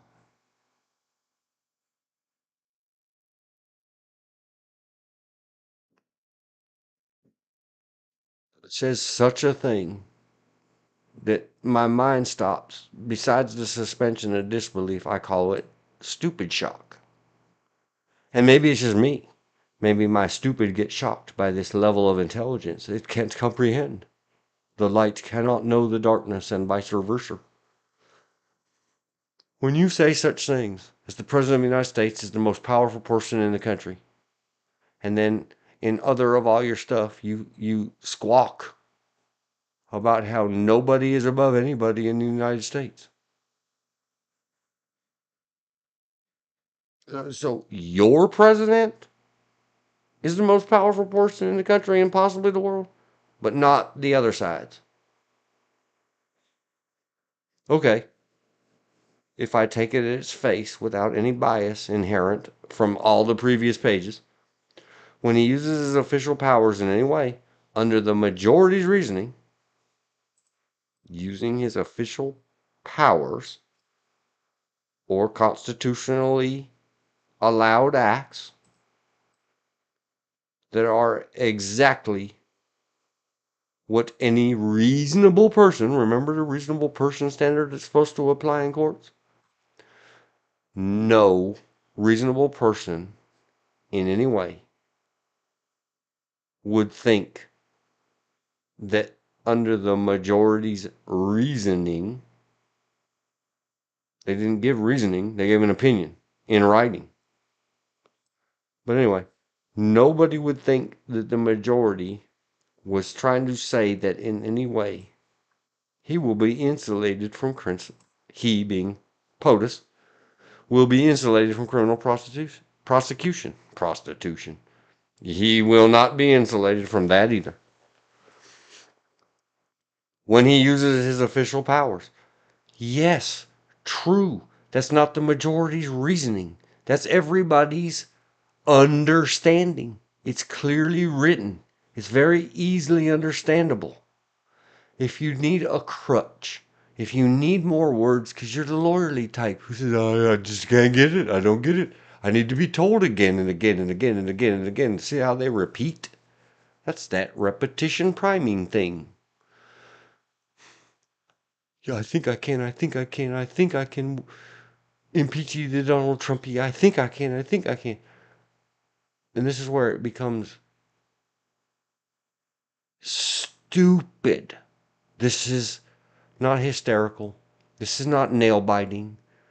This is not fever dreamy. This is stupid. This is not even crazy or insane that would qualify you for diminished capacity defense. If I say to you, you're fired because you are stupid. Somebody needs the power to fire SCOTUS's for this. You said this, SCOTUS. Orders the Navy SEAL Team 6 to assassinate a political rival. im-miew. If you believed one letter or spacebar of what you just wrote into the annals and history of the greatest free experiment in the history of known histories of the world, then you would have got on the phone with the rest of your liberal Democrats and said, Mr. President Joseph R. Biden, we are all going to sign collectively a letter based on our own court thing that's just an opinion in dissent. We lost. We don't believe this. See, this is what. Did you really just say this? Yes, you did. There it is. I see it in writing. I highlighted it. Not with the highlighter thing, just with the mouse. Wouldn't you go get Joe Biden to do that to Donald J. Trump? And it all is full stop. I don't know if I have read all the way to the end of this, but that's full stop enough. I was already mad about the treason, the other carefully crafted and innuendoed and statements and accusations and dehumanizing statements. Well, we've been through a lot of those. That's a lot of it. And I said the other day, 9:30, I did it in good time at 09:30. Oh, like the old telegraph days. Full stop. Stupid overload. Full stop. For reference, we will say Team 60. They're so 60. Because this is a fiction romance novel with some of that shades of gray stuff in it. A little spanky spanky. If you believed any bit of that, then you would eradicate the entire Republican Party. And who cares? Joe Biden don't know what's going on. He's a million years old and he's out of it. Who gives a damn? 10 million ways to get your thing done. The thing is that this is not a truthful statement. This is, imagine being a 20-year-old thinking this in Butler, Pennsylvania. I don't know. I'm just speculating like you are. Because somehow you twisted this and laid it off. This official acts immunity lies about like a loaded weapon for any president that wishes to place his own interests, his own political survival, or his own financial gain above the interests of the nation. Then why would you not, having made it clarified in your way, get your guy to get rid of all of their guys' coup? Because this is nothing. This is activation words. Not everybody who reads this stuff, or worse, you know how many of your 119 pages made it filtered through the Twitter box that the geniuses of our country use to get their full scope and everything? It's what the young people these days call, what is your primary news source? Twitter, X. Rock on. I know you don't believe it because you guys didn't all get together and say, well, the majority unlocked you, POTUS, Biden. It's the purge. But don't sign any papers about it. Just let us know. Define orders. Like in writing. That defies everything that has been said in the previous 95 pages. Is it an official act of the President of the United States, according to all 96 of these pages, to order the military to assassinate anybody? No. Made very, very clear in the majority. What is a constitutional power of the president and what is considered an official act? And it's 3 words and 2 words, and they both mean the same thing. But just to be clear about it, they use them interchangeably. correctly. So if you believe this, we wouldn't be having this conversation. Joseph R. Biden would have just called off the Secret Service to Donald J. Trump and then ordered SEAL Team 6 to take care of that little burr in the Democrats' backside. This is filthy, fear-mongering, and disgusting because now here you are saying, again, like you said on the previous page, but of course our guys wouldn't do that. We're the better people. Only he would do that. So we don't, when we say the president and we say stupid, ugly things like this, we don't mean our guy. Our guy would never stoop that low, but look who he is. He insurrected infidel to our capital on the day. You guys were all there. You know, not one of you 750 whatevers of Congress looked out the window and said, damn, there's a lot of people out there. Somebody call some more cops. Send more cops.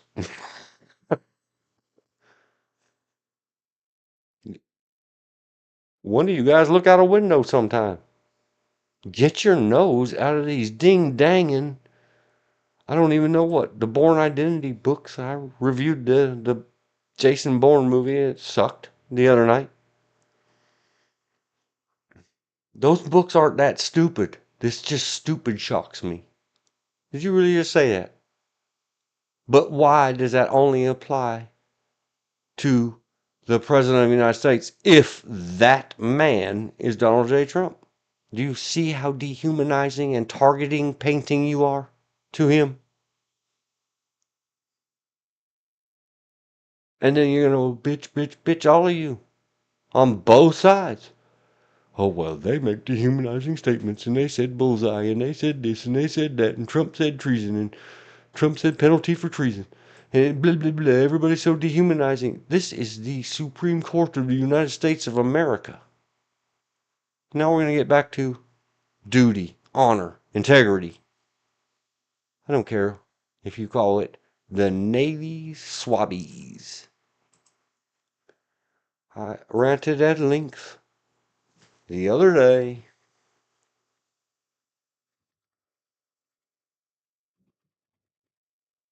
on another stream. If I can, if I get around to it, I'll put it in a comment somewhere below.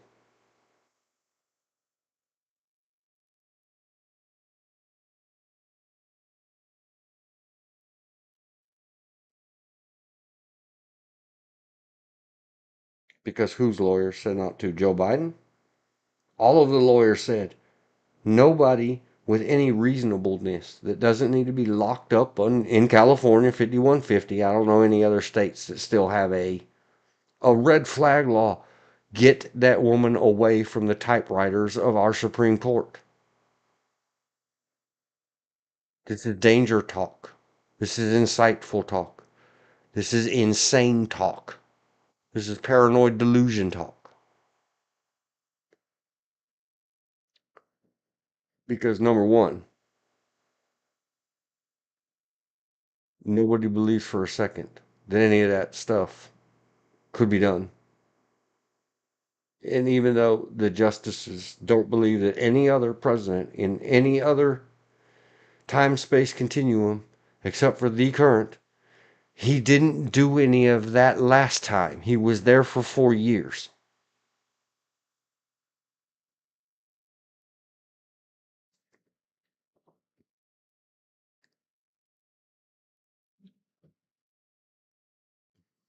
It's so insane.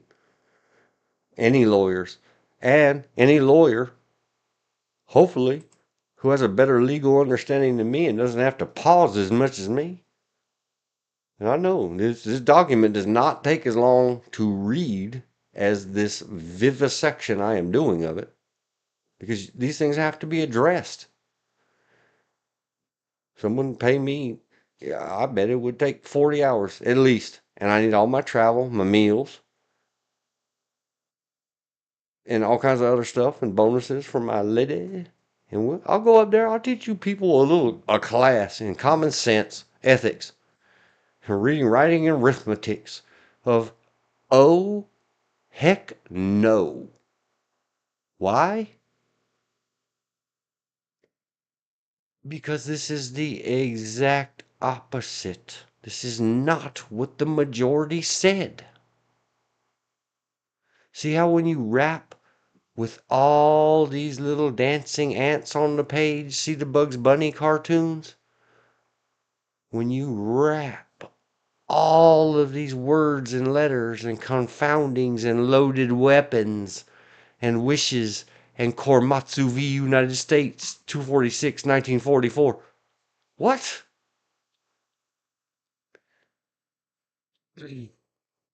What's lost in the scope here is that this whole section started a long way back with the majority designate certain conduct immune while refusing to recognize anything as prosecutable. This is a false statement, which makes a false premise, which makes everything in this false. When you get a full page later, buried in all those things to get down to here, nobody remembers that, wait, this is a castle made of sand. This is a house of cards. This is a bold-faced lie on top of a giant, stupid lie. For political? For drama? For what, brownie points? Like, you guys have a little tea club? You know, whoever loses has to pretend to be asleep while the other judge comes and steals your panties out of your hampers? What is going on here? A coup to hold on to power, immune. Then what are you doing? And I know you don't believe this, because you can't possibly have read the same majority and the agreeing opinions. I'm sorry, I forget the name by now.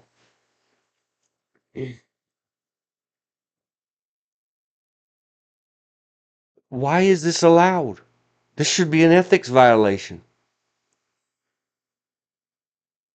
Have you ever been adjudicated mentally incapable of taking care of your typewriter? Every joke and pun and gallows humor intended. Get out of my Supreme Court. Go get help. This is lunacy. If he knew that he may one day face liability for breaking the law, he might not be as bold as fearless as we would like him to be. Whatever. Either of you that think, any of you on planet Earth, the whole Earth, billions of you, if you lay down in your romance novels and you see Donald J. Trump or Joseph R. Biden Jr.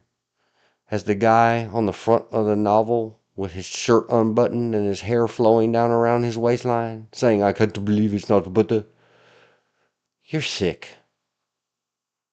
There's much better pickings to choose from. What are you talking about? These are not conquering heroes. These are guys. They ran for election. Guys and gals. He won. He's going to be president. He was president before. Did he destroy the country? I don't know. Not in my opinion. I'm sorry. I'm not very empathetic to your others because I don't see a destroyed country. The riots were natural. We had a Republican president in 1992. I don't remember what the exact dispensation of power in the great state of California was, and we had the Los Angeles riots, the Rodney King riots. Riots happened under Trump. Hello, worse riots happened under Obama. See Ferguson, the birth of the Black Lives Matter movement, wrongfully.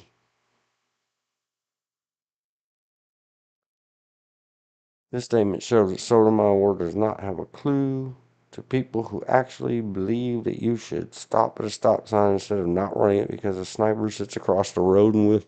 Yes, exactly. This is so fantastical. So here we are. SEAL Team 6. The other one, Don't Hurt Her, Frankfurter. I had to giggle. Rocky Horror Picture Show. Here it is. United States v. Mine Workers, 1947. Somehow has something to do with it. Mere brute power, however disguised. Well, oh no, now he's in charge of the mafia. He is the Don. Don't you see his first name? He dropped the ald. No man in this country is so high that he's above the law. No officer of the law may set that law at defiance with impunity. All right, let's take this off page 99. And I'm not coming back to this document. Every word I read makes me more stupid. It steals brain cells out of my brain. Page 99, I think. If I'm wrong, I'll fix it later. Quoting the somebody. No officer of the law. Let me change this. No officer of the law. If I was to edit it, that's what the hard bracket means. Meaning, other, no employee of the government. Having taken on oath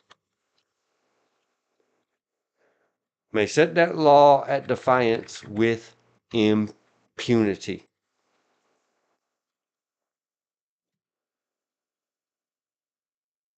After having a 4 to 8 hour ethics class that defines only two things: duty and the duty to report or intervene.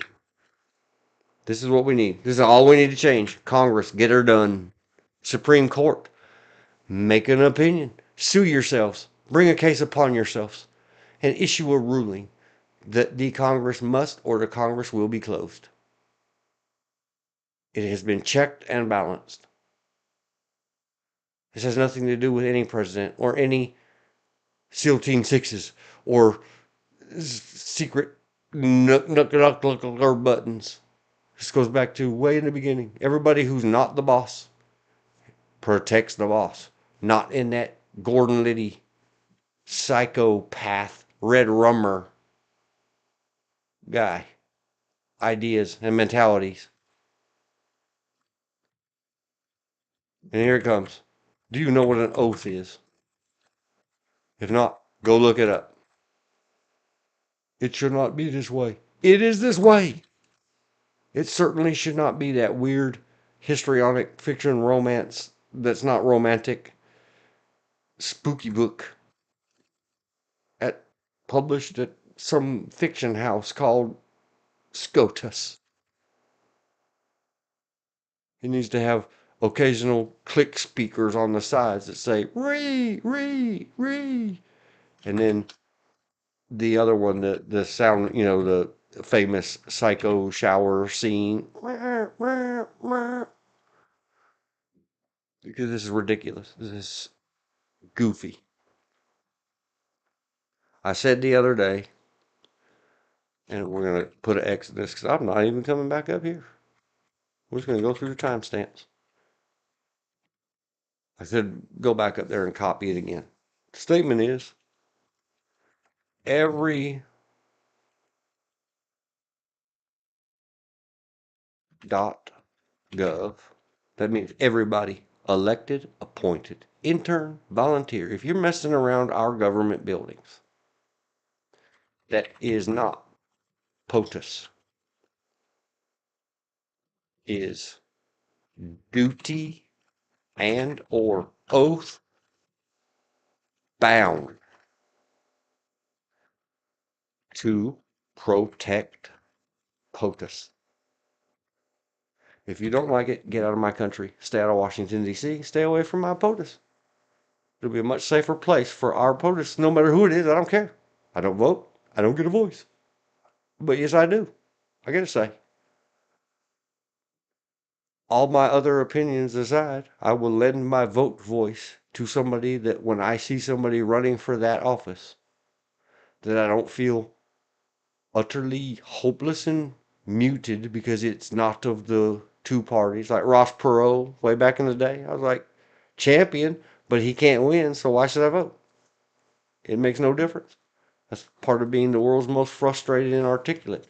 Born powerless and never got any power to get above it, except I have the power to control me. Does it seem like I'm ranty and bitchy and whatever it is? Probably. But once these are out of my systems, go back, see a couple streams ago, I said, fantastic. We talked a lot about movies, pretty actresses, handsome actors with fine mustachios. But because this swirls all around me and I have to listen to it every day, and we're got a skull and bones over the entire earth. Because this court ruling means that on January 20 something, I don't even know what day it is next year, he's going to take his hand off the Bible and put it on the button and launch the damn nukes. It's so retarded. It's I'm ridiculous. Ridiculous. I said it. I said the bad word, R word again. I've heard it too much from the young people streamers. It's so arrested in its development. What I mean by this, every .gov that is not POTUS, I don't care who it is, if they are going to be at the periphery, this needs to be taken seriously. Congress needs to enact something. I don't care. Get the mayor of Washington, D.C. to declare an ordinance in the district and then send D.C. cops to go bust these people.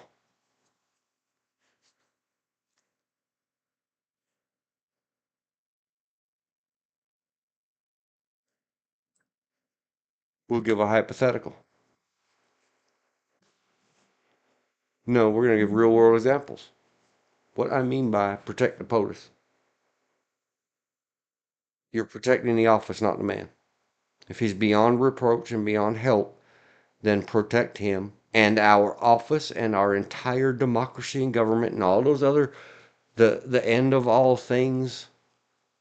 I want to look it up again because exactly what all these people are saying with more and less class and panache, is all that craziness that the founders, the sainted founders said about the savage Indians, inhabitants of the lands, native inhabitants, and the destruction of all ages and sexes. In the tribe of one known as Donald J. Trump. Come on, guys. Ease up. Here's the problem I have. Because somehow this applies to him, but as we have seen for 9+ hours, 10 plus, coming on 10 hours, why do all these standards apply to him and no one else? He's the only one whose oath is spelled out in the document to his best of his ability. He'll try. That's all the oath he gives. You don't like it, amend the damn thing and make it say blah, blah, blah under penalty of treason. Don't hold yourself out for that office if you won't put your head in the basket for it. And then I guess people who run for president will have to take it a slight more serious than previously known. Or that any other body can ask you like it was 1776 again to stand at paces. Go study what that means yourself. But because we don't live in my fiction romance or the real history of this country, not romanticized by my law school and the pheromones from Dirty Undies. God, what is wrong with you people? Pheromones and ammonia has a dizzying effect. So sick. Every .gov that's not POTUS is duty bound or oath bound, and they need a class. Or they can go listen to this stream and here, send them to the Cliff Notes. If you don't like it, don't work for our government. Leave us ungovernmented. Nothing would be better than you are neither hot nor cold. You are lukewarm. Michael R. Pence, I don't know his middle name. Michael Pence. you profess on top of having been the governor of a state and all these other things in politics. You hold yourself up high and from high places thump a Bible upon the rest of our heads about how what a good guy you are. And it disgusts me. Somebody go hashtag destiny. That poor young guy, he talks about how brave Mike Pence was. No, Donald Trump was right. Mike Pence is a PU $EEE and a coward and a thief of wage and a thief of faith and a hypocrite. Because if Donald Trump came to a real man as the vice president, he said, all I need you to do is throw the Constitution in the trash with 7 constitutionally valid slates of elections and slip these little notes in their place. A real human being, man, woman, or child, or furry, would look whatever buffoon got themselves elected into that office and say, listen to me carefully, stupid child.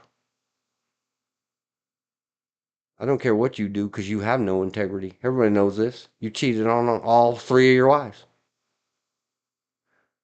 You, whatever you call it. You confuse me with the lot of oafs that you surround yourself with. Shall we step out into the courtyard and let me run you through with my saber as if it was 1776? Probably not, because that's not allowed anymore.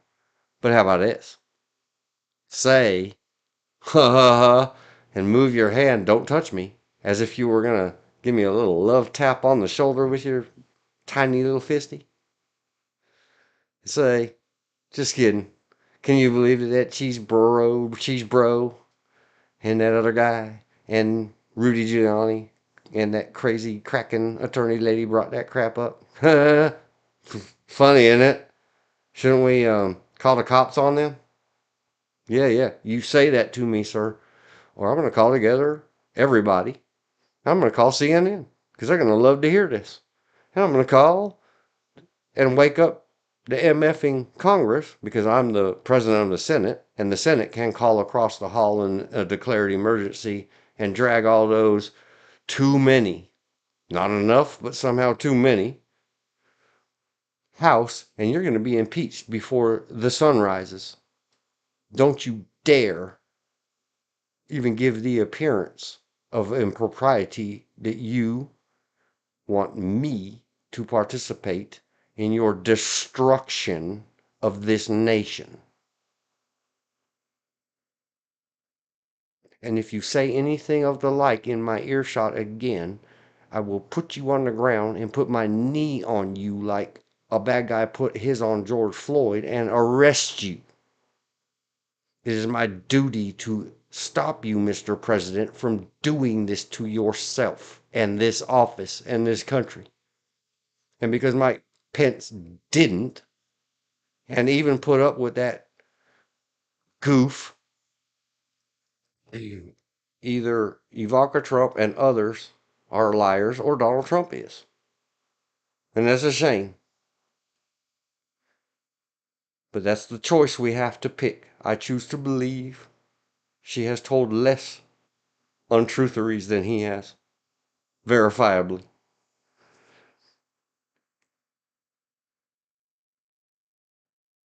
If he got so low as to call Mike Pence a P word,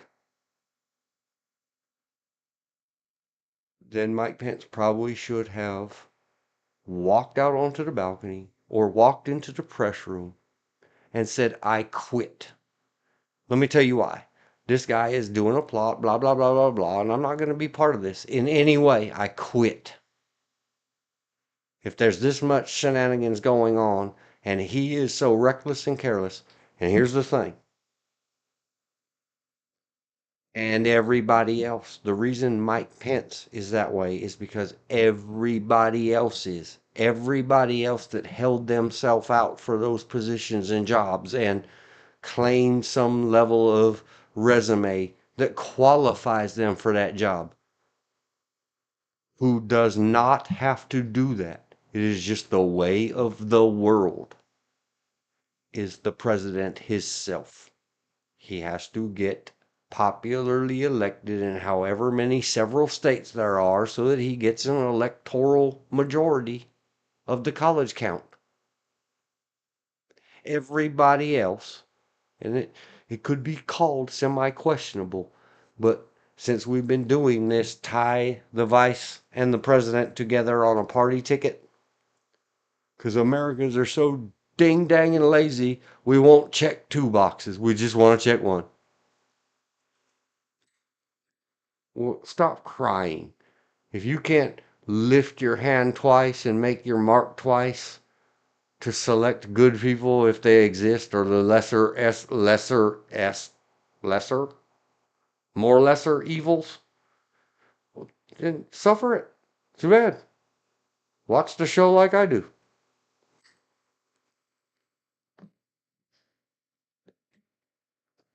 All of them, the lawyers, everybody they had up and they interviewed and they deposed and they did whatever they did, those were all paid for by us, the taxpayer. And there is nothing in this country paid for by us today. We're paying interest on 100 and 150-year-old loans, and we have condemned our not just 1,000 years, probably 1,000 generations to debt slavery, to debt bondage, to debt ridiculousness, which debt is a worse fiat than a fiat, which the dollar is a fiat currency. Because nobody understands what the hell an oath is. And nobody understands what is your duty. I'm not talking any of that. Don't go crazy. Don't don't take my words and twist them into some of that weird Gordon Liddy garbage or that attorney that worked around Dublin. It's just talking about standing up to people. If it's the coworker, if you happen across and you're in the office with the whoever the guy is, I don't remember all the names. I don't care. Hey, I got the ear of president, and I'm writing up this thing about how we can throw slates of electors, signed, sealed, and delivered from governors of states, in the dumpster. But we got to get somebody to do it for us. There's no way to do it out in the bright light of day and openness and walking upright. It's got to be illegal. It's got to be underhanded and subterfuged. And what are those states gonna say? What are the state governors gonna say when their slates, that they know what those slates said, they keep copies. Duh. They know who electors they sent in for. What are those 7 states gonna say when we read out a lie, a cheat, a steal, a dissolution of the federal government?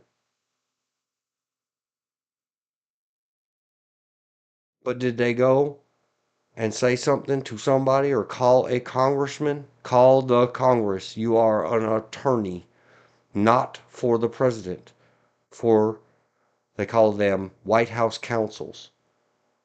They are attorneys for everybody that happens to put their bodies in the White House. There to protect, yes, the president, even from himself, but yet everybody else there. Make sure everything is legally correct. At the entire complex, the core of the executive branch, all wrapped around the one executive. I don't believe for a second that any bar association anywhere does not have a duty not to intervene. I haven't looked up DC. A duty to report. Every one of those people now out of the thing by years, tattletelling on Donald Trump and the Kraken lawyer lady, and Rudy Giuliani, and Cheesebro guy, and the other guy, Clark. There, I remembered his name. And Donald Trump, and whatever. What are you talking about it 2 years later for? They brought this to you. You stood there as Mike Pence's attorney, which is the vice president's attorney. That's the people's office and the people's employee's attorney. You are paid for to lawyer for the people, not the man. To make sure. That discussion didn't go very well. Mr. Vice President, you must document this carefully, and I must document my involvement in it, and we must send a report to the Congress immediately. Somebody else in this building should have told the president, you cannot do things like this. You cannot. It's not going to happen. You no more can somehow wheedle your way into dispensing of the will of 6 or 7 of the state's votes. I don't care what you believe until you actually get something into a court. That's tough taters. Your belief does not could just as bad as I'm ragging on these Supreme Court justices, then why do you all 9 of you get to say all this absolute fantasy craziness and click your heels together and say there's no dash D like my dash D or whatever, and there's no witch like Trump, drop a house on him. And yet he's not allowed to say, well, if they can believe whatever they want to believe, like the majority said, I can kill people with SEAL Team 6, but Joe Biden won't, then why can't I say I won the election? I don't believe it. I don't care what the facts say. You see? It's a two-way street. Nobody is trying to go up. Everybody's trying to say, well, they went lower than I did. I'm going lower. I'm going to go even lower than they did. And I know I'm going to go lower. And everybody else is just standing around with their thumbs in all of their holes, going, well, somebody should do something about this, but not me. If anybody had gone back in December of 2020 and told the Congress and the newspaper they are plotting to kick 7 states and all of their population out of the Union. That's what they are doing in action. Is it ha-ha funny that my now long gone thing, when they did that here in North Carolina, I said did. In word and action and deed, North Carolina just secede from the Union over ghost trannies in a bathroom. The answer was yes. Because when you take away all the words, this is what they're doing.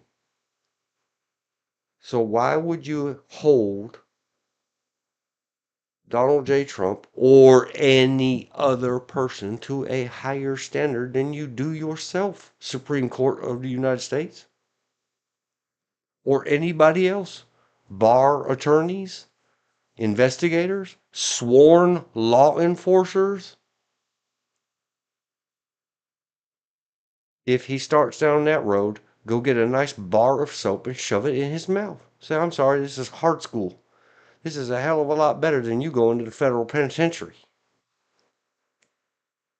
Or getting impeached. Or getting 25th Amendmented. But don't worry about it. It's not that big a deal. Guess why? Because everybody around here is just like you, and they're just like me, and we're all a bunch of biatches, and we're all just riding the clock, getting these fat government checks, playing politics. Never mind what we get paid to be in these crappy offices. You seen how much your campaign processed? Cut a little bit of that off for all of us, right? Yep, sure did.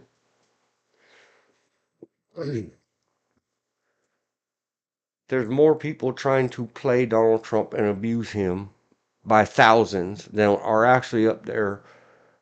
How do I know? Because the only one that tried will have nothing to do with his administration, and it's one that's two, Ivanka and her husband. They're like, not a chance. Nope, we did that once. Look where it got us.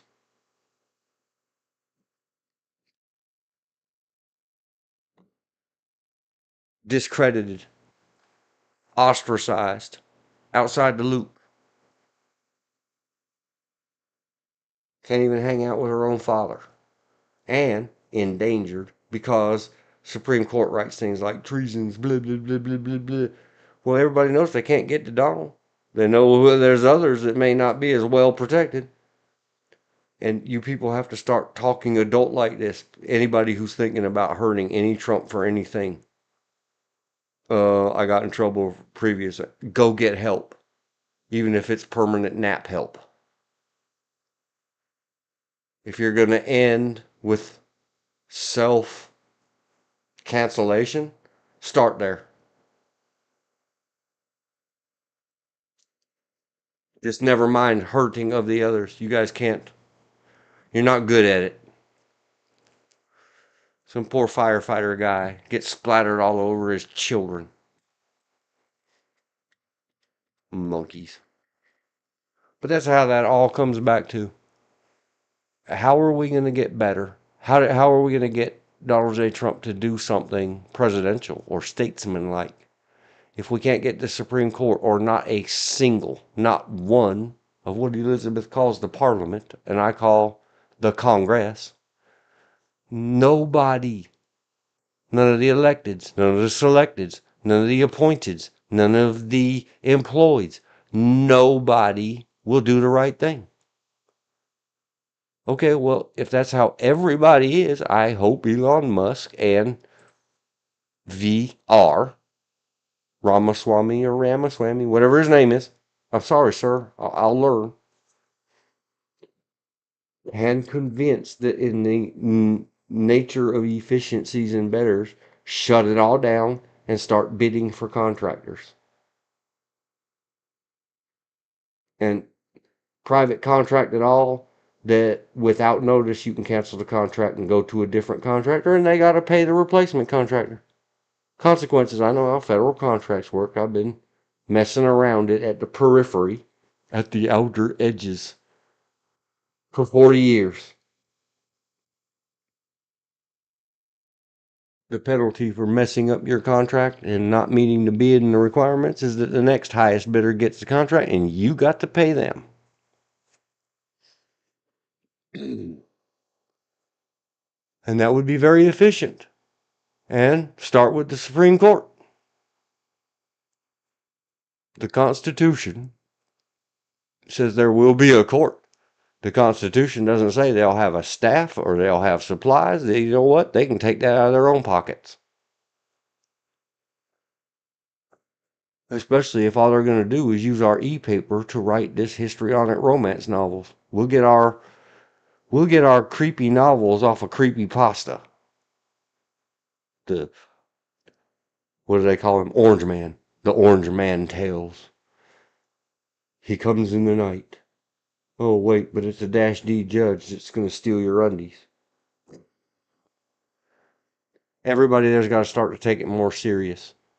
There was reports, and they had to make a big to-do about it, that one of the people that take care of serving and cleaning up and doing with food service in the White House was standing around making comments to somebody other than that Trump has tantrums and throws plates and trays and hamburger sandwiches at the walls in the most important offices of the United States of America.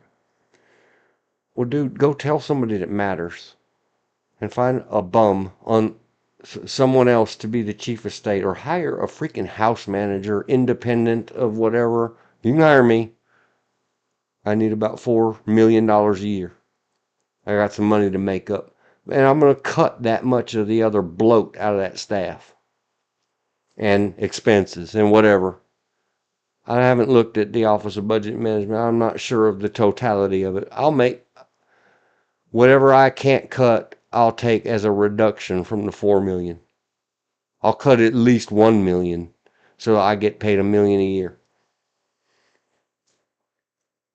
to do things like ask the incoming president, do you have a proclivity, sir, to angrily tossing about a hamburger? And when he says, occasionally, let's be open and honest with each other. Then can I recommend the stainless steel kitchen, sir? Or do I need to do something to put on the wall and that we can all agree, we'll have a little office meeting, that on top of everything else that happened in those January 6 hearings, this little extra ain't going to get told there. It's going to be the secret that everybody knows. Like when everybody used to work together 70 years ago to hide the fact that FDR was crippled and twisted up and in a wheelchair. I think it was FDR. Bring some dignity back to our office. And it's everybody's stuff there. We need to get together a new chain of command, a reporting policy, and especially if it involves anything illegal. How does that get broadcast to the public? And whether the Congress chooses to do their duty, it is their duty, regardless of your party, that if the president does a bad thing, your party stuff goes in the garbage and you impeach the dude. Or chick, whatever you want to call it. Define high crimes and misdemeanors. It is not defined. 34 felonies? Assuredly. That's both. But when you read the Federalist Papers and the long-form discussions of the people that wrote the short versions, they said impeachment is the political thing. That's what courts and law enforcement is for. If the president or anybody else in those buildings, they're all just people by, for, and of. But when everybody's getting dirt on each other and, hey, you cover for me on this and I'll cover for you on that, now it's a culture of lawlessness. Let's talk about LA Sheriff's Department 2012 again. They kidnapped an FBI agent and were hiding her throughout different detention facilities. If that's what they can do in the county of Los Angeles, what are they doing up there in Washington? And no, they're not eating babies in the non-existent cellar of a pizza parlor. Get your head out of the clouds. That's the polite way of saying out your butt, out your posterior, not posterity, posterity.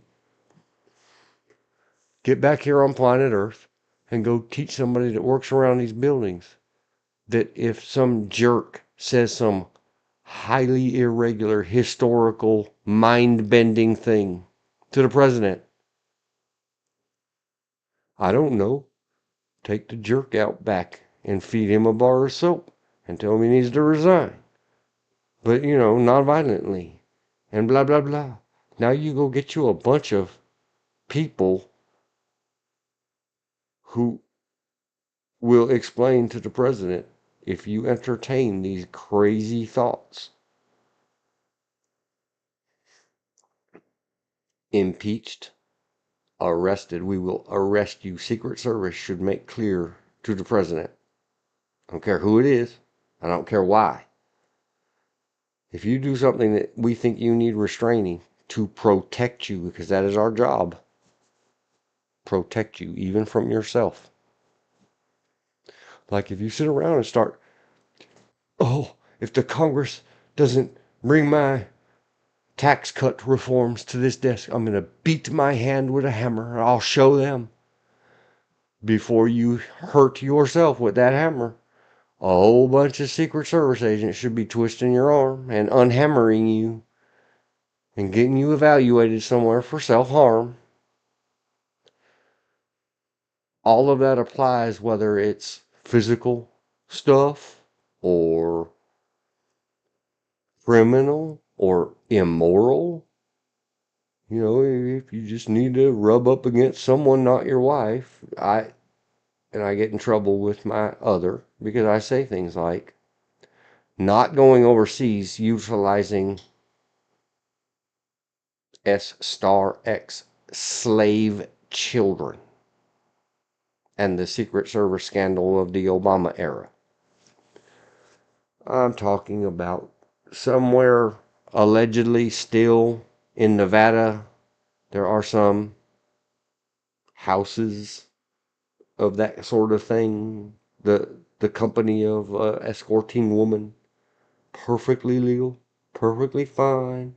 If you have that arrangement with your spouse or significant other, and you want to go throw a few cabbages so there's no string attached, and have a little physical pleasure, a front massage instead of a back one, go ahead. And no, it doesn't need to be big news and important because that affects the image of the country. You know, we don't need selfies of you and that while it's happening going on the social media. But otherwise, well, where's the president? Don't know, maybe at the golf course. Okay, cool. Where's the Congresses? I don't care. But when it comes time to get on the clock and do the work, the official stuff, somebody's got to be there to say that would be deemed unofficial. And I'm not going to let it happen. I'm not going to allow you to do it to yourself. Does not have a clue to people who actually believe that you should stop at a stop sign. I think I read this already. Instead of not running it because a sniper rifle across the road. Yes, I did read that one. It's a good refresher though. Your fantasies. Some people calls it delusions, paranoid schizophrenic delusions. What's the H word? That's how tired I am. What this all comes down to is over and over and over. I'll repeat it again someday. Well, certainly not for 10 hours. Hopefully you can teach you the whole sheepdog thing. It's just a me thing. I've been listening to that from porn stash wearing coppers for too many decades. Sheepdoggies and blah blah blah, and in the last 10 years they've all been running around saying something something storm, I am the storm, or some garbage. I don't remember. I don't go to the sayings and cliches and just talk about us like we are people.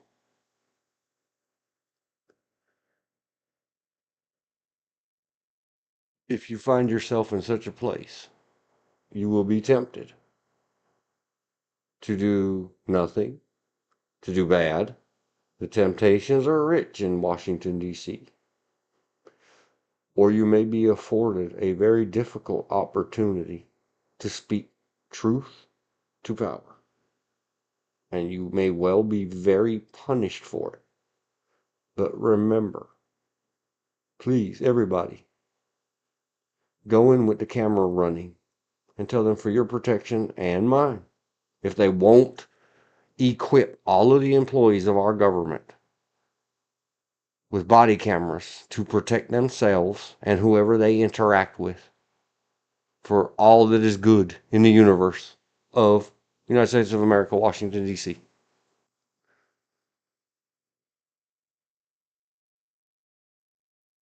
You've got to occasionally, at great personal expense and ostracized for it, pariah they call it. Oh man, we really like you. You're one of us. And then you say,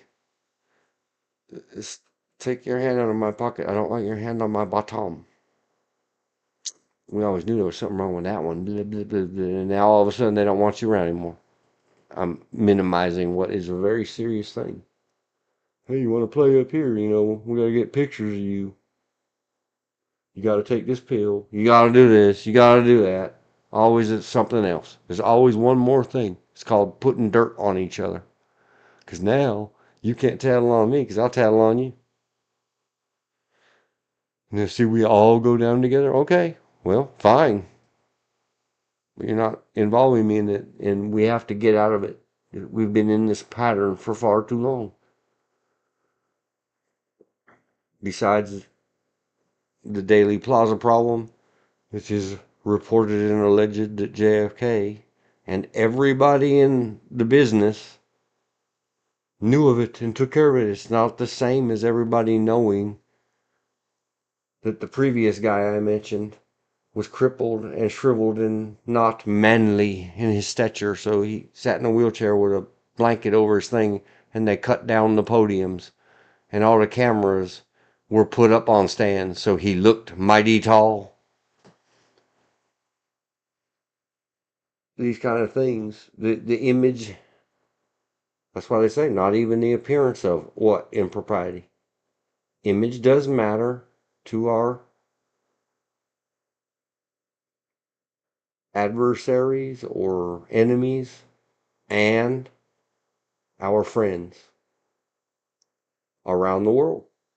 How do they look at us? Right now, pretty bad. If we go all the way back to July, I'm sure there's new fancy stuff.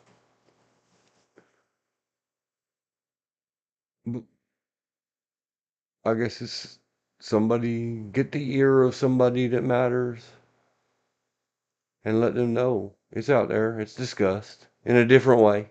I've listened to many, many, many long form ranteries about all this stuff, and all they ever come back to is that, oh, Trump's gonna end us all. He's immune, but no one else is. Why did the Supreme Court make him immune? They did not. Shush, shush. Simmer down, my aunt would say. Let's save that file. Say yes. And I know I didn't finish it up as much as I thought I might have. Oath. Do you understand what that oath means? That when you took it? I don't like when these are serious offices that supposedly work on an exempted salaried basis. When you take the oath of office of one of these very high important placed jobs, like being in our Congress or being our president or vice president, the oath of office is what matters. You never get to unoath. You're 24/7. You must be fully, truthfully, the whole truth, nothing but the truth, so help you your deity or not. And what else is involved in that oath? But you don't get to say, oh, well, in the session, see, I didn't do that whole hand on the book, other one in the air, for this limited amount of time. See, that's what I call outhouse lawyering. But I say it different. I spell it different. Out. Starts with SH. Shout. House lawyering. If you can't respect the oath, then you can't respect the office, let alone the oath of office. You have no integrity. You have no honor. You're going to write 119 page long, here I am, apparently an unhinged histrionic, and yet I'm going to accuse the former and future president of being an unhinged histrionic red rummer. You can't expect him to do better. Him in particular, Trump, Donald J. Take a lesson, please. It short term immediately feels good for you, sir, and those small minded children around you, to make the Democrats squeal and cry, to hurt their feelings and make them rage on their internets or squawk on their boxes. Step up above it. You raise you up. Apologize to them for whatever. Say, hey, look, it's all done. Let's go about none of that double talking jive that you guys are all so good at. You're very good at it, Mr. Donald Trump. I'm not good at it. That whole the interview the other day, it has them all upset again because you said you're not going to order somebody to do these special counsels and investigations on Biden, Joseph R. Hunter's been precluded by pardon. But then they say, so you're saying, sir, that you won't allow it? Well, they're good people. They'll do the right thing. They know what's right to do. And you leave them hopeless and fearful and distrusting and afraid. Stop it.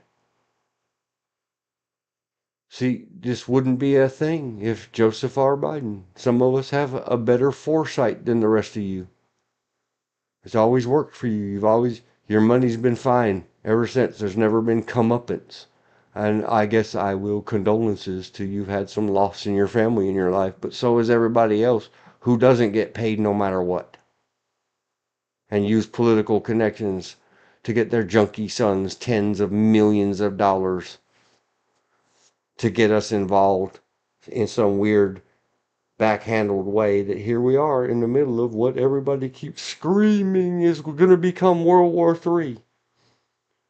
It's coincidentally where your son Hunter was over there scraping tens of millions of dollars from the country that we supposedly underfund.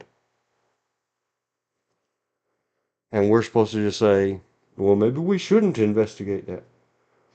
This wouldn't be as big a deal. Again, if any grown-ups had been anywhere near government for the last 150 years, there hasn't been none. It's another saying of mine. There is no adult supervision. How do I know? Because there's no adults.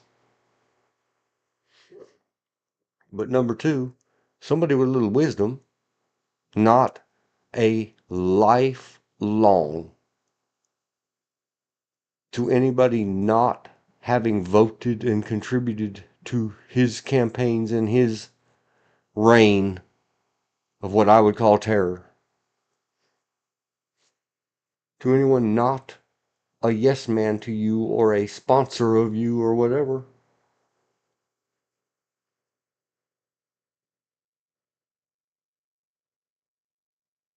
You won't hear them, which leaves the rest of us being frustrated inarticulates. And why should Donald Trump pardon you or anybody else, or at least offer that sanctuary, being that he is far more immature than you? Not by age number.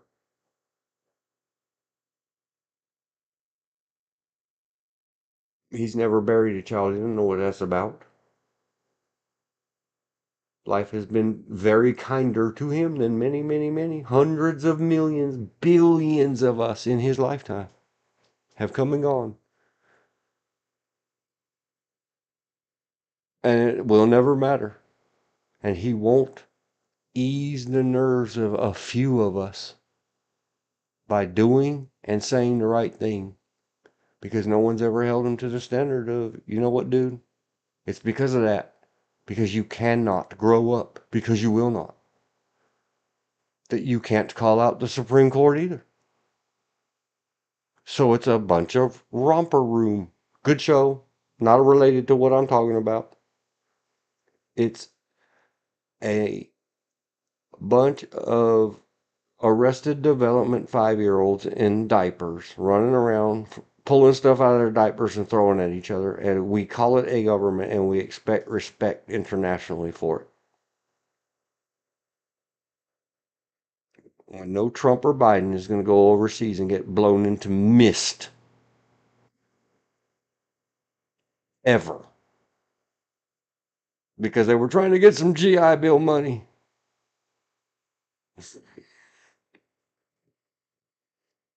And that's what makes it you versus us, and we all don't understand and we don't know how to say. Somebody go get these people a class. Take the first step. Whatever it's called. Joseph R. Biden Jr. Tell everybody in your party, Kamala's gone, man. Number one, quit. Resign. Get the heck out of there and let her be the first woman president for a month. It would just be cool. But before you go, full pardon, Donald Trump. No strings attached.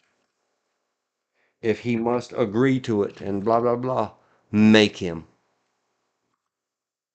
Use your 50 plus years of connections and savvy in the whatever and go get in writing the signatures. I'm sure you can start with Lindsey Graham.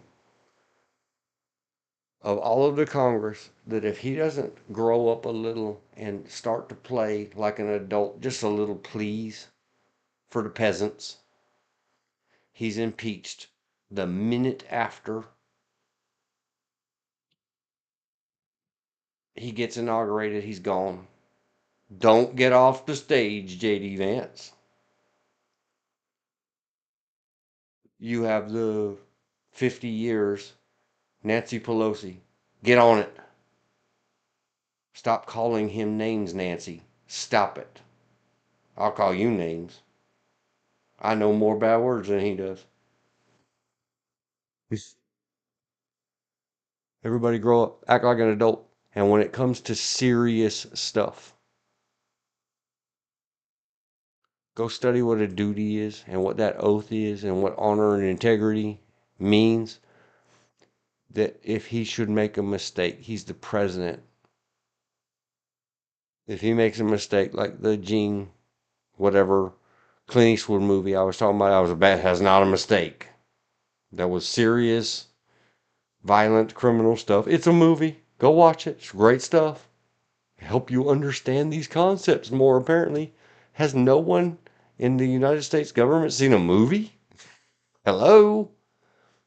But especially if you hold yourself out as a protector.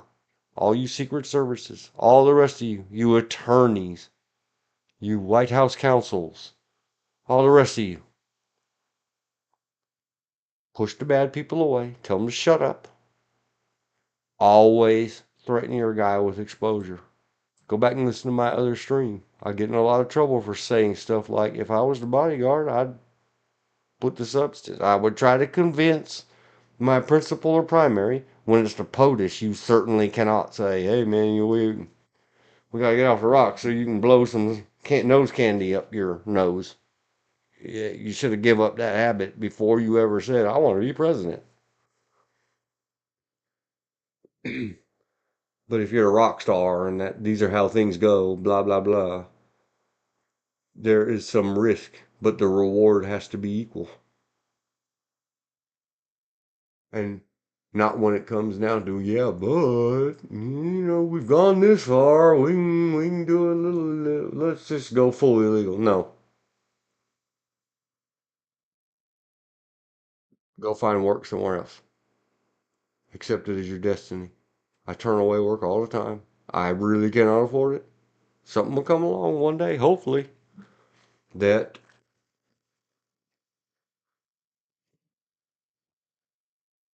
I will not involve myself or engage myself in questionable stuff. Long, yelling rants at CEOs of corporations and everything else, that if I see this much appearance of impropriety, then what could anybody else see? And all that's going to end up happening here is you're going to try to dump this off on me, and I'm going to get sued, and no.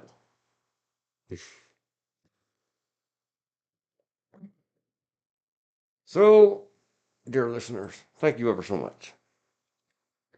And I thank anybody in advance who can somehow get somebody to happen across these things, refine them, make them yours. The old Bruce Lee saying, take what you like, take what is yours, combine them, throw away what you don't use, and call the result uniquely yours. Especially if you can turn it into a language that, I'm not going to get anywhere calling the Supreme Court Justice histrionic little schoolgirls.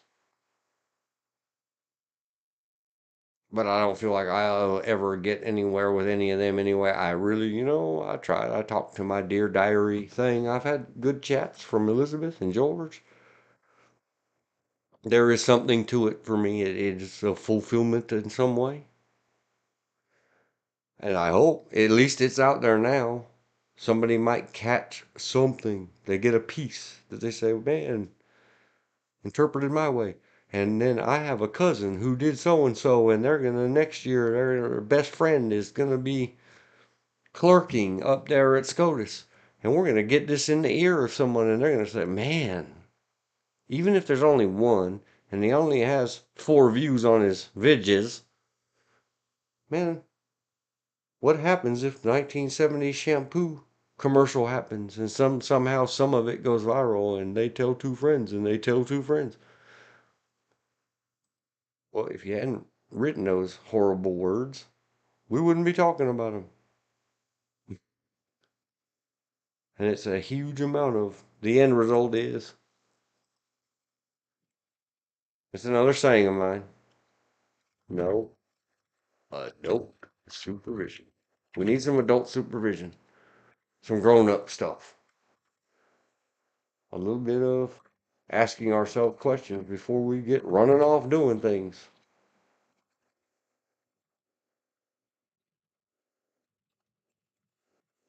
May live, may live, beware alive. I hunger. May not did good very long today. Thank you, Elizabeth and George. You still with me out there, Elizabeth? I'm signing off. I'm saying goodnight. I'm winding it down. I hope you have a good night. I wrote it in all caps on the screen. It's going to stay up there as the end frames. Thank you so much. Thank George so much. Especially the ER tales and the EMS tales. It's good to romp back and brutally gallows giggle at other people's suffering. But they really did work hard to bring that stuff on themselves. Let me know what you think. Likes, subscribes, bell thingies, um, comments. Help me out with the algorithm. I didn't see any bell thingy, so I don't know if whoever Elizabeth said she'd send a link told them to ask some questions. When they get around to it, when they have time. Everybody's lives are emergencies. I better write up here too. I know I keep extending it. I keep doing it. I'm being that person on the telephone. All right, I really gotta go. Oh, and another thing. Really, really this time, I'm gonna let you go. I know you got things to do, but there's one more thing.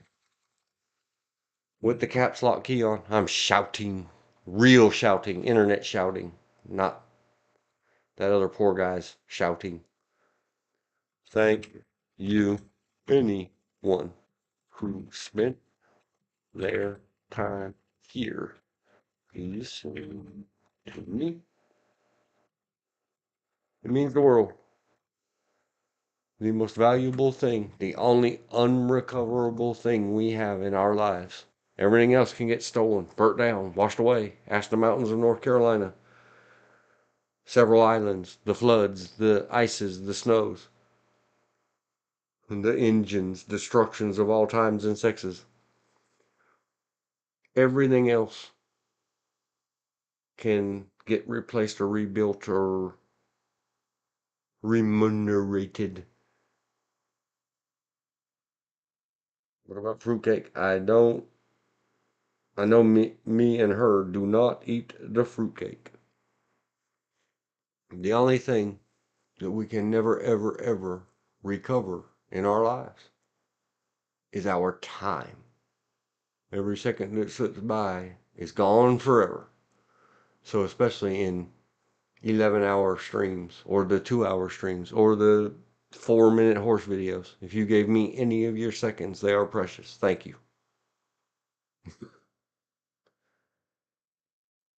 And if I don't live tomorrow when we get to play this again, probably about very light stuff, movies, music, something. I could dig into the Uvalde report, but not after 11 hours of this. We did very good. We stayed on target.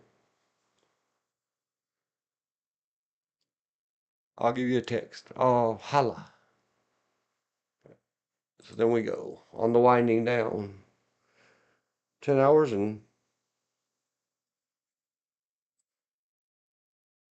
I know you said that you did not like it, but when I sent the picture, you said yum. Yeah, it's just, it should be tasty. Give it to somebody local who really, really, really, really likes it. It's not worth the shipping money. And if I had it, I probably would eat it. I don't hate it. I don't. I don't eat any cakes really.